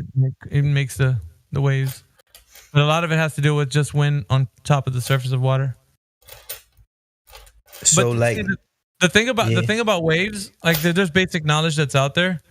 So I would say it this way: we don't disagree with a lot of things you've already learned about the Earth itself. So that there's nothing that we're going in contrary to except for the extravagant claims, the big claims, like the entire Earth or what is the cosmology like above you. Like that stuff is huge claims. The stuff here on Earth that we can investigate is pretty much the same, minus a few things. If that helps any, like we're saying the same thing. Like when we stand together, we witness something. We're saying the same thing. We're seeing the same things. It differs when we start talking about like the overall, like what is the Earth in its entirety. They're telling you it's a globe, and that's not verified. There's no curvature. They even tell you how far it is to the center of the core. I'm speaking on waves. 8 miles. Like mainly because like about the moon's gravity, and I know y'all don't believe in gravity, and in school we're told that it has to do with the moon's gravity, like the gravitational pull when there's a high tide. Yeah, there's stories like here's the thing: there's stories about what tides are, but we don't have the evidence to back up the claim that they're telling us. So how it operates, the tides moving back and forward and up, you know, whatever that's causing those things. And I don't think anybody has the answer outside of the explanation. And the explanation is not. There's no evidence for it. So I would say because of that, there isn't anybody with like a solid answer. There's speculation somebody can give you, but as far as like an answer to like what it actually is, then we're gonna have to investigate that claim. So if a claim is laid to you, like either flat Earth or globe Earth, and they don't tell you exactly what like how you can go check it out for yourself, then I would say that claim you should throw it away. Whatever it is, if you can't figure it out for yourself, if they're just telling you just trust me, or that's just the way it is, or that's science, then that's not any information you could like look into yourself. And I got a good question for you, bud. So you know all of these like crazy, super weird numbers, like with the moon's gravity is affecting, these weird ideas. Moon's gravity is affecting the tides, and the sun is affecting the tides. Well, like let's take it back to like basic geometry. Do you know what a sphere is? Do you know what a ball is? I'm sorry. I was looking at the chat. I didn't Do you get know that what the last shape part. Do you know what the shape of a sphere looks like? Yeah, I am aware. So you know that a sphere has a circumference, right? You know what a circumference is? Yeah. And you know what in order to have a circumference, then there's obviously a diameter and a radius that can be measured from that. You know what a diameter is? Yeah, of course, man. That's some 8th grade, not 7th grade shit. Right. So you know what a radius is, right? What's the radius? Yeah, man. How do you find a radius? It's half of the diameter, man. Yeah, and the diameter is the full length from the furthest part of one part of the circumference all the way to the, it's the most distant portion of the circumference, right? 2 points between the most distant part. Yeah. That's right. So, in order to have a ball of an Earth, you would then have to know that there's a radius. If the Earth is the shape of a ball, or even an oblate spheroid with an average radius, right? There's like an average radius involved. Mm-hmm. That's what they're telling us. They tell us that the Earth is 24,901 miles all the way around. It's moving at just over 1,000 miles per hour in spin, and the radius is 3,959 miles deep. And with those measurements, you get a measurement of arc or a measurement of curvature. And, I'm sure people are posting pictures in the live chat right now. I'm not in there right now. Is anybody posting pictures? Hello? No. But anyway, there's videos of people out there seeing way further than we are allowed to see. Anybody got any pictures? Harry, you came in. Harry, are you there? Yeah, can you all hear me? Yeah, you finally got your mic to work? Yeah, bro, there's a lot of, I had like a lot of issues with it. Like, so someone with my cable, I don't know. Well, you're coming through now, so hey, welcome to the chat. Real quick, Jack, before you come in, I'm just gonna say what's up to Harry, and then we'll get back to that convo with Gizbo. Real quick, Harry, just to an introduction of yourself, just kind of say like what you think the Earth is, whether you think it's a globe, you're on the fence about it, or it's flat, whichever one.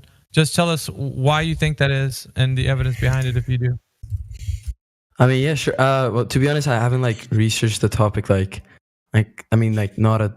at all. Like I just I'm just very interested to see like I only know one like side of the story, like that that the Earth is like a globe, and but like I'm really interested into like seeing why people believe that the Earth could be flat, and like I'm open-minded to hear people's opinions.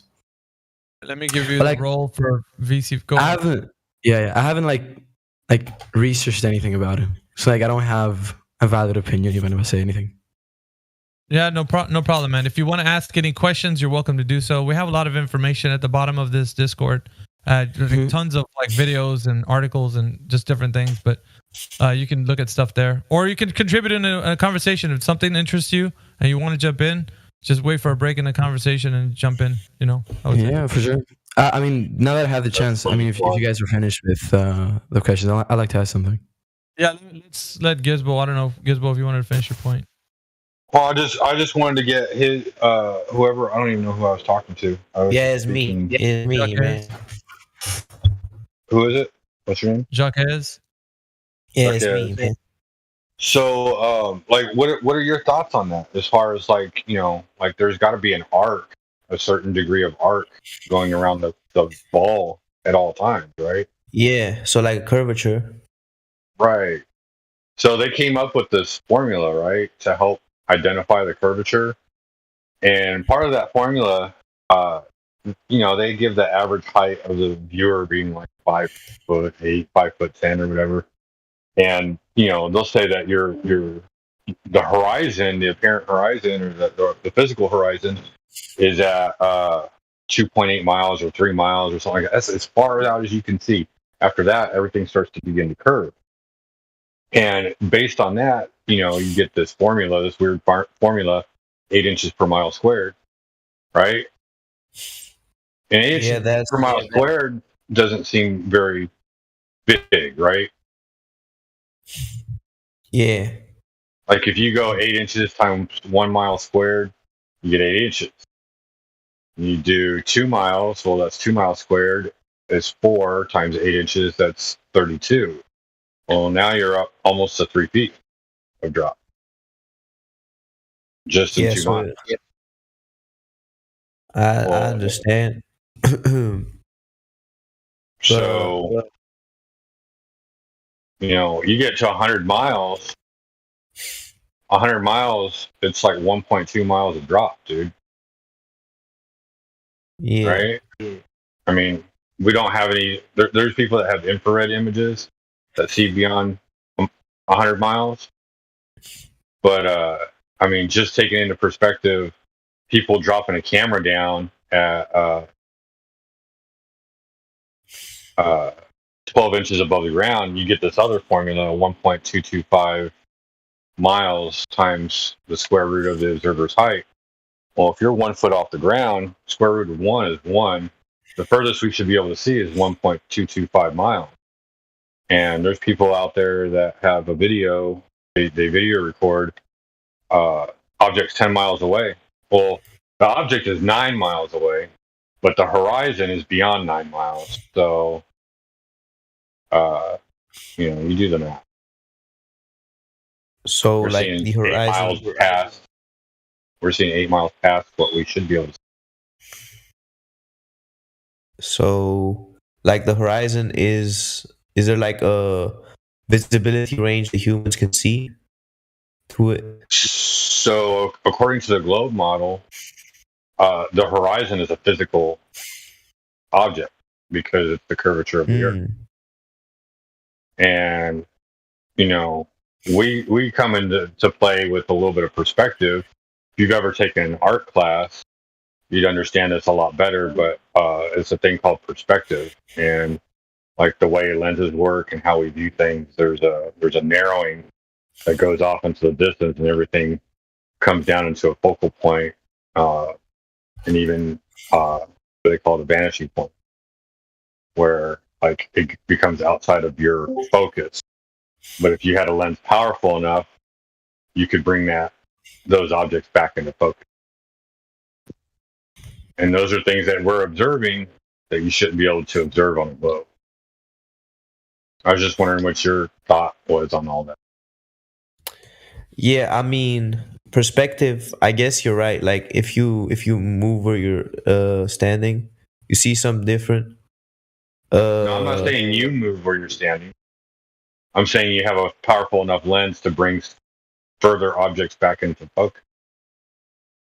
Oh, so you're saying that, like, with theoretically, if you had like the most powerful lens, you could see the whole Earth? No, not necessarily, because air has a density, and so the more air you look through, the thicker shit is. It's like, excuse my language, I'm a little blunt with some of my vocabulary. Nah, it's good. If you take a really powerful light into water, like a lake or something like that, or you know, like a big giant pool, right? Like you can only see so far into that pool. Like the light's only going to travel so far, and then eventually it goes into darkness, right? Well, air has a density too. Like you can't just say air is nothing because we know that air is made up of oxygen. Yeah, vacuum is carbon nothing. dioxide. Air is not a vacuum. Right. So those are just things that we've come to notice in everything.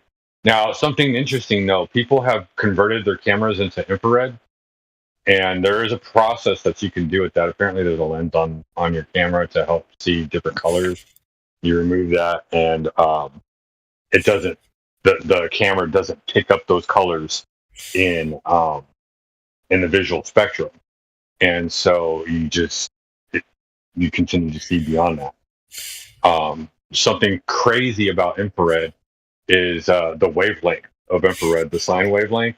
It's a lot longer, right, than like ultraviolet would be. Ultraviolet's like really erratic and short from the from the crest to the crest.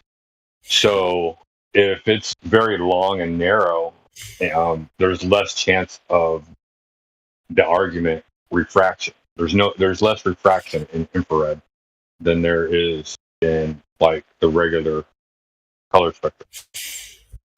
And I'm doing research on that, and I have yet to see anything that says something different. I don't see anybody out there saying, "Oh, there's so much refraction in infrared that it's ridiculous." Like infrared, there's less refraction. So, like once you take away the medium, once you start removing that medium, and you start seeing through it. Like if you had X-ray vision, I bet you probably could see all the way across. But that's just a completely hypothetical statement. You can't prove that. Yeah, good point. All right, So I'm gonna do a bit more digging on this. Okay. I'm gonna say if I have any more questions on this because it's pretty interesting. All right, I'm gonna just go do a bit more digging.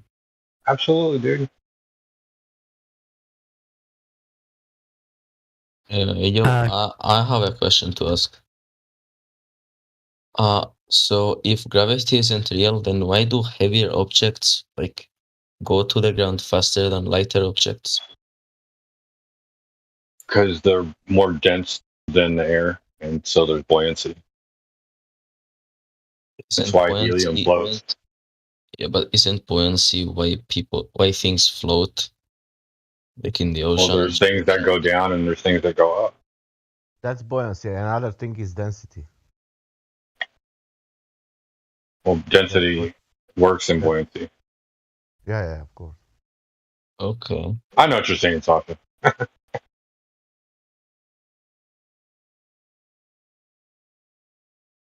I would like to ask a question. Sure. So like, right, this is like more general because like this is, I just popped into the server and stuff. Like when you'll say like, flat earth, when I think of like earth, right? I mean, there was, I think I was yesterday as well. And there was one guy that said that, science should be something that you could like, illustrate yourself or something like that. And I mean, if you go outside, you can literally see the moon, which is a globe, and you can see like other planets with microscopes that are like, yeah, and like I mean, there's, also like, question. Sorry, are you sure that the moon is a globe? Wait, repeat that again. Are you sure that moon is a globe? Sasha, you're coming in really low, brother. Okay, so can you hear me now? Yeah, you're better. Yeah. How you know that moon is a sphere? I mean, like I can like go outside and look at it. And looks like a circle, not a sphere. Looks like a circle to me. Okay, I mean, look what guy posted. When you say circle, you mean that it's like two-dimensional? Is that what you mean by circle?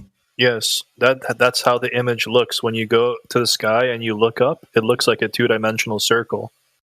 Yeah. So okay, I think what you guys are trying to say is that it is a flat surface, but in the way that it's like shown, it's like a flat surface on a 90-degree angle. If that makes sense. A flat surface on a 90-degree angle would look like a flat plane perpendicular out in your face, so you wouldn't even see it.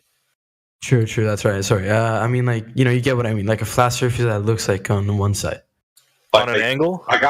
I'll give you a different idea. If you had a basketball laying on the ground off in a distance, like let's say 100 feet away, and you saw it, how would you know that's a ball?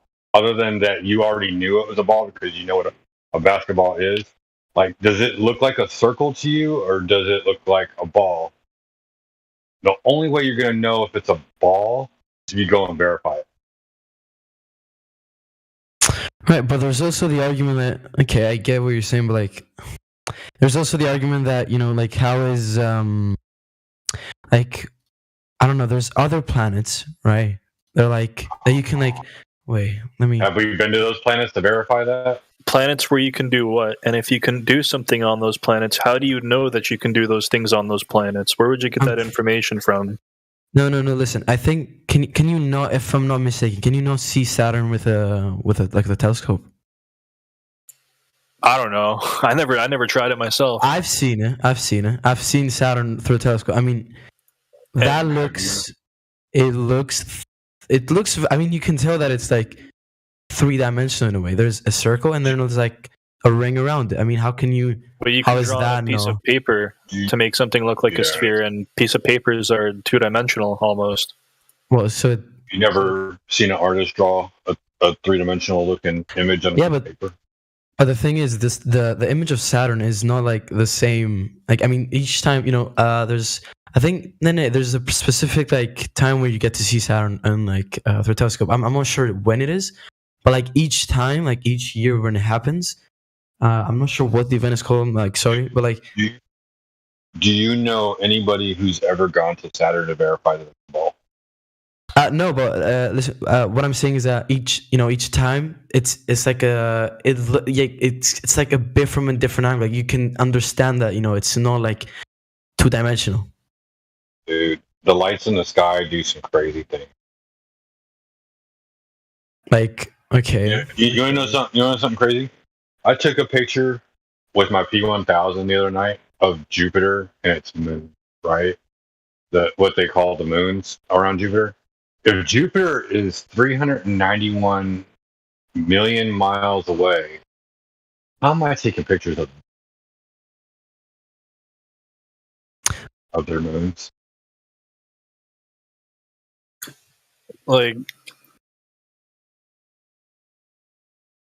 Like, here, let me show you. You said a P1000. Is that like a Nikon camera thing? I don't know what that is. Nikon P1000. Oh, Nikon. Here, you said, how can you see that when it's? There's my picture. It's a little distorted because I couldn't. When I hit the capture button on the camera, it kind of shakes the camera a little bit. So I tried to make it as clear as possible, but.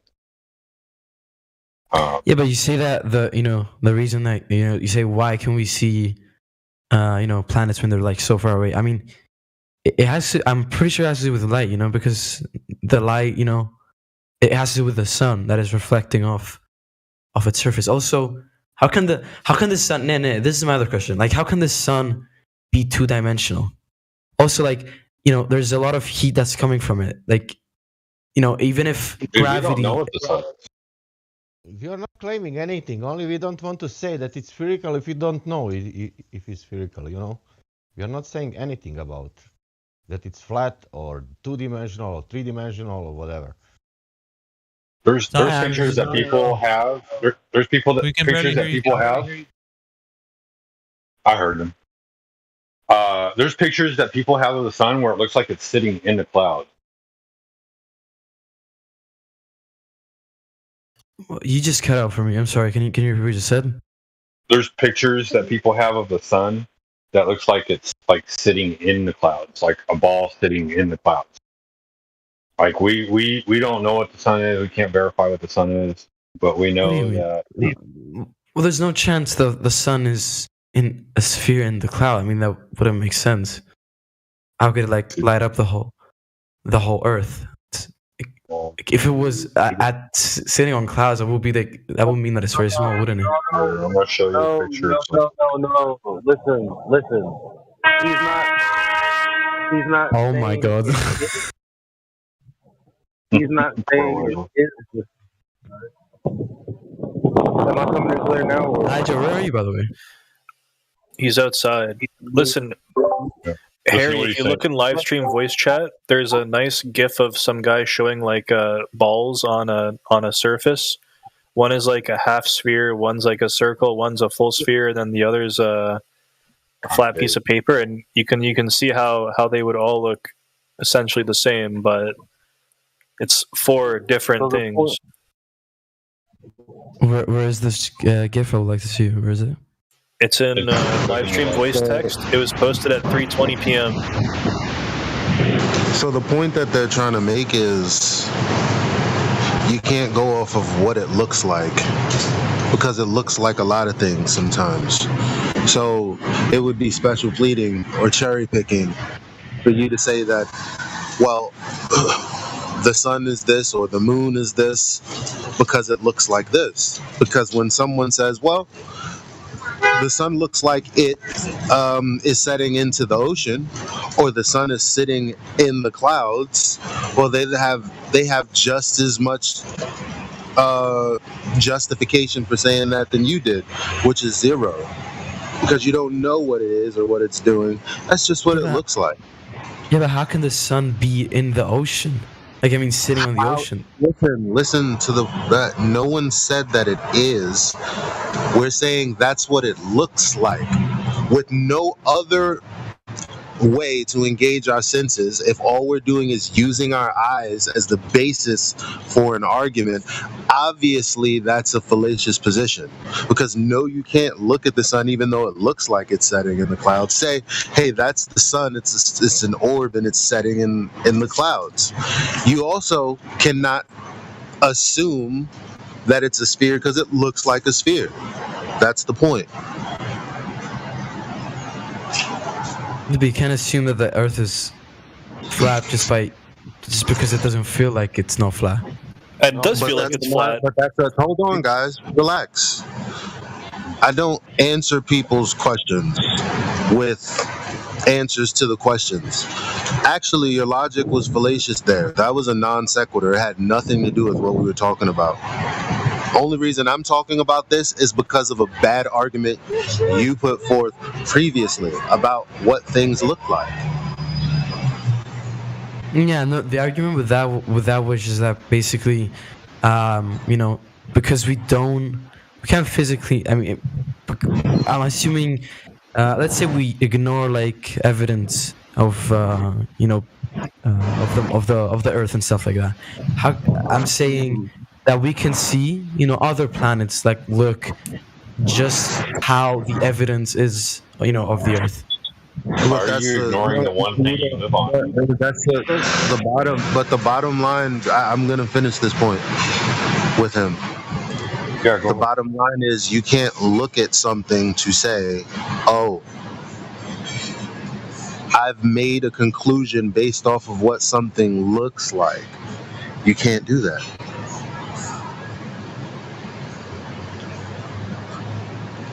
Nor is it reasonable to ask us to explain what it is if it isn't what it looks like.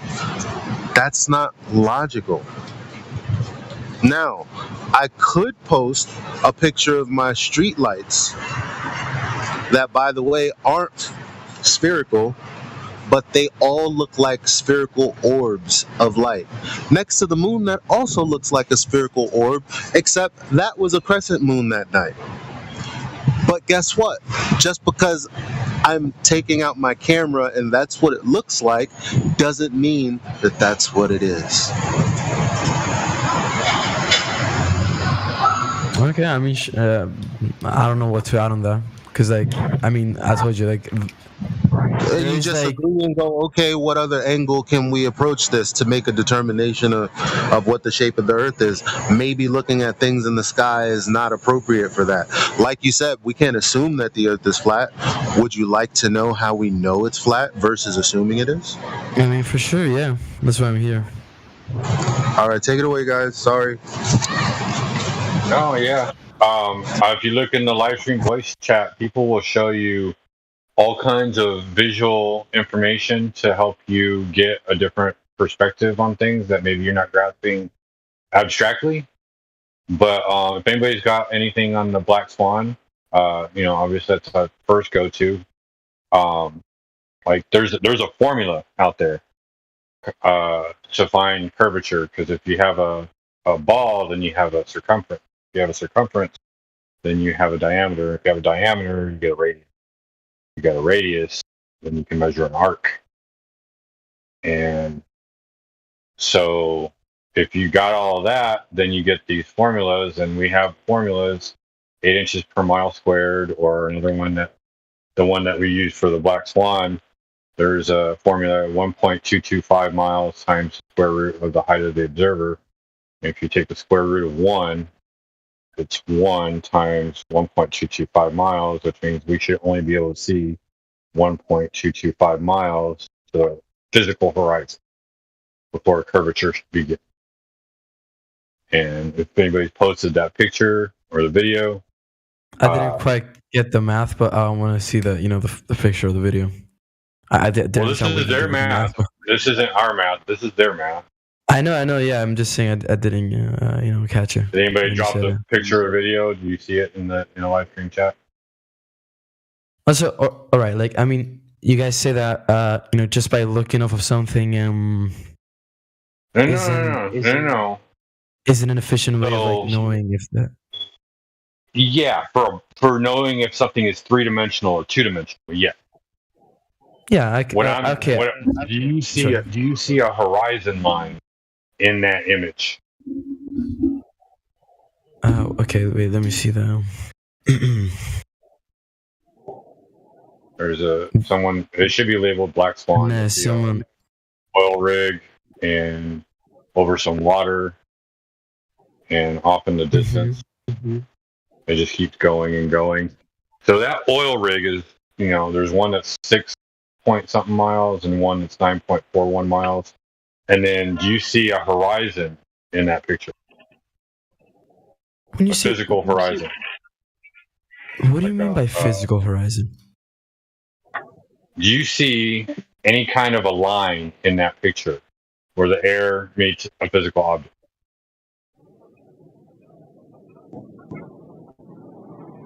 I don't think so. No. I don't think you understand what a physical horizon. Hold on. Do you know what a horizon is? I mean, in the sense that. Do you know what a horizon is? Yes or no? Sure. Yes. No? I mean, isn't it like a line at the surface? Where I think it's where it's where I think the sky's supposed to meet the earth in a way, something like that.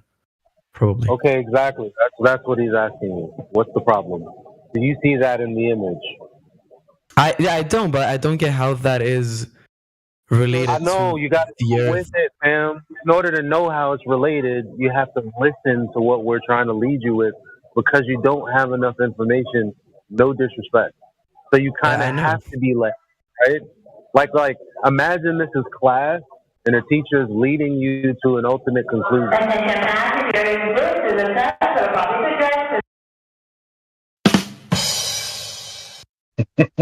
There's no way. I don't know. I don't think you're gonna get it, dude. But no, he will. It's just that he has too many. He doesn't understand what any. You know what? I'll help you out, because he doesn't understand what this has to do with anything. Okay. Right. So already he has a wall built up only because we just told him you can't look at stuff to determine what stuff looks like. So right now he's thinking being hypocritical by showing him this photo. You tried to tell him the difference between talking about looking at something and assuming it's 3D or not. And that's totally different from this, specifically because this also isn't our claim. We're trying to point out to you what the globe claim is. If the Earth is a sphere with a radius of 3,959 miles, then the horizon is a geometric distance from your feet based on your height. above the ground, above sea level. Whatever your height is, you use the formula, Pythagorean theorem, to figure out what the distance to that horizon is. If it is the physical edge of the earth that's curving away from you. That is not our claim, that is the claim. Do you need to look at an ABC video that's 1 minute and 30 seconds long to illustrate this point? Just 1 minute Do and you 30 seconds understand long. what a straight line is and what the visual straight line is? You understand that? Yeah.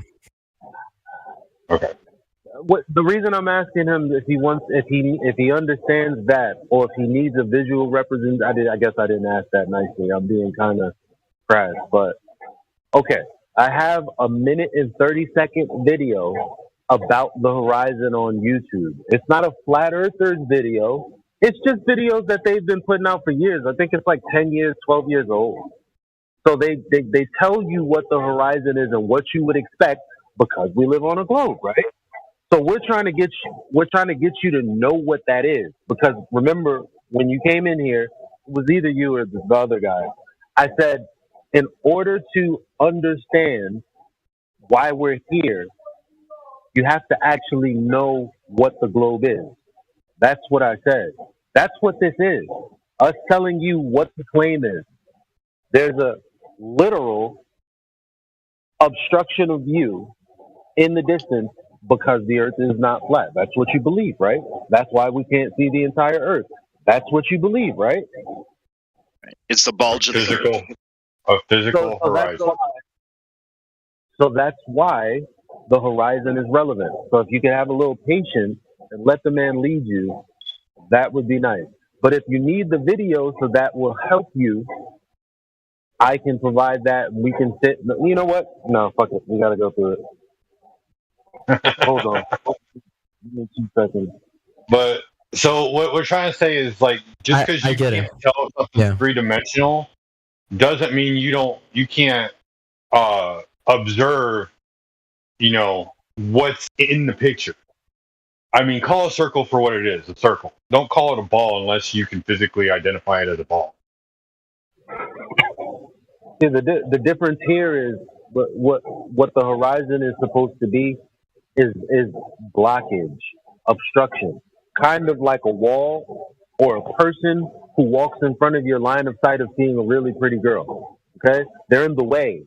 In the same sense, the horizon is in the floor that you're standing on is in the way of seeing the rest of the ground that's curving from beneath your feet because you live on a sphere. Because it rolls away from you and it rolls downward. That's what the globe model says. Because it's a ball, right? It has to continually do a curving motion to go all the way around and complete circumference.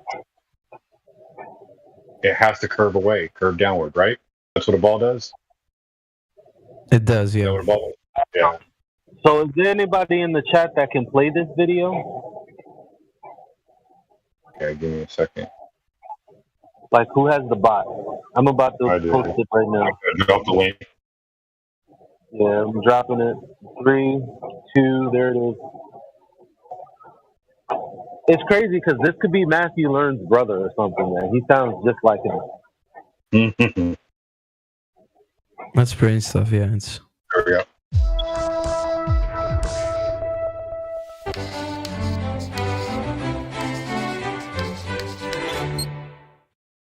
Hi, I'm Josh Clark, and this is Brain Stuff, and I'm here to answer a very interesting question. Have you ever been standing at the edge of water, say like an ocean, and looked out on the horizon and said, I wonder exactly how far away that horizon is? You know, where the sky meets the sea, that's the horizon.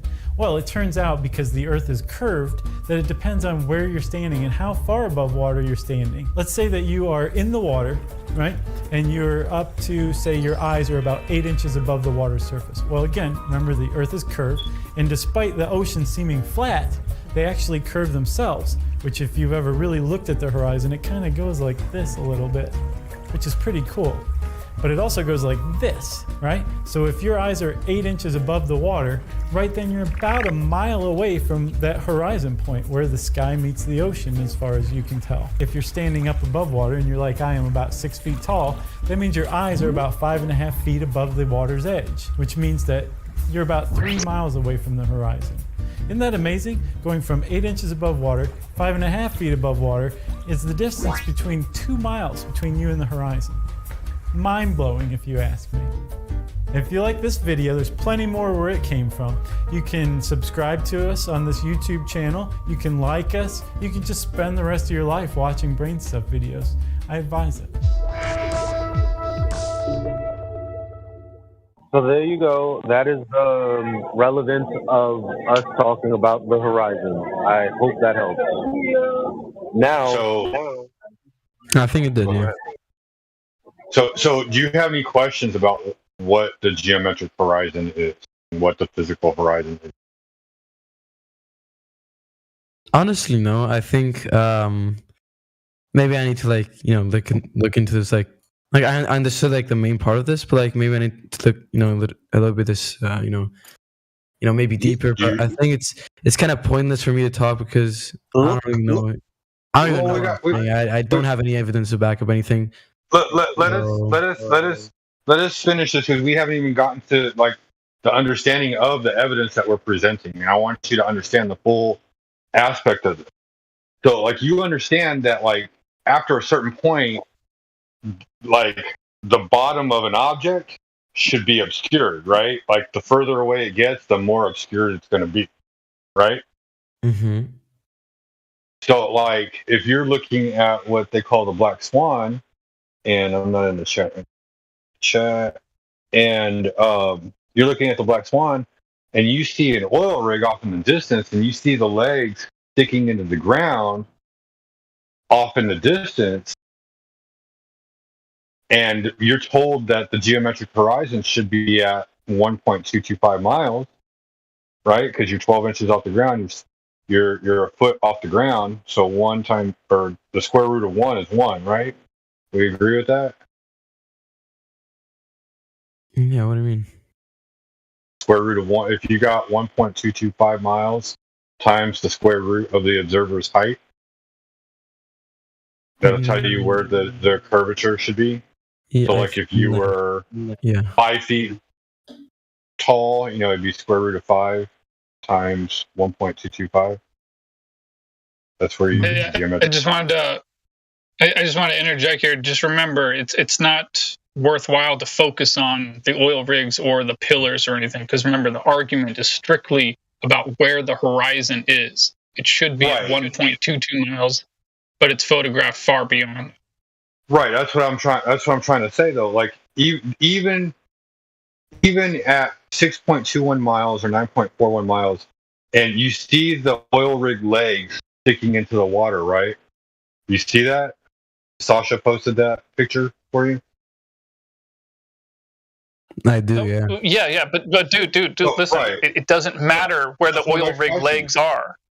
That's my next question. It doesn't matter. Like, where do you see where the sky meets the water? Where do you see that? Is it you see it behind the oil rigs? Do you guys hear me? Or is it in front of the oil rig? The what? The where the sky meets the water. Yes. All right. Where's the horizon at? Donato put a good picture there. If multiple choice, A, B, or C. Where's the horizon at? There's no A, B, or C. What do you mean? Oh, I see you. Yeah. Well, I guess the horizon is a... Or is it a... A, right? So does that horizon line, does that look like it's closer than 9.41 miles or further than 9.41 miles? From the... It looks like it's closer in a way. Are you sure? It doesn't look like it's like if it was closer, it would be cutting off that oil rig leg. I know this is critical thinking, dude, but this is what we do here. It's not a trick question, bro. You're not going to get in trouble for making a different answer. You just say what you see, man. Like, I'm trying to grasp at this. Look, yeah, it's not that difficult, man. You just look at the picture and you say, "Where's the horizon?" And then you just give an answer, and you're not going to be wrong, or no one's going to start yelling at you. Just answer the question, and then the conversation can move forward. That horizon looks like it's behind the oil rig, does it not? It does. It does. So that horizon looks like it's further than 9.41 miles, right? But in a way, yeah, it does. No, if you look at it, yeah, you can't see that the horizon. But the horizon should be 1.22 miles, not 10 miles. It's 10 times further than it should be, dude. That's what we're trying to say. Where is the curvature? We're told there's a curvature. We're given a formula. Where is it? Legit, yeah. Okay. It also demonstrates that the horizon isn't a physical location that you could measure to. It just appears beyond the further. But was that ever the case? Was that ever the case that it was something physical? Yes. That's the claim. That's the claim. I'm going to show you another picture, all right? It's a picture image used for perspective. Go ahead. I still think he's not grasping horizon and the curvature of the Earth. What do you mean? Is that what they're claiming? Is it physical? Of course it's physical. That's what they're telling us. He's got it. We just saw the video, and then there's this. He might be skeptical of what this is and what we're telling him, but the bottom line is the method that we just gave you, the method that we just spent time showing you the video, giving you this information that actually what I would have done after sharing the video with you, I would have gave you an EDU to go ahead and validate what was being said in that video, because that is the claim. So basically, it's a tangent, a line to a tangent point, a point on the sphere. That is where the horizon is. They give you a diagram, they explain it just like the guy did in the video, but you didn't see it, you only heard it, so fair enough. So anyway, like I said, it wouldn't be a source from us. Again, it'd be some university or something that we would pick because we don't really care. As a matter of fact, you could look it up right now. Google distance to horizon. Look at all the diagrams. Read to your heart's content. Boom. That's the claim. So the point is, you as a person should be able to go out and validate that what that guy said in the video is true. So you could go out to your beach. Yeah, of course. Get a shipping tracker and figure out whether the horizon is where they claim it is. If you have something for demarcation, like those oil rigs, or like a ship, or a buoy that you can know the distance to, whatever it is that's out there, this is what you want to be using to help validate this thing that we all believed when we were coming up. It's their claim. It's clear as day. You saw it in the video. You can see it in the diagrams if you look. So the bottom line is the claim is very clear, and you should be able to either validate that is the true reality or that it's not. At least in this instance, we're showing you images of a video, because these aren't just images. It's of a video where you can see the guy put the camera close to the water, literally 1 foot above the ground at the beach, where he zooms into those oil rigs and the horizon is behind the boat. So you might be thinking it can't be that simple. It actually is. That's why we're flat earthers. Yeah. Yeah. Well, I mean, I have the same question. Is it that simple? Yes, sphere must curve. That's simple. Yep. That's exactly, Sasha. The sphere must curve. That's it. It's that simple. I mean, it's geometry. That's why. It's simple as that. Look at the link I just posted in the chat. The sphere has to curve, dude. Yeah, astronomical horizon. So that's what it will be if it was Look at what the true horizon. Look at what the true horizon is. Right. You see how you look straight out, and then eventually the ball curves downward away from the observer. Yeah. That's your physical horizon. We're seeing past that. Right, because on a sphere, there should be a limit to how much of the sphere you can see.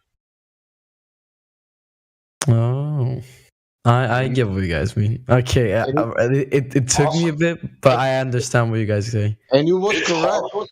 You was correct about horizon. It's a parent place where the sky meets the water or ground. That means we don't think that it's physical location, but they globe Earth model saying that it is that it's saying that it must be like that, and with precision, how to say, numbers. The dimension. I get it. Someone drop a link for. Where do you guys come up with these conclusions, though? I mean, it's it's insane. Nature. Hold on. It's no. I'm saying it's not in a negative way. I mean, it's in a good way. Hold on. Go ahead. It's this simple. Some people are curious and some people are not. How did we come up with how to think about these things? Well, a lot of people have went to school. The problem is 99% of the people who believe it's a globe haven't thought about it. But they're brilliant engineers, brilliant chemists, brilliant a lot of things that we have right here in this community. Okay?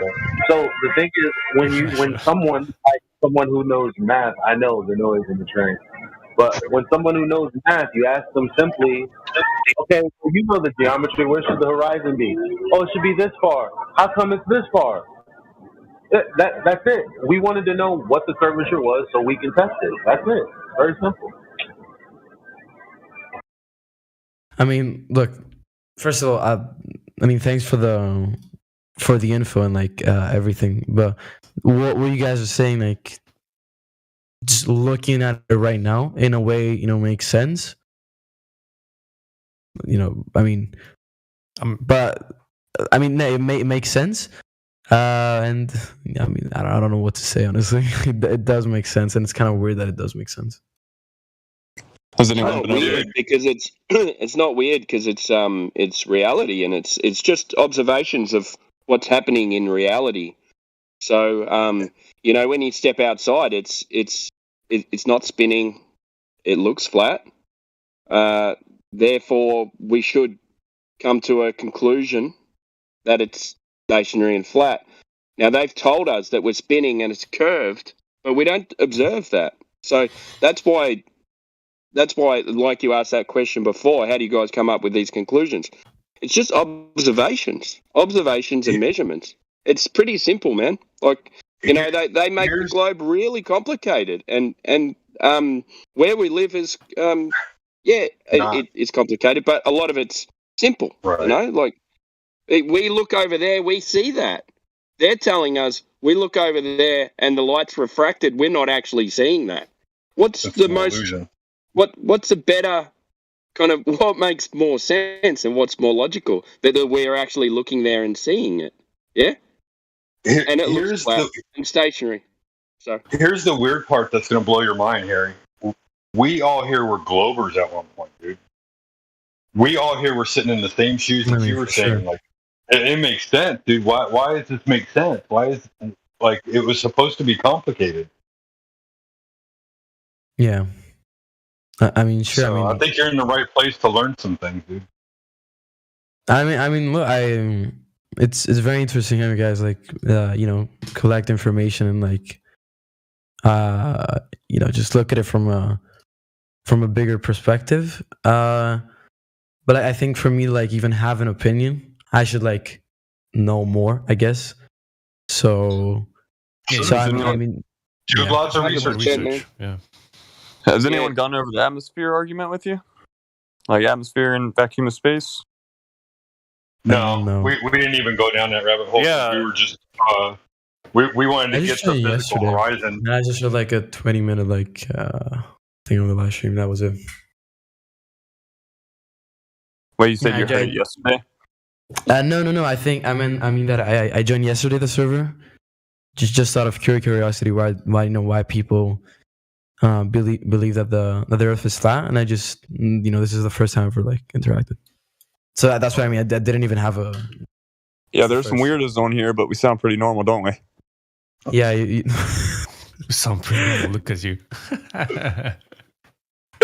Yeah. Okay. No. Yeah. Of course. Lots of logic here. Lots of logic. And you'll hear, if you sit around long enough, you'll hear us argue amongst ourselves. Like, you can't say that. You can't verify that. Oh no, trust me. Yeah. And it's true. Like we only are all out here to seek the truth of everything, and so we refine each other and make each other better in trying to figure out. I've heard you guys fight over your own opinions.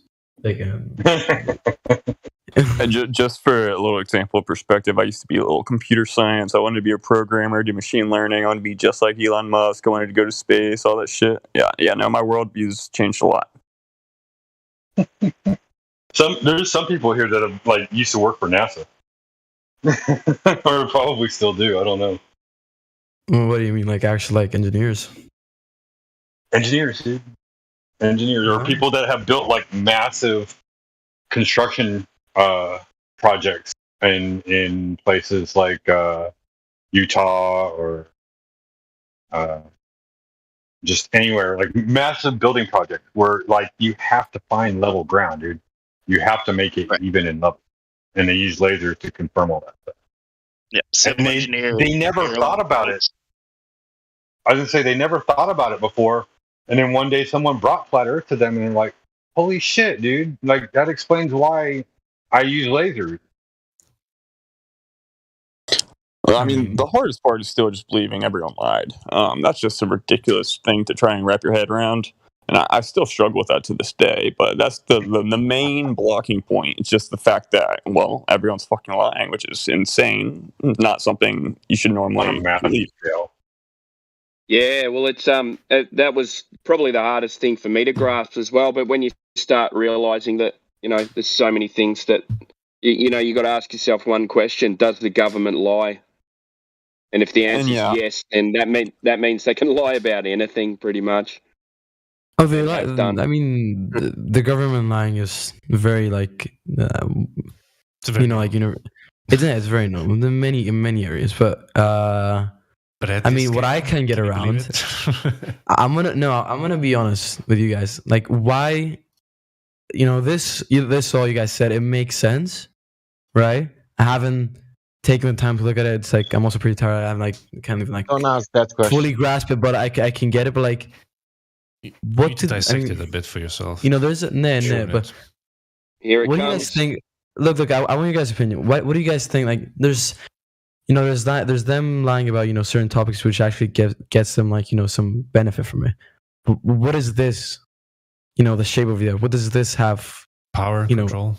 Dude, I had no reason to believe in God before this. None. They do it. Oh wait, another question. Are you guys religious?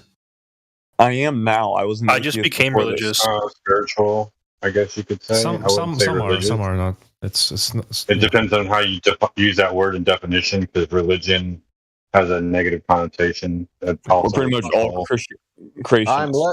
I'm less religious. Like, because I don't know any other religions. Just say like Christian, the Catholic Church. Do you know what is the biggest religion? What is what? The biggest religion in the world. Can you repeat again? What is the biggest religion in the world? What is the biggest religion in the world? I mean, I don't know. What is it? Globe religion. Heliocentrism. Heliocentrism, man. Because you're talking about what you're talking. You guys are talking. Wait, there's a lot of people talking. I'm sorry. I'm really sorry. All right. What did you say? Yeah, what is the biggest religion in the world? Globe. Heliocentrism. Oh, globe religion. You said. Yeah. Yeah, heliocentrism. Oh. Yeah, but you're was going to make a really good comment. Then I know where he was going with that. Do you want to go, T-Wad? Because I think that makes a lot of sense where you were going. Just quickly, I just wanted to say, what you're talking about is organized religion versus acknowledging a creation and a creator. Good job. No, that's not what I meant when I said that question. When I said that question, I purely meant because you guys, from what I understand, like to view things not the way they're given to you, but to look at them like even further, I guess.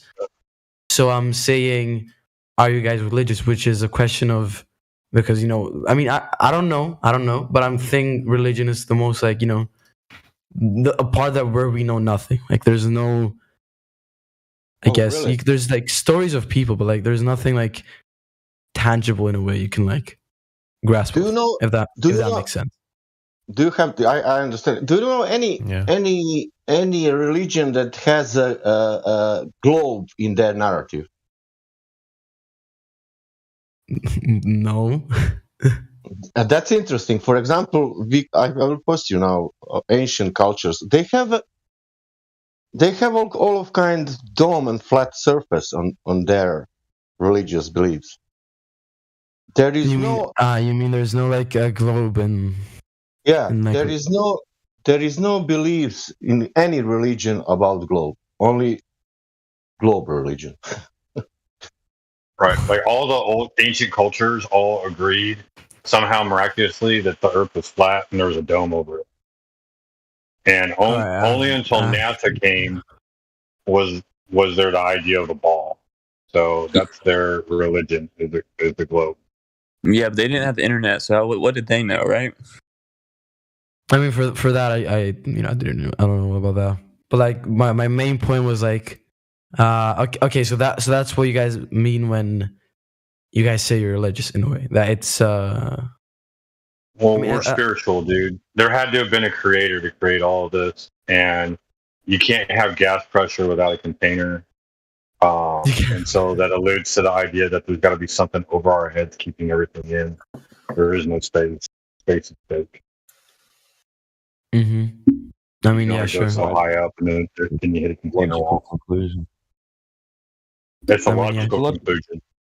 Yeah, it's a logical conclusion, and we can't prove that, but the second law of thermodynamics says that you can't have gas pressure without a container. Right, and amongst all flat earthers, right, you'll see a diversity of background, and religions and spiritual beliefs and things like that. You'll even see Wiccans.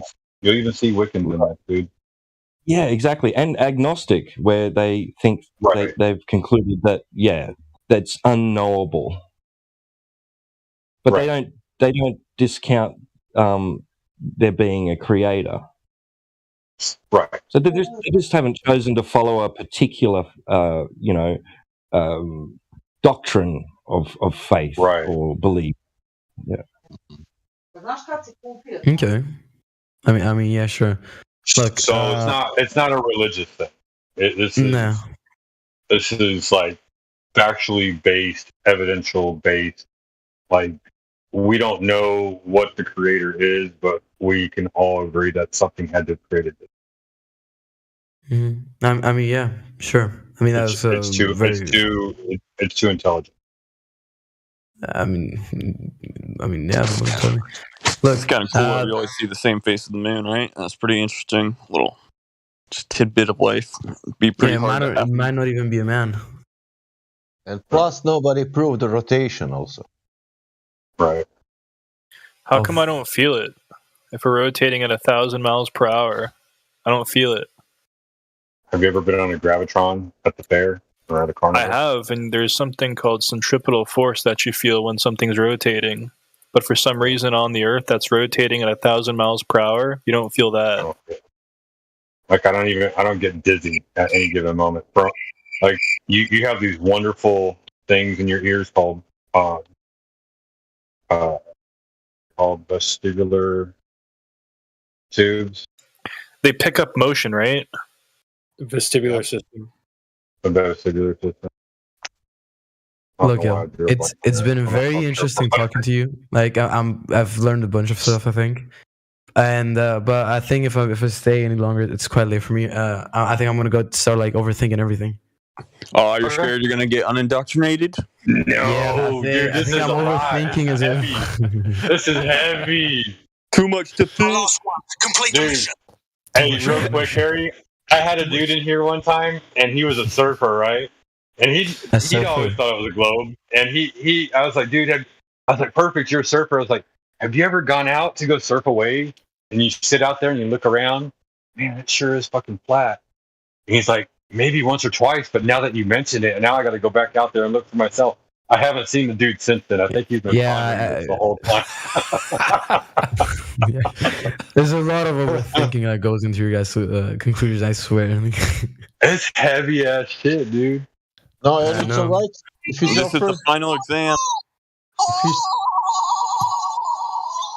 What the hell is that soundboard, man?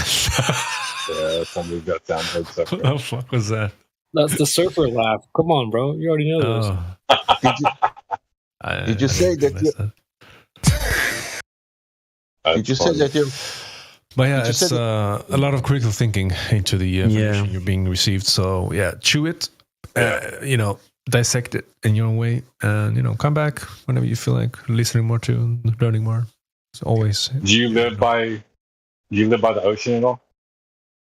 Of course, I have. No, you do? No, do you? Do you live there now? Is it easy access for you to do? What do you mean? A large body of water or anything like that? Like just go out somewhere like where there's a large body of water.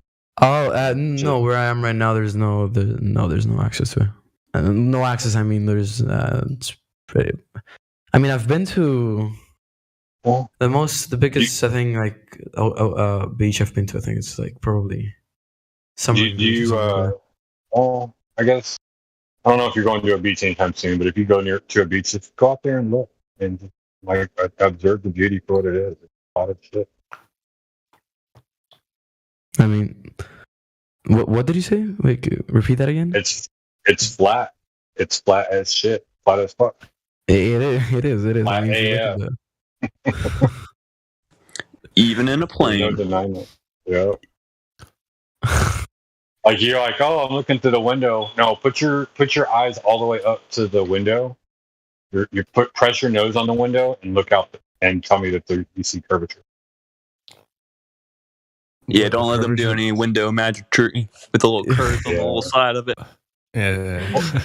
Or do experiment like this. Go to any delta of river, any river delta, and turn around in the direction of the source of the river, and now ask yourself how much curvature it's to the source. Or the river like following the horizon line, 360, or following the river, like a canal. Following the river in opposite direction. It must be curved, but river it's coming down from the mountain. But you are on delta. Can we see hill of water also? Ask Bob.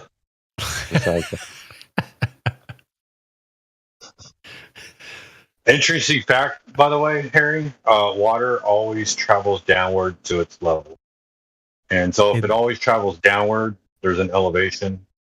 And how can there be curvature if it's traveling downward? Yeah, imagine curvature. It would be going uphill as well. Where have we ever seen that? You sometimes see water curve, but that's only in its smallest form, not its largest. Yeah. Like when it's changing elevation, it'll curve a little bit, but it's how do you guys even grasp with your own questions? Like, there's so many. Ask them. We all were there, dude. We were all there at one point where, like, we had to fucking sit on it. Guys, y'all are missing the opportunity to tell him about the eclipse. Look, no, I don't think there's an eclipse. Do you live on the East Coast? Where do you live? Do you mind if we ask where you live? You don't have to say. I live in Europe, yeah. You live where? Which part? Huh? What language do you speak? I speak Greek. I'm from Greece, actually. Bro, oh my god, I wanted to learn Italian. Well, I mean, it's not really related. Baklava, melanzana salata, tarama salata. A lot of people confuse Greek with Spanish, actually. Tarama? Is that Romanian? So I don't know if you'll be able to see it, But there's an event called the Selenelian eclipse coming up. It's once in 25 years or something like that occurs. No, not a Selenium. No, Selenium eclipse. Selenium eclipse. I think. No. Happens every year. I can't hear you. Every year. Elijah knows more about the moon and the sun than a lot of us do because he likes the moon. I mean, sure. Look, we can keep that for another conversation. But there is a Selenelian eclipse happening tonight at 6:34 a.m. Eastern Standard Time. I don't know what that would be over in Greece, but from New York. Harry, good luck trying to find anywhere else more intellectually stimulating. We'll see you back. 11:30. What's that? Geometrical meridian in Glasgow time. Glasgow time would be 11:34 a.m. So whatever that is in reference to you. Selenelian eclipse. I don't know if you're gonna be able to see that. He can Google search it on his own time zone where it is. I mean, for sure, yeah. I'll research about it. But anyways, thank you guys for the talk. It was interesting. Thanks for visiting. Yeah, sure. We'll probably talk soon. Come back. Yeah, man. Take care. Goodbye. For now. Sorry, Elijah. I do forget some of the phenomenon that's occurring naturally, like the current event stuff, when having these conversations. I think it is critical mass at that point. Do what?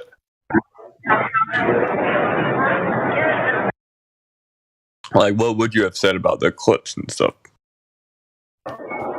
I don't know much about the Selenelian eclipse, and I'm not even going to get to see it. But apparently, you can see the moon in a red phase while the sun's still out. And the idea is that the moon or the sunlight is bending all the way around the Earth and creating that light phase. Because basically, a lunar eclipse is supposed to be where the reason why the moon is red is because the Earth is eclipsing the moon, and the light is bending around the Earth to get to the moon.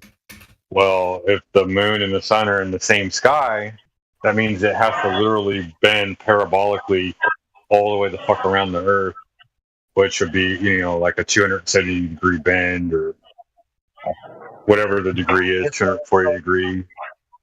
So it's just that, most people have Dunning-Kruger, and they think that they for sure know something. Right. And so they experience cognitive dissonance when you show them something that's true. But then, they think that the opposite is true at the same time. And they're trying to reason, because it could very well be that, he came in, wanting to ask a specific set of questions, because if you look at any of, like if you're a normie coming at it for the first time, like naturally you're going to ask the basic questions because you're going to Google it, you're going to try to look for information, and you're like, oh, this is what flat earthers think, okay, this will be a cool video, or this will be a cool recording for class or whatever it is, and so I'm going to ask these questions, which is why sometimes they don't like when we they think we're going off topic, but we're actually just on topic. They think that everything that encompasses the flat earth is the 10 debunks of the flat earth, you know what I mean? That's what they think encompasses the flat earth, us thinking that. And then, so when we talk about the horizon, they're like, wait a minute, well, what the fuck does that have to do with anything? I've never heard anything about the flat earth and the horizon. Like, why does that matter? So they begin to get educated slowly, but they're still they're like, okay, that's all right. You guys, that sounds intelligent or whatever. Maybe I don't know right now, but I know that the earth is a globe. Like, so it's like, I'm imagining that that's what's going on, but how many things can you ignore? So typically I go through that whole spiel, and then Actually, I'm gonna start going over like elevation angles and stuff as it relates to even Eratosthenes or celestial navigation or the relaying of satellite communication. All of that. Well, I do like that perspective you brought, Elijah. Like, you haven't asked me why I believe the Earth is flat. Like, that's a great way to get people to engage and listen to what you have to say instead of just going straight into cognitive dissonance because they have so many ideas on why they think the Earth is a globe, which are all unverifiable. So why don't you ask me why I think the Earth is flat? Yeah, you know what's crazy? You got lucky tonight, right, Sasha? Because Sasha's heard me ask hundreds of people that. Maybe not hundreds. Maybe I'm ODing. But at No, least I've heard you ask it a lot too, and I always forget to ask. But people typically they for some reason don't want to ask that, and that's what I mean about the people on a script, because they have to follow that script, so they don't really care what you believe. They have to go with what they've already assumed you believe. Right. You know. I think that was a good learning experience for that gentleman tonight. Yeah. See, that's why, like, even with the Black Swan, it's like, yeah, I know what they said, but Horizon at 3 miles, the Earth is mad big. They can suck a dick. You know what I mean? Like, because he doesn't know. That's why I'm like, to the best of my ability, I'm just begging you to just go, you know, in depth on this and figure out why this is important. That may not take a day, and that's fine. So there's that, and you know, obviously, if they have to either know how to arrive at the question of, well, couldn't it be bigger, or we have to kind of lead them and let them know why they're like, they might not say it, but they might be thinking, yeah, I know what that's saying, but no, the horizon is not. There's got to be something wrong. Obviously, it can't be. That's why I show them two things. So when I show them the Selenilian eclipse, I'm like, okay, you're standing on the Earth. How the fuck is the Earth doing that? The thing up there in the picture, and they go like, I don't know. So it's just like kind of. Oh, I'm sorry.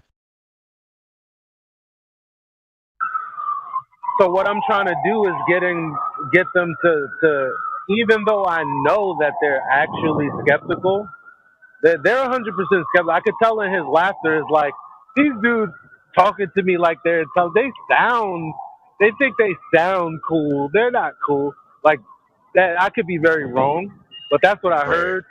So I just led off of that assumption. And I wanted to.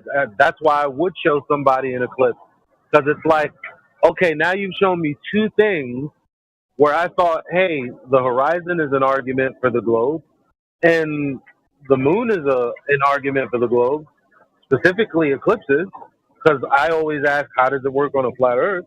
If you've been into this discussion, you know, I'm sure people at school, the young kids at school, they ask all the shit that, you know, the basic 2015 stuff. So you just point out, man, haven't you seen one? There's one like tomorrow. Like, take a look.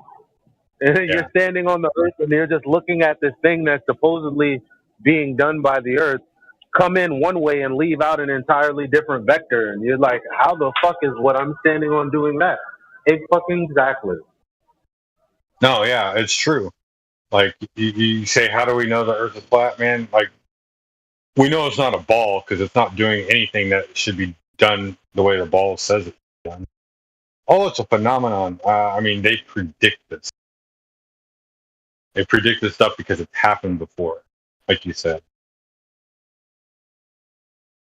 I like talking moon stuff with you, man. That's why every time I take new pictures of the moon, cool stuff, I always tag you in it.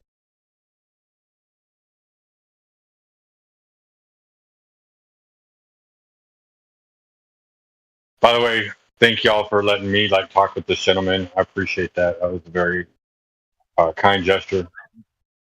I don't hardly ever get into those engagements with people because I don't like debates. I hate debates. You want to know the truth? I'll tell you the truth, but I'm not going to debate the truth. Somebody else wants to debate, I'll let y'all step in and have debates. But I appreciate y'all letting me have the conversation with them, and very nice.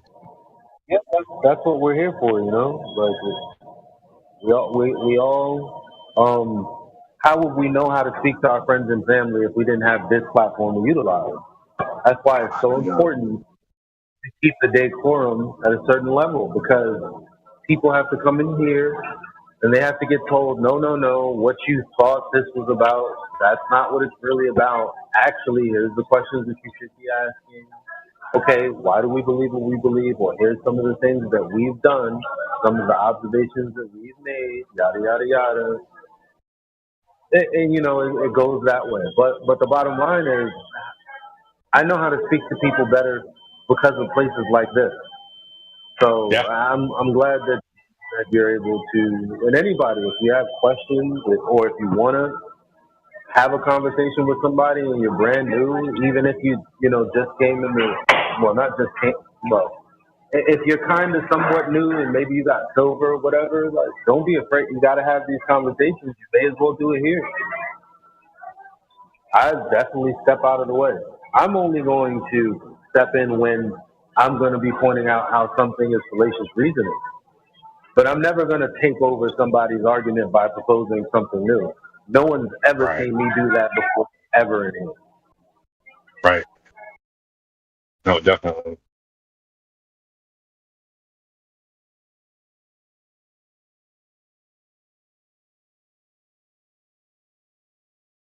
And it wasn't even an argument. I was just taking advantage of a learning opportunity. And like you said, like keeping the decorum at a minimal level, and keeping it basic, like making sure that he understands what it is that he's seeing, what it is, like let's understand the geometry of it. Let's understand, what a line is, what a straight line is, what the horizon line is, why you would see a physical obstruction at the horizon if it was a ball. Like I just all of those things. When people come in, I think that kind of gets lost a little bit. A lot of people debate, and that's why I don't like debates. Because when you get into debate, it's always I gotcha, and some people come here just for the debate. Like they see over that. It's like I don't like you don't even want to win the argument. You just want to catch you in a fallacy. Like, okay, you got me in a fallacy. That's not going to change what I'm observing or what I'm seeing or what I even believe at this point. Just like some Globers come in here and like they're convinced that the Earth is the globe. There's too much evidence to support that, and nothing's going to ever change that. Like not even if NASA came out today and said in a press interview, you know what? Here's all the information. We've been lying to you. I'm sorry. The Earth is flat. You live under a dome. Here's all the information, all of the science experiments that we've done, and we've been controlling all of the entire planet's astronomical surveillance that goes on in the world. And sorry, we lied. We took all your money. We lied. And I asked this person that and said, would you then believe that the Earth is flat? And they're like, no, there's too much evidence to support the globe. I'm like, then there's no convincing this person. Just like there's no convincing me. Like I personally, from a biblical aspect, like you're going to have to show me the curvature from my own, like with my own two eyes. I have to see it, not in a video. I can go out and observe, like off in the distance. I won't see a physical horizon. I zoom in, I will see more straightforward. Like I understand perspective. I understand vantage. You're going to have to take me way up above where they say that only I can see the curvature is from a certain height or whatever. And you have to let me see it for myself. That's the only way. And I'm not signing an NDA to say otherwise. Like, oh, you have to sign an NDA and say it was curvature. No, I ain't fucking doing it.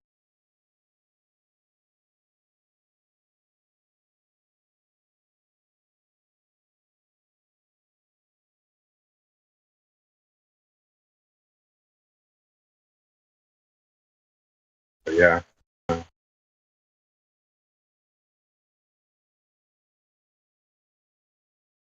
Sasha, where you been all day, dude? And Timbo too. Caught like a glimpse of Timbo. Where's my Viking Tim? You in here still, Tim?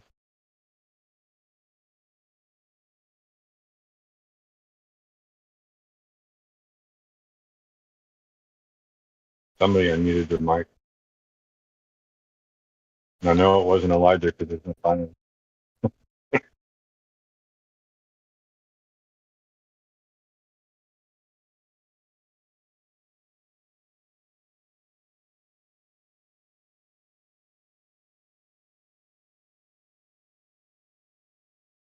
Hello?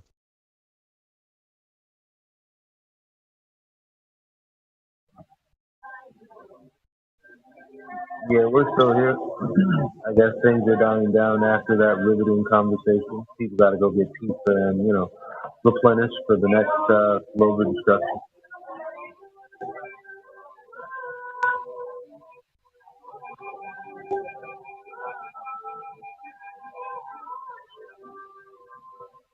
I'll check you guys later. You going to across the street? Yeah, man. All right. Later, man.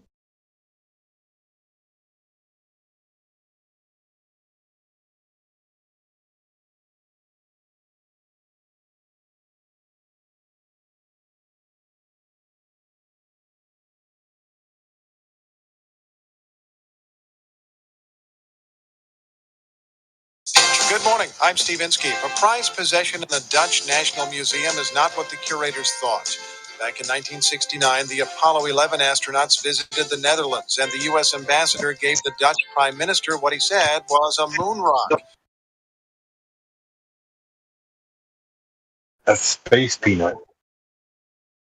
No doubt it gave a warm feeling to the U.S. ally. But when an expert saw it in the National Museum, he said he wasn't so sure it was real. Geologists have identified the moon rock as petrified wood. It's Morning Edition. That is a great clip. You got to keep that one going. That's great. Just right out there for everyone to hear, just like everything else. Yeah. It goes along with what I've been thinking lately, because I was taking this seminar for my work that was about fishing. I have to take these different trainings about how to avoid, getting hacked at, security stuff. And so it taught me something which I didn't know, but it makes perfect sense, because we had 3 courses: fishing 1, low-level fishing, moderate level fishing, and then advanced fishing. For fishing, low-level fishing is the stuff you guys get in your email that is ridiculous, right? It's misspelled, grammatically incorrect, the fonts look off, the logo's off, if they're pretending to be Netflix or PayPal or whatever. And so, I always believed, and I think other people did too, that those are the people who are doing it are foreign, can't speak English, so that's why they have it like that. But no, they explained to us in the seminar, which makes way more sense, that they do it that way on purpose to weed out people who are, have attention to detail or educated, that would catch, obvious grammatical spelling errors and, logo errors and stuff. Because they don't want those people to click on it, right? Because the next stage where you actually give them their bank account info, somebody who has, a few brain cells rubbed together might not, give out their financial info. They want the stupid people. I don't know how else to say it. That's why they send them out like that. I mean, it's a brilliant scheme. But do you not see the parallels to NASA? Obvious fakery, obvious fraud, telling you in plain English, pretty much on NASA.gov with, Robert Simon and NPR is telling us, everywhere you look, it's, really obvious. Especially to us, once you actually allow yourself to look at it, right? You have to get past that initial resistance, and then once you see it, it's oh my gosh, this is totally hidden in plain sight. They're just out there to get the gullible, and people who are kind of zombified, they don't want us, you know. That's why they don't care that they're putting it out there. I don't know exactly what I don't know the exact parallels, like what's the second stage of the phishing scam, you know. Is it the trip to Mars that they're all going to get in? I don't know, you know. Everybody has different ideas about that, but you know, they wouldn't make it this obvious if they were really trying to pull one over, right? Right. It's so real because it looks so fake. Yeah, and also you have to. The other thing that should be a cautionary tale for us. I think we can kind of sometimes, because what they put out there is so patently false and obvious. Like, it takes such a low level. Once you just like actually look at it with your brain, you know, it's low level logic, low level math to see through them. Just once you get to the point where I'm willing to examine the evidence and to where it leads. And I'm not going to just have a pre-drawn conclusion that I already live on a globe. Oh, thanks, Marvis. I need a cheerleader. Marvis is cheering me on in the chat. Thank you. So that once you realize that, I think we might start to underestimate them, where we're like, oh, this is the best they can do. Like, NASA can't come up with better graphics than their ridiculous Mars rover, Atari level video game, you know, thing of the Mars rover. I gotta find, Roger made a meme of that. I gotta find it. I always forget what the meme is though, but I'll find it eventually. But anyway, you know, we kind of underestimate them, but you know, they're brilliant, right? They are. I mean, because they've started out, these people who are generationally, you know, trying to preserve their, you know, their whatever, their incest bloodlines and so on, occasionally bringing in a real human like Diana or whatever, but mainly just passing down this information, you know, from generation to generation. Like, they've started out knowing this and not wasting their time on this nonsense like we did. I mean, we're just getting started now, whatever age we were, like from childhood, which some of us are raising the next generation of people who actually face reality the way it is. But like, these people are not stupid. They don't bring out, you know, they're not dumb. They don't put out this NASA garbage because they can't do better. They're choosing to do it. Well, they have to. They don't want the karma, so they have to.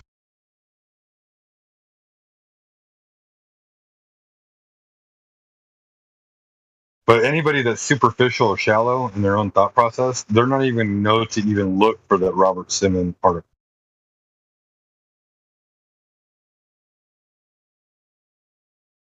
So I don't disagree with you at all, Diddy Line. I'm happy to see you here. You made my heart kind of jump up a little bit.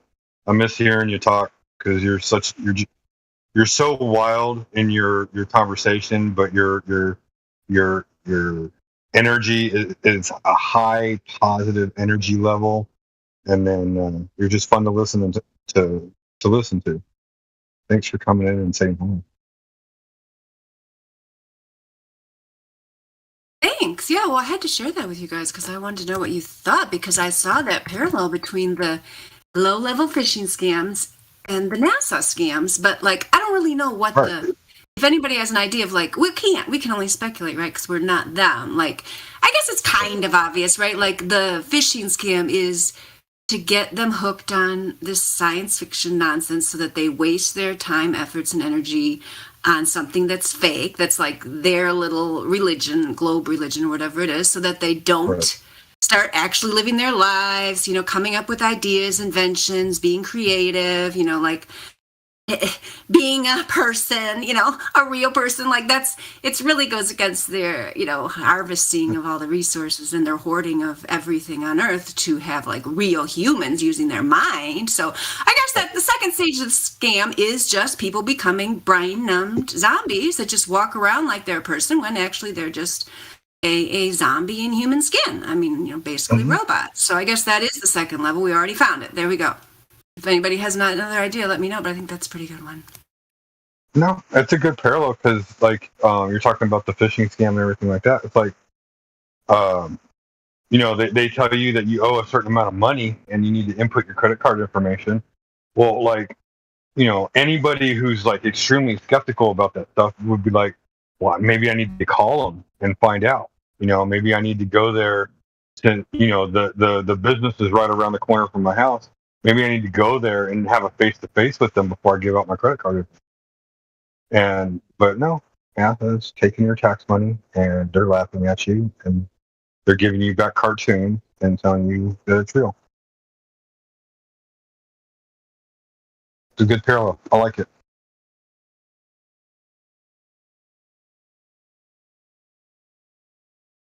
I do not know why Roger has to make this meme some weird title. I've asked him more than one time what it's called. I guess I'll look at my DM and see if it's in there. You guys know the one I mean, when it looks so fake, when they're landing on, they say they're landing on Mars and it looks like a low-level, 80s video. No, it's Elon Musk. It's Elon Musk, Tesla in space. I say it is. They're interviewing him and he goes, you can tell it's real because it looks so fake. Yes, that is a good one, but that's not the one I'm thinking of. I will find it. I'm still working on it. Oh, okay. All right. I don't disbelieve you at all because, if there's anybody that speaks the truth in here, it's you. You don't sit there and make any. I don't think you've ever had to retract anything you've ever said. You're probably one of the most clear-minded people I've ever met or talked to. Oh, I don't know. Yeah, I mean, I'm sure I have retracted things, but I've learned over time to be more careful, which is because I try to only speak on the topic of flat Earth. Because I did learn, that. I mean, but it's not just. I would say I learned that a long time ago, probably 20 years ago, before I came to Discord. So. I probably haven't done it too much here, but 20 years ago I learned, if you promote something that's false and you people might actually come to harm about it because you said this thing was a good idea and it turned out you were wrong, then you have to find all the people that you said this was right and a good idea who might have gotten harmed by it and apologize and make amends if you can. It's really hard to find those people. Well, here it is, Memes Rover Live or Memes Mars World. I found it. Okay, I'm going to put those up there. But yeah, so that's why on Discord, I try. I can't say that I am perfect because I am a human being. I have interests in other areas and things that I might think about that aren't objectively provable, but I try to stick to flat Earth because it's so obvious. I mean, it's mathematical. I don't ever have to worry that I'm going to have to go back and find all these people and say, oh, guess what, guys? It was really a globe. I know I'm never going to have to do that because it's a mathematical, logical fact. Just like I could tell people, if you have 2 apples and somebody gives you 2 more apples, you have 4 apples. I could say that, and no, I'm never going to have to hunt everyone down that I told that, to undo the damage. Okay, there they are, the ones I'm talking about. See that last one? That's what Roger told me that this is what they put out in the world, saying this is a, image of this Mars thing landing on Mars. I'm like, oh my gosh, and people actually fell for that? I mean, to me, that just seems outrageous. Look at that thing. No, it's it looks almost as bad as what's Minecraft. That's what that looks like to me. I said Atari. You're being generous by calling the Minecraft. I said Atari. You probably never even played Atari. Oh, I mean, come on. I know all about. It's not as bad as I know all about Atari 2600. I know all about Atari 2600. I used to play that all the time. Shoplifter was my game. Yeah. You're probably right. We'll give them Minecraft. I'm being too cruel by saying Atari. I mean, it definitely looks like Atari was 4-bit, wasn't it? Or was it 8-bit? I am not the person to ask that. I do not know. Yeah, I figured you weren't a video game girl. I mean, I played it. I played video games since Atari. My favorite was Maze Craze. Then my mom sold our Atari set in the garage sale. I couldn't believe she did that. Because then when I had children, I'm like, yeah, Mom, where's the Atari? Because I thought they'd enjoy it. She's like, oh, I sold that in the garage sale. It's so annoying. They're probably worth money now. I can't believe how many games Atari had because there's so many games that I played. Man, I must have played at least a couple hundred games on Atari, and it still doesn't even come into comparison.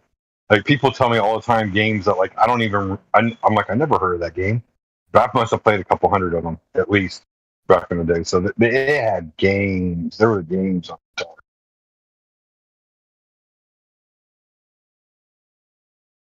But, yeah, my brother liked Warlords. Warlords was what my brother liked, and the other one? Asteroids, of course. See, I guess this is a step above asteroids, which was, just like blobs going through the black screen that you shot at, right? Right. But only a step above it. Only a few steps above it.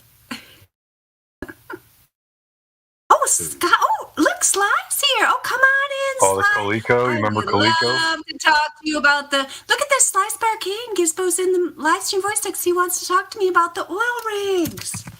Come to the live Oh my stream. gosh. Sly, come to the audio chat. Where's Sly at? He must be listening, or why else would he be addressing me, right? You know what? He might be listening in the actual live stream on YouTube. Yeah, Sly, I really want to talk to you. I know you wanted to get to your PC, but millions, probably millions of people, definitely thousands of people across the world use Discord on their phones. All you have to do is go to the App Store. I regularly put it on my phone and then delete it so it doesn't distract me. It's very easy to do. You can go to the App Store, type in the letters DISC. Oh, he's not home. Guess what? I've accessed Discord away from home, Sly. You go to the App Store, you type in the words DISC, the word Discord. He might be at work. DISCORD, and you download it. Hey, are we making excuses for the Globers here? No. I'm just saying you probably shouldn't be on Discord while he's at work. Yes, we do not want you to lose your job, because if they heard you getting slammed by the flat earthers, they definitely might fire you. Oh, sorry. Whatever device you're using to type this message, just click the join VC button. Have you heard that, Dandelion, lately? Oh, that is so clever. I bet you wouldn't fall for a low-level phishing scheme with logic like that. He's typing a message in the program. So he doesn't can we have verify to that you're on already. Discord first? He has got me on that one. Can we verify that you're on Discord first before you come into the voice chat? Anywho, Sly, I don't know. Does he actually want me to answer this question? What's hiding? I guess, what's hiding the bottom of the fire oil rig? You tell me. There's multiple things that obscure objects, atmospheric lensing, weather conditions. I mean, there's many ways the atmosphere can change the way the same object will appear on different days. In fact, Indio just gave us a video in the mod chat this morning. I'll find it for Sly, because I know he really wants to be educated, right? So I'll find that for him about atmospheric lensing. Atmospheric lensing, maybe he would like to learn about atmospheric lensing. That's one possibility that changes what things look like on different days. Let me see. Okay, this is the one. Well, Dandelion, did you hear what Bob the Science Guy said is blocking the oil rig? What did Bob the non-science guy say? Yeah, what's blocking the bottom of the oil rig there? Not a hill of water. So yeah, actually, that's exactly what it is. And if you look at how much is actually hidden. Okay, buddy. Oh, really? I didn't hear that. So who is it that is saying that it is a hill of water? That would be Bob the Science Guy. Oh, okay. And who's saying that it's not? That would be me. Oh, that's you. I didn't even recognize your voice. I'm on a different mic. In the live stream here? Okay. This was a couple days ago on the 25th of October. Oh, okay. Hey, CB. How you doing, dude? Yeah. This is one more time. Not a hill of water. So yeah, actually, that's exactly what it is. Okay, he says it's a hill of water. He says that's exactly what it is, a hill of water. CB said it's not a hill of water.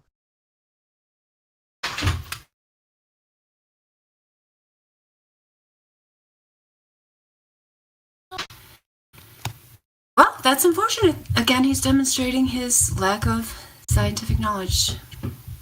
I mean, they'll go to any length to preserve their fantasy worldview.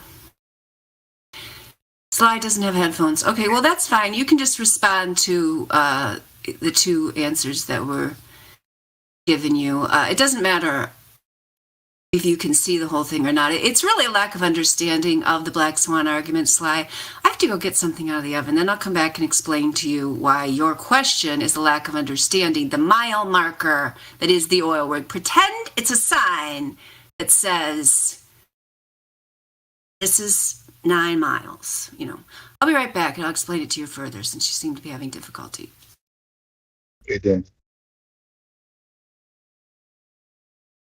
How you doing, CB? I'm just Bob's. I mean, not Bob. Sly. All of a sudden, we're vultures. It's weird. I invited him to speak. I know. Well, I invited him to straight after Dandelion too. That's like I'm like, I got my popcorn ready. Well, I was just saying that I invited him to speak with Miggy and I earlier, and he said that was fine. He'd be happy to join. But now that I've invited him again, he's saying we're vultures. So it's a bit odd.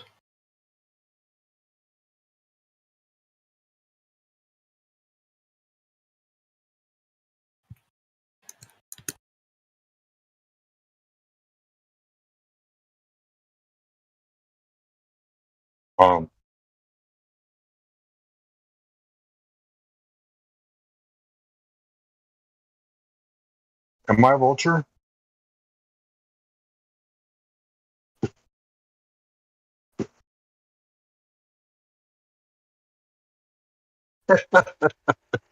Justin.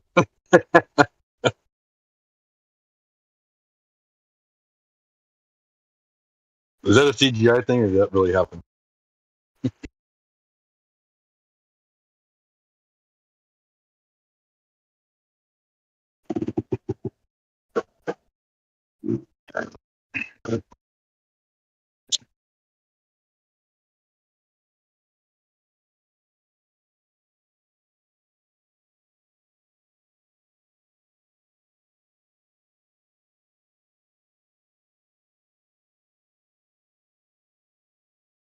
Say something to Sly. You can come in. I can be here another hour or so. So, regarding your claim, so I can get attacked like by a bunch of vultures. Okay, you don't have headphones to my phone. Okay, I also learned this. I understand, Sly, the technologically challenged, because I'm not a huge fan of technology, even though I actually work online, but kind of by necessity. But you can use Discord without headphones. You can just talk into the thing. There's a little audio thing that you push. It looks like a speaker. Yeah. We can help you if you come in. It's kind of what phones do. But anyway. Yeah, thanks, Coop. Yeah, that's right. I know. Yeah. And so maybe he just has a flip phone like my mom. That's possible. But I will personally, for the hour that I have committed to being here, if you can come in right now, mute every single person in the room except for the person you're talking to. So I'd be happy to answer your question since you asked me the first question. And then if you wish to speak to someone else, we'll unmute that person and so on. We've done that many times here before. It's no problem at all. So there you go. Open invitation. I better put that in writing so everybody can see it. But, you're welcome to come in. So anyway, since you're listening, guess what? Did you take that? I did with my P1000. That is nice. A few nights ago, there were some clouds in the sky, and so it was really cool that it's putting off that kind of. That's pretty. I like how it's got like that kind of fog around it. I guess that's just the clouds, right? But it looks really pretty. Yeah. So, like when you zoom in, it kind of almost eliminates the clouds in the sky, but the clouds were passing over it because there was a storm getting ready to brew for the next day, and so I just got some really cool pictures as the clouds were passing over. Sometimes it was dark, sometimes it was like kind of a sheery look to it where it's shearing through. I'll post another picture of the moon with some clouds in the sky.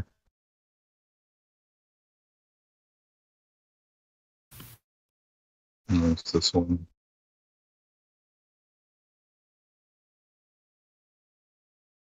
I'm somewhat trying to become a photographer. Yeah, my sons and I saw it last night. We were driving. It was close to the horizon. It looked really pretty large. Oh, I took this with my iPhone last night. This was really cool. You'll like this. Yeah. I got lucky with this because, like, I had to like cover up one of the cameras with my iPhone and force it into another camera, and I got this clear picture.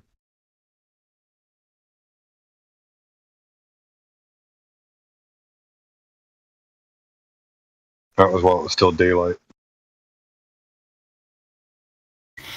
Nice. Yeah, that's impressive. You could do that with your iPhone.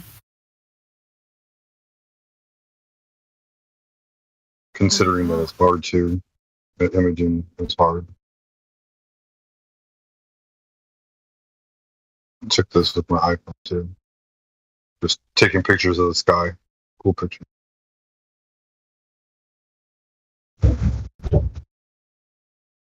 Another storm coming in.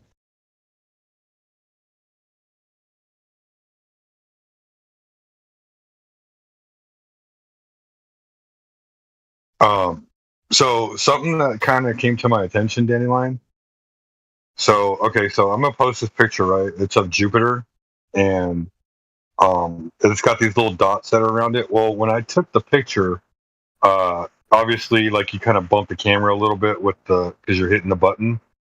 So I got to get a remote so I can take clearer pictures. But took a picture of Jupiter and its so-called moons, right? I asked Elijah. Yeah, Elijah. I was like, hey, Elijah, what are those little bubbles around it? It does the moon's like, no way. And then, like, so I'm thinking about it. I'm like, okay, like, how are they going to spin this? Like, so here's my question. I could take a picture of Jupiter and its moons, and Jupiter is 391 million miles away. How can I take pictures of its moons with the P1000? Just curious. Like, I don't know. What do you think about that? You definitely bring some fresh ideas to the conversation. Or even CB. CB can. Yeah, I mean, you'd have to ask one of the people who are claiming that it's at a much further distance than it apparently is, with no verification to back up that claim. I mean, that there is no good answer for that, so they can't even verify their claims that it is at a certain distance. So, yeah, right. Your pictures are evidence against their claim, as far as I'm concerned. Well, I would love to ask a Glover that question, but none of them are in here. Yeah, put that on your little notes there, and for something to ask them. Okay, yeah. So Sly, I hope you're going to take me up on my offer. An hour, and probably somebody else be willing to do it if I have to leave for 1 hour. We can have a one-on-one for you. No vultures, no jumping on you, no piling. I'll mute everyone in the room. So go ahead. Let's hear it. Let's hear your proofs of the globe. Bring them in here, please. You said you would. I'll type it out in writing. I will mute everyone in the room except the person to whom you are speaking. I have a background in education. I've been teaching for over 20 years. I'm perfectly capable of having a civil conversation with you if you would like to come in and have a civil conversation with me. If there's someone else you'd like to speak to, I'm happy to act as a moderator and mute everyone else. So anyway, the point I was trying to make to you about the Black Swan argument, but we'll be waiting for any time. You're welcome to come in. We just have a conversation. It does not have to be confrontational. Let's just discuss. It's much easier to talk about these things if you're here to talk about it than to talk to you in the text. I mean, you're obviously interested. You're listening on YouTube and so on. But nonetheless, if you look at the Black Swan image at 52 minutes after the hour, you can see that the platform habitat is verified to be at 9.41 miles and the platform hill house is verified to be at 6.21 miles. This is the Black Swan argument, which you seem to not understand. The only purpose of this argument is to show that this oil rig is clearly in front of the horizon line, and as it says at the top, if the Earth is a sphere with a radius of 3,959 miles, then every horizon distance measurement must be no more than 1.225 times the square root of the observer's height in feet. So therefore, since in this case the observer height was 1 foot, as you can see in the original video, when the camera is set on the ground at 1 foot. The maximum distance of the horizon on this alleged sphere, if we were on a sphere of the size claimed, is 1.22 miles. Since we have a photograph that can also be verified by anyone who cares enough to go and look at it, that there are indeed these oil rigs, which are 9.41 miles, the furthest one. The horizon is clearly beyond that, so you have to give us at least, 10 miles, probably further, if you just judge it by a look-see there. And so, therefore, it is impossible here by, a factor of 10 for us to be anywhere near on a sphere of that dimensions claimed. Nonetheless, if you can't go to California where this one was taken, you can do the same type of observation anywhere in your own local area. There's a small sampling of possibilities of places you could go, or find your own. It's not that difficult to do if you care enough about the truth. I saw that you tagged me in your video. I'd be interested in watching it later.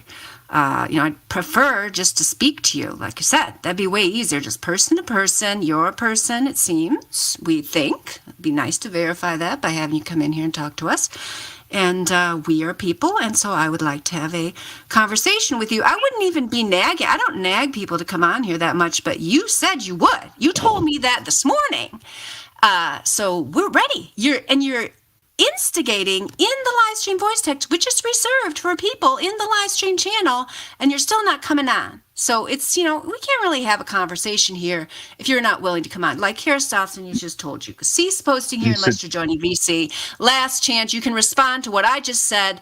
That'll be your last post. Go back to your clown lobby. You should never keep a woman waiting. Just so you know, Sly. I say you take his image perms until he joins the VC. Yeah, Justin already took his image perms earlier, and then we gave him back because he had the Globe Earth roll, which he earned, which used to be earning the Globe Earth roll also earned you image perms. But you just need to go, I'll answer your last question in the lobby because that's where you belong if you're not willing to join the live stream, which you have shown that you are afraid to join the live stream. That's fine. I have even given you the courtesy of saying I would mute everyone when you claimed the reason. You give 10 different excuses. Your latest one was there's a bunch of vultures that are going to jump on you. I just said I mute everyone. You're going to talk to a woman one-on-one, and you still don't want to do it. So guys, put that on the record, please. Beta!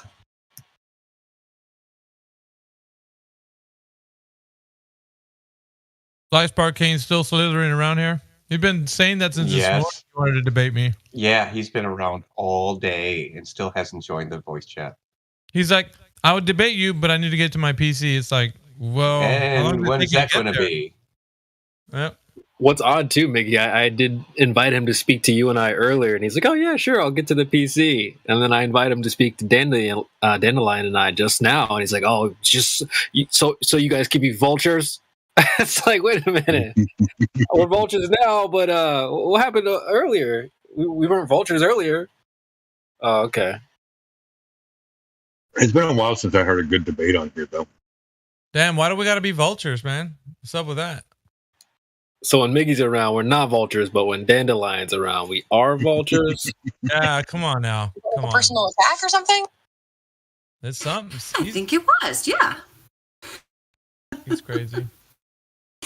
I think if this globe was so obvious and easy to prove, he shouldn't be so worried about coming out here and telling us about it. Golly, seems to be so enthused about it. All we want to do is hear, some of your proofs there. Sly, I'd be happy to talk to you some more about the oil rig. Sounds great.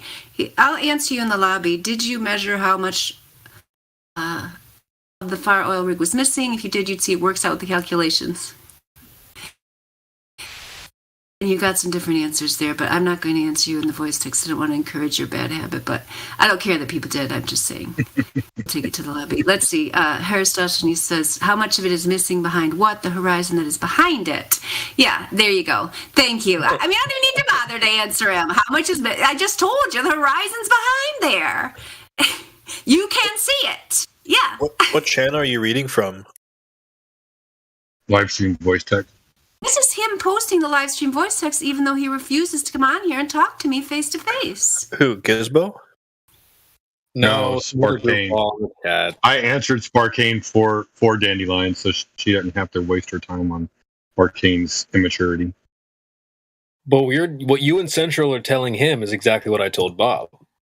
Horizon is way beyond where it's supposed to be, so there's that too. Yeah, what's blocking the bottom of the oil rig there? Not a hill of water. So yeah, actually, that's exactly what it is. Bobby. Fake Horizon. What? This guy's going full conspiracy theorist over here. Fake Horizon. Bro, that dude perfect picture is ridiculous. Those guys are the biggest losers on YouTube. You better believe it. Dude, they'll throw basketballs and start jumping like little girls freaking out over it because they sink a ball, bro. Those guys are losers. Well, they have to do it in multiple takes. They shoot it where it completely bricks, but they still do the dance. Dude, have you seen the green screen video of that? There's literally a green screen of like a bunch of guys in green suits holding like a ball attached to a stick on a green screen, like on a green stick, right? So it blends in with the green screen. I'll try to find it.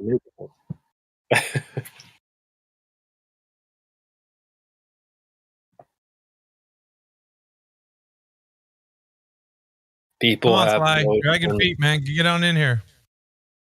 I don't care who you talk to. Just come in here. I know you're listening to us on the live stream. But I don't have Yeah, he'd probably rather, according to Coop's quote there, he'd rather talk to you than me, Miggy, which is fine. I don't have a problem with that. I'll mod for you if you want, or I can, like I told him, I'd mute everyone, which I'm sure you would too. It's because he was worried about too many people. I heard that he wanted to talk to you, so I'm not saying he has to talk to me, Sly. I can understand why you'd rather talk to a man, and so go ahead and talk to Miggy. That's perfectly fine. It don't matter. It don't matter who he talks to. He's gonna get served. He's gonna get served. I would rather talk to Dandelion. Personally, I just like sit here and find questions to ask just so Dandelion can keep talking. Oh, okay. I'm sorry.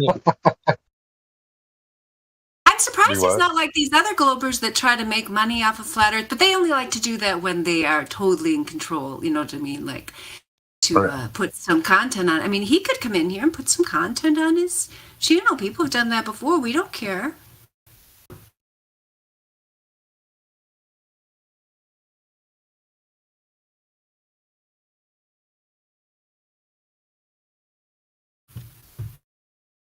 This video, he said, I don't know, has anybody looked at his material on his channel?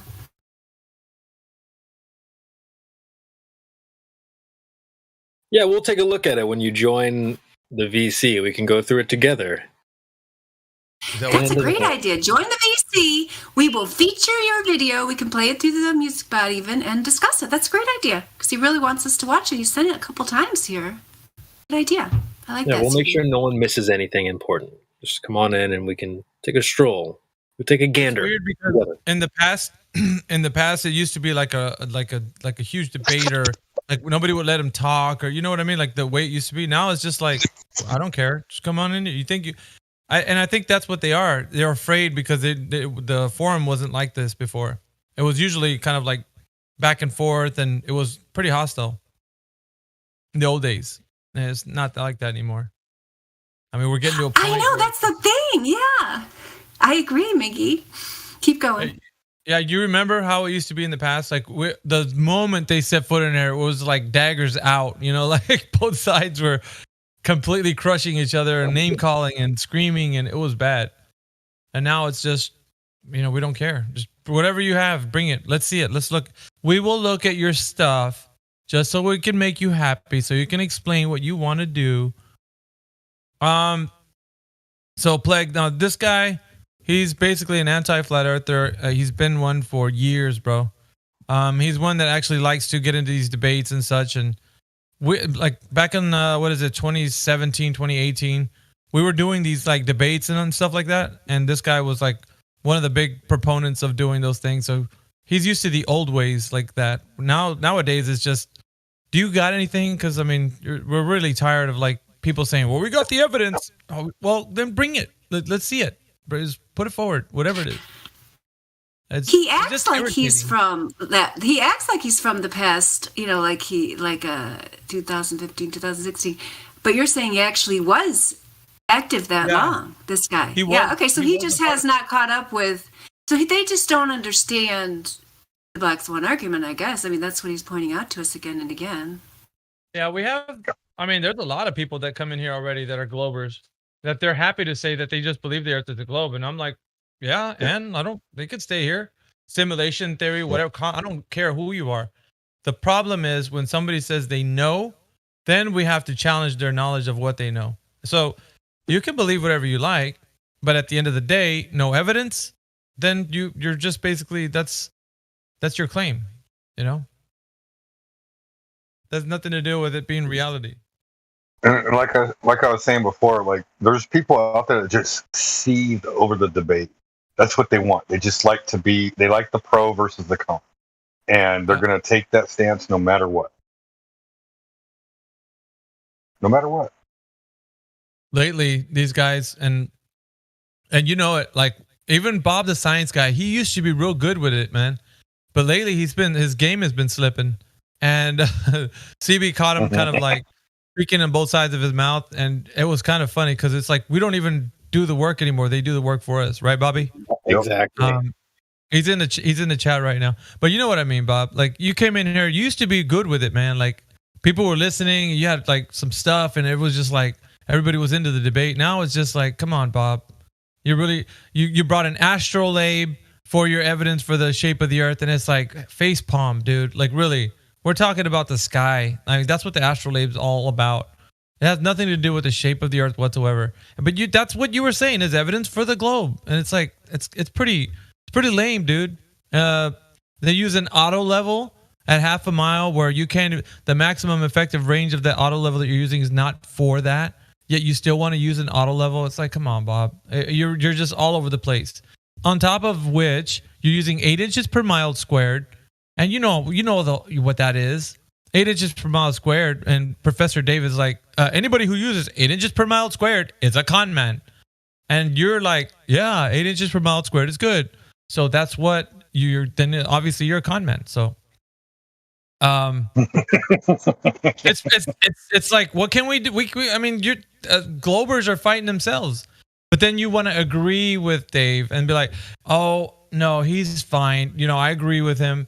Yeah. Well, then if you agree that what he's saying is true, then you're a con man. You just agree that you're a con. And so instead of that, you know, like, why don't you guys figure out what you want to talk about, what the curvature is, come back to us and then say, okay, we've decided this is what the curve math is, and then let us know. Is this Bob the non-science guy still in the server? Yeah, he is Shamrock Banks Observatory in the YouTube live stream text chat. That's who Bob is. Oh, well, can he come back into the server? I mean, I haven't heard of it. I like that clip that CB has. I think one of his talk. Did somebody what was it, like research flat moon or something like that? Yeah, Plague. The thing with these guys is that they're all over the place. So I demonstrate that to them. Yeah, and I agree. They don't stick with the mainstream narrative, and we're always talking about like points that we're going to raise as far as like their narrative goes. So we're always talking about, okay, so is this the narrative? Because you guys are like, you're off on a tangent, off on the, something else, some other cosmology. Because apparently, right? I'll say this. As far as like anything that's being produced right now, like the Blue Origin rocket, the Jeff Bezos company, the one that just the video we always were mentioning today, these guys, they went up 198,000 feet, which is nothing to do with being in outer space. Yet, I mean, these guys were claiming they were in space, and so all of this stuff is just a reification of the idea they're on a globe, and it gets just the average Joe to look at these guys and be like, oh, this guy started from just, playing basketball and doing trick shots to like now he's in space. So that is like, it's a huge deception and we're exposing it. And they don't like it, but it doesn't follow the narrative. It doesn't say like, we understand past the Kármán line, 62 to 80 miles. I always keep saying this because you can go look it up. The Kármán line is the standard, right? in which after you go beyond that, that's outer space. It's considered outer space, which is low Earth orbit. Well, they didn't achieve that. And not only that, Neil deGrasse Tyson denounces anybody who hasn't reached even beyond that they still can't see the curvature of the Earth. And these Blue Origin guys, right? These characters are saying that they have seen the curvature, the whole Earth looking like it's a sphere. It's complete circle. What liars these guys are, because you can't see the curvature from there, much less the whole Earth. You can't see the whole Earth from where they were. He's lying through his teeth, and this is like what we have to put up with, because obviously nobody's gonna check them because they're in total like belief mode. But there's so many inconsistencies with the narrative, and of course their house is divided, and it's easy for us to just easily go. And their house of cards just goes tumbling down. Like effortless. We don't even have to try. And that's all it is, really. We're just pointing it out to them. Like, hey, you guys listening to what your mainstream narrative person is saying? Because he's disagreeing with you guys. And with such veracity. Because he's not just saying, hey, these guys are wrong. He's like, you don't see the curvature of the Earth. He's saying it the way I'm saying, with that kind of inflection. Because it's like, okay. He's putting that much curvature of the Earth. Yeah, thanks, TV. It's that much, emphasis on it, and so for us, it's like, damn, you guys are just getting smacked down by the narrative. Like, we're not smacking you down. We're just like, do you guys know this? Yeah, I found out that Bob Science has. They said that he has a sock. He doesn't need to have a sock because the person that banned him unbanned him, so now he could rejoin the server. If you need someone to send you an invitation, just let us know, Bob Science. You're welcome to come back and give us some more globe proof. I don't know what you were... I liked everything that you said, Miggy. I totally agree with you. They can't get their story straight because it's lies, because, they aren't going for the truth. They aren't going for science. They aren't going for testable, provable, repeatable. So they're standing on a house of cards. So, of course, it's very difficult to get lies straight, especially when they're not based on the reality of where we actually live. But I didn't, the 8 inches per mile squared, I didn't know if you were saying that you agreed. I mean, I think 8 inches per mile squared is perfectly fine measurements, and most of the arguments I've heard against it are bad. So I didn't know what you were saying about that. It works for the parabola, but like the thing is, like the math that was there. No, it doesn't. No, that's what the Globers say. They call it a parabola because a parabola is the normal shape of a graph that's of an exponential function, which the 8 inches per mile squared is the rate at which the curvature would increase if we were on a sphere. So yes, if you graph a squared function, it's a parabola. Yeah, it doesn't have anything to do with the shape. We're not that equation is not even claiming to represent the shape. It's claiming to represent the rate of curvature at which it would increase, which of course it would be an increase at an exponential rate if indeed we lived on the slope. We are not. It is not. Has nothing to do with the shape. All I'm saying is those Globers who claim that 8 inches per mile squared represents a parabola are correct. There's nothing wrong with that. Nobody's saying that the 8 inches per mile squared represents the shape of the Earth. The 8 inches per mile squared represents the rate of growth at which the curvature would increase if we lived on a sphere of the radius of 3,959 miles. So I just wanted to point that out for the audience because, I hear what you're saying. The Globers argue about this and that and the other thing, but I don't want flat earthers to think they can't use that because it's a perfectly legitimate value to use, and it does roughly estimate what rate you would see the curvature increase if you were... but hang tight, because I didn't get through. I didn't get through what I was gonna say, so I don't know. Maybe you jumped in when I said parabola, and you just like. So I didn't get through. So what I was gonna say though is that it's their math about whatever the 8 inches per mile squared or whatever. Like I would say this. I'll go so far as to say whatever math they use, it doesn't matter. It's not our math. We don't have math to the shape of the Earth. There isn't a shape. There isn't anything for it. It's flat. So by all intents and purposes, we're pointing out to them that they're using this. So we're actually testing the claim, right? So now they can come up with another part of math where we're going to be like, okay, you guys settle on 8 inches per mile squared or no? And then we're going to test that claim out. But so far as we know, this is what you guys are using. But for us, the flat earth side, we don't care. It doesn't matter to us. We're not invested in 8 inches per mile squared, because for us, there is no curvature whatsoever. So 8 inches per mile squared, or whatever math you choose to pick on, that's what it's going to be. So it does, like, to us, we're like, well, 8 inches per mile squared is the best. No, it doesn't. I don't care. If they switch up and they're like, well, let's throw this one out and put this one in. Okay. Let's do that. Wherever you think that the curvature math is going to fit, let's apply that, because there isn't any. Per mile squared, 7 inches per mile squared, I don't care. 5 inches per mile squared. Yeah, that's what I'm saying. So when it comes right down to it, you can use whatever you want. But if there isn't any curvature measurement, that there is no curve. So I'm happy to know because like Bob was saying, oh, well, 8 inches per mile squared is good enough for short distances. I'm like, okay, fine, let's go with that. And then we hear Professor Dave is saying, anybody who uses 8 inches per mile squared is a con man. Don't use that. And he's got millions of viewers. And I'm like, I don't really care. What math do you want to use? Because any math that you use is going to have to be measured against reality. And guess what? There isn't any curve. So flat earthers are great with whatever you guys go with, because we're going to test it out. And guess what? We're not going to find curvature. So that is the basis of what we're saying here. It doesn't matter what math and Bob is fighting with Dave, and Dave is like, well, anybody's a con man. And Bob's like, well, sure, it's good enough. I'm like, well, then Bob, Dave is against you because he's saying that anybody using this is a con man. And there's a clip of him actually saying that. So that's why I'm elucidating to that point. It's like, because now he's saying you're a con man if you use 8 inches per mile squared. And Bob's like, well, that's good enough. I agree with Dave. Well, if you agree with him, then he's denouncing you and you're a con man. So figure out what math you want to use, because it doesn't matter. At the end of the day, we don't care. But when you come with it, you're going to be denounced, because it's going to be easy to know that there isn't any curvature.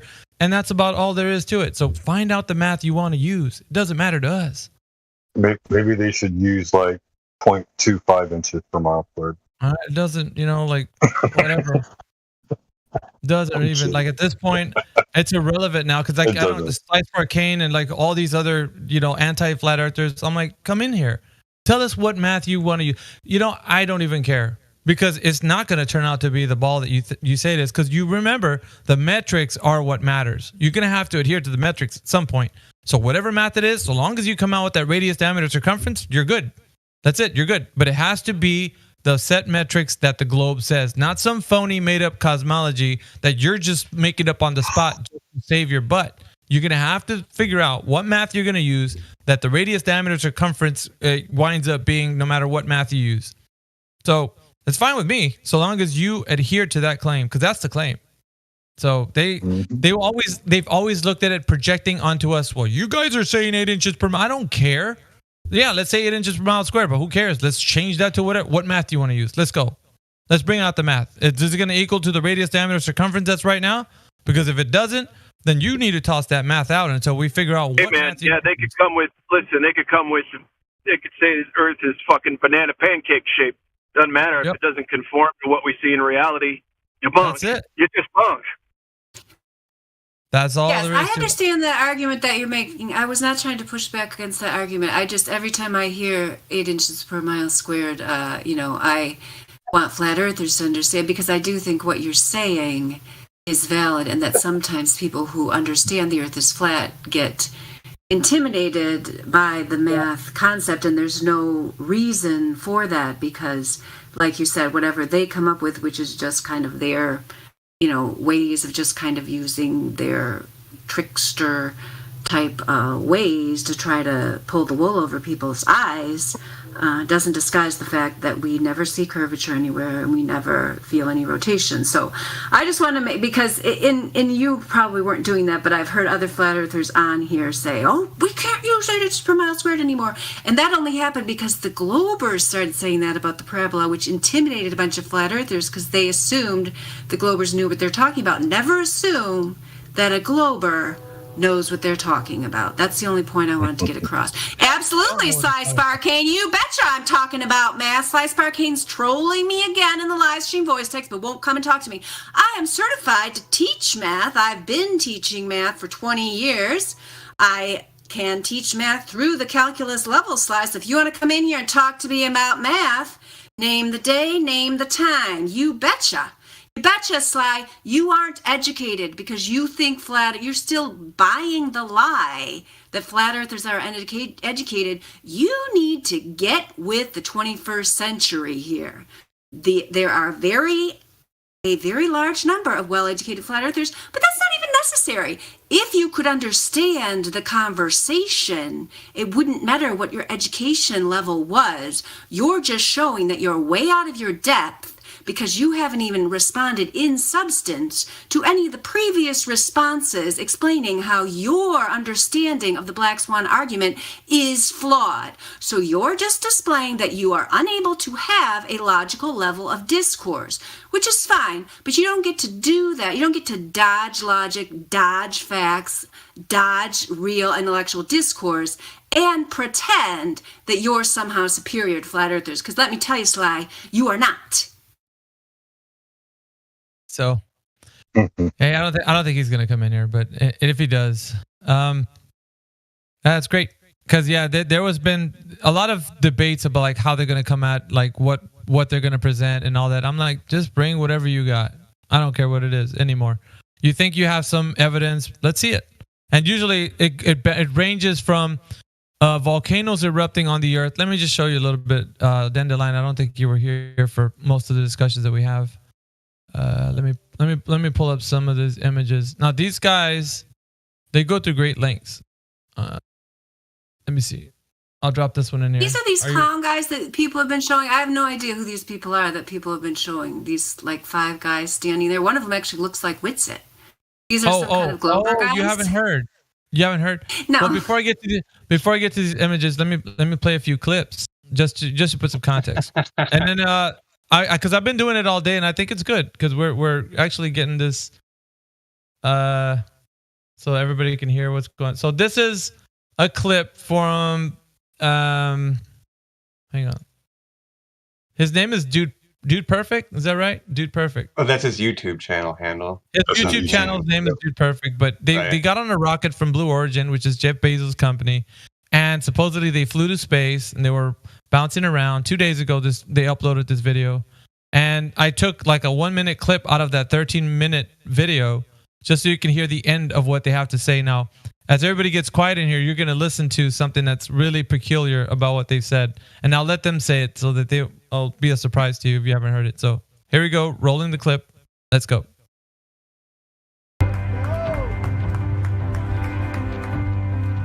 That was insane. Good job, team. We went to space! We went to space. Cosmonaut. That was absolutely insane.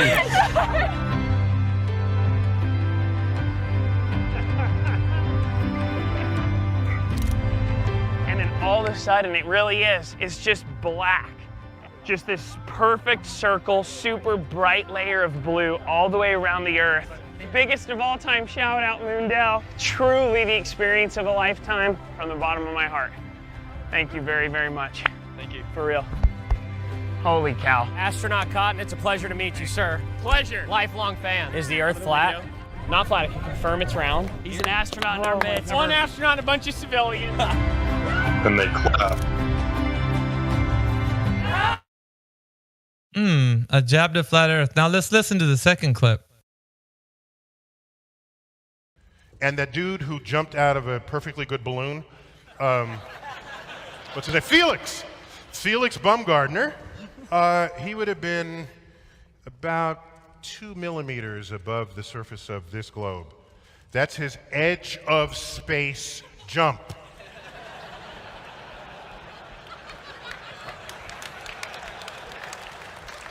Now, you know, I don't.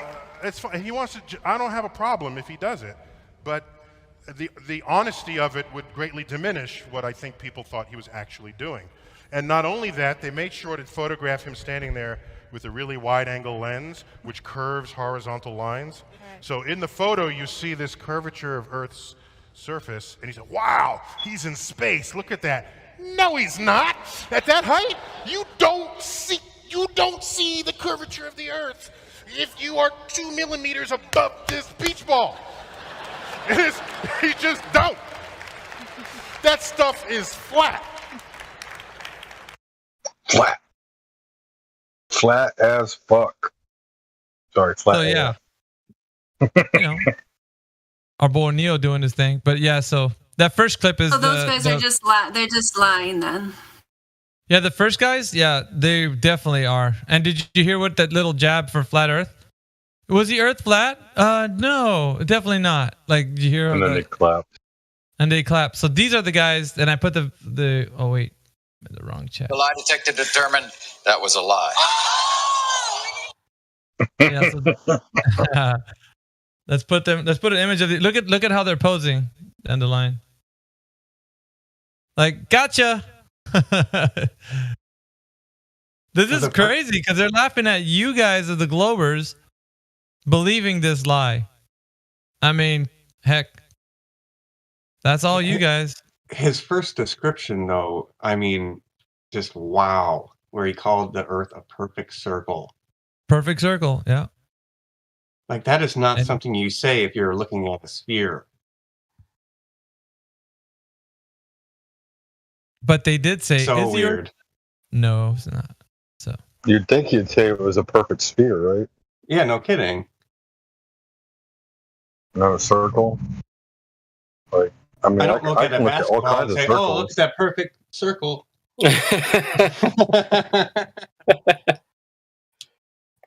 People would look at me like, "What are you talking about?"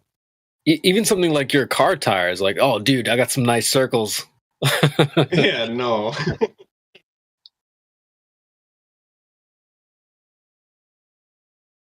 So yeah, I mean, he slipped that in there pretty well. So no wonder dude had to go up and ask him, "Oh, is the Earth round or not?" But yeah, did you notice? Sorry. Oh, go for it. The video cut actually when they asked him, like, "Is the Earth flat?" Then there's a cut. Oh, really? And then he answers the question. It's not flat. I can confirm that.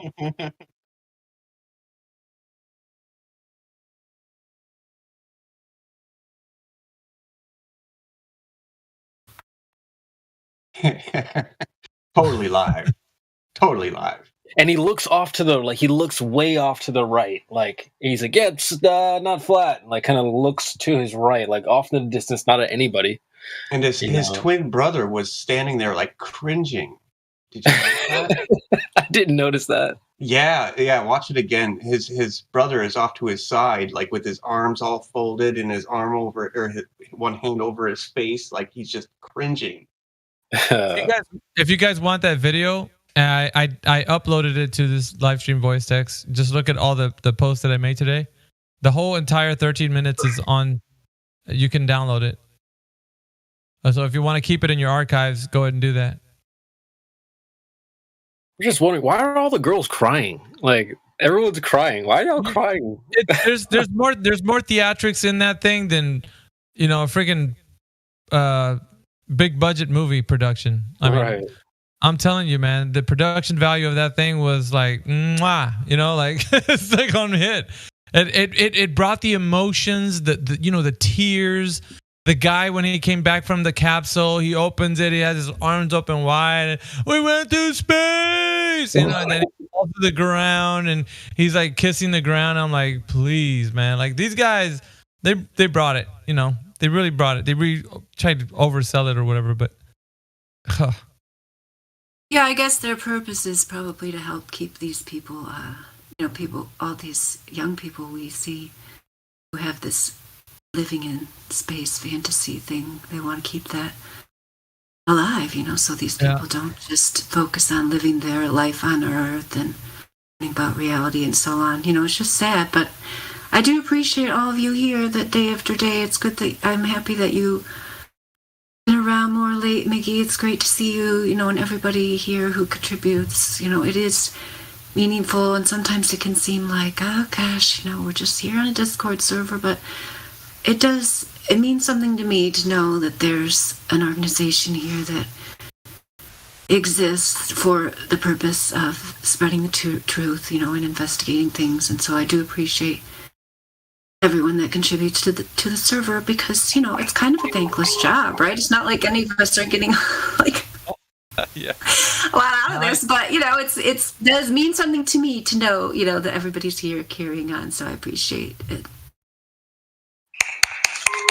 No, I'm all about like just hearing them kind of like spiral every time they come in here. I'm just like, man, I'm just repeating everything you're saying, and the reason why it sounds funny is because I'm saying it. That's why, and it's exactly your words that I'm saying.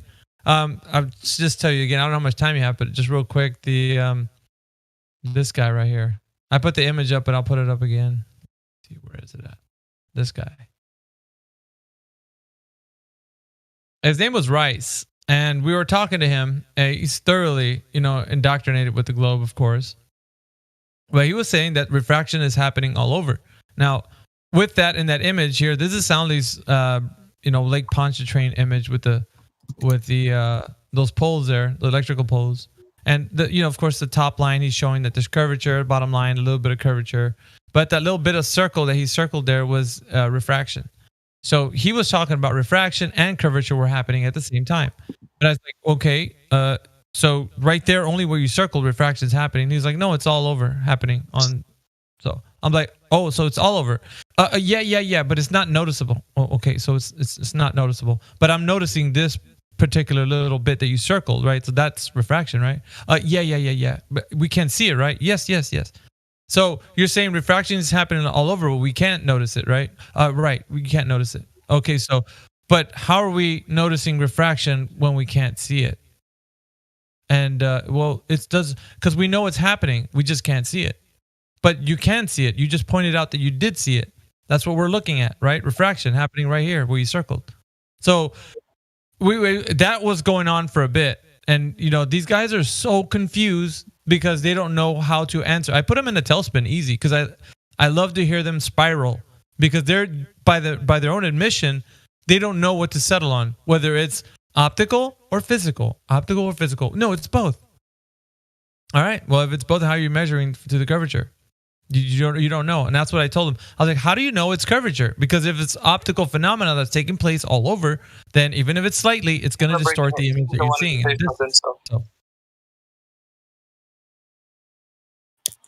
Oh, sorry about that. My bad.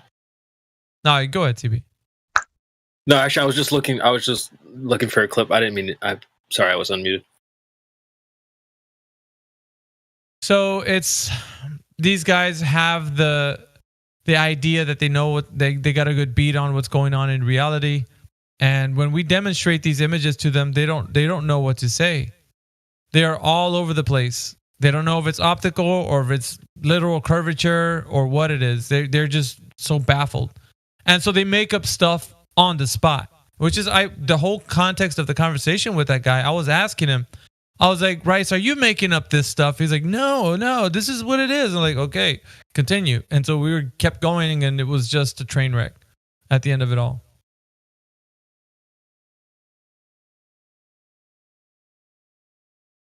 Yeah, I agree. I think in general, that's the way we have moved toward in the server is, let's not, at least most of us are at least getting to this point, let's not be in them. Let's not get rid of them. Just put all this stuff on parade. It's like, it speaks for itself. Like, Sly was in the lobby earlier with just the most ridiculous bunch of, outdated nonsense. It's like, yeah, let them keep putting that out there. I mean, there are people, we just, there was another one in the lobby earlier who said he's not a flat earther, but I can't remember his name, but he said, he can see that when you search flat earth on Google, you end up only with the debunking, like you aren't presented with the other side, and he is suspicious of that, like, that's interesting, like, this is such settled science, and we are on a globe, no problem, like, why do you have to hide the other side? You know what I mean? They don't hide the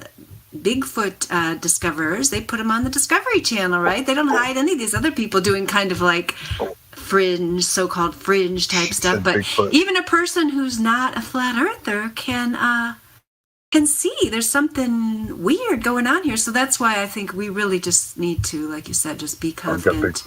Let those people come in here and whatever they Gizbo put a picture there, that's funny.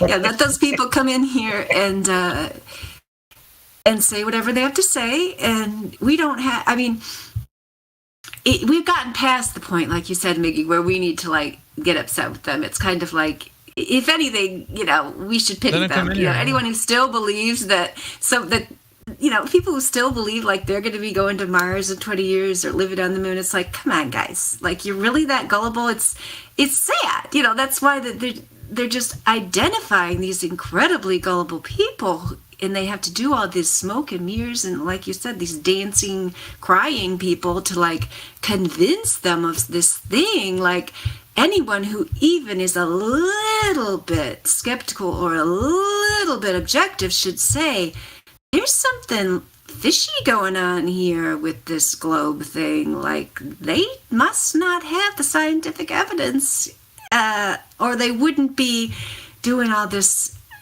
Wizard of Oz, smoke and mirrors projection stuff. It's just outrageous. I mean, that's what made me suspicious for sure. Like, whoa, this Professor Davis, what they have for debunking? Like, he's clearly not a scientist, not objective, not logical, clearly just using emotional arguments, propaganda, and so on.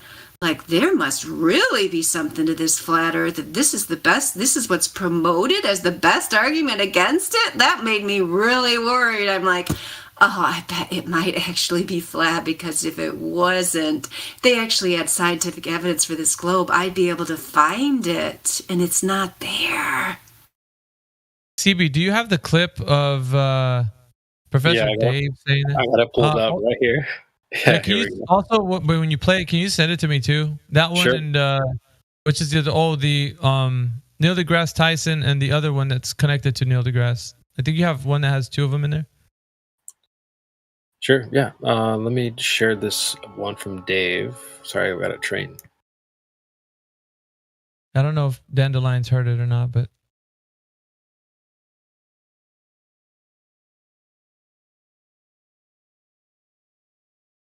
Okay, there's the Dave. I'll play the clip here. Inches per mile swing, typically with no context whatsoever. 8 inches per mile squared. None of you have any idea what this means. You can't derive it. You can't calculate anything with it. You can't make a prediction with it. You can't tell me anything about this value at all. When I point this out to you, you get very angry, and instead of answering simple questions, you just link me to a bunch of videos made by con men. Well, I'm sorry, friends. Those people are doing incorrect math, or lying, or both, and they are counting on the fact that you won't do any math at all to check up on them. 8 inches per mile squared is not a valid way to measure Earth's curvature. That is so bold. That's funny, Dandelion. You said emotion. He would use emotion exactly. He puts a big, giant emoji. They get angry, like he does use emotion in this video. It's funny. You called it. So there's that. So which Neil deGrasse Tyson one were you thinking of? Isn't there two connected to? Thank you for playing that. Thank you for playing that. Now I understand what you're talking about, which I did not understand before. And a strange part, when Professor Dave calls that out, he doesn't give an alternative. Right. Yeah. Like, what? They never do. They never do. They live in the realm of ambiguity. That's what they do. Keep it vague. Yeah. They hide in the shadows. They keep it vague. Yeah. Also send out mixed signals. I think that's part of it as well. Like some will say, like Bob, he'll say, 8 inches per mile squared works. Then you have Dave with like 2.2 million followers. This video has almost 6 million views. And he's saying 8 inches per mile squared is, for con men, it's wrong. And so I have a screenshot of a bunch of people. If you just search in the server, 8 inches, you'll get a bunch of posts from people being like, oh, it's wrong. You just trust this number, blah, blah, blah. So you have the mixed signals as well, which is also part of the problem, in my opinion. Yeah, most of the time, those guys, those fantasy globe adherents, they don't need to be coherent because Because it's an emotional argument to start with, right? It's not logical. So the person who is starting to maybe question it, maybe try to look into the flat earth a little bit, all they're looking for, if they're not really looking for the truth, if they're not really willing to follow the evidence where it leads, is somebody to say, oh, don't worry about it. You might have heard a question from a flat earther that made you have second thoughts, but it's okay. I'll put you right back on your fantasy globe. Don't worry. And so it doesn't matter what the story is, right? They don't have to match with each other as long as this person searching for the truth, but not really, just kind of mildly, half-heartedly searching for the truth, runs into one of them and then goes back to the program and whatever they were doing before. They don't have to agree with each other because that person's not looking for logical agreement. That person is just looking for somebody to pat him on the head and say, just put your globe binky back in your mouth and go back and, watch your show about the Kardashians or whatever, and we'll take care of all the math and science for you. I think that's what this Dude Perfect thing is all about, because I think we're making some waves. I mean, the flat earth is not uncommon, I would say. And so they come up with this Dude Perfect video, and it's like the latest update to the video game. So all these people that just need a pat on the head and a little tasty binky to remind them everything's okay. Here's this little video. We went to space. It's polished. It's polished turd 2.0. So you're polishing a turd. You know what I mean? 2.0. Look, let me upload this and play it. So let me see if it works. Just give me a second. I got to play it for you guys. Give me a second. I'm gonna go to the bot. See if it'll play it. This is from the archives. Guys, download that. Download it if you can.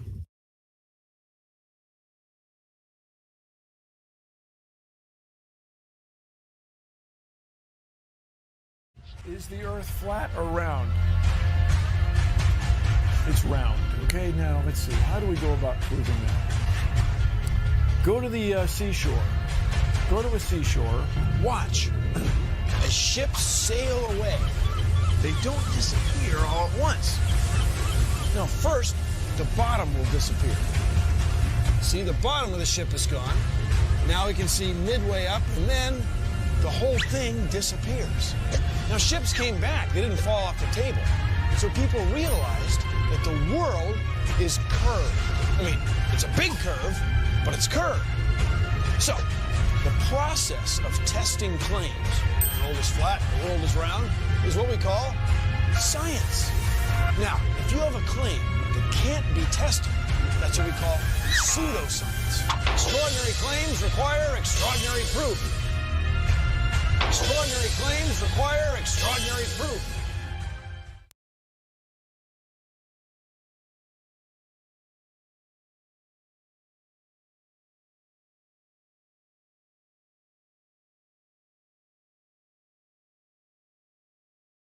I don't know. It's not showing the rest of it. Hang on. What was that from? It's the video that I put in there. It's what's his name? Bill Nye the Science Guy. Yeah, Bill Nye. Yeah, I've got the video pulled up here. Oh, I thought that was his voice. Oh, before I couldn't see his face, but now I see his little. It's a super old clip. Yeah, that happened more. I'm looking at right now, trying to find it out. There's one that I wanted to play that actually says, "You can't leave the Earth. There's nowhere to go." I thought that was a clip that I had it, but that one's good too. Right, and then there's also Carl Sagan, giving his proof for. A globe Earth using Eratosthenes, and that's again ridiculous. Mike. Yeah, that one's by far one of the most ridiculous. The Sticks and Shadows. I rap about that in a couple of my songs. It's a closed system. We cannot leave the Earth. Yeah, that's just a short one. I know it doesn't have the part where he's like really pulling on your heartstrings. Like, there's something I need you all to know. Yeah. They've actually scrubbed the The Earth is a closed system. That one was my favorite, dude. I really liked that one. That one was like He said it. You can't leave the Earth. There's no place to go. Flat Earth 2022.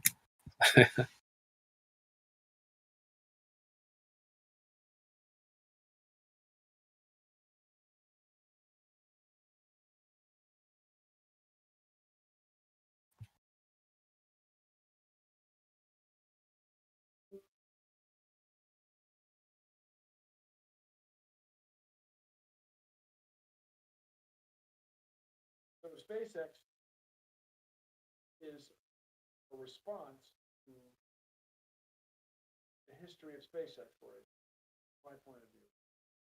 So one of the magical things about NASA, 56 years, the close in NASA Center. This is how people get. So humans went to drop tests in the desert of Arizona. When you do all that, you just add cost. When you go.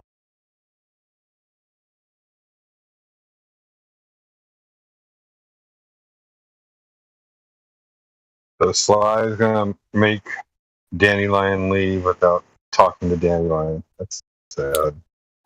I don't know. I think he kind of. Yeah, I am gonna have to go soon, but he doesn't seem like he's gonna put his money where his mouth is, or his mouth where his money is, or whatever you want to say, because he, said he would come in.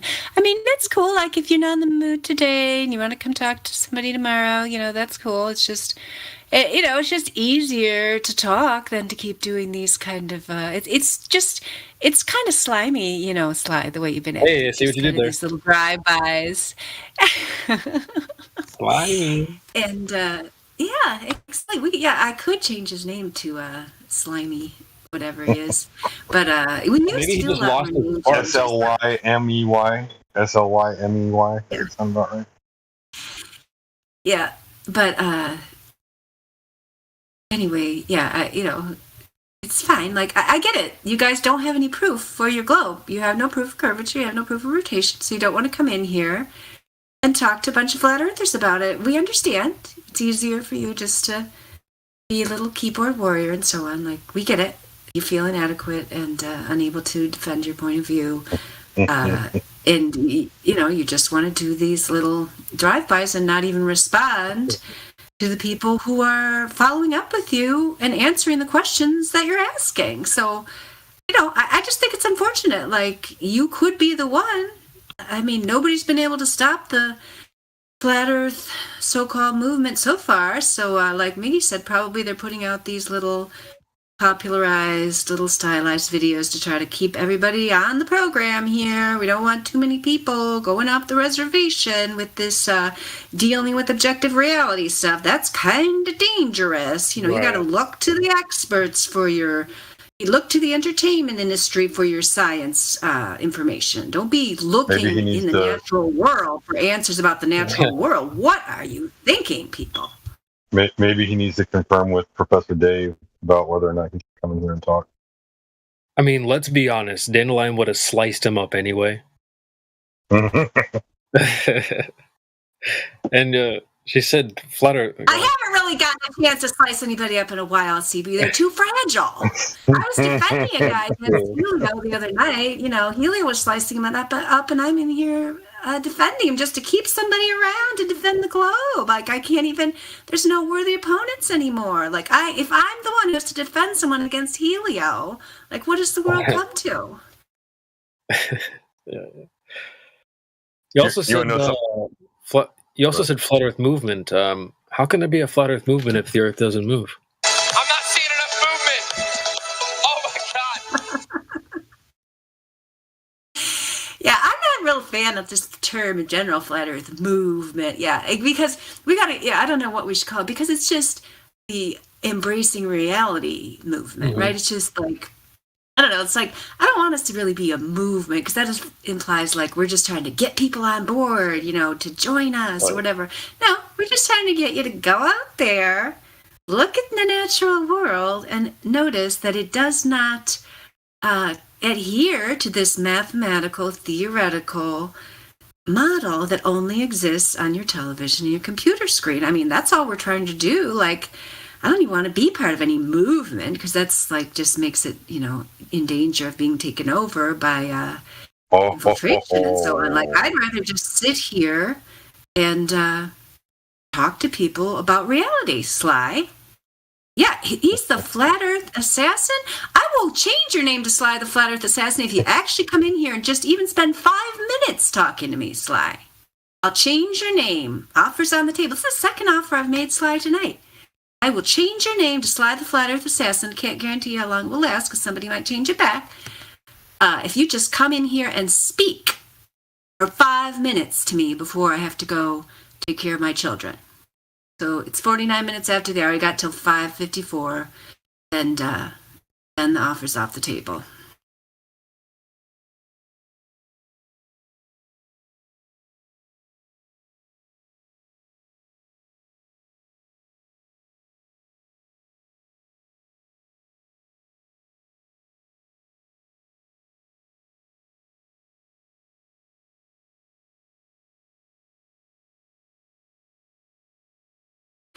But it doesn't have to be him. I mean, seriously, guys, like anybody who's listening on YouTube or anywhere, like, we're just asking for somebody to come in here and tell us where they measured curvature or rotation at any time, or just have a conversation and tell us why you believe in the globe. Like Miggy said earlier, we don't even care if you come in here and say, I just believe in it because I was told. Like, that's like refreshing. That's like a very honest answer, and like you can even keep doing that if you want. Like, we don't care if you just believe in it because it's easier. I mean, that's what most people do. Like, it's easier to just believe what you see on your TV.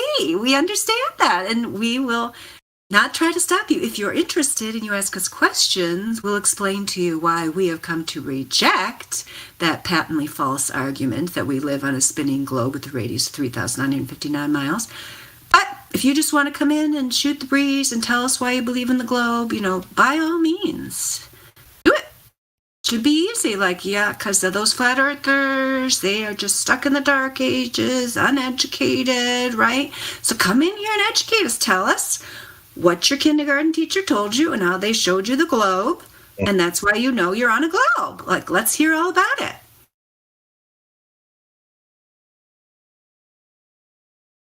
I know my third grader told me that. My little daughter, she's up until she's talking to me. She's like, what did she say? She said she made some mention about the moon, and so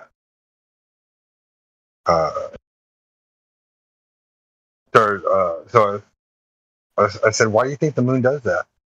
She's like, well, it shouldn't, because the moon revolves around us, and we go around the sun. I'm like, who told you that? And she goes, that's what I learned in school. And I said, well, does it feel like you're moving all these wild directions? And she's like, well, it's too slow to feel. I'm like, well, based off of what they teach us, the Earth is spinning at 1,000 miles per hour. She's like, really? I said, yeah. I was like, what would happen if I put you on a merry-go-round and spun you around at 1,000 miles per hour? She's like, I would fly off. And I'm like, you think if we were spinning at 1,000 miles per hour on Earth, that you would fly off? Maybe. My little 8-year-old. I battle with this all the time, Gizbo. I've got 12-year-old and an 8-year-old, and I kind of have Discord on in the background, but I don't kind of talk to them about it. I question what they say. I say, okay, so let's think about that. Let's have a look at what they're saying. But I never say anything about flat Earth. I find it. Yep. I battle with it all the time. Do I tell them, or do I just let them go through school? And then finish school. I'd rather them ask the teacher. Let's sit down. We need to sit down and have a serious discussion. Right. Yeah. Like I'm about to give you the keys to the car. You got your driver's license, and I just want you to know that you drive on a flat Earth.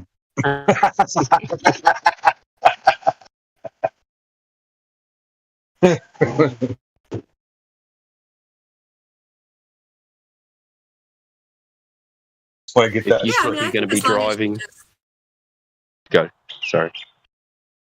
Oh, I was just going to say, I think, both you guys, as long as you just keep talking those kind of conversations with them, then they're learning how to think and examine things, so eventually, when they're able to see all the information, as long as they're able to understand how to draw logical conclusions and are willing to kind of like rethink things and not use presuppositions, then they'll be able to figure it out, at some point, Yeah. Point that might be.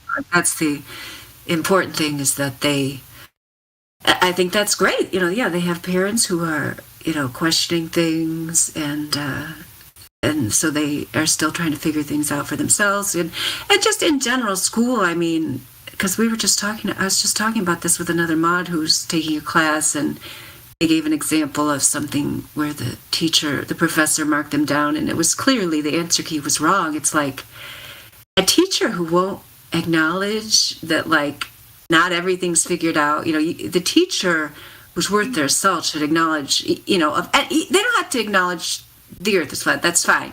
But as science teachers should acknowledge, the answer key's not always right. Science is always changing. There's errors in these textbooks. like, I knew that from the start. First time they gave me a physical science textbook, I just went through it and, like, marked everything that I saw that was wrong, and that was not anything to do with the globe. It's just they're full of errors. They're made by people who are doing jobs for a corporation that may or may not care about their job and do a good job. Like, any teacher should be willing to say, oh, okay, let's look at that answer key and see if it's right or not, if the student comes up with a good argument for it. Like, if the teacher is defensive and, like, putting the person down, using emotional arguments, saying, you can't possibly know, I'm the teacher, this is right. Like, okay, that's fine. Like, that person's giving you the grade, so you might not want to mess with them, but you now know something about them. They're not really into education. Like, you just go along, whatever you have to do. If you have a goal of graduating or getting a certain grade, like, you can go along with it, but you don't have to trust or respect that person. You can just go along with them knowing they're a poser, basically. All you got to do to pass the test is memorize what they're teaching. That's it. You don't have to agree with it. You just got to memorize it. Exactly. And so, like, and just like in a literature class, if you were reading the Chronicles of Narnia, The Wizard of Oz, or, any other fantasy, you wouldn't have to, you could pass a test on those books, without thinking that you can really get in a hot air balloon and go to Oz, or, whatever, that lions can talk or whatever.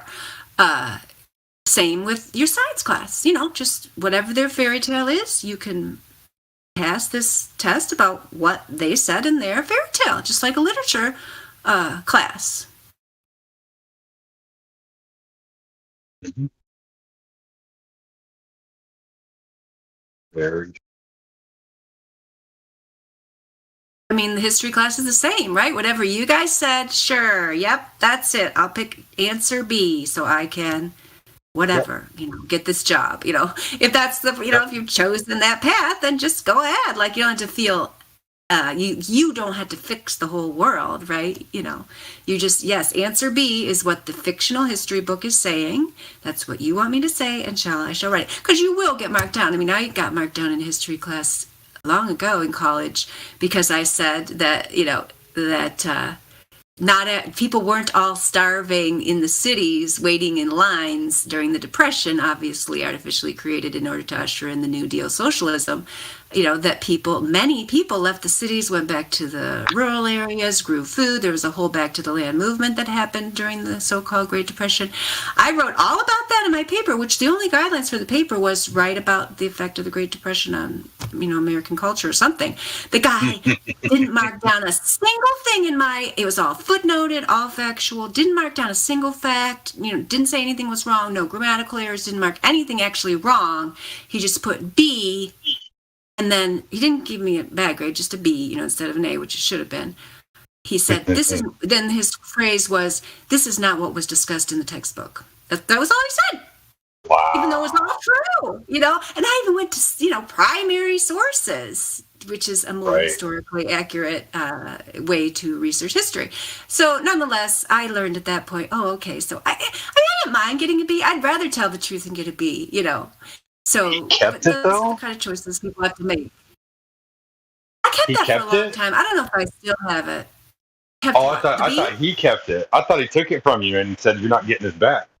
I was like, oh, No, I'm man. saying I wrote a paper. No. He wrote on it. Yeah. He gave me a B and Gave said your this paper is not back what to was you. discussed in the textbook. That was his only reason for marking it down from an A to a B. Yeah. I mean, That's I'm just so giving funny. that as an example. Like, that is what the education system is. You regurgitate what they say. You don't go to a primary source that's better than the history textbook and tell them, oh, actually, this is propaganda that was put out to, push a certain political agenda. Here's what was actually happening.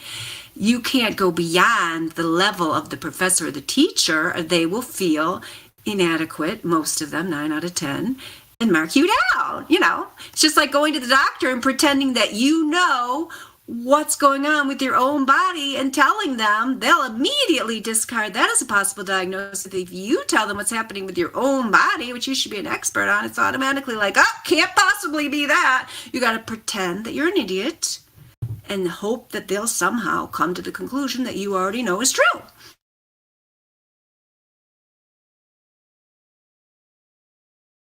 I gotta run, guys. Sorry, we got way off on that little. Thank you so much for being here, because you guys were Dandelion. talking about talking to your children, which I think is totally great. And don't feel like every conversation has That to be, was excellent. Because I was, it's just keep talking to them. I think just keep having discussions with them, and I think that's the key there. And don't polarize the topic. Just keep it. Let them think for themselves and learn for themselves. Like Exactly. we all have our own brains. We all need to know how to use it on our own. Anyway, thank you, Dandelion, so much for gracing us with your presence. It's been a long time, and it's always Thank good. you guys. Like I said, I have not been in the VC for a long time. You're right, but I'm glad they came in today. And thanks all you guys for everything that you do here. Keep up the good work. All right, we'll see you later. Bye-bye. That was Dandelion, everybody. She's a teacher. She teaches. If you ever see her in here, she will break things down to you in the most simplest form. Very easy to grasp. How are you guys doing today? Good. Who's talking? Clay, under the Clay, seal. under the seal. What's up, buddy? What's up? Are you good, brother? I'm good. Nice to hear. Nice to hear.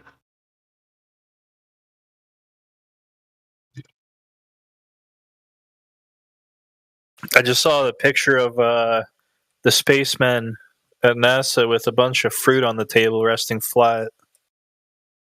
It's very nice. Oh yeah, that was a pretty cool one. I have another one with Can they you did the post same that? thing with a glass of water. It's funny because even more in the background of the picture, there's another can of tuna on the table. I know. I saw that when I was looking at it. Like obviously, No. They glued the tuna and they glued the water to the table. See? Explains. Well, where's the glue bottle? I want to see that too. Then I know. They did it before they filmed it. Because obviously, if you're an ISS, you don't want your tuna cans floating around. That wouldn't make any sense. So glue them like a little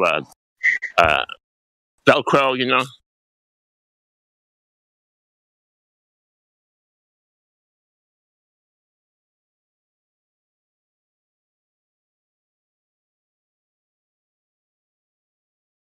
Or they're kind of like whistleblowing. They're kind of like saying, "Look, in front of your face, it's laying on the table."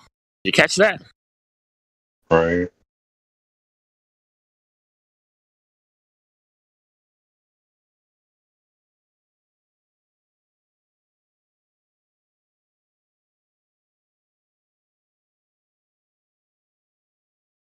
I'm looking to see if I can find the one with the glass of water. That was an even better one.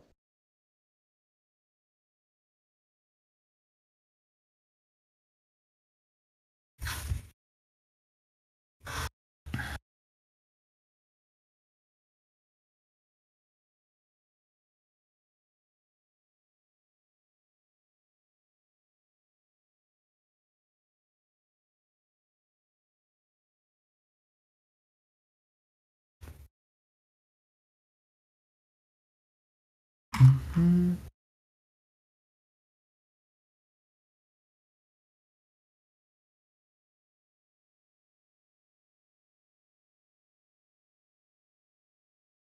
I've got a lot of images and stuff on my phone, so.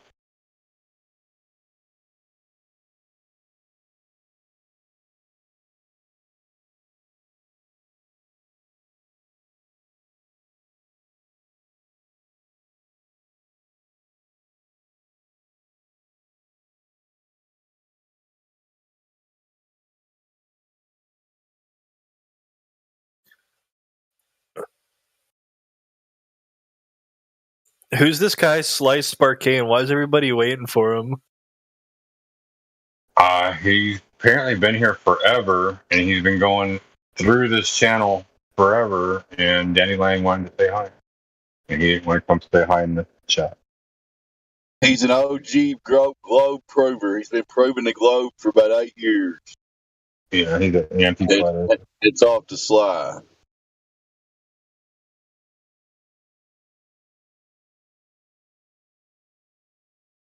All right.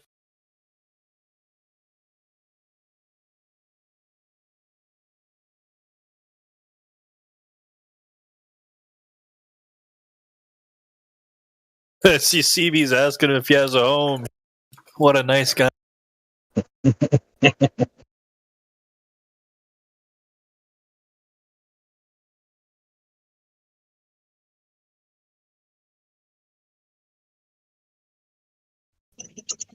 CB being made to Sly. Come on, Sly.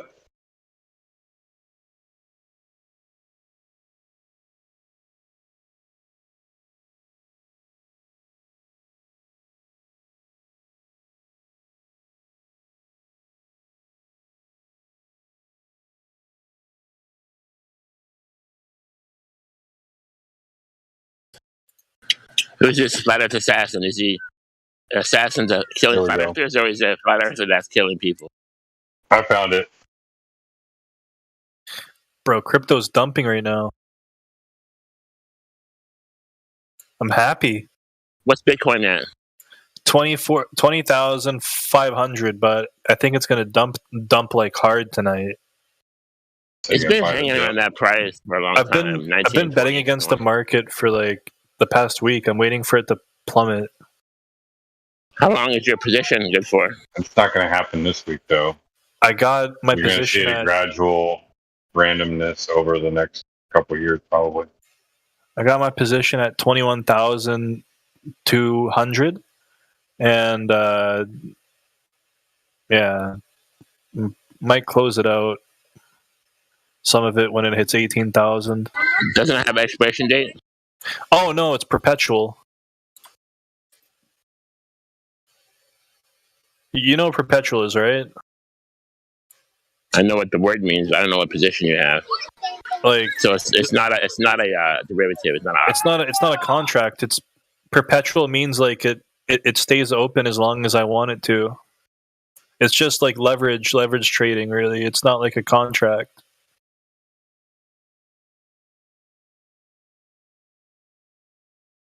Are you shorting Bitcoin?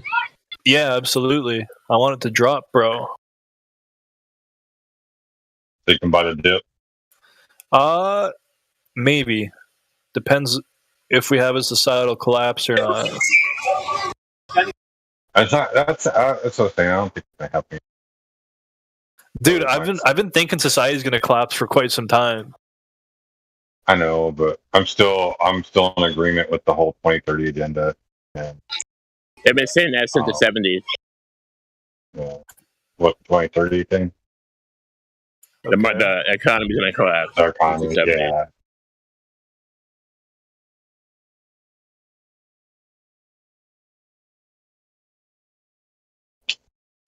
I mean something like worse than an economic collapse. I mean like societal collapse from some sort of big event. I hear you. I'm not holding my breath. I used to think the same way. I think it's all just a ruse. I think they're gonna do what they're gonna do anyway.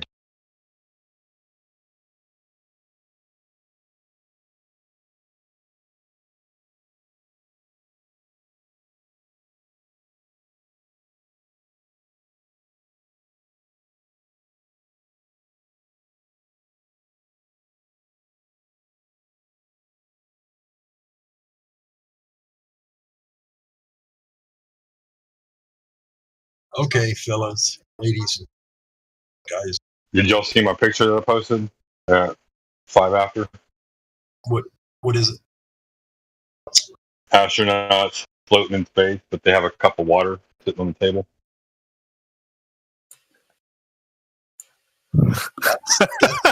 That's not suspect. No, is it?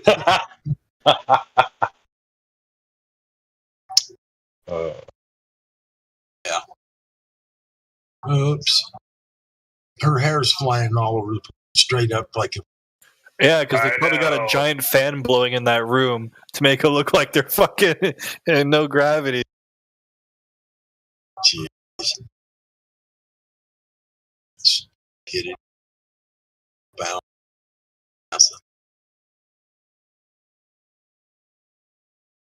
Yeah, that water, it's got its own gravity. Water's got all that mass in the Earth's.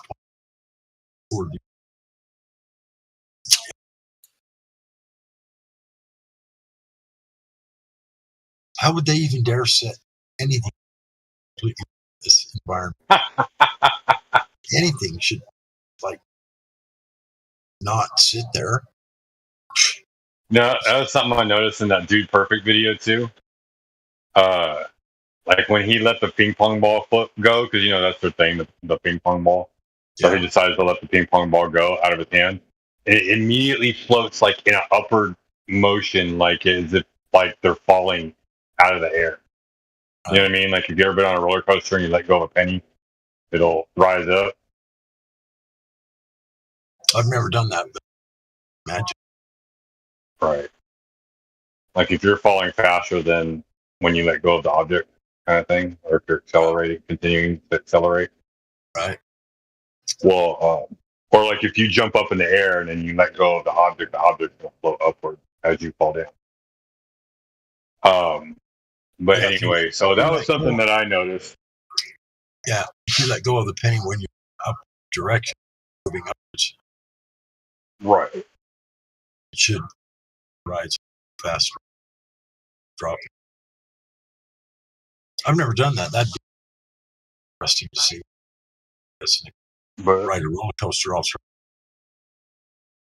Go down. You're kind of cutting out. I'm sorry. That's all right. It's a stupid mic that I'm using. It's a webcam mic. Oh. Because I can't get my computer to recognize I got a studio mic sitting right here on my desk. Won't recognize that one. I got one on my headphones that flips down. Won't recognize that one. Used to work just fine. 30 days ago, something happened. I think it's my ports where you plug in. They're worn out because I have to move the plug up and down a little bit to get it right. Next. Right. I think my computer's like 10 years old. Ports are like just out, plugging shit in and out of them. So that could be. What it seems like.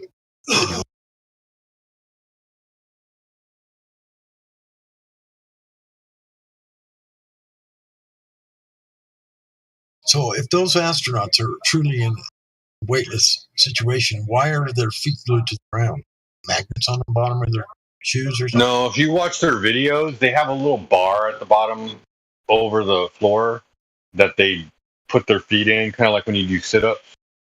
One of those little and that's what they claim they're using to hold themselves down because of gravity.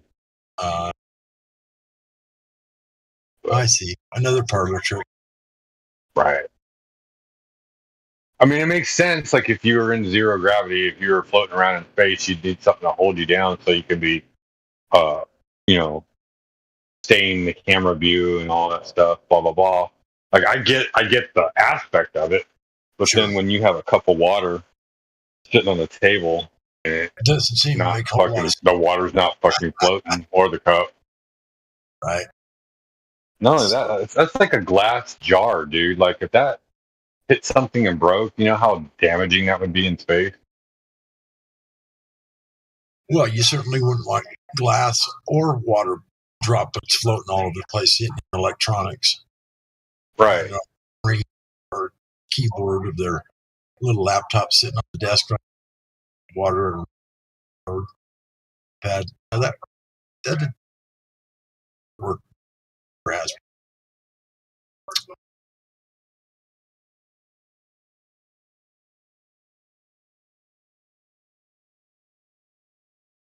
Yeah, that's a good point that some people make about the ISS, about how there's so many wires and shit hanging all over the walls and wherever. You just wouldn't have it like that.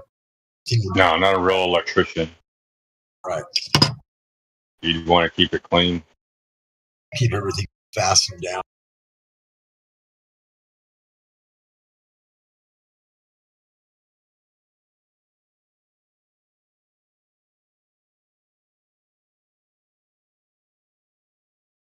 Yeah, that rocket launch, which one, what did you call it? That kid that rocket called? You cut out. I'm guessing you're talking about the Dude Perfect. Yeah. That's it. So that's his YouTube channel. He got famous off of doing like these outrageous shots with like a ping pong ball, and then it switched to basketballs and doing other cool parlor tricks. Well, then someone exposed them and showed that they were using people dressed in green suits to like fake the whole thing.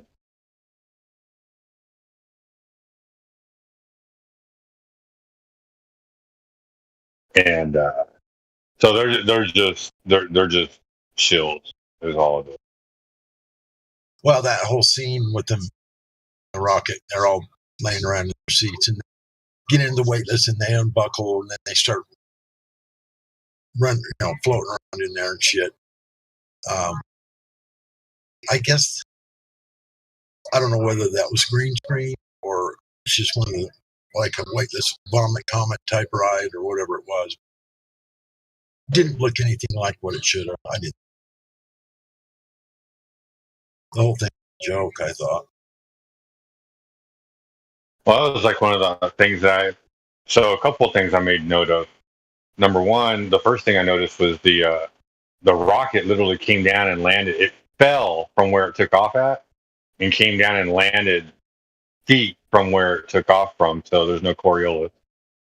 And then it just dawned on me like that ping pong ball should have been floating in front of him, not going straight up in the air. Right.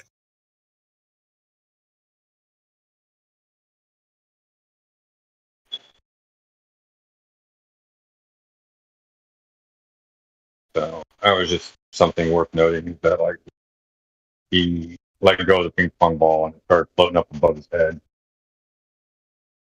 So there's a good chance that he was probably free falling at that point. Yeah, getting the vomit. All that. Probably just decorate inside of that jet they practice in free fall scene. Probably that interior of that rocket inside jet. Dressed it all up. Could be, or he really did go up into that area of the air, and I don't believe it. And he was free falling. Yeah, I don't. It's too dangerous for. No, I agree. It's too dangerous. Like if the parachutes don't open or whatever, he did.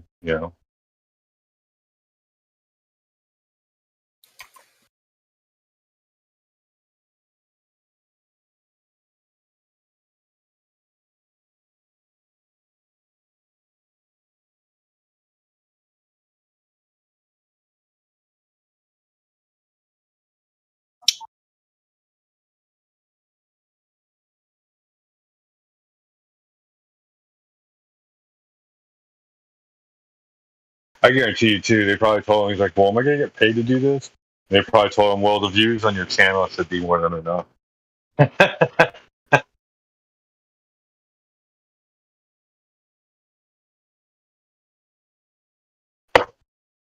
We'll promote you for free. What did he go through? Went through like one day of training or something Touring 2 days. 2 days. Yep.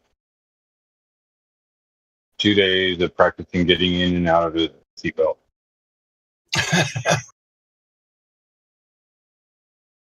Because there wasn't anything else for them to do up there. I didn't see any controls. Did you? No.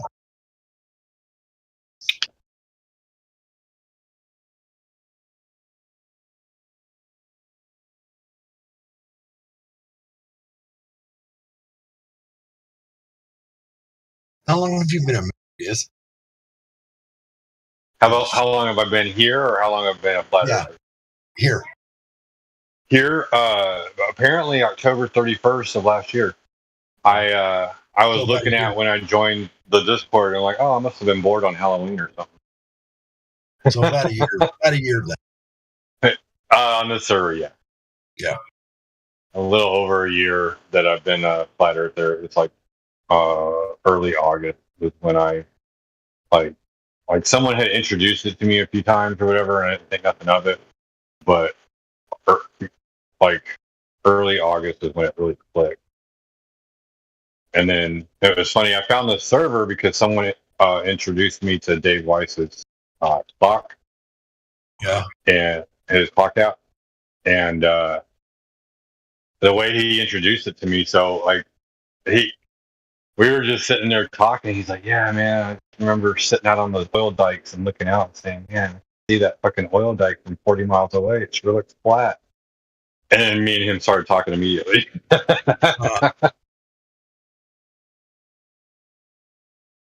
Yeah, 40 miles, that's quite a ways. Yeah. With the naked eye. It might have been with binoculars or something like that. I don't remember. He didn't like really specify. He worked in the oil fields out in Texas, and it's really flat out in that area. A lot of flat terrain. And even if there's like some waviness and some mild hills, sitting on top of like, however tall an oil dike is, like pretty high, At some point, you're like, that's really flat. Why can't I see that far? I shouldn't be able to see that far.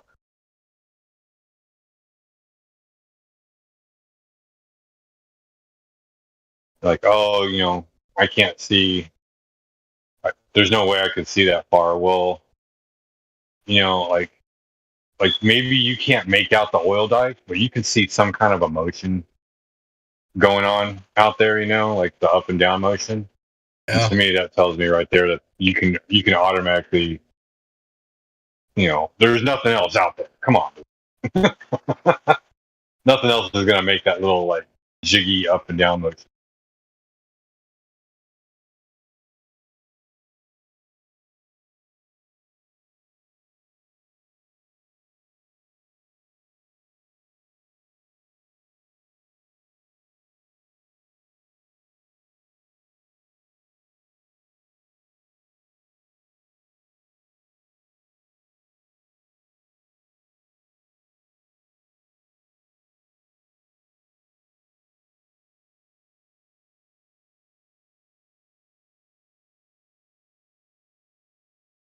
What about you? How long have you been in the server? Oh, jeez. I don't know. 3 years at least. Really? Well, it says July 7th, 2000. So, 3 years in July. Does that make you feel old? Huh? I'm kidding. I said, does that make you feel old? I am old. You don't know how old I am? No. But I can tell in your voice that you got some experience. Oh yeah. I'm 66. So I'm like, yeah, probably one of the oldest people in service. Yeah. Yeah. I venture to say the average age is somewhere between 35 and 40. Minus like the people that talk anyway. The people who are on the server, there's a bunch of young people that come in here all the time.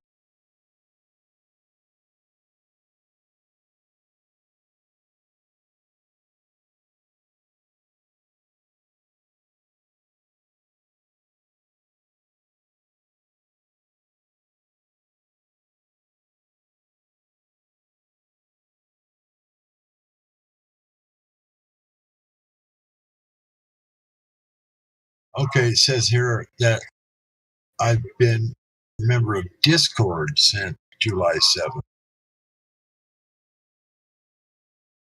Yeah, no. If you click I'm a on, member of this channel on November 11th, so it's been almost exactly 3. talking to God Rockin', I'm learning y'all's voices. You're one of my favorite dudes here, just so you know.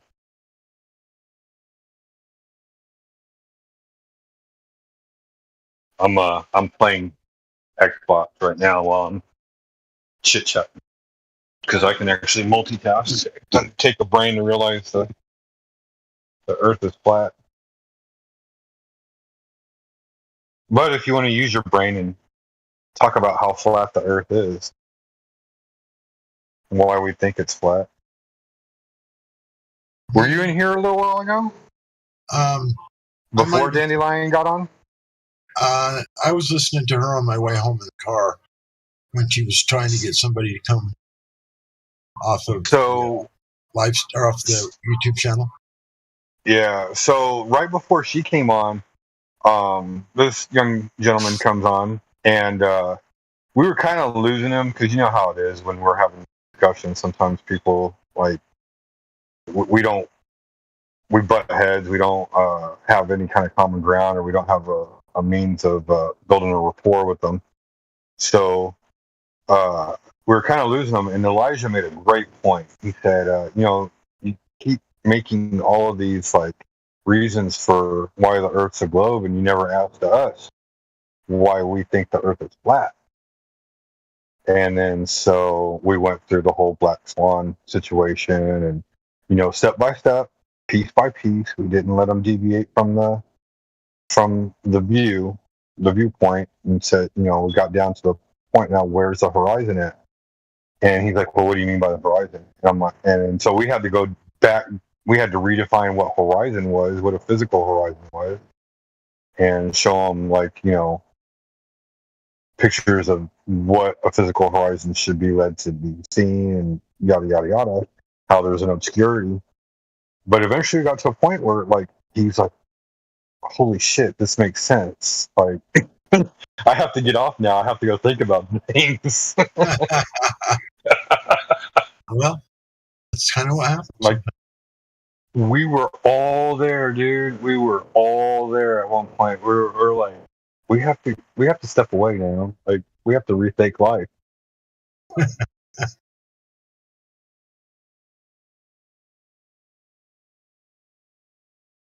But it's cool. Yeah, it's cool when you get to see that happen. Yeah, I flipped in like 24 hours. I was watching Eric Debate proofs, all of Mark Sargent. He's so eloquent. Have you seen all of Mark Sargent's videos? He's got like 10 or 12 of them. Not Mark Sargent. He's the one that they like basically made look like an idiot out at that lake, right? I think that was Rob Skiba. No, it went Rob Skiba. I know who Rob Skiba is. It was a bald-headed dude, and they said, "Look at this lake," and then they showed this boat, and it looked like it was going over a hump. And he's like, he basically turns the crowd, "Do we believe that the Earth is flat?" And they're like, "No," and that made it look like a cult. And I'm like, man, dude. But anyway, what made you? Anyway. I flipped in like 24 hours. I was over. I went on a 24-hour marathon watching it. Yeah. This was like a little over 4 years ago. Yeah, I understand the gas pressure thing real well, and all that. Especially when you're working with pneumatics, man, you have to know how gas pressure works. Yep. So anyway, it was real easy for me to just look at it and go, it's flat. I mean, we live on non-moving Earth. It doesn't move, doesn't rotate, doesn't do anything. No. It's very still. Yeah. And then the gas pressure thing makes perfect sense next to a vacuum. Just totally impossible.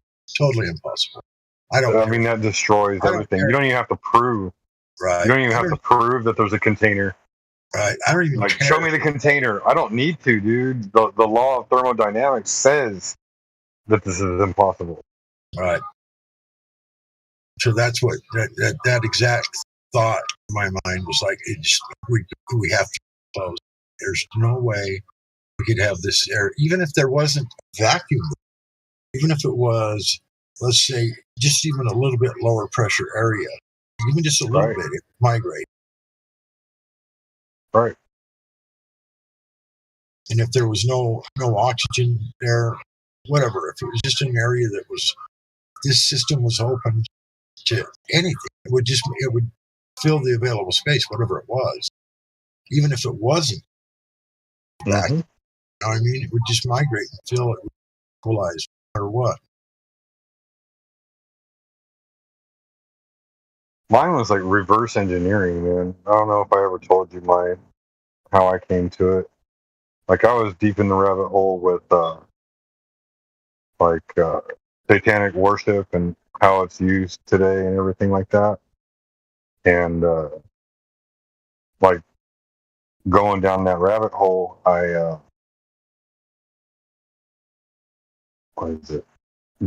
down that rabbit hole, I'm like, I come across the Egyptian gods and the Hindu gods and the Phoenician gods and the Greek gods and the Roman gods, and I'm like, holy shit, these are all the same people. It's the same story, literally the same story. And I was like, well, what else do all these have in common? Because I'm trying to find common threads and everything. And I'm like, all these people believe that the Earth is flat too. Oh my God, the Earth is flat. And then so I started researching that. And I was like, there's no way the Earth is flat. There's no way we're being lied to like this on a massive scale. And the more I researched it, the more it just started making sense. Yeah, I don't think there's a whole lot of people that are. There's obviously a large handful of them that are lying, but the people, NASA employees, they're just compartmentalized. They're just working area. They don't have access to all the information. They're just doing their job. They were indoctrinated like everyone else, and they've done no basic research and critical thinking about it. Too comfortable with their lives. Working for NASA. NASA's doing all the great things. I'm part of the team. And it makes me feel so cool. And here I am, NASA employee, helping send rockets to space, whatever. If you believe in all that stuff, I can see how those people would be, like all happy to be there. And it would be patting everybody else on the back, like being part of the team, and all being cool. Oh, yeah, I'm part of NASA. That has to be a good feeling to be a part of something big. Yeah. And what do Roman gods have to do with it? Hindu gods? What that?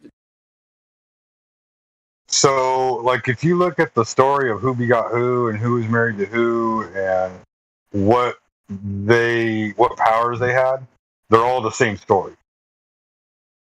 Like, literally verbatim the same story. They just had different names. And, like, from what I've understood about history is, like, an elite group of people have gone from, like, culture to culture to culture, and they've screwed it up for everybody. And so my guess is, like, if you continue to screw something up, you get kicked out of that culture, well, guess what? You got to change your name. If you don't want to be recognized for the shithead you really were. And so that was the kind of understanding and recognition that I came across. But a lot of this is all like pre-flood, antediluvian type stuff, from what I've been able to gather and understand. My opinion. So are you trying to say that history is corrupted? Huh? Are you saying that history is corrupted? Big time. Big time. And religions are fake? Yeah, generally, for the most part, all the way across. Now, the stories are real. They have to tell you the truth. They have to tell you the truth of what happened, but they put their spin on it to basically give the middle finger to God.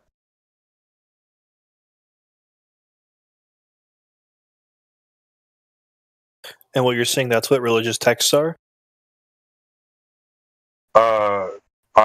Religious doctrine, not religious text. What does religious doctrine mean? Doctrine is things that are outside of, well, from what I've been able to gather, like all of the Dead Sea Scrolls, like you got to take all of that into consideration. You can't just sit there and say, well, I'm not going to read the extra canonical scriptures when there's more truth in the extra canon than we could ever imagine. So that's what I'm basically boiling down. Now, they were written by humans, they were written by men, and men have a lot of their own agenda. People have their own agenda. So I take all of that with a grain of salt. And personally, I believe in the Holy Spirit, and I believe in God, and I believe that the Holy Spirit is here to guide us. And so, you can discount what the scriptures say, but if you're not reading the scripture with the Holy Spirit in your heart, you're going to be lied to.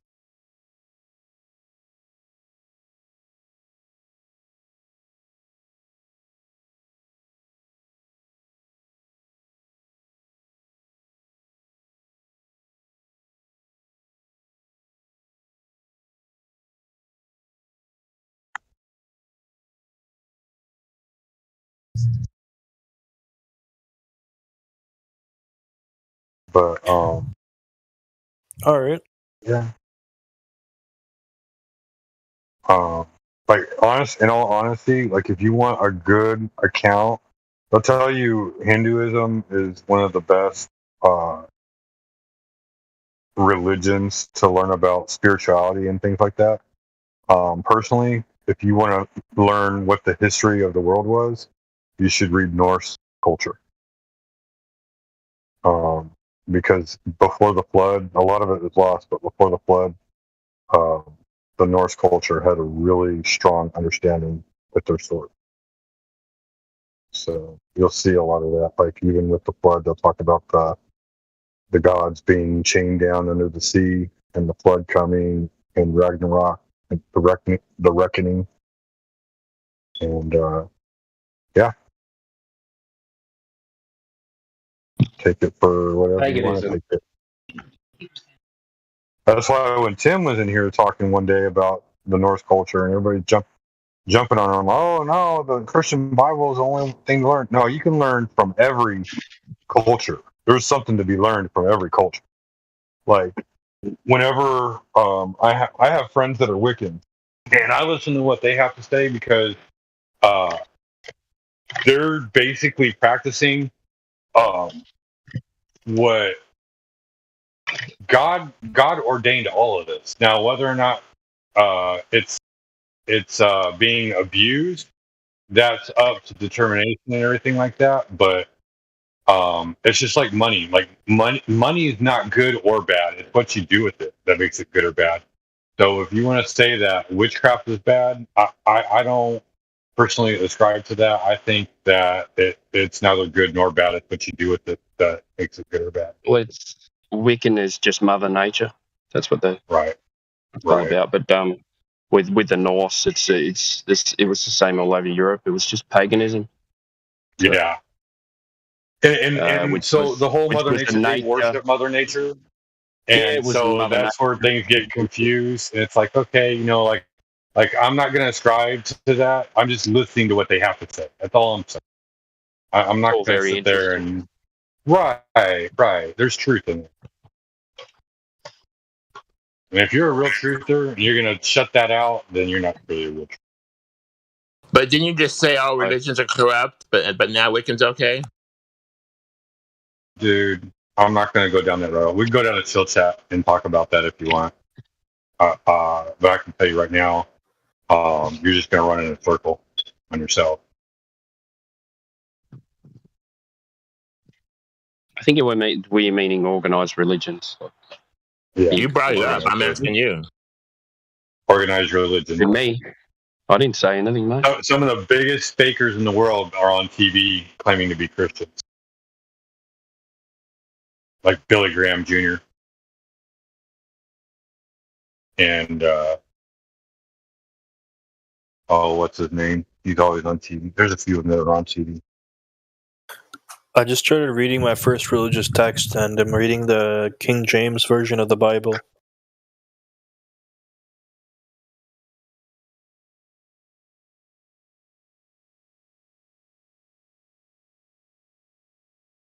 But if you want to go down to Chill Chat, we go down to Chill Chat.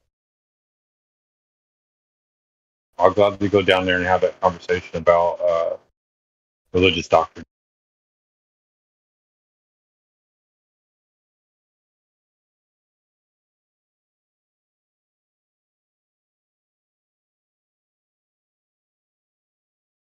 But you asked me, so I gave my opinion. You don't have to believe it, and it's not up to open for debate.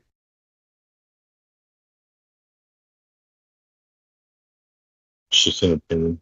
It's how I came to flat Earth.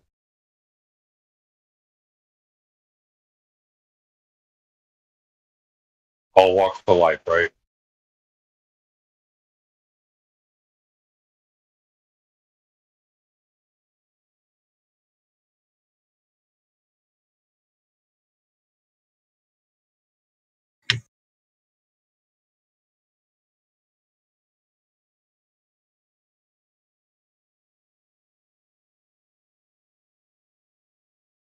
Anyway, what about anybody else? How did anybody else come to flat Earth?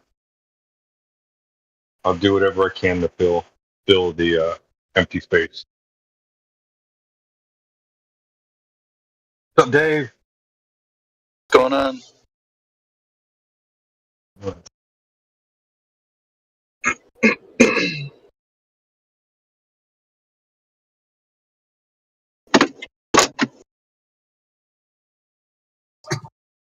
Dude, Platter. I don't know if you're listening, but the that meme you posted earlier with Joe Biden, that was the funniest shit. I'm gonna repost it.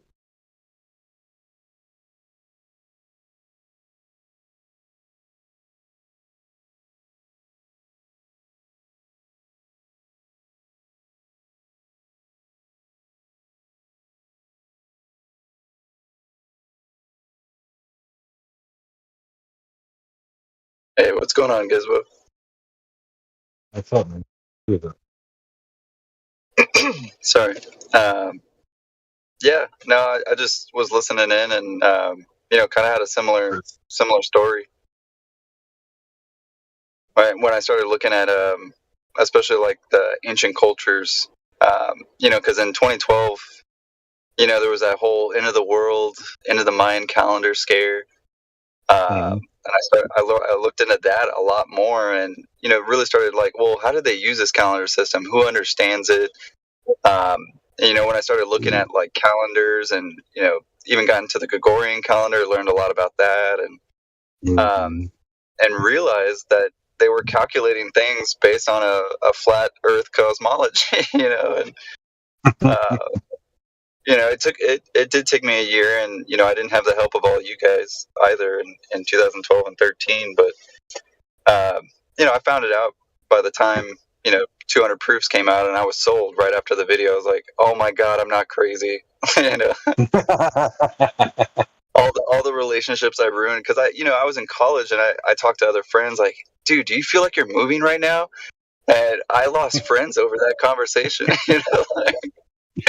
I bet that was a tough time, dude. Like nowadays, it seems a little more like I have friends that they're like you think you believe the Earth is flat? I'm like, well, they make some pretty good arguments, and he's like, I don't even want to fucking talk about it right now. You're a friend of mine, and I just don't want to ruin it. I'm like, dude. And then they bring it up again, right? Yeah. Well, and then so what was funny was the Eddie Bravo video when he's talking to Joe Rogan, and he's one of the guys that was there. I think it was Brandon Shaw or whatever. He goes, I want to talk to Eddie about flat Earth. And Joe Rogan's like, I can't believe we're going down this fucking road. All right, fuck it, we're going down. And so they're talking, and they're all getting upset with Eddie. He's like, why are you getting upset, dude? If it hurts, change the subject. Even like I used to listen to Rogan. Eddie handles it well. When he talked about like the fake moon landing, I was like, hell yeah, it's fake. Like, and then suddenly he switches, and I was like, what? Like, of course you don't want to talk about it, Rogan. You sold out. Like, yeah. But well, he's got to appeal to whoever is doing his FCC stuff. Right. Whoever is going to pull his channel off of. What is he? Yeah. Funny story. I had that friend come back to me 8 years later, and sort of during the the 2020 thing, and he finally looked into it, and he's like, "Dude, I am so sorry. Like, I wish I could have took back. I was so naive, and I you were just trying to tell me, like." But we're friends again. But it was just kind of funny that it took him 8 years to be like, "Oh shit, I should probably look at this." Yeah. Does he still talk to him? Yeah, off and on. He lives in Dallas now. I'm in San Antonio, so kind of a distance. But we were both in architecture, so we lived in like we shared like a house together, a bunch of architect students, and I had to bring it up every time. Does he know about this channel or this server? No, actually, I don't think he does. I need to let him know. Because I mean, like just like him, being new to the whole idea, like I must have caught up on like 10 years worth of research in a year. Oh yeah, no, this place is amazing for that. That's for sure. Like especially learning how to have conversations with Globers. That's the biggest thing. Is sitting there like when they try to like do circular reasoning on you and everything like that. It's like. And then the whole appealing to higher authority, that's the biggest one right there. Yeah. The whole conversation. Well, I've been putting stickers up at my university that I teach at, and just kind of waiting for somebody to be like, yeah, I saw the sticker. Come on. Obviously, like anonymously, you're putting it up, right? Oh, of course. Yeah. That preserve the...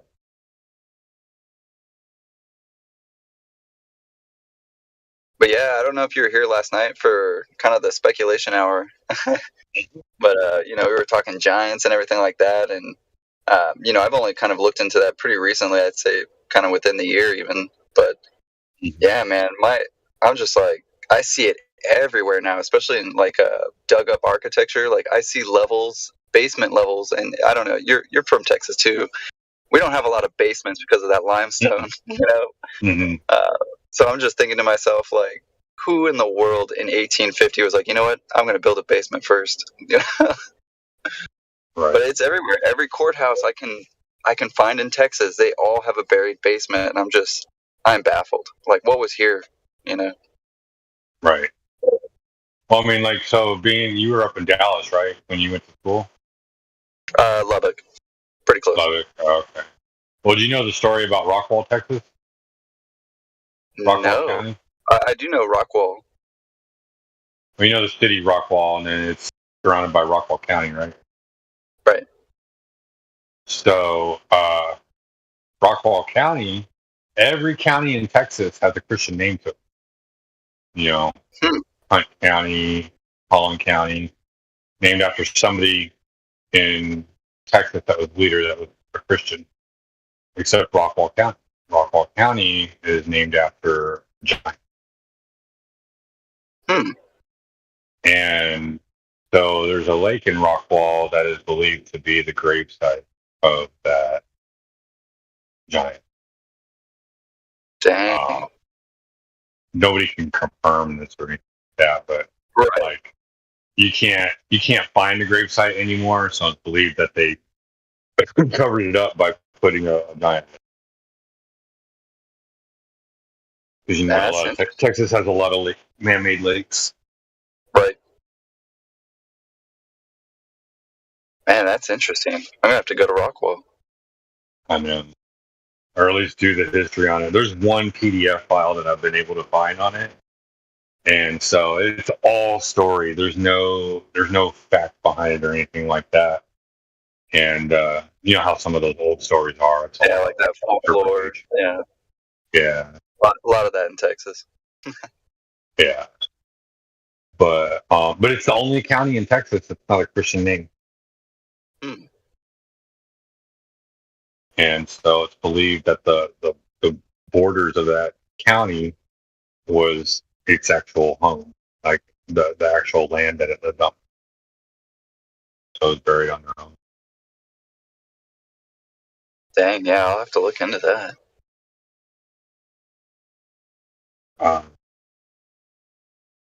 Flatwater FE, little shout out there if you want to do some good history on Giants. Flatwater FE. Flatwater FE. I'll write that down. Biography type stuff.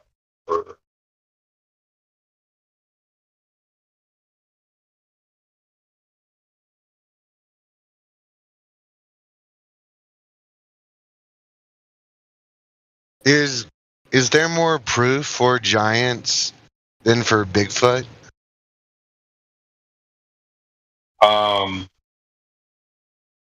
Necessarily. It's my opinion, my personal opinion, that before the flood, like they were doing all kinds of genetic manipulation.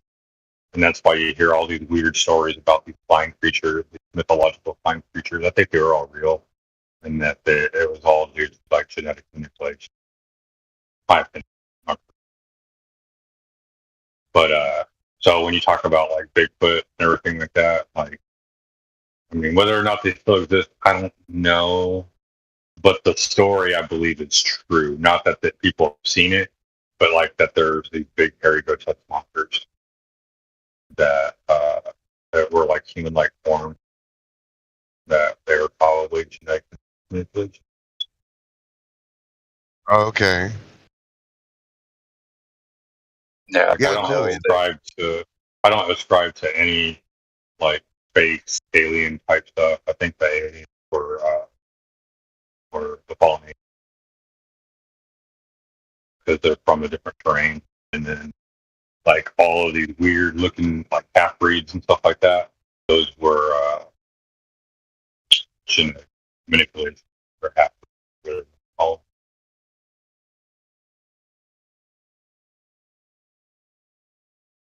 Yeah, I definitely don't think it's like, outer space alien type stuff either.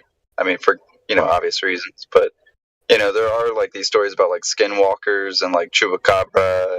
Oh yeah.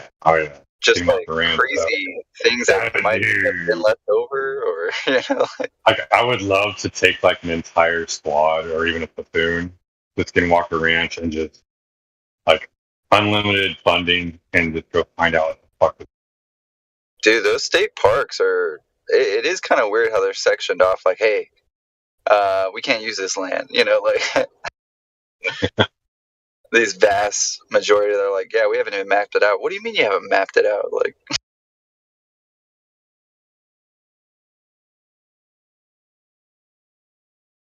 yeah, I do think there's still a great, even probably more mystery in the world than what we know. And I don't know. I find that terribly exciting, but I've spoke to people where they just curl up in fear, and I get that too. If you're not ready to hear the truth, you curl up like a little ball. Yeah. I mean, it is scary, man. Like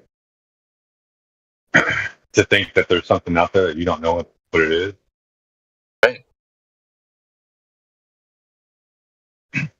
And my whole thing with the aliens thing, like you're like, oh, but aliens. I'm like, so at what point do you think the aliens are going to come down and like introduce? Because if there's so much abundant life out there in the cosmos, like you think they would want us to be a part of it. Oh.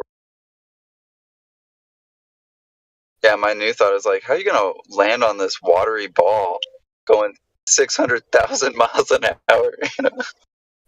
Like, yeah, you see it? There it goes. All right, we're gonna land on it. The whole idea of like shooting trajectories and everything like that. Like, I mean, once you really start to boil down into it, you're like, yeah, BS, man. Like you have to take this angle on this day at this time. Oh, and there's never any fluctuations. No, of course not. Like Little Wayne said, wobbly wobbly wobbly wobbly wobbly.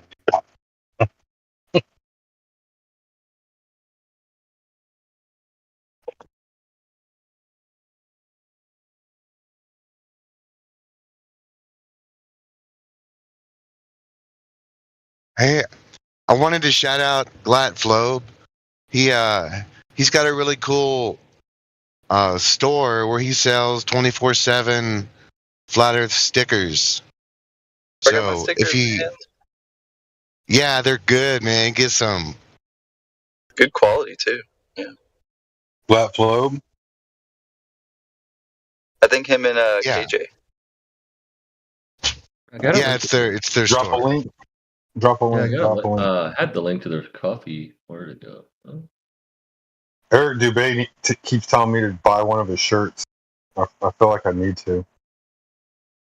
I don't know if this is the same thing you're talking about, but this is what they posted the coffee, the Chugga Chugga coffee thing.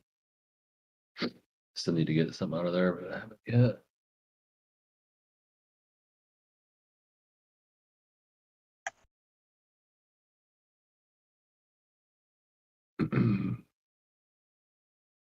She's got. Oh, I see what you're saying. Though I do see the server. Here's the sticker by KJ as well. I might get one of those for the car. Actually, if that's a sticker. Yeah. I can't put anything on my car. Last thing I need is somebody like attacking my car while I'm not there. Oh, I've got a couple things on my car. I'll put it on my my water bottles while I'm at work. It's super clean now, though. But I want that QR code would be dope because I get a lot of students that swing by and they'll take pictures of the stickers. So like to have a QR, that'd be kind of dope because then they'd scan it and maybe join.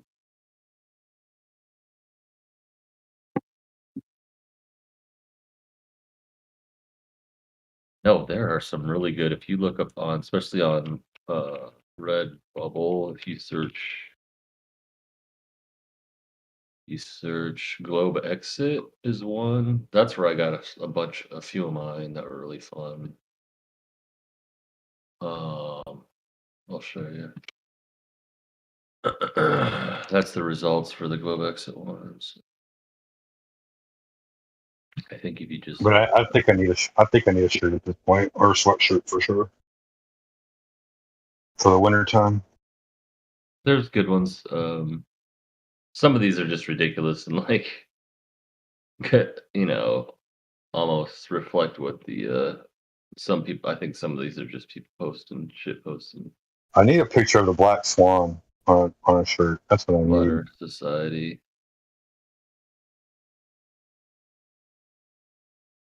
I don't know. Between these two links, these